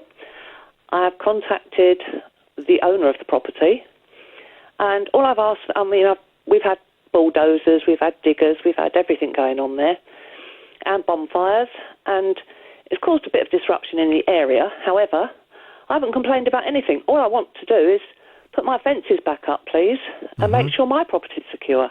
So just so I'm aware, the land next to your bungalow, that's privately owned land, yeah? It is, yes. Purchased by, it sounds like a developer. I'm guessing so. And the developer's building a house or a number of houses on it? I've no idea. I phoned the planning office to see if any planning requests have gone through. Didn't you get notification through the post? Nothing, no. Really? It's very odd. They haven't built anything. They've literally just dug everything out. Right. Yes, but, I mean, do we know if the person next door actually is put in for planning application? According to the planning office, they haven't, but he told me that he had, and I would have heard from him, and that was 2 weeks ago. I phoned yesterday on 3 different numbers that I have for him, and he was either in a meeting, or he wasn't home yet, or he didn't answer the phone. Oh, dear. So I'm not having a lot of luck. I've spoken to him a couple of times and said, look, all I want you to do is to fix my fence, and where the fence has been done away with and you've dug into the footings of my garage, I just want it fixed. I'm not asked. Well, it's his land. He can do what he likes with it. I do understand that. But I don't think he had any right to interfere with my property. No, quite. I mean, he can't start damaging your fence and cannot start damaging your garage. It's completely and utterly unacceptable. Have the council agreed to step in and try and assist at all with this?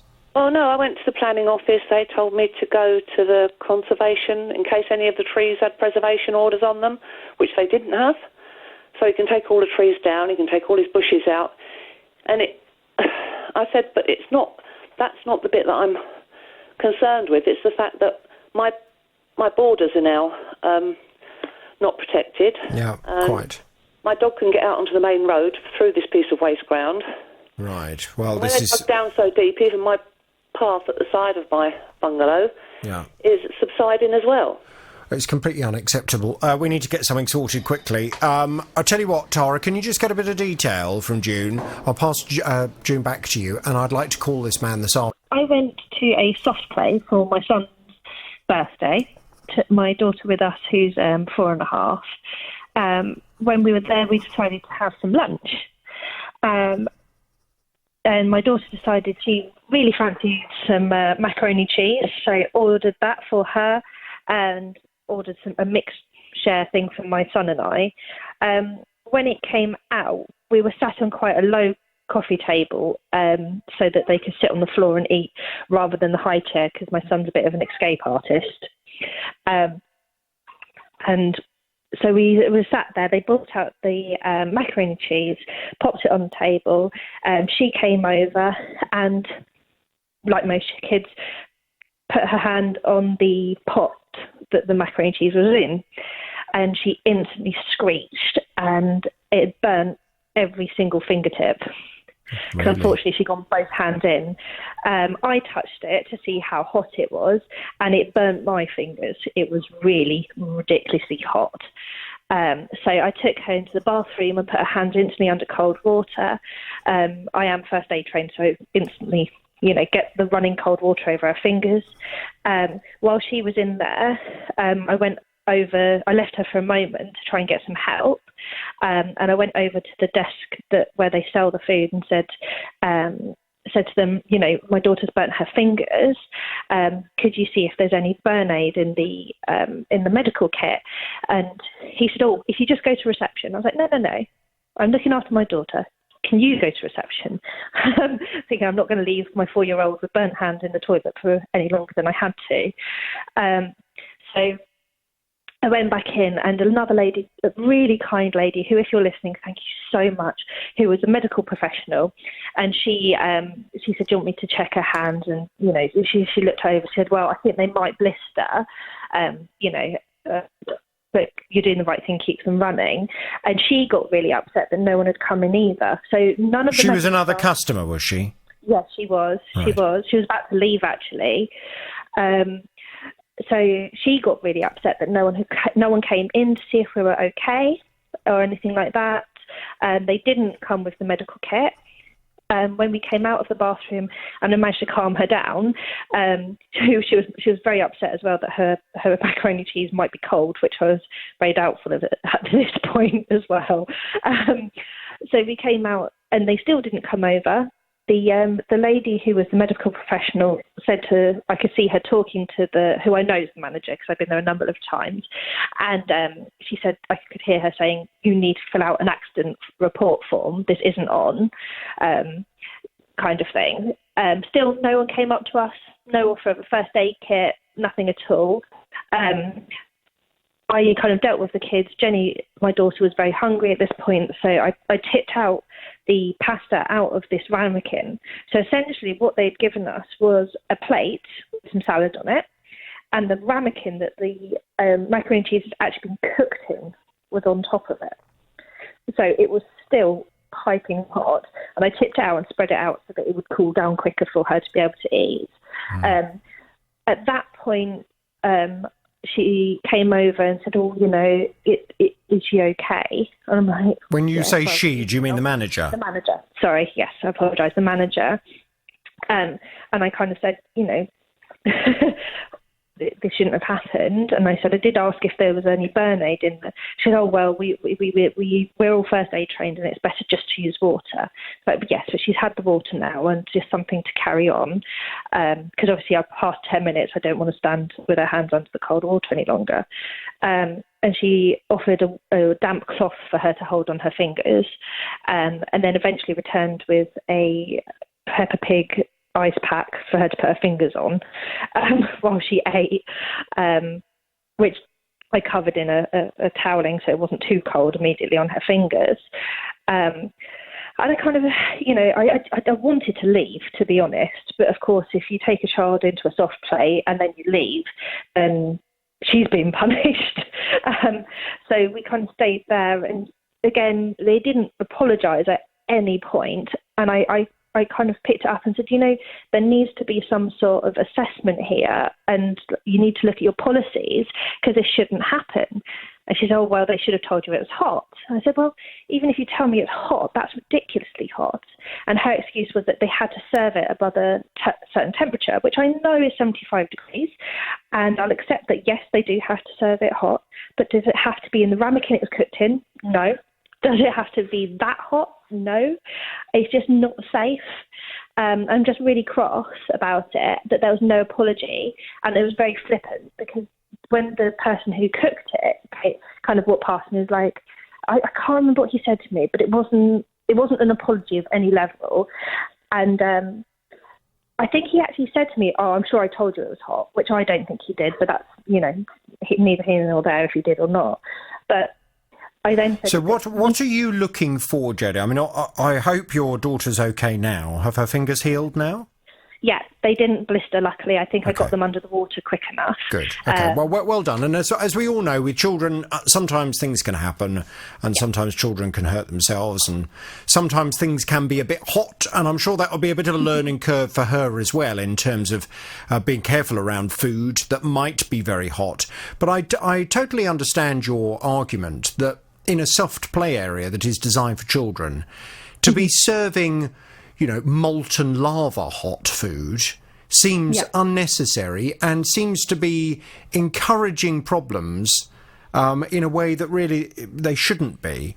And I think I'm sensing from you what you really want is for them to address that and to recognise it. Have you written to them to complain formally afterwards? I haven't, because it was the owner. The owner is the manager. That individual's there most days, and just how flippant they were with it all. I feel like if I write to them, it won't achieve anything either way. I mean, this can't be the first time it's happened. So what are you looking for? What would you like me to do? I want to know that they're going to change their procedures and policies, and I want them to recognise that this isn't just a silly little accident, that this is dangerous and it could have been a lot worse. Okay. And they should probably have a policy to follow up when people are hurt, to be there with them, supporting them as well. Okay, well, I think we can certainly go and have a word with this soft play centre and just ask them how this all happened in the first place. Do they recognise that actually it's probably not a good idea to start putting ramekins filled with boiling hot macaroni cheese on the table when you've got little children at a soft play area? I mean, it's just inviting trouble, really. Are they going to change their policy? And would they also like to just address the fact that Jodie felt as if she was being dismissed and as if the response was not particularly heartfelt? Tara, can I pass Jodie back to you? Can we get some detail, please, and go and have a word? Yes, absolutely, because it does sound like a few steps could be taken to prevent this happening in the future. Exactly. I mean, I'm sensing, Jodie, if they'd turned round to you and if they'd been more apologetic at the time, and if they had said to you, obviously this is a bit of a learning curve for us, and we will make sure that no longer do we serve up macaroni cheese in this kind of way because we've now seen what could potentially happen, would you have been quite satisfied with that to move on? Yes, if it was heartfelt and they were, yes. That's all I really want, is just to make sure that there's no one else that's going to go through this. Maybe won't be first aid trained. So you're not kind of going after them for compensation for suffering to your child or anything. This is not what this is about. No, not at all. Fine. Okay. Right, well, let's go and have a little word with them. I don't think it's unreasonable to ask them to address the situation, and we'll take it from there. Jodie, I hope it hasn't put your daughter off macaroni cheese, because macaroni cheese, let's face it, is delicious. It's her favourite food, so nothing could put her off. Good. When it hasn't, taken the lining of your mouth off or taken the ends of your fingers off, it's normally fairly delicious anyway. Let's see what we can do. I'll pass you back to Tara. We'll get some detail, OK? Lynn's son parked his car on her drive, which rolled into her house, smashing through a gate and then into her living room wall. Well, she thinks it's the heat that caused the handbrake to stop working. 10 months later, she came to me because she said she's still having an issue getting her insurance company to rectify all of the problems. They always say, oh, yes, we'll get back to you. And they never do. I'm 83 and I've just had a heart attack. and I've had stents put in and everything. I don't want to deal with all this. No. I'm sitting on a deck chair in my living room with all the wall down, and there's no heating on there because they took the radiator off, and they haven't been back. They haven't been back. This is 3 weeks ago, and it's still like it now. It's terrible. Well, I promised Lynn that I would get things sorted out. I told her not to worry. I told her that I would deal with all of the stress that she's been facing. And fingers crossed, so far, it's been going according to plan. Lynn's back on the JVS show. Good morning to you, Lynn. Good morning, Jonathan. Good morning. So, when we spoke yesterday on the programme, you were very happy. Things were happening. Things had continued to happen from this insurance company. But there were a couple of outstanding issues.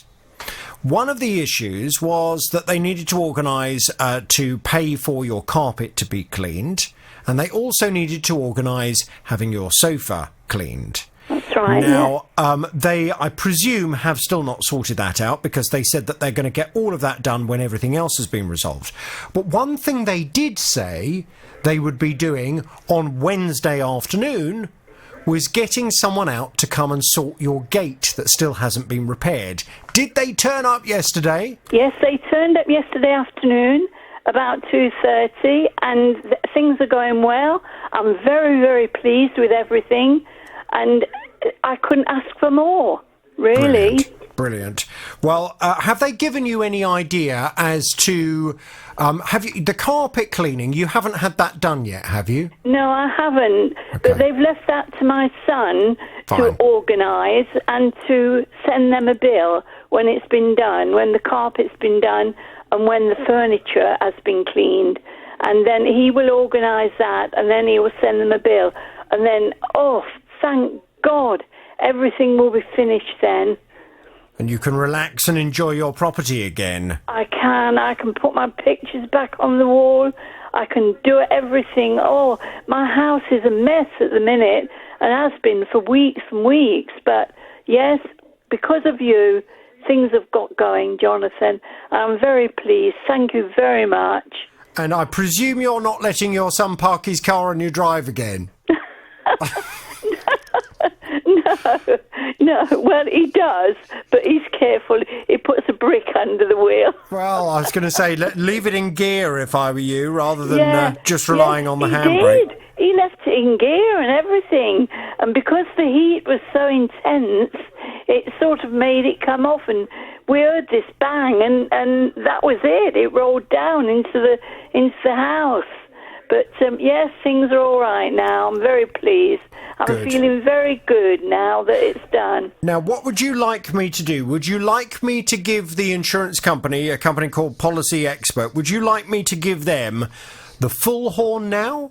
Or do you want me to still save one honk for when they've organised your sofa cleaning and your carpet cleaning? I'll save one honk. Right. To see if they pay up afterwards. See if they pay up when it's done. That's very sensible, and it means we get another chance to chat, Lynn, which is always nice. So look, for Policy Expert, listen to this. Oh, they'll be thrilled to bits with that. One honk left, Lynn. I'll speak to you. Please let me know as soon as they've covered the cost for all that cleaning, okay? I will, and thank you for everything, Jonathan. I couldn't ask for more.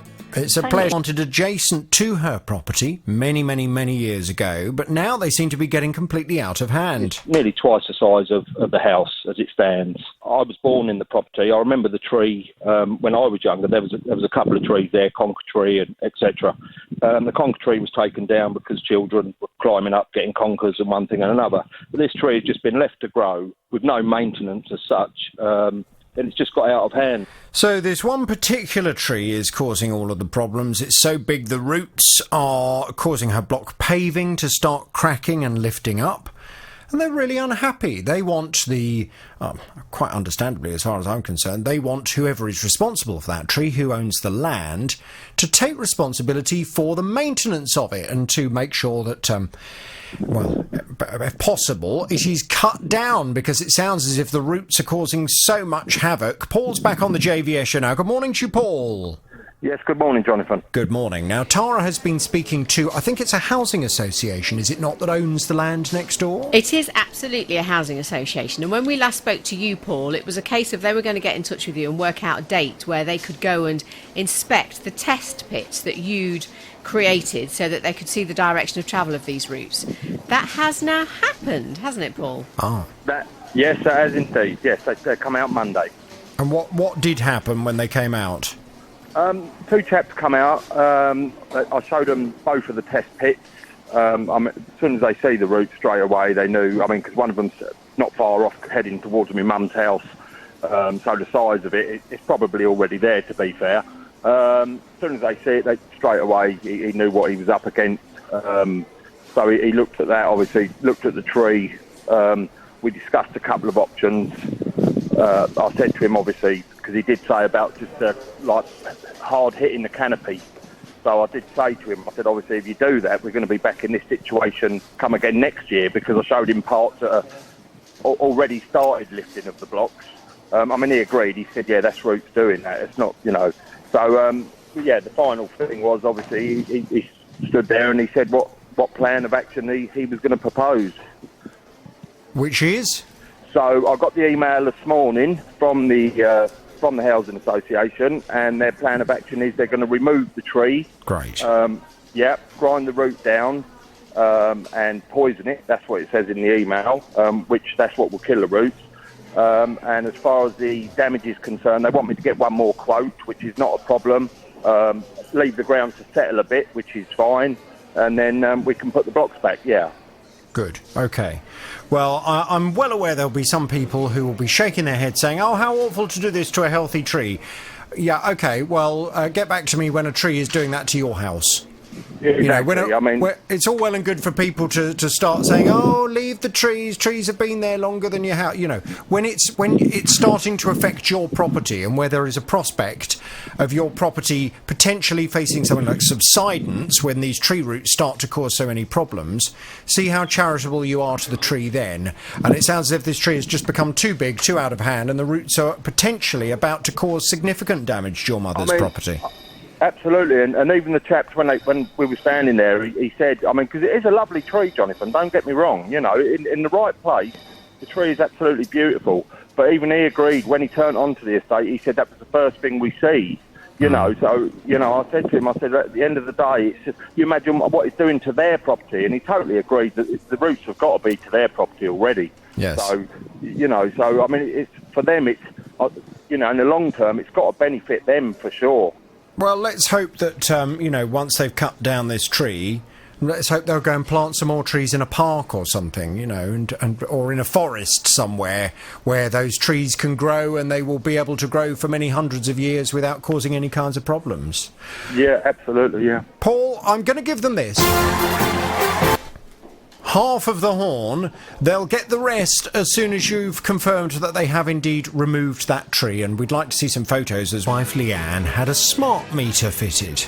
Well, Simon came to me for help, as ever since then this meter has been interfering with the television, and it's driving the family to distraction.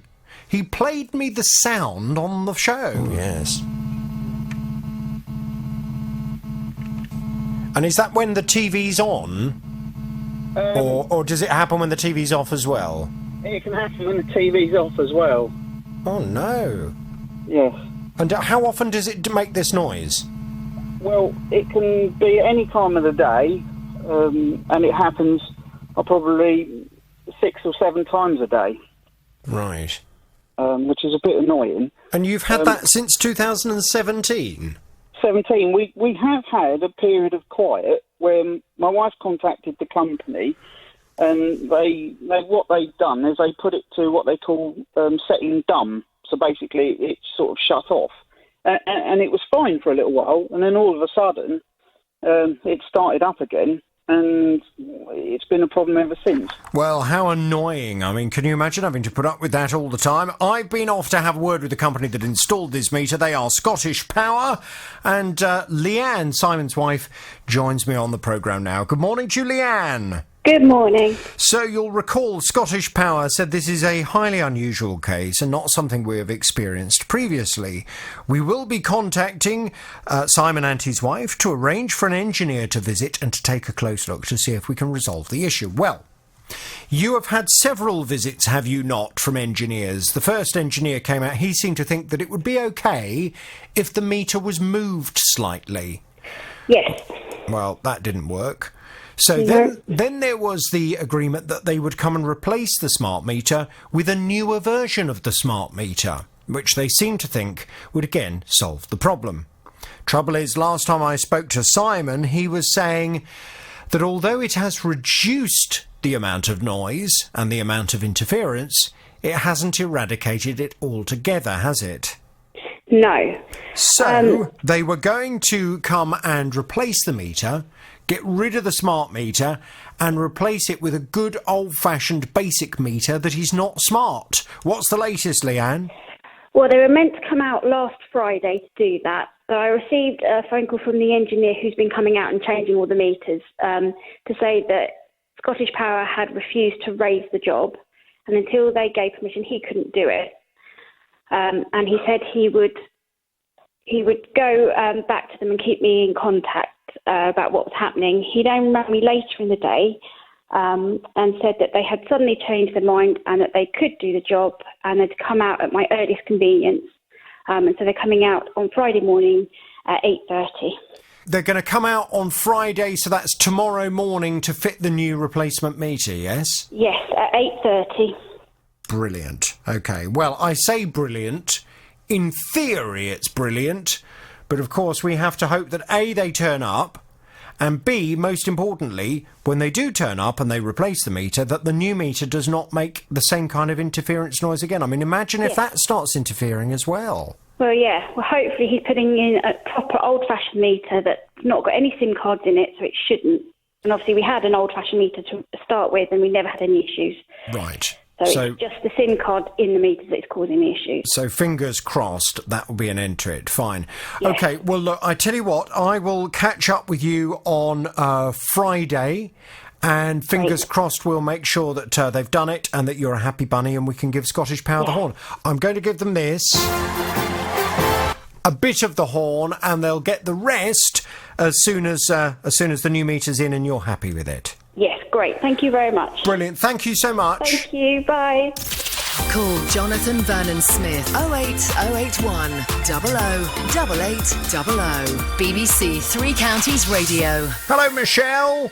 Hello, Jonathan. Morning. I gather you have a consumer problem. Tell me all about it without naming any company names, please. I do. I went to the Cheltenham Festival in March, which we go every year, and my partner's got a couple of phone apps where he puts his bets on, and I usually just go to the tote and don't worry. But this year I kept pestering my partner to put some bets on for me, and he said, for goodness sake, just let me set it up on your phone and you can do your own one. So I said, okay. So I set up a phone betting app, and you give them your account number to put the money in if you win any and wish to transfer it, and you have an email address and they've got your phone number. So that was all fine, and I put some bets on and I lost some and I won some. Anyway, when I got back, I'd actually gained £60. So I thought, well, I'm going to transfer that out into the savings account. So I requested that they did it via the app and didn't think anything of it. And then at the end of April, my partner said to me, did you transfer that winnings into your account? I said, I think so. So we checked and it hadn't gone in. And I checked back on my phone, on the app, and they said they'd taken it out, but it hadn't gone in. And when I did some research on the app, I got to a bit where it says the transaction had not been completed. So I emailed them And initially they said to me, "Oh, we can't locate the account. Can you confirm, giving us your username?" So I did that. And then I got another email back a few days later to say, oh, they needed some verification. They wanted passport, proof of address. So I was a bit concerned because I thought, why am I sending all this? They've now got my username, they've got my bank account, they're now asking for passport details. So I was asking friends, and they said, oh, we've never been asked for all this stuff, and my partner's never has. And then I realised I've got no credit history. So I thought, well, perhaps it's because of that. I don't own any credit cards. I've only got I've only got a debit card and a savings account. So I looked online and checked how to, that it was all bona fide, and it was. So I then sent them the documents that they asked for, and that was on the 12th of June. And am I presuming the reason you're talking to me today is because that £60 still hasn't materialised? No, and I actually phoned them. I found a phone number for them after another week had gone by on the 20th of June, and I spoke to a person, and I spent 40 minutes on the phone, and he asked me, he checked, because every time you send an email, it gives you a different reference number, and somebody else answers you back. So this gentleman said to me, right, he said, copy both of the lots of information that you sent, your identification, which one was my driving licence with a picture, and one was a bank statement from January, and one was my bank statement from the end of May, which was the latest one I'd got. He said, send them to me. He said, under this reference number, I will confirm to you that I've got them, and I will send them on to the verification team. He said, and sorry for all the problems. So I did that. He emailed me back straight away and said, thank you very much, I've got the documents, I'm going to send them up. They've been... So they're making all the right noises of assurance that they're going to get it sorted, but they're just not finding the money. Right, okay, well, let's see what we can do. Tara? Yes? Can I pass Michelle back to you? Of course you can. Can we get some detail? Go and have a word with whichever company it is who runs this app, explain the situation and say, look, forget all the promises, all the assurances that you've been giving to Michelle. Just find the £60. Where's my money? Where's the £60? Yeah, show Michelle the colour of your money. Okay, Michelle, can you... Children. Well, she came to me for help as having purchased tickets. When they went along on the day, they quickly realised this event was a massive disappointment. And in fact, almost as soon as they arrived there, it was announced the event had been cancelled. It sounded like it was going to be this really fabulous event. Everyone was very excited. On the day when we showed up on the 7th, we were half an hour late getting in. And then when we got in, nothing seemed to be happening. The setup seemed very different to how the emails had originally promised. And then having waited another 15 to 20 minutes, maybe another half an hour, they said that they were cancelling the event, but that they would refund our tickets. So there were kids crying everywhere. Everyone was utterly disappointed. Oh dear. Maybe 100 to 200 people were around, just being, and no information was really given. We all left. It was all just a bit of a cock-up, was it? Basically, exactly that. Well, Mariangela said it's not necessarily the amount of money that she spent on the tickets, because, OK, I mean, it didn't break the bank. But the principle of the thing, if you've paid for something, you expect to receive that product or that service. And this was a complete and utter disappointment for everyone. Well, Mariangela's back on the JVS show now. Good morning to you, Mariangela. Good morning. How are you? Good morning. I'm well indeed, thank you. Now, this particular event, it was called the Fortnight Festival, and it was being held at Harpenden Public Halls. Yeah, when I went to speak to Harpenden Public Halls, they did indeed confirm that there had been problems with whoever had booked the halls for that particular event, in terms of they had heard from a number of people who, like you, had gone along, been hugely disappointed, being promised they would get their money back, and then hadn't received their money back. Yeah. Interestingly, Harpenden Public Halls did confirm that they had been paid for the hire of the halls by this company. Well, I tried to get hold of the company. The company is called Illumina Studios and Media Limited, based in Wardour Street in Soho in London. And I tried several times to make contact with the man that runs this company to ask him why he had not given you the refund that you'd been promised, and we could not get hold of him. Which is why, unfortunately, I explained to you that we were in a position where absolutely I felt I had a duty of care to everyone else to identify the company concerned, but it was going to be very difficult to take things any further. The good thing was that you had paid for these tickets via PayPal, hadn't you? Yes, I had. And there was the chance, therefore, that you may well be able to, under the PayPal terms, you may well be able to try and recover your money via them. So you were going to go and pursue that and let me know what happened. And I gather things are looking up. What's going on, Mariangela? Yeah, absolutely. PayPal at every turn was courteous and helpful, and in the end paid up. They were absolutely amazing. Brilliant. So you've got your money back? Yes, I have. And thank you very much for pointing me in that direction as well. Really, really appreciate you and your team. Well, I'm pleased that it's all sorted out. It is really important when people pay for things, whether it be products or services, it's really important to think very carefully about the method of payment, just to ensure that, in fact, the method of payment will give you some level of protection. It is so common, unfortunately, still in this day and age. It is still so common where people will pay for things either by cash, by bank transfer, both of which, if the company that you have purchased the product from or purchased the service from, if they go out of business, then to be honest, your money's probably gone as well. But if you're paying for any item, particularly if you're paying for anything over £100, if you put it on a credit card, you're covered by the Consumer Credit Act. If you pay for items using your debit card, you are covered by the chargeback scheme that the banks provide to their customers, which gives you a 3-month period to be able to recoup your money.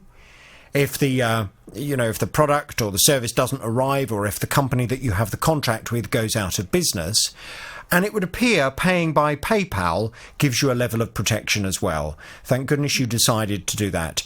I will give PayPal... On the 30th, I was waiting for a delivery at my mother's house. I live in Marlow. My mother lives in High Wycombe. And it was a delivery, a hospital bed, which was being delivered. Some bits for my mum because she's been in hospital, so life-changing injuries. So, we've had some renovations done to the house, doors widened, wet room installed, carpet pulled up, wooden flooring, well, not wooden flooring, but vinyl tiles laid down. So I had to ply the whole floor of the whole house, have vinyl tiles, but on the floor we decided to put some new carpet just to keep it snug and warm, still have that sort of nice touchy feeling when you go up and down the stairs. Now, on May the 30th, a delivery was due to come, like I said, which was my mum's hospital bed and the shower chair. So it was an all-day delivery, so I got there at 8 a.m. in the morning, being very patient, waiting. I rang the company just to double-check that the delivery was going to take place and I'm still going to get a 30-minute window call. The lady said yes. That was around midday-ish. And then about 10 to 5, because I know they close at 5, I thought, let me call them again. And they said, as far as they're aware, the items are due to be delivered. 6 p.m., Jonathan, I received a telephone call from the driver. He just double-checking where to park. And I explained to him there's a disabled bay outside the house. Feel free to park there. It's not a problem. It's right outside the house. Easy delivery through the door and whatnot. 6 o'clock that was. Now I got that phone call. I was quite shocked because they said 5:30 is the maximum times. But I thought, 6 o'clock they're pushing it. But I was still waiting. So that's all day I've waited. He arrived at about 7:45, 10 to 7. Doorbell rang. Gentleman was at the door with the hospital bed, which was the first item. And I directed him to go straight upstairs with that. And then he said there was other items to collect. And I said to him, feel free to use my mum's lift, to put them in the lift, so it would take it, it's a through-floor lift, straight to her bedroom, if he was having any problems carrying the items. Now, the gentleman obviously went up and down the stairs a couple of times. So we had the delivery done, Jonathan. I said, bye-bye, lovely gentleman, had a little chat about the hospital bed, how do you use it and everything. So when he left, I was getting ready to lock the windows up, lock the house up, because my mum's still in the hospital. She hasn't come home yet. We're just waiting to get everything at home so she's going to be safe, and then we can move forward with her life, because she's been in hospital since January of last year. Mm-hmm. Now, when he left, I was like, oh, what's these marks on the carpets? Now, the carpet's 5 days old, just installed. I spent a lot of money, new underlay, went to a lovely carpet company. We went through different samples and whatnot, and I've had lovely carpet installed. And I'm like, what's these marks on here? I'm looking, I'm like, got to the top landing. I'm like, somebody's brought something in on their shoes. Something isn't right. Naturally, I went and checked my shoes straight away. That's the first thing I done. I'm like, it's not me, because I know I haven't really been in and out the house. I've been waiting. But when the man was doing the delivery, let me just backtrack, I thought he was quite a long time, and I looked out the window and I noticed he had parked a little way up the house, from the house, like by the BP petrol station, which is a couple of 100 yards from the house. I thought, why is he parked all the way up there? But anyhow, we're getting back now to the marks. And I thought, oh, I know it's not my shoes. And my son, who's 31, I asked him, I said, have you bought anything on your shoes? He said, no, I haven't been out. I thought, okay. And I thought, naturally, first thing I'd done, Jonathan, I grabbed a old piece of cloth and I started wiping. So I just thought, oh, whatever it is, it will come out. Jonathan, I wiped and wiped and wiped. This mark would not budge. Okay, well, wiping a carpet is not normally a good idea, just for future reference. It's not the way to remove a stain. Oh, well, it's natural instinct. That's what you do, though, isn't it? A brand new carpet just been installed, and these marks that have just appeared from nowhere. So then my son said, Mum, where the gentleman parked the vehicle, there's like a spillage up there, because there's some new flats which have just been built next door to the BP petrol station. And it's like that, you know when you're having tar on the road, that thick black stuff? Right. There's a spillage of that on the pavement, right where the gentleman parked the van to deliver the items. Okay. So it sounds as if he might have trodden a bit of that tar on the bottom of his shoes up your carpet. Yes, and it's May the 30th this happened, and Jonathan, that tar is still there now. Even with all the rain, the rain just like it repels off of it, it bounces off of it.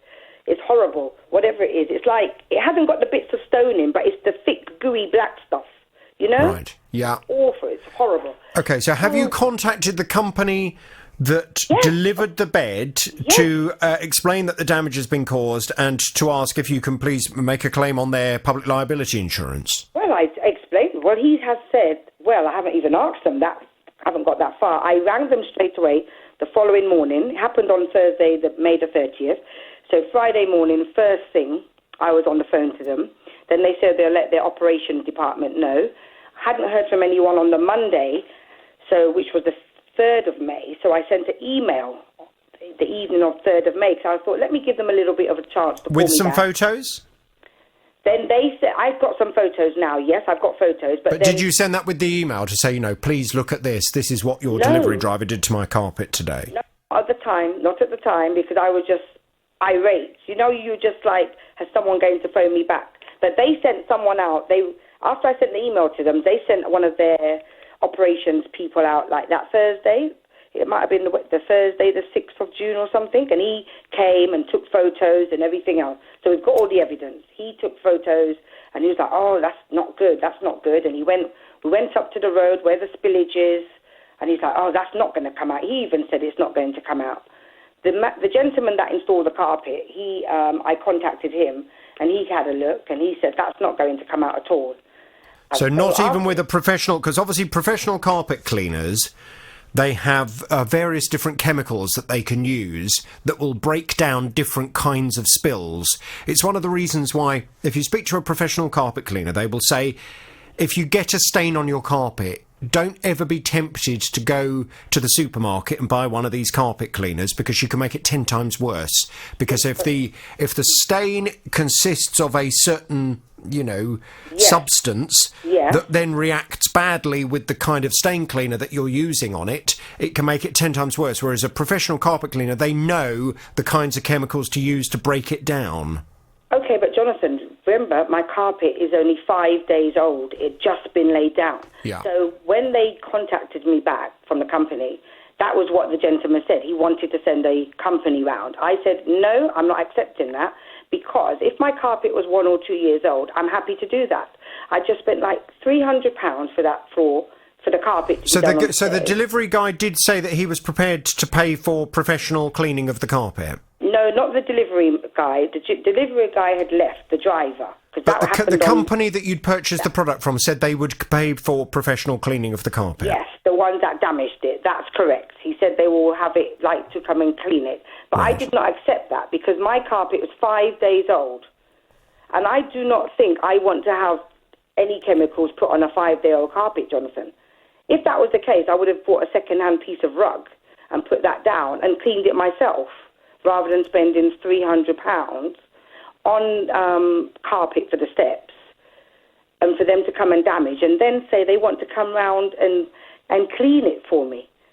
That's not really acceptable. That's like buying a dress, you know, and it's faulty, and then they want to do something about the fault and then give you back the dress.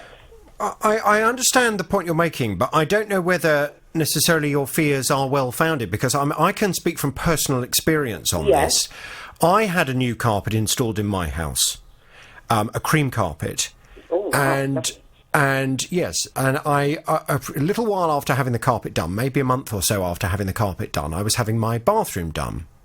And the men who were doing the bathroom, as you would expect, doing their due diligence, they bought this stuff. It's like a roll of sticky stuff that you put across the carpet, and it stops the carpet getting damaged as they're walking across it and stops it getting marked. And then at the end of the job, they peel this stuff off the carpet. Right. So they put this going from the front door all the way up the stairs to the bathroom, and indeed it protected the carpet while they were doing the bathroom. When they peeled it off, it was fine, but within about 3 or 4 days, you could see where this sticky stuff was. There was a black line that had started to appear on the carpet going from the front door all the way up the stairs. And what it transpired had happened was this roll of sticky protective carpet protector, it had left sticky residue on the carpet, which over a few days, any dust in the air, etc., was sticking to it. So you could then see this dark mark. So I contacted the company that we'd purchased this carpet protector from, and they organised for professional carpet cleaners to come out. They knew exactly the chemical to put on the carpet to remove the sticky residue. And I've never looked back since. It's never reappeared, never been a problem whatsoever. You would never have known that the problem was there, because a professional carpet company can get these kinds of things out. But, Jonathan, you said your carpet was a month old. Yeah. A month and 5 days is two different things. Well, it's still I accept that, but it's still very new carpet. I mean, I was pretty upset to see it looking like that just a month after I'd had it laid. But then the gentleman, when I spoke to the man from the company, the manager, he said, well, I said, do they not have a policy where they should cover their shoes? Yes, they should cover their shoes.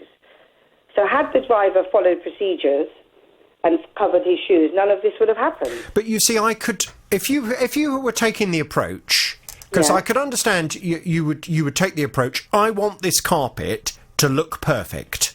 How it was. In the same way that it was when it was first laid. That's a fair chemical-free, Jonathan. Chemical-free. I don't know what chemicals they're going to put on there. I could have an allergy to it. I don't know whether that's reasonable, Dee, because... Really? Well, no, I'm just talking aloud, and I'm being honest in terms of my response. If I was in your position... Yes. I would be saying to that company, OK, by all means... get a professional carpet cleaner out to try and get this mess off. I don't personally believe you're going to get the mess off, but if you want to go through that process of trying, that's up to you. But please be aware, if there is any trace whatsoever of those marks on that carpet, after I've given you an opportunity to clean it, I will expect you to replace that carpet. That, I think, would be a very reasonable position to take. But saying... oh, I just want the whole carpet to be replaced. On the steps, because it's all the way up, Jonathan. It's more or less all the way up. You could see it's awful. Yeah, no, I absolutely understand. I think it sounds very frustrating. But have you got carpet at the bottom of the stairs? It goes from step 1 all the way to the carpet goes from. But is it the same carpet as in the room? Because the other thing you need to bear in mind. The rooms are wooden vinyl tiles. Okay. So there wouldn't be any kind of issue with it matching or mismatching if they were to replace it? That's right. Well, I believe that he contacted the carpet company where I purchased it from and asked them, do they have any odd bits left? And I believe that the company told them, because it was a special order in, and he did say something about if they ordered pieces or something, but the carpet company told him that because they all have a batch number, it may be a slightly different... I think he wants to try and cut out on the step and maybe match it. Oh, no. I mean, there's no reason why you should in any way have to put up with a patch job. Exactly, Jonathan. And the reason why I said to him about this whole matter could have been resolved a while ago. This is since May the 30th. I haven't got the time or the energy to have a carpet company come round and do the cleaning, and I have to be there, because bearing in mind my mother's in hospital, I need to be at the hospital with my mum. I go every other day. So this is going to be a day... taking a day off for them. You want... So just so I'm quite clear with this. So you want them to replace the carpet... on my steps. Entirely. They want to have a chance at getting a professional carpet cleaner out to come and try and clean it. That's right. That's what they want, but I don't think that's acceptable. That's not acceptable. I don't know. Really? 5-day-old carpet to be cleaned? Who cleans... Who has a big company coming in and cleans a 5-day-old carpet? Can I put this out to my listeners? Do you mind if I... Because I'll tell you why, Dee. I mean, if you... I don't know if you're a regular listener to my programme. I really like to fight for people. And I like to fight for what I think is right for consumers. But I also like to try and be reasonable to all parties concerned. And I just think if there was a way that a professional carpet cleaning company could... very quickly clean this carpet and get those marks out in a way that you would never see it again, it would never be an issue. I just wonder whether that's an unreasonable thing to say you're not going to have. But that's going to take another day of me now having to be there. Yeah, but you'd have to be there anyway, wouldn't you, if they were going to replace the carpet? Well, at least I know that's it, and it will be done and dusted, Jonathan, wouldn't it? But now we have to wait for the company to come and then to clean the carpet, and then the company that done it, they're going to obviously want to come out and inspect it. That's going to be another 2 days. Fine. Dee, let me put this out to my listeners. Let me put this out to my listeners, and I'll come back to you in the next half hour. I'm going to see what my listeners think. That sounds great, Jonathan. Okay, Thank you fine. so much. Thank you. 2 tickets to fly from Edinburgh to Colombo in Sri Lanka. She booked them through a third-party company on the 18th of April, and she was due to go on the 2nd of June. They cost just over £1,000. But 3 days after booking the flights, there was some very, very bad news. On the 21st of April, there were the devastating terrorist attacks in Sri Lanka.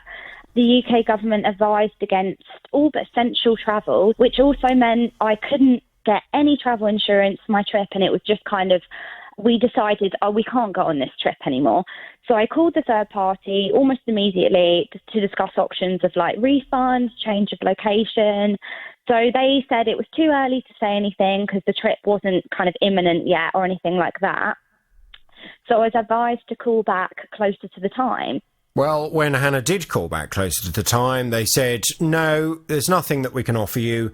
We could offer you a very tiny refund, but I'm afraid most of the money is gone. Well, Hannah just felt very, very unhappy with this. She felt as if she'd given them a reasonable amount of time to organise something different. I mean, she wasn't necessarily requesting all of her money back. She just wanted them to take her somewhere that was going to be safe and that the government were happy for her to fly to, rather than Sri Lanka, where... they'd just experienced this terrible terrorist attack. Well, Hannah's back on the JVS show now. Good morning to you, Hannah. Hi, Jonathan. Morning. So I spoke to the company. They promised that they were going to refund you the full amount. They said they were very sorry for the problems. They said there had been some miscommunication. And they did say that they were going to issue you with a full refund, which sounded great. But, as we all know, sometimes words can be pretty meaningless. My question to you this morning is, have they been good to their word? Have they refunded you that money? Yes, they have. I got the refund maybe a couple of weeks ago now. Fantastic. So it's all sorted, your quid's in again, and you can find somewhere else to go with that money instead. Exactly. So thank you very much to you and your team. It's an absolute pleasure. I will thank £1,000, which included fitting. It was fitted in January, but he was advised there would only be one joint in the carpet upstairs on the landing. So he was really disappointed when the fitting began to see that wasn't going to be the case. I was a bit surprised that there would be two joins downstairs.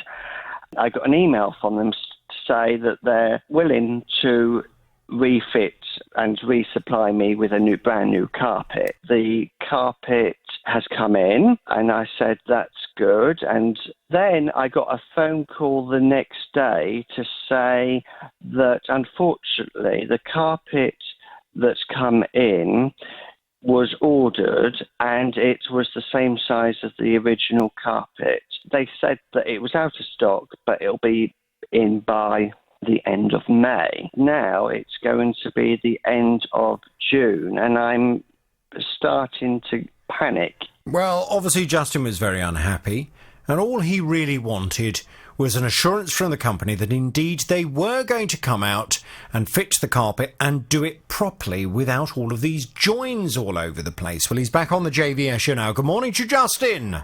Good morning, Jonathan. Good morning. Now, I know Tara has been speaking to the company, and when we went to have a word with them, they did indeed assure us that they would be out to come and sort this carpet, but things haven't gone according to plan. What's the latest? Well, yes, just to recap, they did reconfirm that the carpet would be delivered by about now. That's right, Justin. By the end of June, you should have had that carpet, but that's not the case. No, it isn't. Why?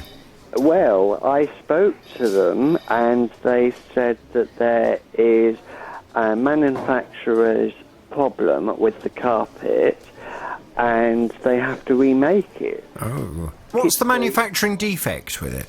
There was things with the fabric that wasn't correct on the carpet, so they had to remake the carpet.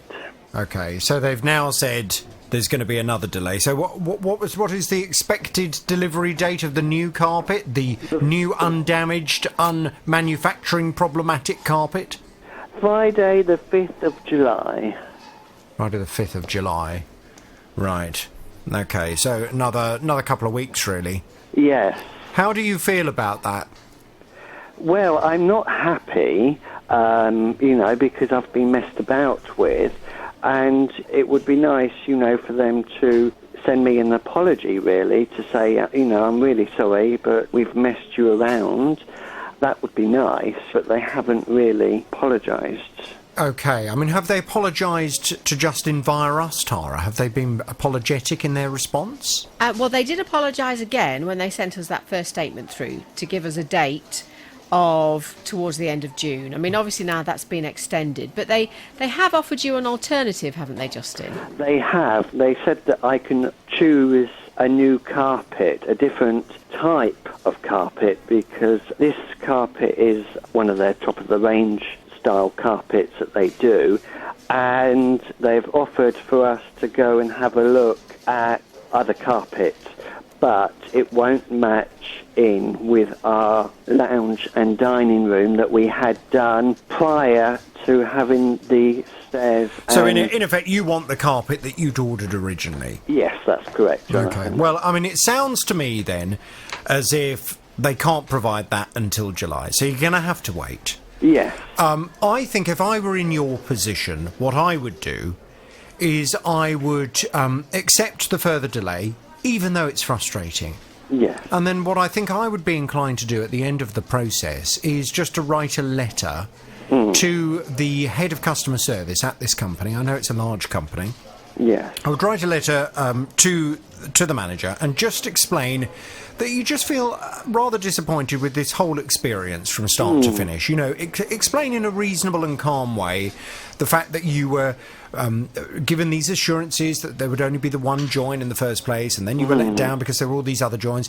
Then after you complained about that, they said they'd come out and fit it, and then there was this delay, and then they said that there was a manufacturing defect with the replacement one, and then they had to make it again. And you just feel very disappointed that having used a company that you felt you could feel confident in, Yeah. you just feel as if you've been somewhat let down. And I think that's probably the best way for them to realise how you feel about it in a calm and reasonable way, and it gives them then an opportunity to formally apologise to you and to give you some kind of explanation as to why you're in the position you're in. Yes, thank you very much.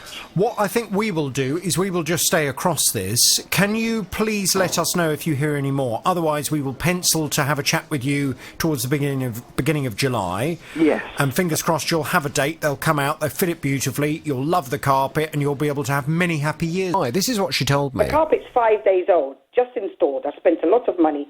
And I'm like, what's these marks on here? I'm looking, I'm like, Got to the top landing. I'm like, somebody's brought something in on their shoes. Something isn't right. Naturally, I went and checked my shoes straight away. That's the first thing I done.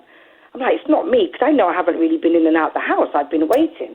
But when the man was doing the delivery, let me just backtrack, I thought he was quite a long time, and I looked out the window and noticed he had parked a little way up the house, from the house, like by the BP petrol station, which is a couple of 100 yards from the house. I thought, why is he parked all the way up there? But anyhow, we're getting back now to the marks. So then my son said, Mum, where the gentleman parked the vehicle, there's like a spillage up there, because there's some new flats which have just been built next door to the BP petrol station. And it's like that, you know when you're having tar done, tar on the road, that thick black stuff? Right. There's a spillage of that on the pavement, right where the gentleman parked the van to deliver the items. Okay. So it sounds as if he might have trodden a bit of that tar on the bottom of his shoes up your carpet. Yes, and it's May the 30th this happened, and Jonathan, that tar is still there now, even with all the rain. Well, here's the crucial bit. She has been told by the company that's responsible for this ultimately, she has been told by them that they will happily organise for someone to come and clean the carpet. But Dee doesn't think that's reasonable. She says, the carpet was only 5 days old. I don't see why it should have to have chemicals put on it now to try and clean it. I want a new carpet. Well, Dee's back on the JVS show now. Are you there, Dee? Hi, Jonathan. Good yes, morning. So, I don't feel 100% happy about that. I don't know that that's reasonable. If it were me personally, I would be saying to them, look, you can have an opportunity to clean it, but I want to make this very clear from the start. If your attempt to clean it is not 100% successful, I will then expect a replacement carpet. I think to demand a replacement carpet up front, for me, just feels a bit OTT, to be honest. But, as I said to you, let me put it out there to my listeners. Let me see what other people think and whether other people agree or not. Les in Luton. Good morning to you, Les. Hello, Jonathan. How are you? Hi, All Les. What do you think, then? Is Dee being reasonable or unreasonable? No, well, I think... I agree with what you're saying. I think the company, if it's a reputable company, should be given the opportunity to come and try and clean it. But I do agree with what you say, that if it's not up to 100%, then the lady does deserve a new carpet, definitely. Oh, yes. I mean, the carpet was only 5 days old, so it needs to look perfect. No, I think you need to sort of give the company a chance, because, as you say, and you never know with these companies, they can sometimes come down evenings or weekends and do it, because a lot of them work sort of those, like, different hours, particularly if they're sort of that type of business. Well, a lot of people are out of work all day. And in my experience, carpet cleaning companies are happy to organise a specific time. Thank you, Les. Carol in Bletchley. Hello, Carol. Hi, good morning. Morning, Carol. Yeah, I think she's being unreasonable. The company have offered to clean it, but she's making excuses, and she basically just wants a new carpet. And I think even if they cleaned it, she still would moan about it. The thing is, if she'd go through her household insurance, they would do exactly the same. They would clean it, but her policy be upped. You know, she'll lose. Yeah, but Carol, I can understand Dee's frustration, because the carpet was only 5 days old. So you can understand having a brand new carpet to then have it, certainly as far as she's concerned, ruined. It's very, very it's not going to be something that's going to please you, is it? It isn't, but accidents do happen, and it wasn't deliberate. And the company have owned up, and you know that they're going to correct it. Okay. But she doesn't seem happy with it. All right. Thank you very much indeed, Carol. Jan, good morning to you. Good morning. Hi, what are your thoughts then? Well, twofold. I own a carpet shop, and secondly, I've had a similar problem to that lady. Okay. The problem I had was I was burgled. The burglar went through my flat garage roof and then through the landing window and put bitumen on my carpet, which was 2 weeks old I see. and was a wool carpet. And when the insurance assessor came round, he said, we can get this cleaned. And I said, the bad news is I own a carpet shop. I'm very sorry. No, you won't. You don't clean a wool carpet and get a stain like that out successfully. Plus, once you've cleaned a carpet, it tends to take the dressing out of it. So it's never quite new again. That's right. Does it depend, though? Does it depend on what the carpet is made of? Because I have my carpet in my house is polypropylene. Polypropylene, yeah. They do clean up better, but again, once the carpet has been cleaned, it tends to get dirtier quicker, in my experience. Well, I haven't found that with mine, but maybe there is a difference between. What is your new carpet made of, Dee? Is it polypropylene or wool? I do not know, Jonathan. I brought some samples home, and obviously we decided on a colour, etc. We liked the way it felt, the thickness of it. I'm not a carpet expert like the lady is, so it's not wool, but I know I spent a lot of money on it, and I just believe that the gentleman should have followed company rules, covered his feet as he should have done, and they should have some kind of policy to cover accidents like this. Jan, are you saying then that Dee should not even give them the opportunity to try and clean it? I wouldn't. No, if it were me personally, as it was in my circumstances, I wouldn't have them in to clean it. I said, new carpet, please. And the insurance company did agree and did give me the money for the new carpet. The only thing is, Jan, I mean, I'm just looking down at these texts.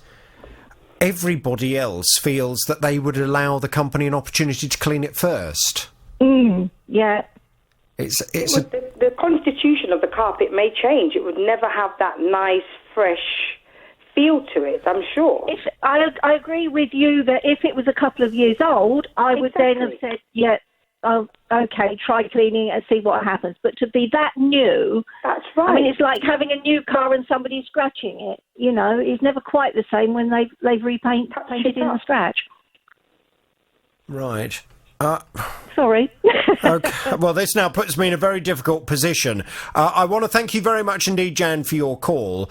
I mean, the texts that are coming in. Phil in Harlow says, let them clean the carpet. It is unreasonable not to let them have a go first. I'm glad she's not a customer of mine. Dan in Leighton Buzzard says, I think Dee is being unreasonable. I would accept the clean and see how it looks. She's entitled to be put back in a position had they not damaged the carpet. Therefore, surely the company should supply second-hand 5-day-old carpet to replace the existing carpet, not brand new. I think that's being a bit pedantic. Kate says, I would want the carpet to be replaced, no question. Chaz says, this lady should have the carpet professionally cleaned. Then if she's still unhappy, ask for a new carpet. Patricia in Hitchin says, I think Dee is being unreasonable. She should at least give them a chance to put things right. Kieran says, I'm a plumber and I work in lots of houses. If I'd made a carpet dirty after 5 days or 5 years old, I would like to think I would be given the opportunity to professionally clean the carpet before having to replace it. Lee in Hatfield says, a brand new carpet to replace it? How ridiculous. She is trying her luck and being totally decadent and environmentally ignorant and selfish. Stop moaning and get it professionally cleaned. Gemma in Dunstable says, I think Dee is being unreasonable. Jonathan's approach is far more acceptable and reasonable. She should give them the chance to clean it and failing that, ask for a replacement. They go on in that kind of vein. Right, but it's the inconvenience of it all, Jonathan. Yeah, but a carpet cleaning company can organise a specific time with you. I've had carpets cleaned and they say, you know, we will be there at 2 o'clock on Tuesday, and they're there at 2 o'clock on Tuesday. So I'll tell you what we'll do. I'll tell you what we'll do, Dee, because I want to try and be as fair as possible with all of this. Of course. Would you object if we approach the company on this basis? We go to the company and we say, look, we've had the conversation. Yeah. We have heard from someone who works in the carpet industry who does not feel that cleaning this carpet is going to get these marks out, and there is a chance that it may well leave the carpet looking and feeling a little different to the way that it was when it was first installed. So here are your choices. You can either come and replace the carpet now, or if you want to, you can have a go at cleaning it, but please be aware, if Dee is dissatisfied in any way as a result of that, she will then look to you to have the carpet replaced. Does that seem reasonable or not? Jonathan, the carpet's 5 days old. No one has walked. My mother is still in hospital. I don't live there. The house is empty. Even the company knew, because they tried to make the delivery a couple of weeks prior. And I said, let's just wait for the flooring to be completed, and then we can have the delivery done. There's no point in delivering the hospital bed if the flooring hasn't been completed. As soon as it was completed, I called them, and we had the appointment set up for May the 30th. I understand all of this, Dee. But if they were, for sake of argument, let's say for 1 second your carpet is polypropylene, it is not wool. Which is, if it was polypropylene, it would be the same as mine. It's very, very, very practical in terms of it cleans up very nicely. It's very easy to vacuum, etc. The downsides to it is never ever drop an iron on it because it will melt straight away. Right. But it's a very practical carpet, and it cleans up beautifully. I have my carpet cleaned once a year, and when it's been cleaned, it looks like a brand new carpet every single year. Comes back beautifully. Right. Now, if there is the chance that they could clean it and get those marks out, and you would never ever know it had been cleaned, then surely I suppose I would have to. I'll be happy for that then. I suppose I just want it looking the way it was. Exactly, you want it looking perfect I want again. It and feeling. Do you know what a brand new carpet feels like? I do. But you see, when you've had a carpet professionally cleaned by someone who knows what they're doing, it feels like that. It brings an old carpet. You know, my carpet's now, I think, 5 years old or something. Every time I have it cleaned, it feels like a brand new carpet again. It gets all the springiness back, and it looks and behaves in the same way that it did when it was first new, which is what's so lovely about having your carpet professionally cleaned. But with you and I not being carpet experts, we don't know what it's done to the carpet. Obviously, it would change the fibres, like the lady said prior on the earlier conversation. That the fibres would have been changed. If I wanted a second-hand carpet, I would have purchased a second-hand piece of carpet and had it installed. Okay. But I'm happy for you to do what you want to do if you think that's the right way around it. It just means more time away from my mum in hospital, because every day, like I said, so that's going to be another day. Okay, I'll tell you what we'll do then. I just want the matter resolved. We will go and speak to the company. Can we have insurance, Jonathan? Tara, can we get some detail? Can we just go and speak to the company? Can we just explain all of the concerns that Dee has? 5-day-old carpet, she's really not happy with it being cleaned. Would they be prepared to replace it? Now, if they still say, no, we're not going to replace it, we want an opportunity to clean it first, we are confident we can get these marks out with professional cleaning, then maybe we say to them, well, OK, but please be aware this may end up costing you more money, because if that carpet is not perfect, in the kind of condition that you would expect a 5-day-old carpet to be in, Dee's going to reject your attempts to clean it. So you're then going to have spent money cleaning it and money replacing it. So would it not be easier just to come and replace it now? Can we go and try that? Yeah, absolutely. I'll do that now. OK. I am currently formulating the email in my head. Fine. OK, Dee, thank you, Jonathan. We will do our very best, OK? Thank you so much, Jonathan. I appreciate that. I appreciate that. Thank you very much indeed. Right, hang on there. I'm going to pass you back to Tara. It's always difficult with cases like that, and I do try to always approach these things in the most reasonable way I possibly can, and in the way that I would deal with something personally. But